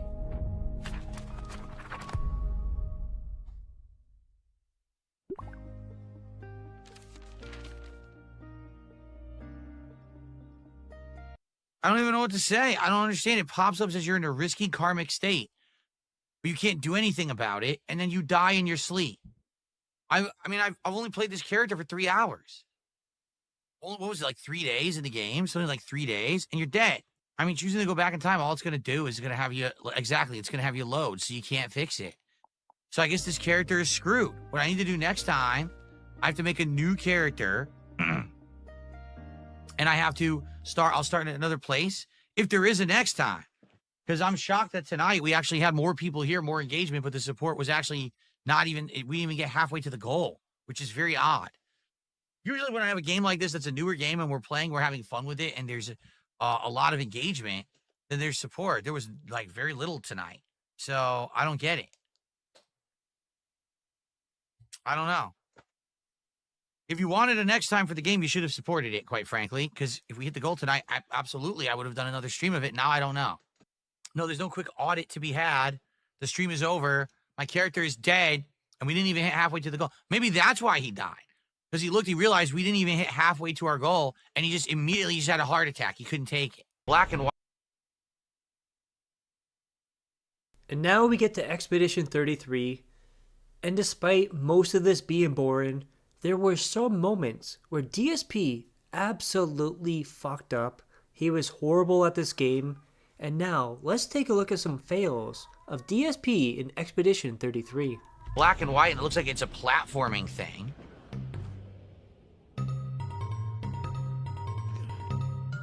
Try that again.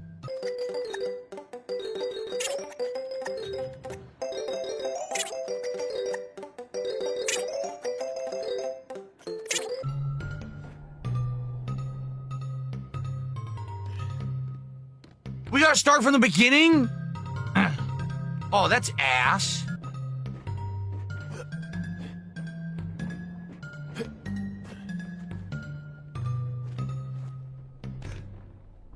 You fucker.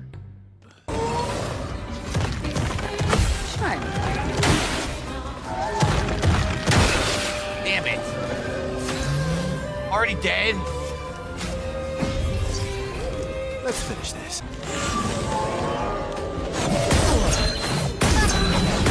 Wow, I didn't parry any of it.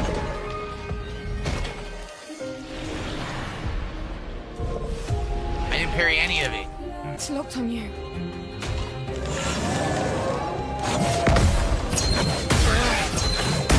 Oh my god, I did it too early. Are you kidding?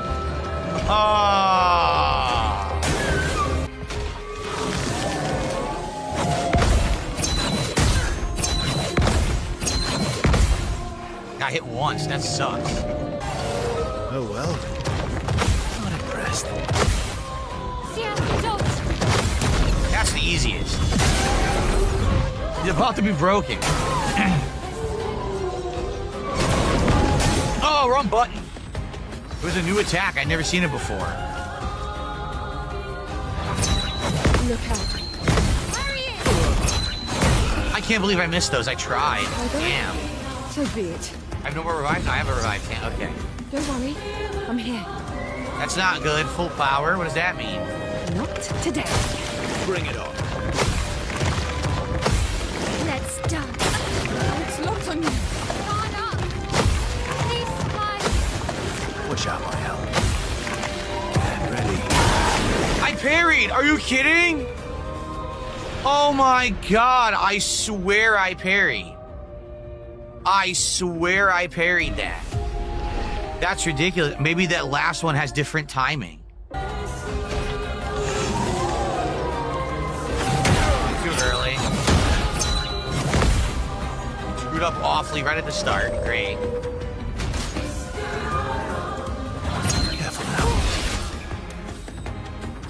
I parried nothing, so I'm already done. I already screwed up so bad. Absolutely awful start. This is the problem with super long boss fights, because it used to be like this when I played Lost Odyssey. Like, it's fun, but then if you lose, you gotta start over. It's so boring to have to start from the start again, and like, oh fuck, so boring. CL, incoming. Get ready. It's the same timing. How am I missing? I don't get it. How did I miss? I'm doing the same exact timing.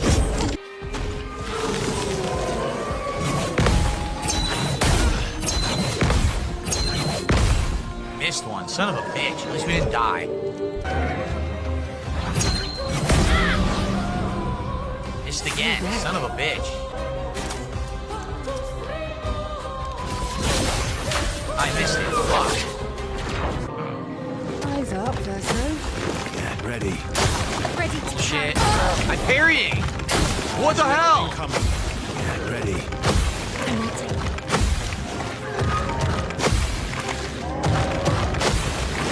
That was ridiculous. I parried it all and it stopped working. Ridiculous nonsense. I'm not sure how to do it. Oh well.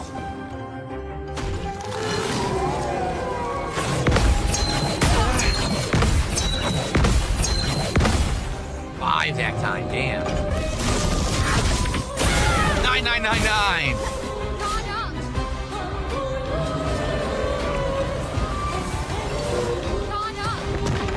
Just try it. Bullshit. Complete bullshit. I'm parrying the same timing I've done the whole time. Once more. Here we go again.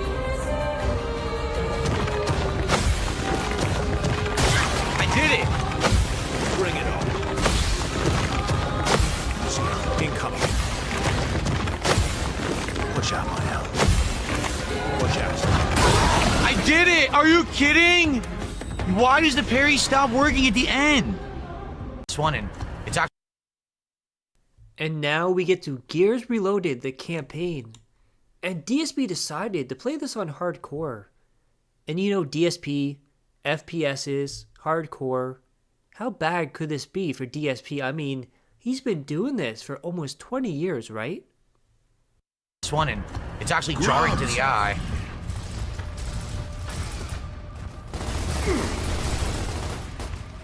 Oh, yeah. What the? No one was looking at me. You saw that, right? Literally no one was looking at me. Goddamn mine. Dude, the voice is loud again. Close. Scratch one grub.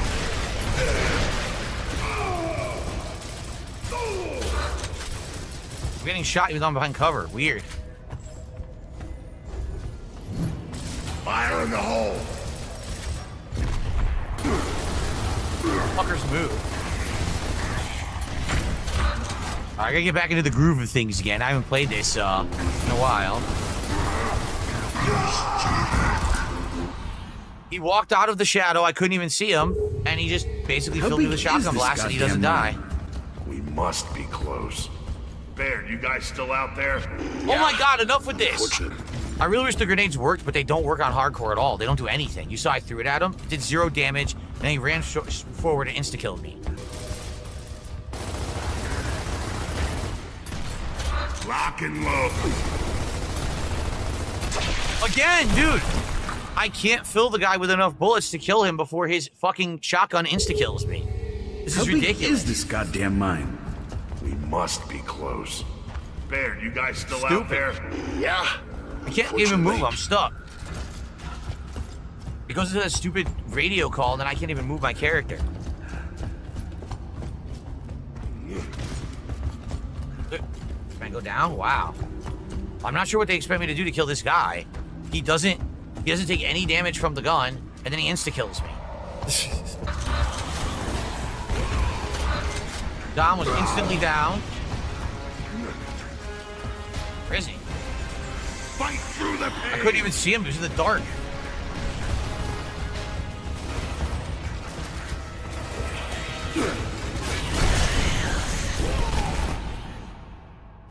How nice of the enemy to run straight at me with a torque bow, and then I shoot him and I die because the torque bow killed me. How nice. Genius level AI, huh? Shut up.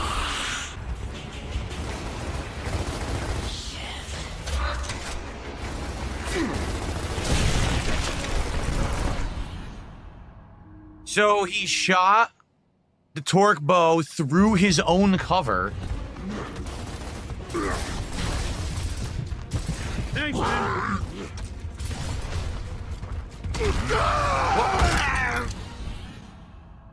Where did he come from? Okay. It is very satisfying when you get a headshot. Did I get him? I don't even think I got him. What the fuck? Whoa, whoa, whoa, where'd he come from? Again, it spawned the dude behind me. That's the second time it's done this, now I'm gonna die. Yo, it did it again. It spawns guys behind you. That's not fair. That's not fair in any fucking way, well, stupid game. Don't spawn enemies behind me, man. Are they?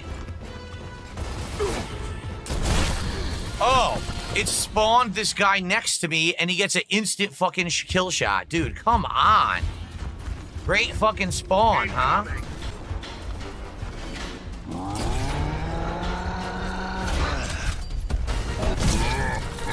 Fuck this. I can't see anything. Dude, this is awful.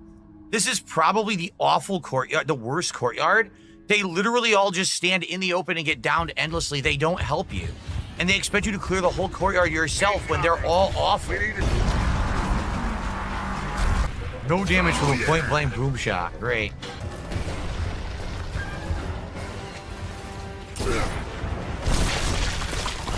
He shot across the entire fucking courtyard, through cover, through trees, and instantly killed me. This is fucking ass. Hostiles. Count 2. And I gotta do it from this? Wow, what a great checkpoint. Oh yeah.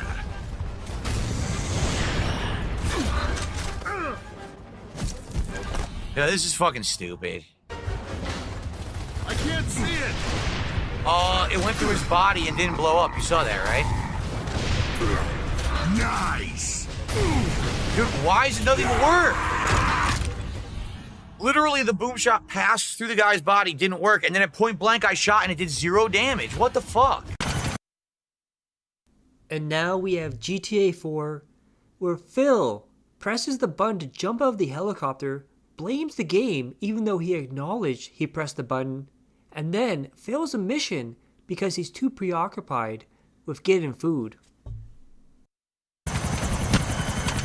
What happened? Oh my god! I accidentally grazed the Y button. I'm serious. I accidentally, as I was moving and aiming, I just accidentally like tapped Y and he flew out of the helicopter.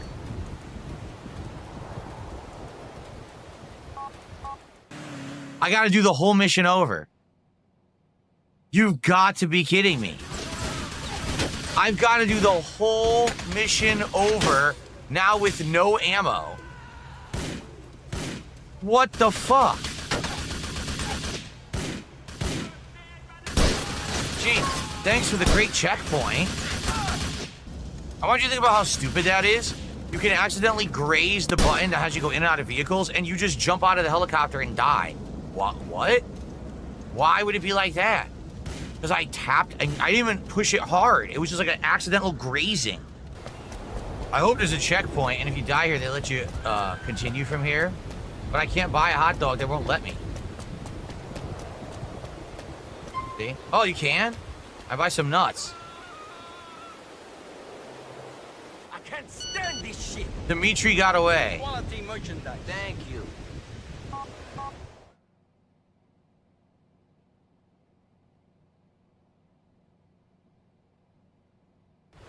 Oh, guys, forget it. I'm serious. I'm not doing it. I'm done. I can't do it. I don't have ammo to do it. I'm done. I had no idea that was going to happen. Fuck this. We're just going to play the DLC. I'm serious. I'm not going to waste an hour doing this mission. This is stupid. Completely dumb. I didn't fuck it up. The game is just being stupid. Fuck this. Let's go. I'm serious. Just cancel this fucking ending. Go watch the ending for the other 2 times I beat the fucking game, and we'll go do the DLC. This is delaying bullshit. I'm just not wasting time on it anymore. I'm not. That's it. There's no point. I've already seen the fucking ending a million times. I'm not doing it. I'm serious. I'm putting my foot down. The ending is stupid because it's glitchy like that. You have dumb things that happen, and you got to redo the whole mission from the start. I want to see the fucking DLC, and I'm tired of waiting. So that's enough of this bullshit. Use the phone to cheat and save time. How? What's the phone cheat that you're talking about? I don't even know. I'm very stressed out right now. If you can't tell, I'm very grumpy mood. I'm grumpy. I wanted, my intention was, excuse me, this is why I didn't do a podcast. My intention was today to finish the main story of GTA 4 and do like an hour and a half to 2 hours of Ballad of Gay Tony. Instead, this game literally, by doing what it did, it fucked me over. So now we have a whole half hour already wasted. We should have been starting Gay Tony. Now, even if you want me to beat this, which is a waste of time because I've already fucking beaten it a million times, I've already seen both endings. Now we're wasting time to do that, and now we get no Gay Tony today. And even the title of the fucking stream and everything is wrong, and it pisses me off, and I've had enough. I've had enough. Did another $2 super chat saying you seem tense. Yeah, yeah, this is why. I came into the stream today feeling great. I had no issues at all. I was happy. We were having great progress. And then the final mission has to completely fuck me over. And now it's like, well, if I play it, well, guess what? Everyone will say, well, that sucked because you didn't get to Gay Tony. You lied. You didn't get to what we were looking for today. How dare you? If I don't beat it, oh, you quit. You didn't beat it. And I'm tired of it. I'm just fucking tired of everything that I do has to be second guessed and criticized. I just want to fucking have fun. And I was having fun until the game fucked me. And now is the DLC for GTA 4, Gay Tony. And spoilers, DSP doesn't know how mods work. And it's gonna fail over and over. So get ready for a gay old time. Good evening, everyone, and welcome, finally, to the premiere of the Ballad of Gay Tony here on DSP Gaming. Yes, we're finally doing it tonight, and I hope that you're all ready for some fun.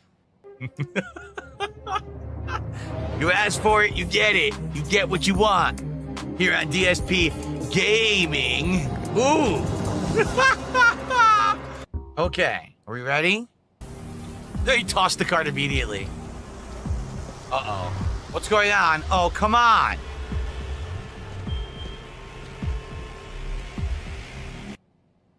You've got to be kidding me.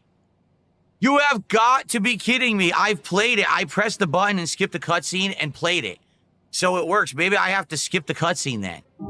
I don't think that's such a good idea. Skip it? Yeah.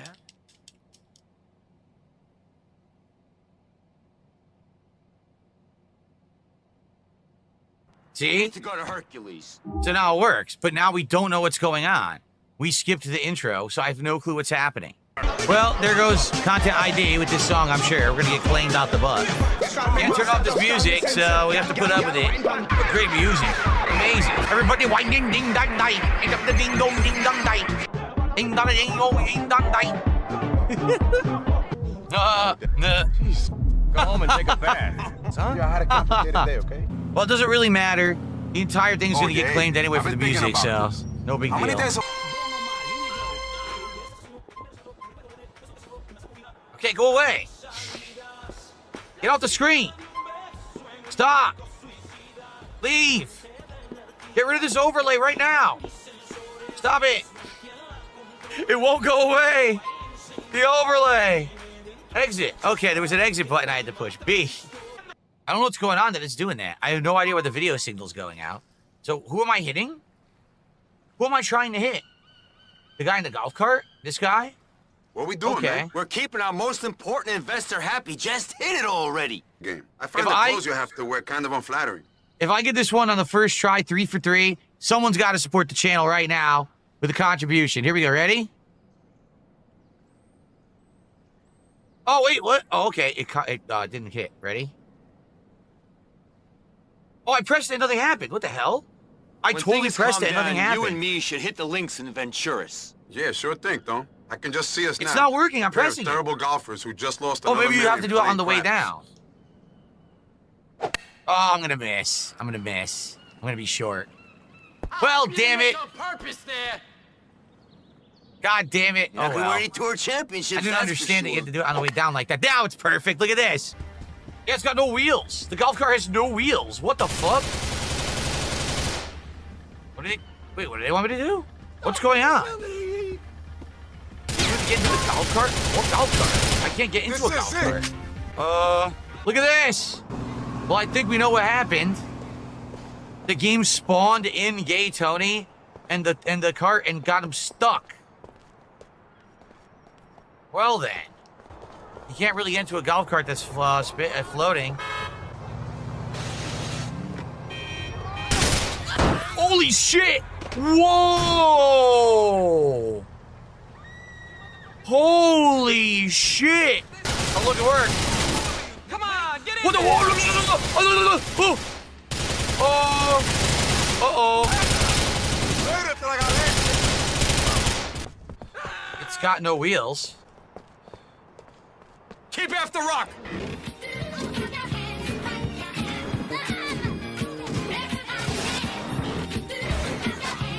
Yo, D, I just loved your new friends. Fucking fantastic guys. Thanks, Lou. Sweet of you to say so.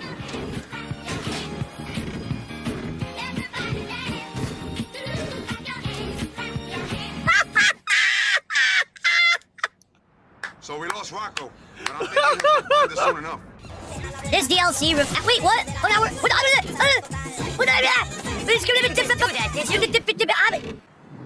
We're teleporting randomly into the world. Look! We're teleporting. We can't stop teleporting. We can't stop teleporting anywhere. Ah! Well, the playthrough is ruined. It seems to me like we can't do it. We got no audio now. The audio is completely glitched out.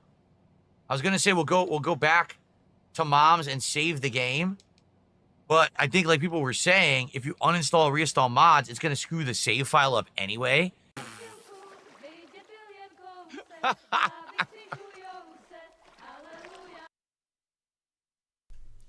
Oh, and you know what's coming on.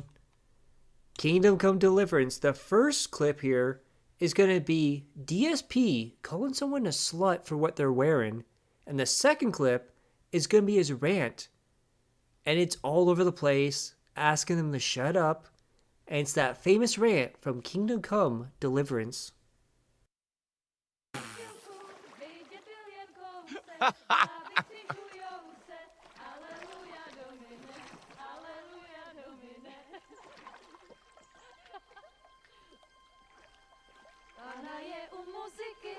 they do? They're washing clothes. So they're probably serving girls or something. Well, what a nice game that went in the intro. Scantily clad women, right? Yeah, this is how dating worked in the good old days, of course. Of course it did. Chemical Good says full coverage and dark clothing is scantily clad. If you don't want to play, turn it off. Did you not see the girl on the right, you fucking idiot? The two on the left were normal. The one on the right is the one you were meant to be fucking distracted by. And she was very inappropriately dressed. So, nice try, dickhead. It makes me anxious, too. Maybe I could manage to bury him somewhere. Or at least hide him somewhere further off in the woods.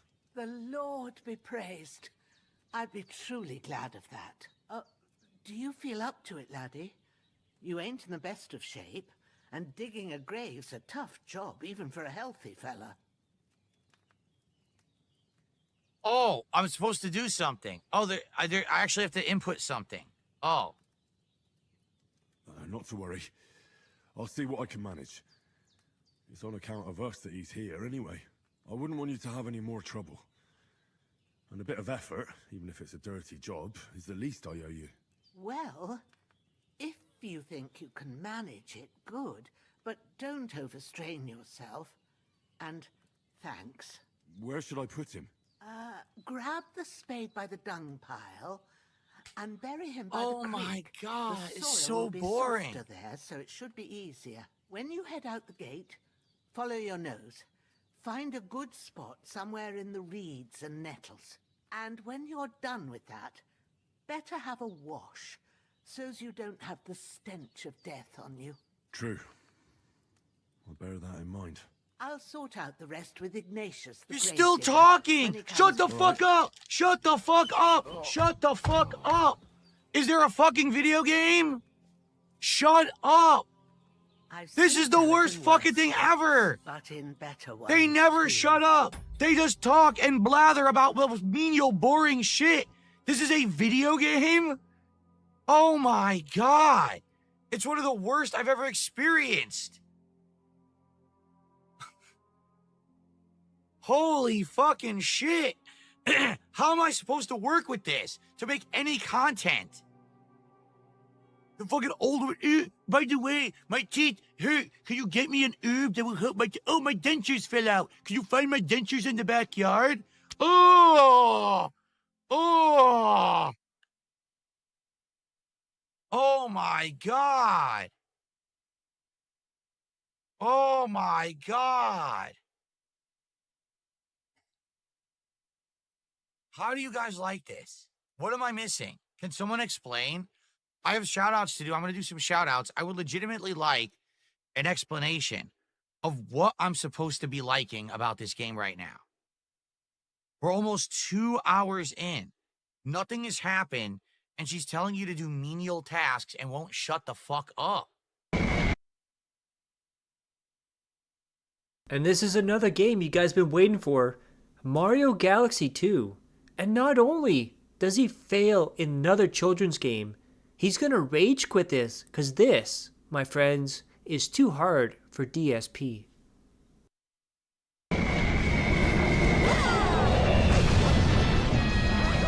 Only got to hit one. I can't even see. I couldn't even see what was going on.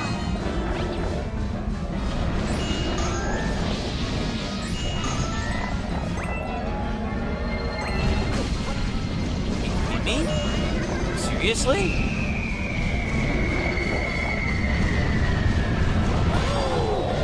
I got one, there's one left. And I got hit again, I'm gonna die, I can't see. Terrible. Boss fight sucks, man.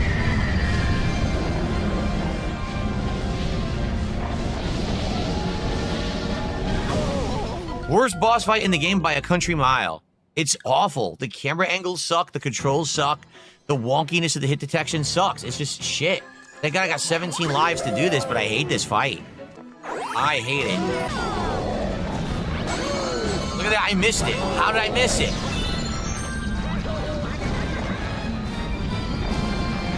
I got the last one. I got the last one on his tail, so maybe it won't be so hard now. I got the last one.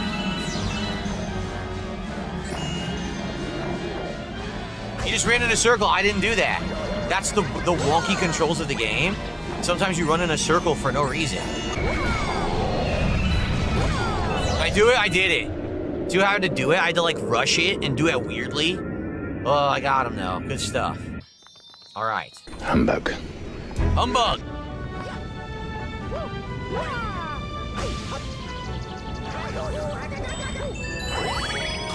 My poor booty. Oh, I didn't want to do that. That was a complete mistake. Okay, okay. No? Okay.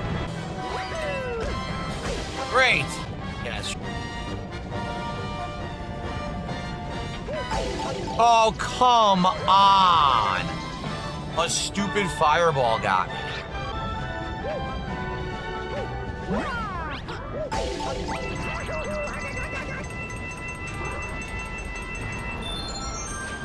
All that was there was a 1-up. Okay. That was it, just a 1-up and some coins, nothing special. Darn it. Did all that for nothing. Gotta find the coin, I haven't found it yet. Common coin.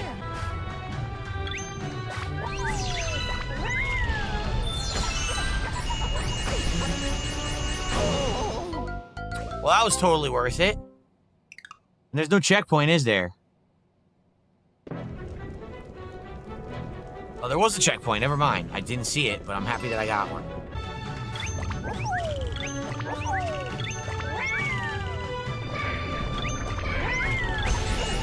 What happened? What the hell just happened? I have no idea what happened. It looked like I was doing fine, and all of a sudden I was on fire, and then it showed like a column of lava. I don't know.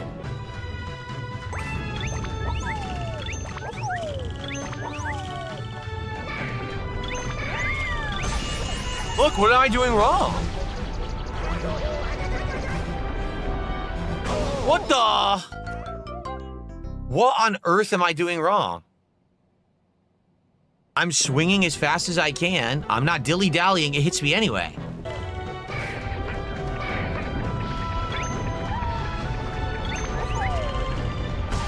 Oh, man. I'm dead.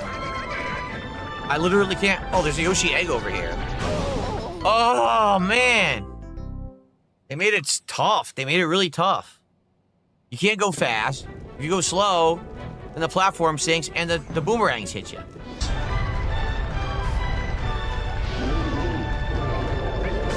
Now that's not fair.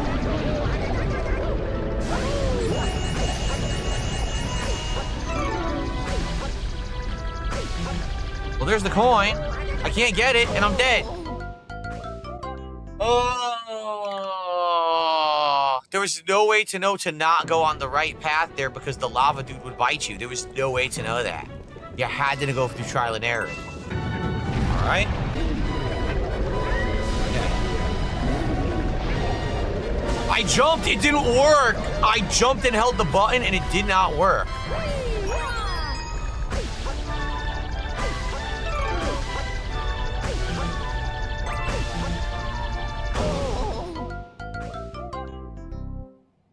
I jumped and held the button to hover. He just dropped like a rock. Awful. I almost had the coin. I had the coin too. This is annoying, man.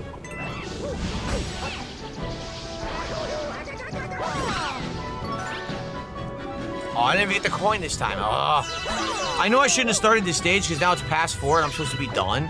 And I'm still doing this stage. I totally shouldn't have started this stage. This is a bad choice. And let me guess, I'm not even halfway through the stage yet, right? Yeah, I'm just gonna call it quits here.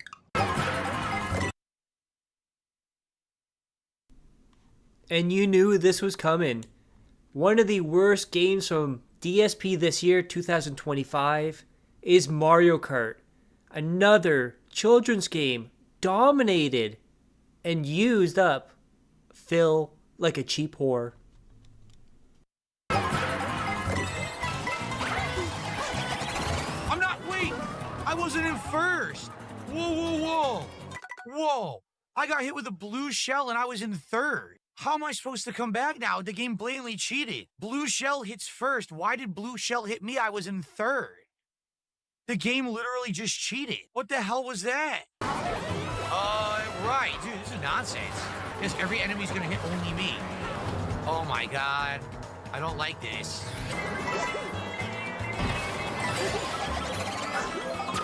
Nothing I can do. Literally nothing I could have done to that at all. Not my fault.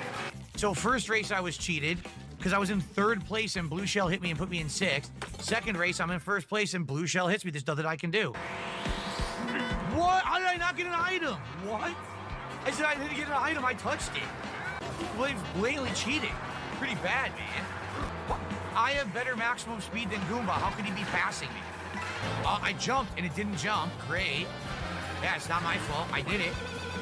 Yeah, this is nonsense. This is fucking bullshit. The game cheated a million times. I was hitting the boxes. It wasn't giving me an item. Pretending like the guy in front of me got it. No, he didn't. I hit the box. It was blatantly abusing the system over and over. What a piece of shit. What just happened? What? I was driving straight. The game clipped me off the edge and made me fall off the track, even though I was driving straight. It clipped me. Yeah, bullshit. Did you see that? Are you kidding? Dude, get the fuck out of here. Number one, it clips me off the track. I'm driving straight and I use the ghost. All of a sudden, the game says, you clipped off the stage or over here. I'm driving straight. I can't move. What's going on? Yo, it stopped moving. It stopped accelerating. I was holding the button that whole time. It stopped working. I can't control it. What's going on? Yo, I can't control it. What's going on? Look, I can't move. Look.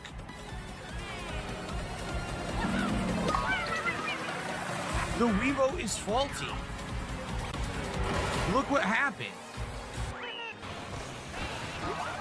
Whoa, how did I get flattened? Oh, I can't control it. It's bad. It's actually really bad. Like, I'm not kidding. It's like delayed. I can't. Everything I'm doing is so sluggish.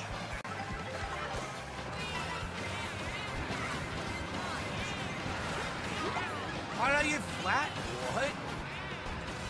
This item sucks because you can't control it online when you're trying to do it. You can control where you want to go when you're using it. Yeah, look. What just happened? What? Seriously, what just happened? It's awful. It's really bad lag. I'm serious. Like, when you're trying to do stuff, it's insanely laggy. It's, like, late. That was absolutely terrible. What?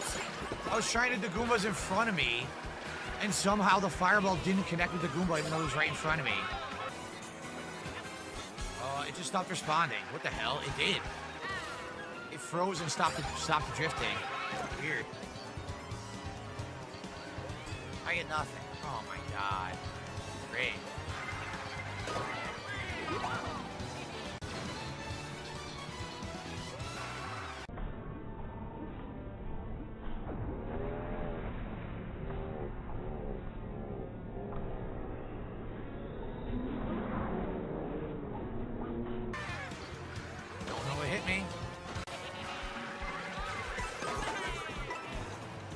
Hit me.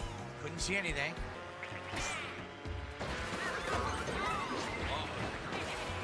Oh no, it hit me. You get hit from behind constantly, but you can't see any of it. Oh, you only get one? You only get one boomerang in multiplayer, apparently. I threw it and it was gone instantly. Yeah, look how slow. What am I supposed to do? I'm super slow right now. I'm so slow. I can't catch up.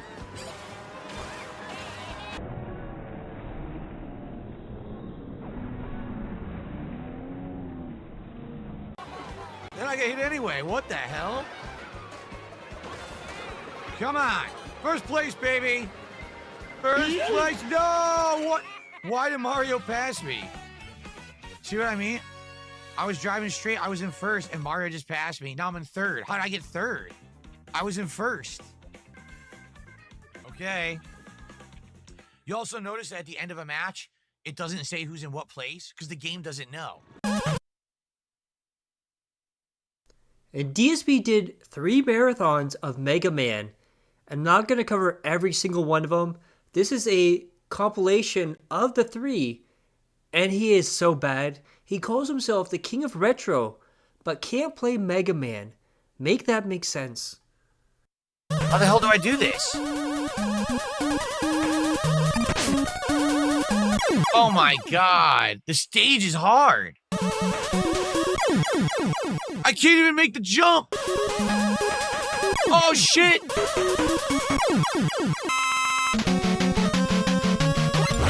No.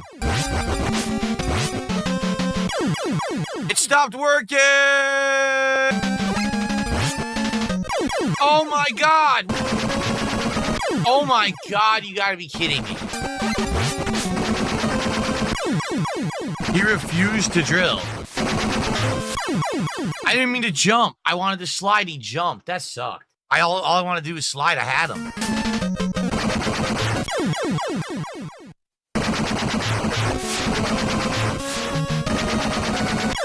He won't stop firing. Look at this. Ridiculous. Absolutely ridiculous. No! The stupid ice got me. Fuck. Fuck. No! Shut up.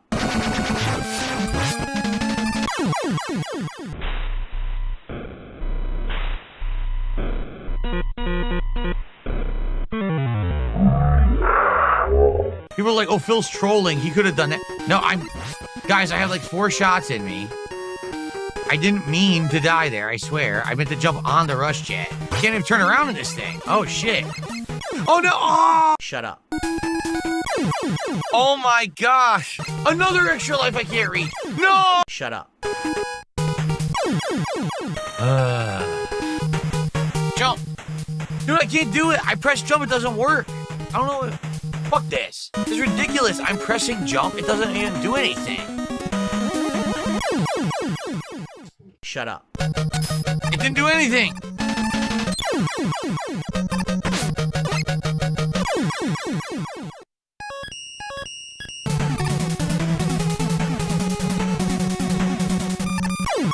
You piece of shit. Shit! It's dust.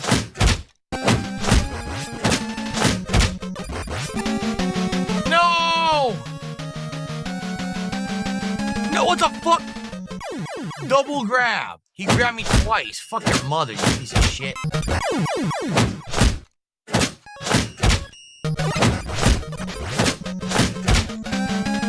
Fucking shit. Shut up.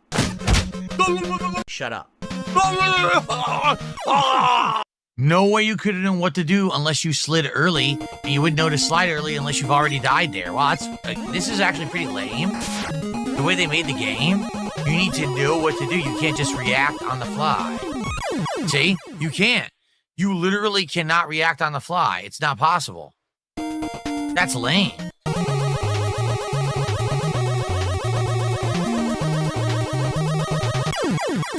Fuck this game. Fucking piece of shit.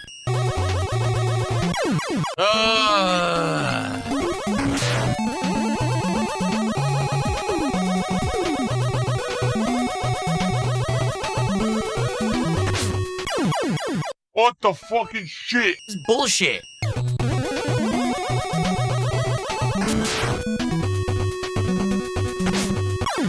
Dude, this is ridiculous. It's random as fuck.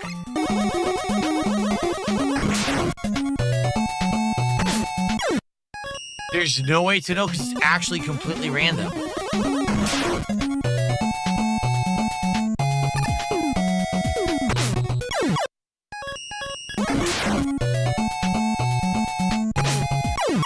Four.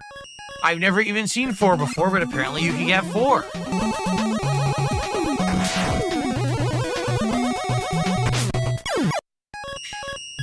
I can't go. I can literally never go.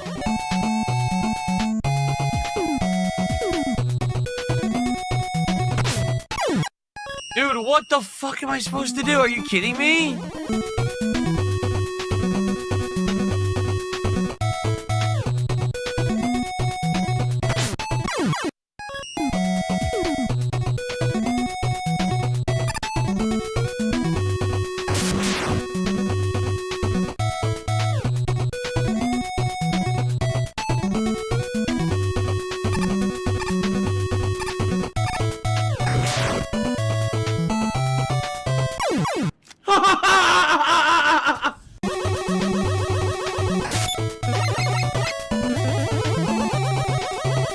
so fucking boring. I just want to get through this room.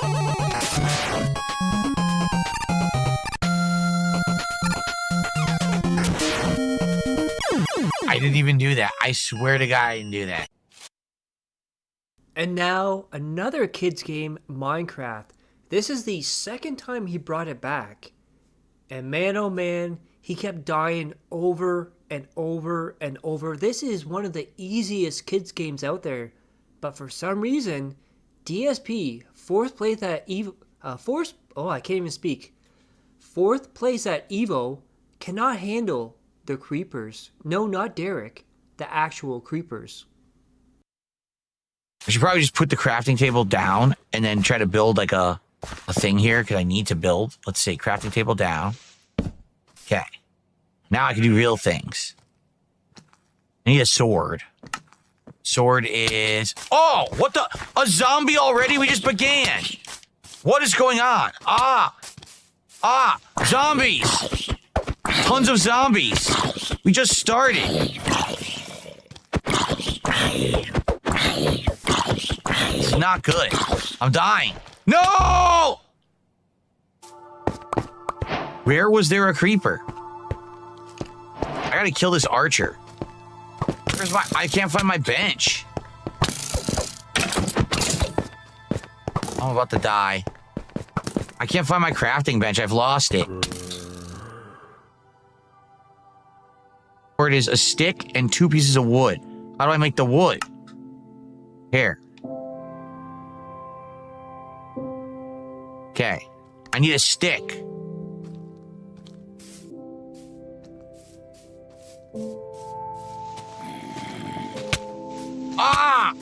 What the...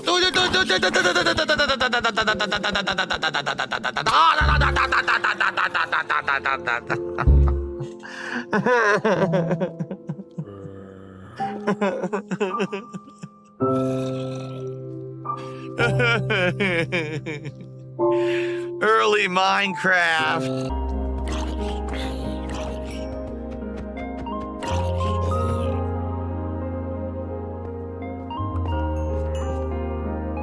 All this disgusting zombie meat. Yeah, this sucks because I really want cobblestone, but there's a zillion enemies, so I should go sleep and then come back when there's no more enemies. This is a nightmare right now. Look, the zombie's even attacking the freaking villager vendor. What a bunch of jerks. I'm getting hit. Why are the zombies so fast?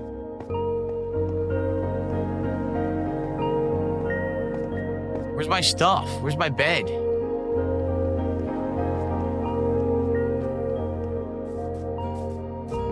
There. Oh my God, dude. Look, so many enemies were near me.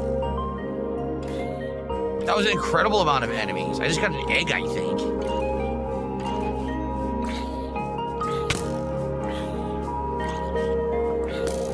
I'm gonna die because he won't stop shooting arrows at me.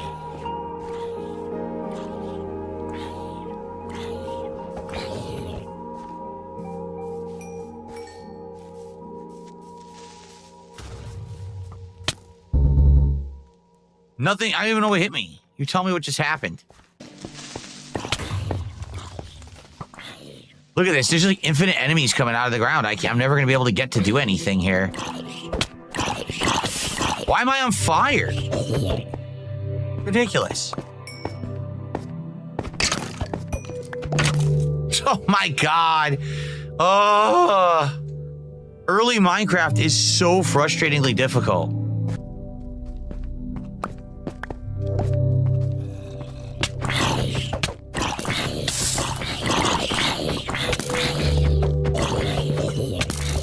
Oh my God.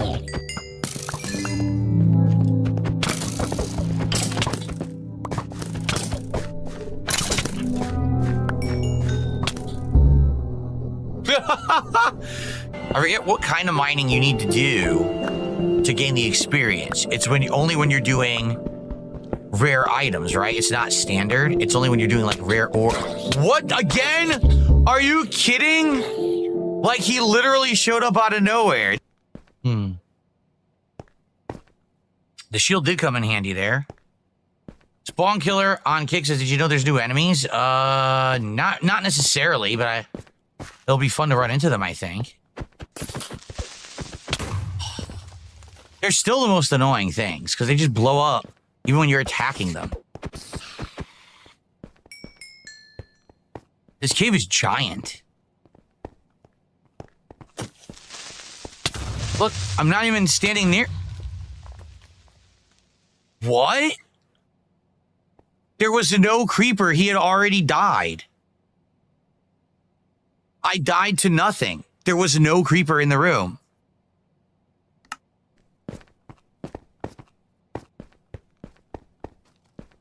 Great, there's enemies. Where's all my items? Here we go. Better be it.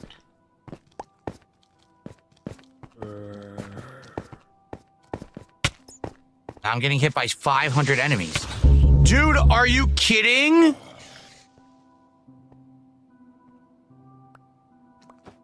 This is ridiculous. I probably lost everything. And DSP, the fighting game expert, tried out Mortal Kombat Legacy. And yes, it went as bad as you thought. He is worse at Mortal Kombat than he is at Street Fighter. Yep. Try to press a button. Oh, I counter hit you with a kick. Oh my god, that looks so silly. That looks so bad. Oh my god, it looks so stupid. What? Look at that. He read the input completely. Oh my gosh. He read the input. He did a jumping neutral kick to knock me out of the air. That's hilarious. Keep in mind, you can't dash in this game at all. You're just slow as shit. That's how the game is built. Johnny Cage is so skinny in this one. He like no muscles at all. Yo, I'm bigger than the Johnny Cage actor. I seriously am buffer than the fucking Johnny Cage actor in this game. What the fuck? Johnny Cage, dude. You gotta start working out. Stupid gameplay. It's so bad. Now it gets hard. Now it's endurance matches. These are fucking annoying.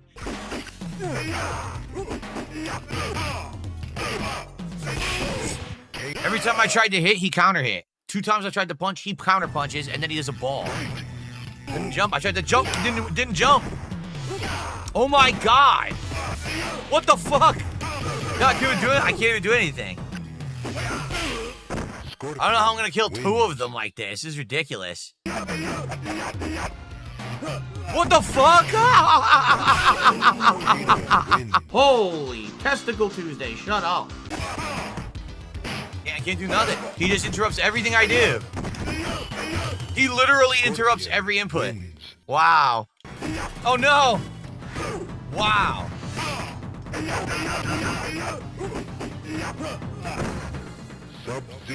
I don't even know how you throw. I'm serious. I don't know how to throw. Oh my god. He froze me in reaction to the sweep. Wow. You just neutral jump kick and they walk right into it. Alright. I found my strategy. Liu Kang and Sonya. What the fuck? Oh my god. That was absolutely ridiculous. Oh! Oh my god. Wow. I can't even move. I literally can't even fucking move. He read every input and countered it. That's crazy. My kick and her kick beat mine for some bizarre reason. Wow! Oh my god. What? Wow! It's time.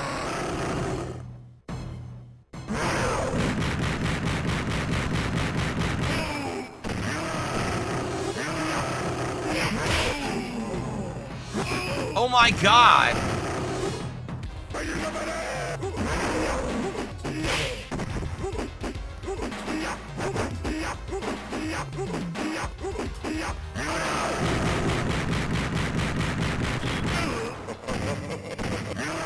Ow.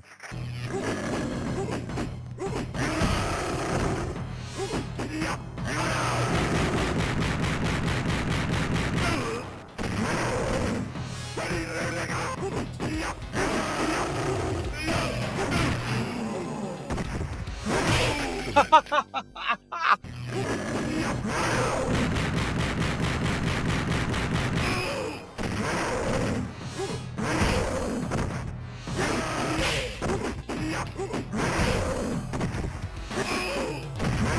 do nothing. Literally just grabs you from anywhere. And I'm trying to jump kick, it doesn't hit, it whiffs.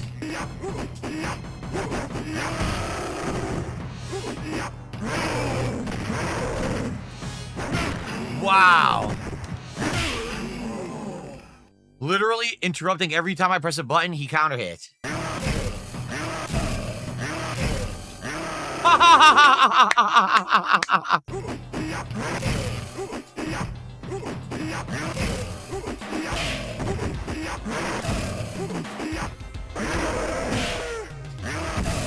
You can't do a fireball. If you do, he just magically throws his and hits you first.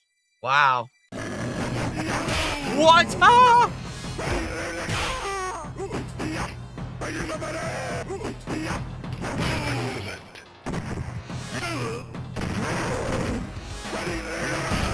Wow.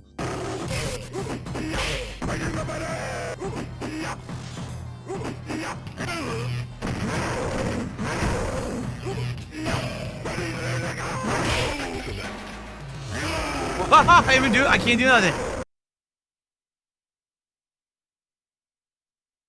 Okay, so it said. Alright, so the last one we're gonna look at here is Tormented Souls 2, and of course, it's the color puzzle, because Phil is Big Brain Burnell. However, a simple color puzzle stumps him like crazy. Remember, he was valedictorian of his school. Okay, so it said what? A plus C.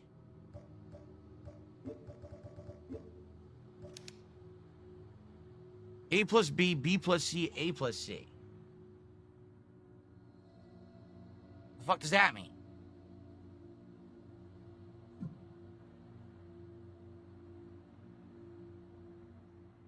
Huh?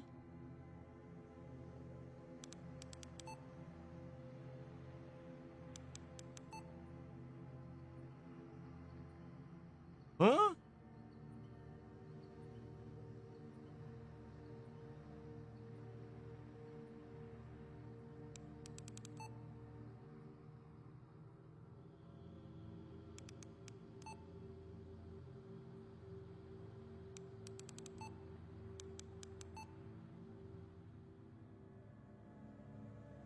I don't know what the fuck we're doing. What color are we going for? How am I supposed to know? I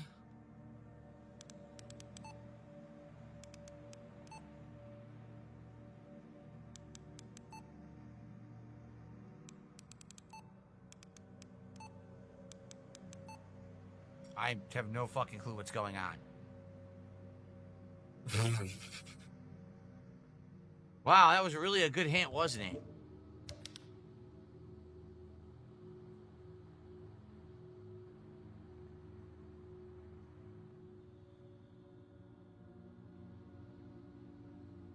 No fucking clue.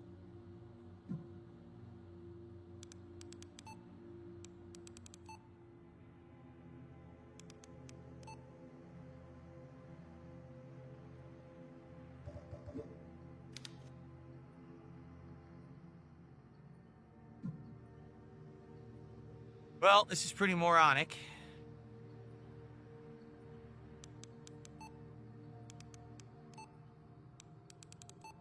You have no clue what you're trying to do. What am I supposed to make it a certain color? Am I supposed to make it all the same color? I have no idea. The game is fucking stupid.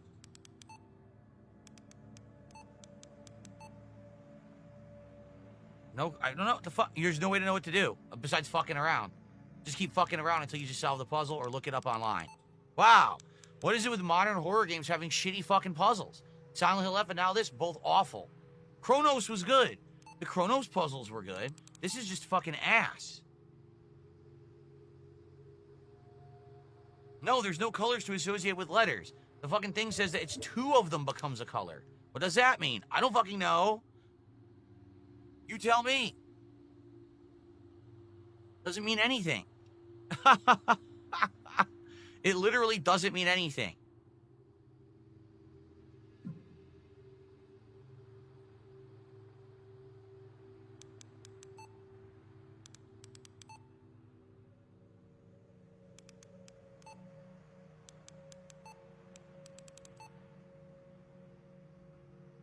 Here, A plus B becomes green.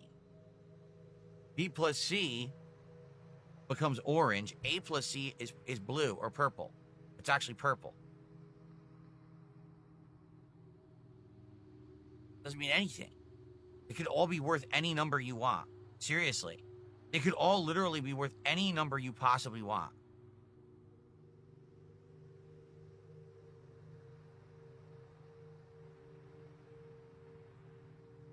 So dumb. Like let's act like these are real numbers. Let's say A is 1, B is 2, and C is 3. Okay? So 1 plus 2 is 3. 1 plus 3 is 4, or 2 plus 3 is 5. 1 plus 5. No. 1 plus. What did I say? I already fucking lost track. A is 1, B is 2, C is 3. So A plus B, that's 3. Okay? 2 plus 3 is 5. 1 plus 3 is 4. Okay? That doesn't even mean anything. None of this means anything. Literally, this doesn't mean anything at all. What the fuck am I trying to do? So then what is A? A can't be 1 because two things together have to become A. So let's add it up one then. Let's say that A is 3, B is 4, and C is 5. Let's do that. And hold on, let me get a piece of paper. Okay?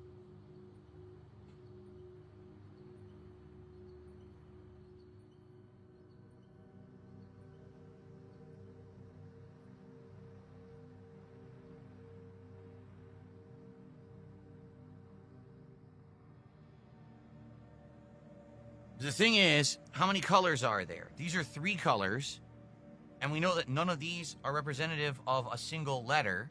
So there's red,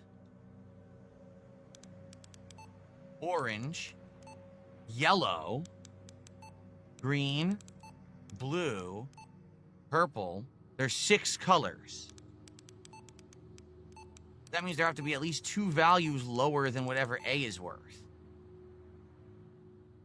So let's say red is 1. Here's what we're going to do. We're going to write it down like this. Red is 1. Okay.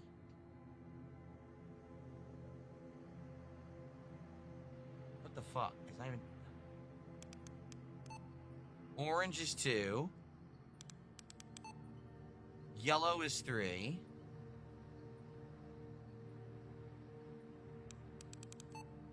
Green is 4. Blue is 5. Purple is 6. And that's it. Those are all 6 colors that are available. All right. So.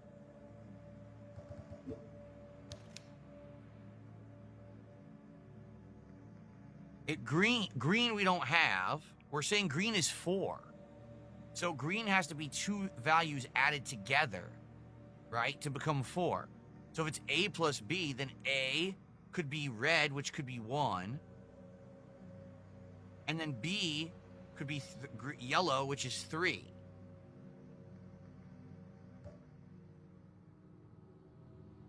B plus C, well, we don't know what value C is yet. We have no idea. So B plus C, B is 3. So then what is C? C could be 2, which would make it blue, but that's not correct. It's orange. It says orange is 2. The fuck? Orange is 2.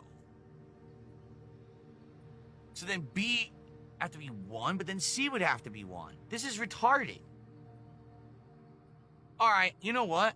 Fuck it, we're not going to give them numerical values. We're just going to use primary colors, okay? Here's what we're going to do. How do you make orange, yellow, and red right? So B is either yellow or red, and C is either yellow or red. We just don't know which one, okay? A plus B, all right? How do you make green?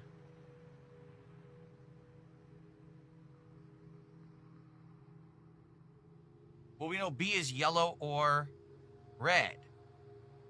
C is yellow or red. Well, yellow, what do you add? Is it blue and yellow makes green? It is, isn't it? Blue and yellow makes green. So that would mean that blue is yellow. Excuse me, B is yellow. B is yellow. Yes. A is blue. And C then would have to be red. Yeah. And then A and C. So Of course, he had to be told in the chat what the answer was, because Big Brain Brunel could not figure it out. And that's what we do today. 2025 is in the books. Thank you for coming along with this almost 9-hour ride here. Don't forget to click that like, share the video, leave a comment below, hit subscribe. Subscribe my other channels on the details of the end cards. And as always, I love each and every one of you. Hope you're all safe, healthy, and happy. Peace and love.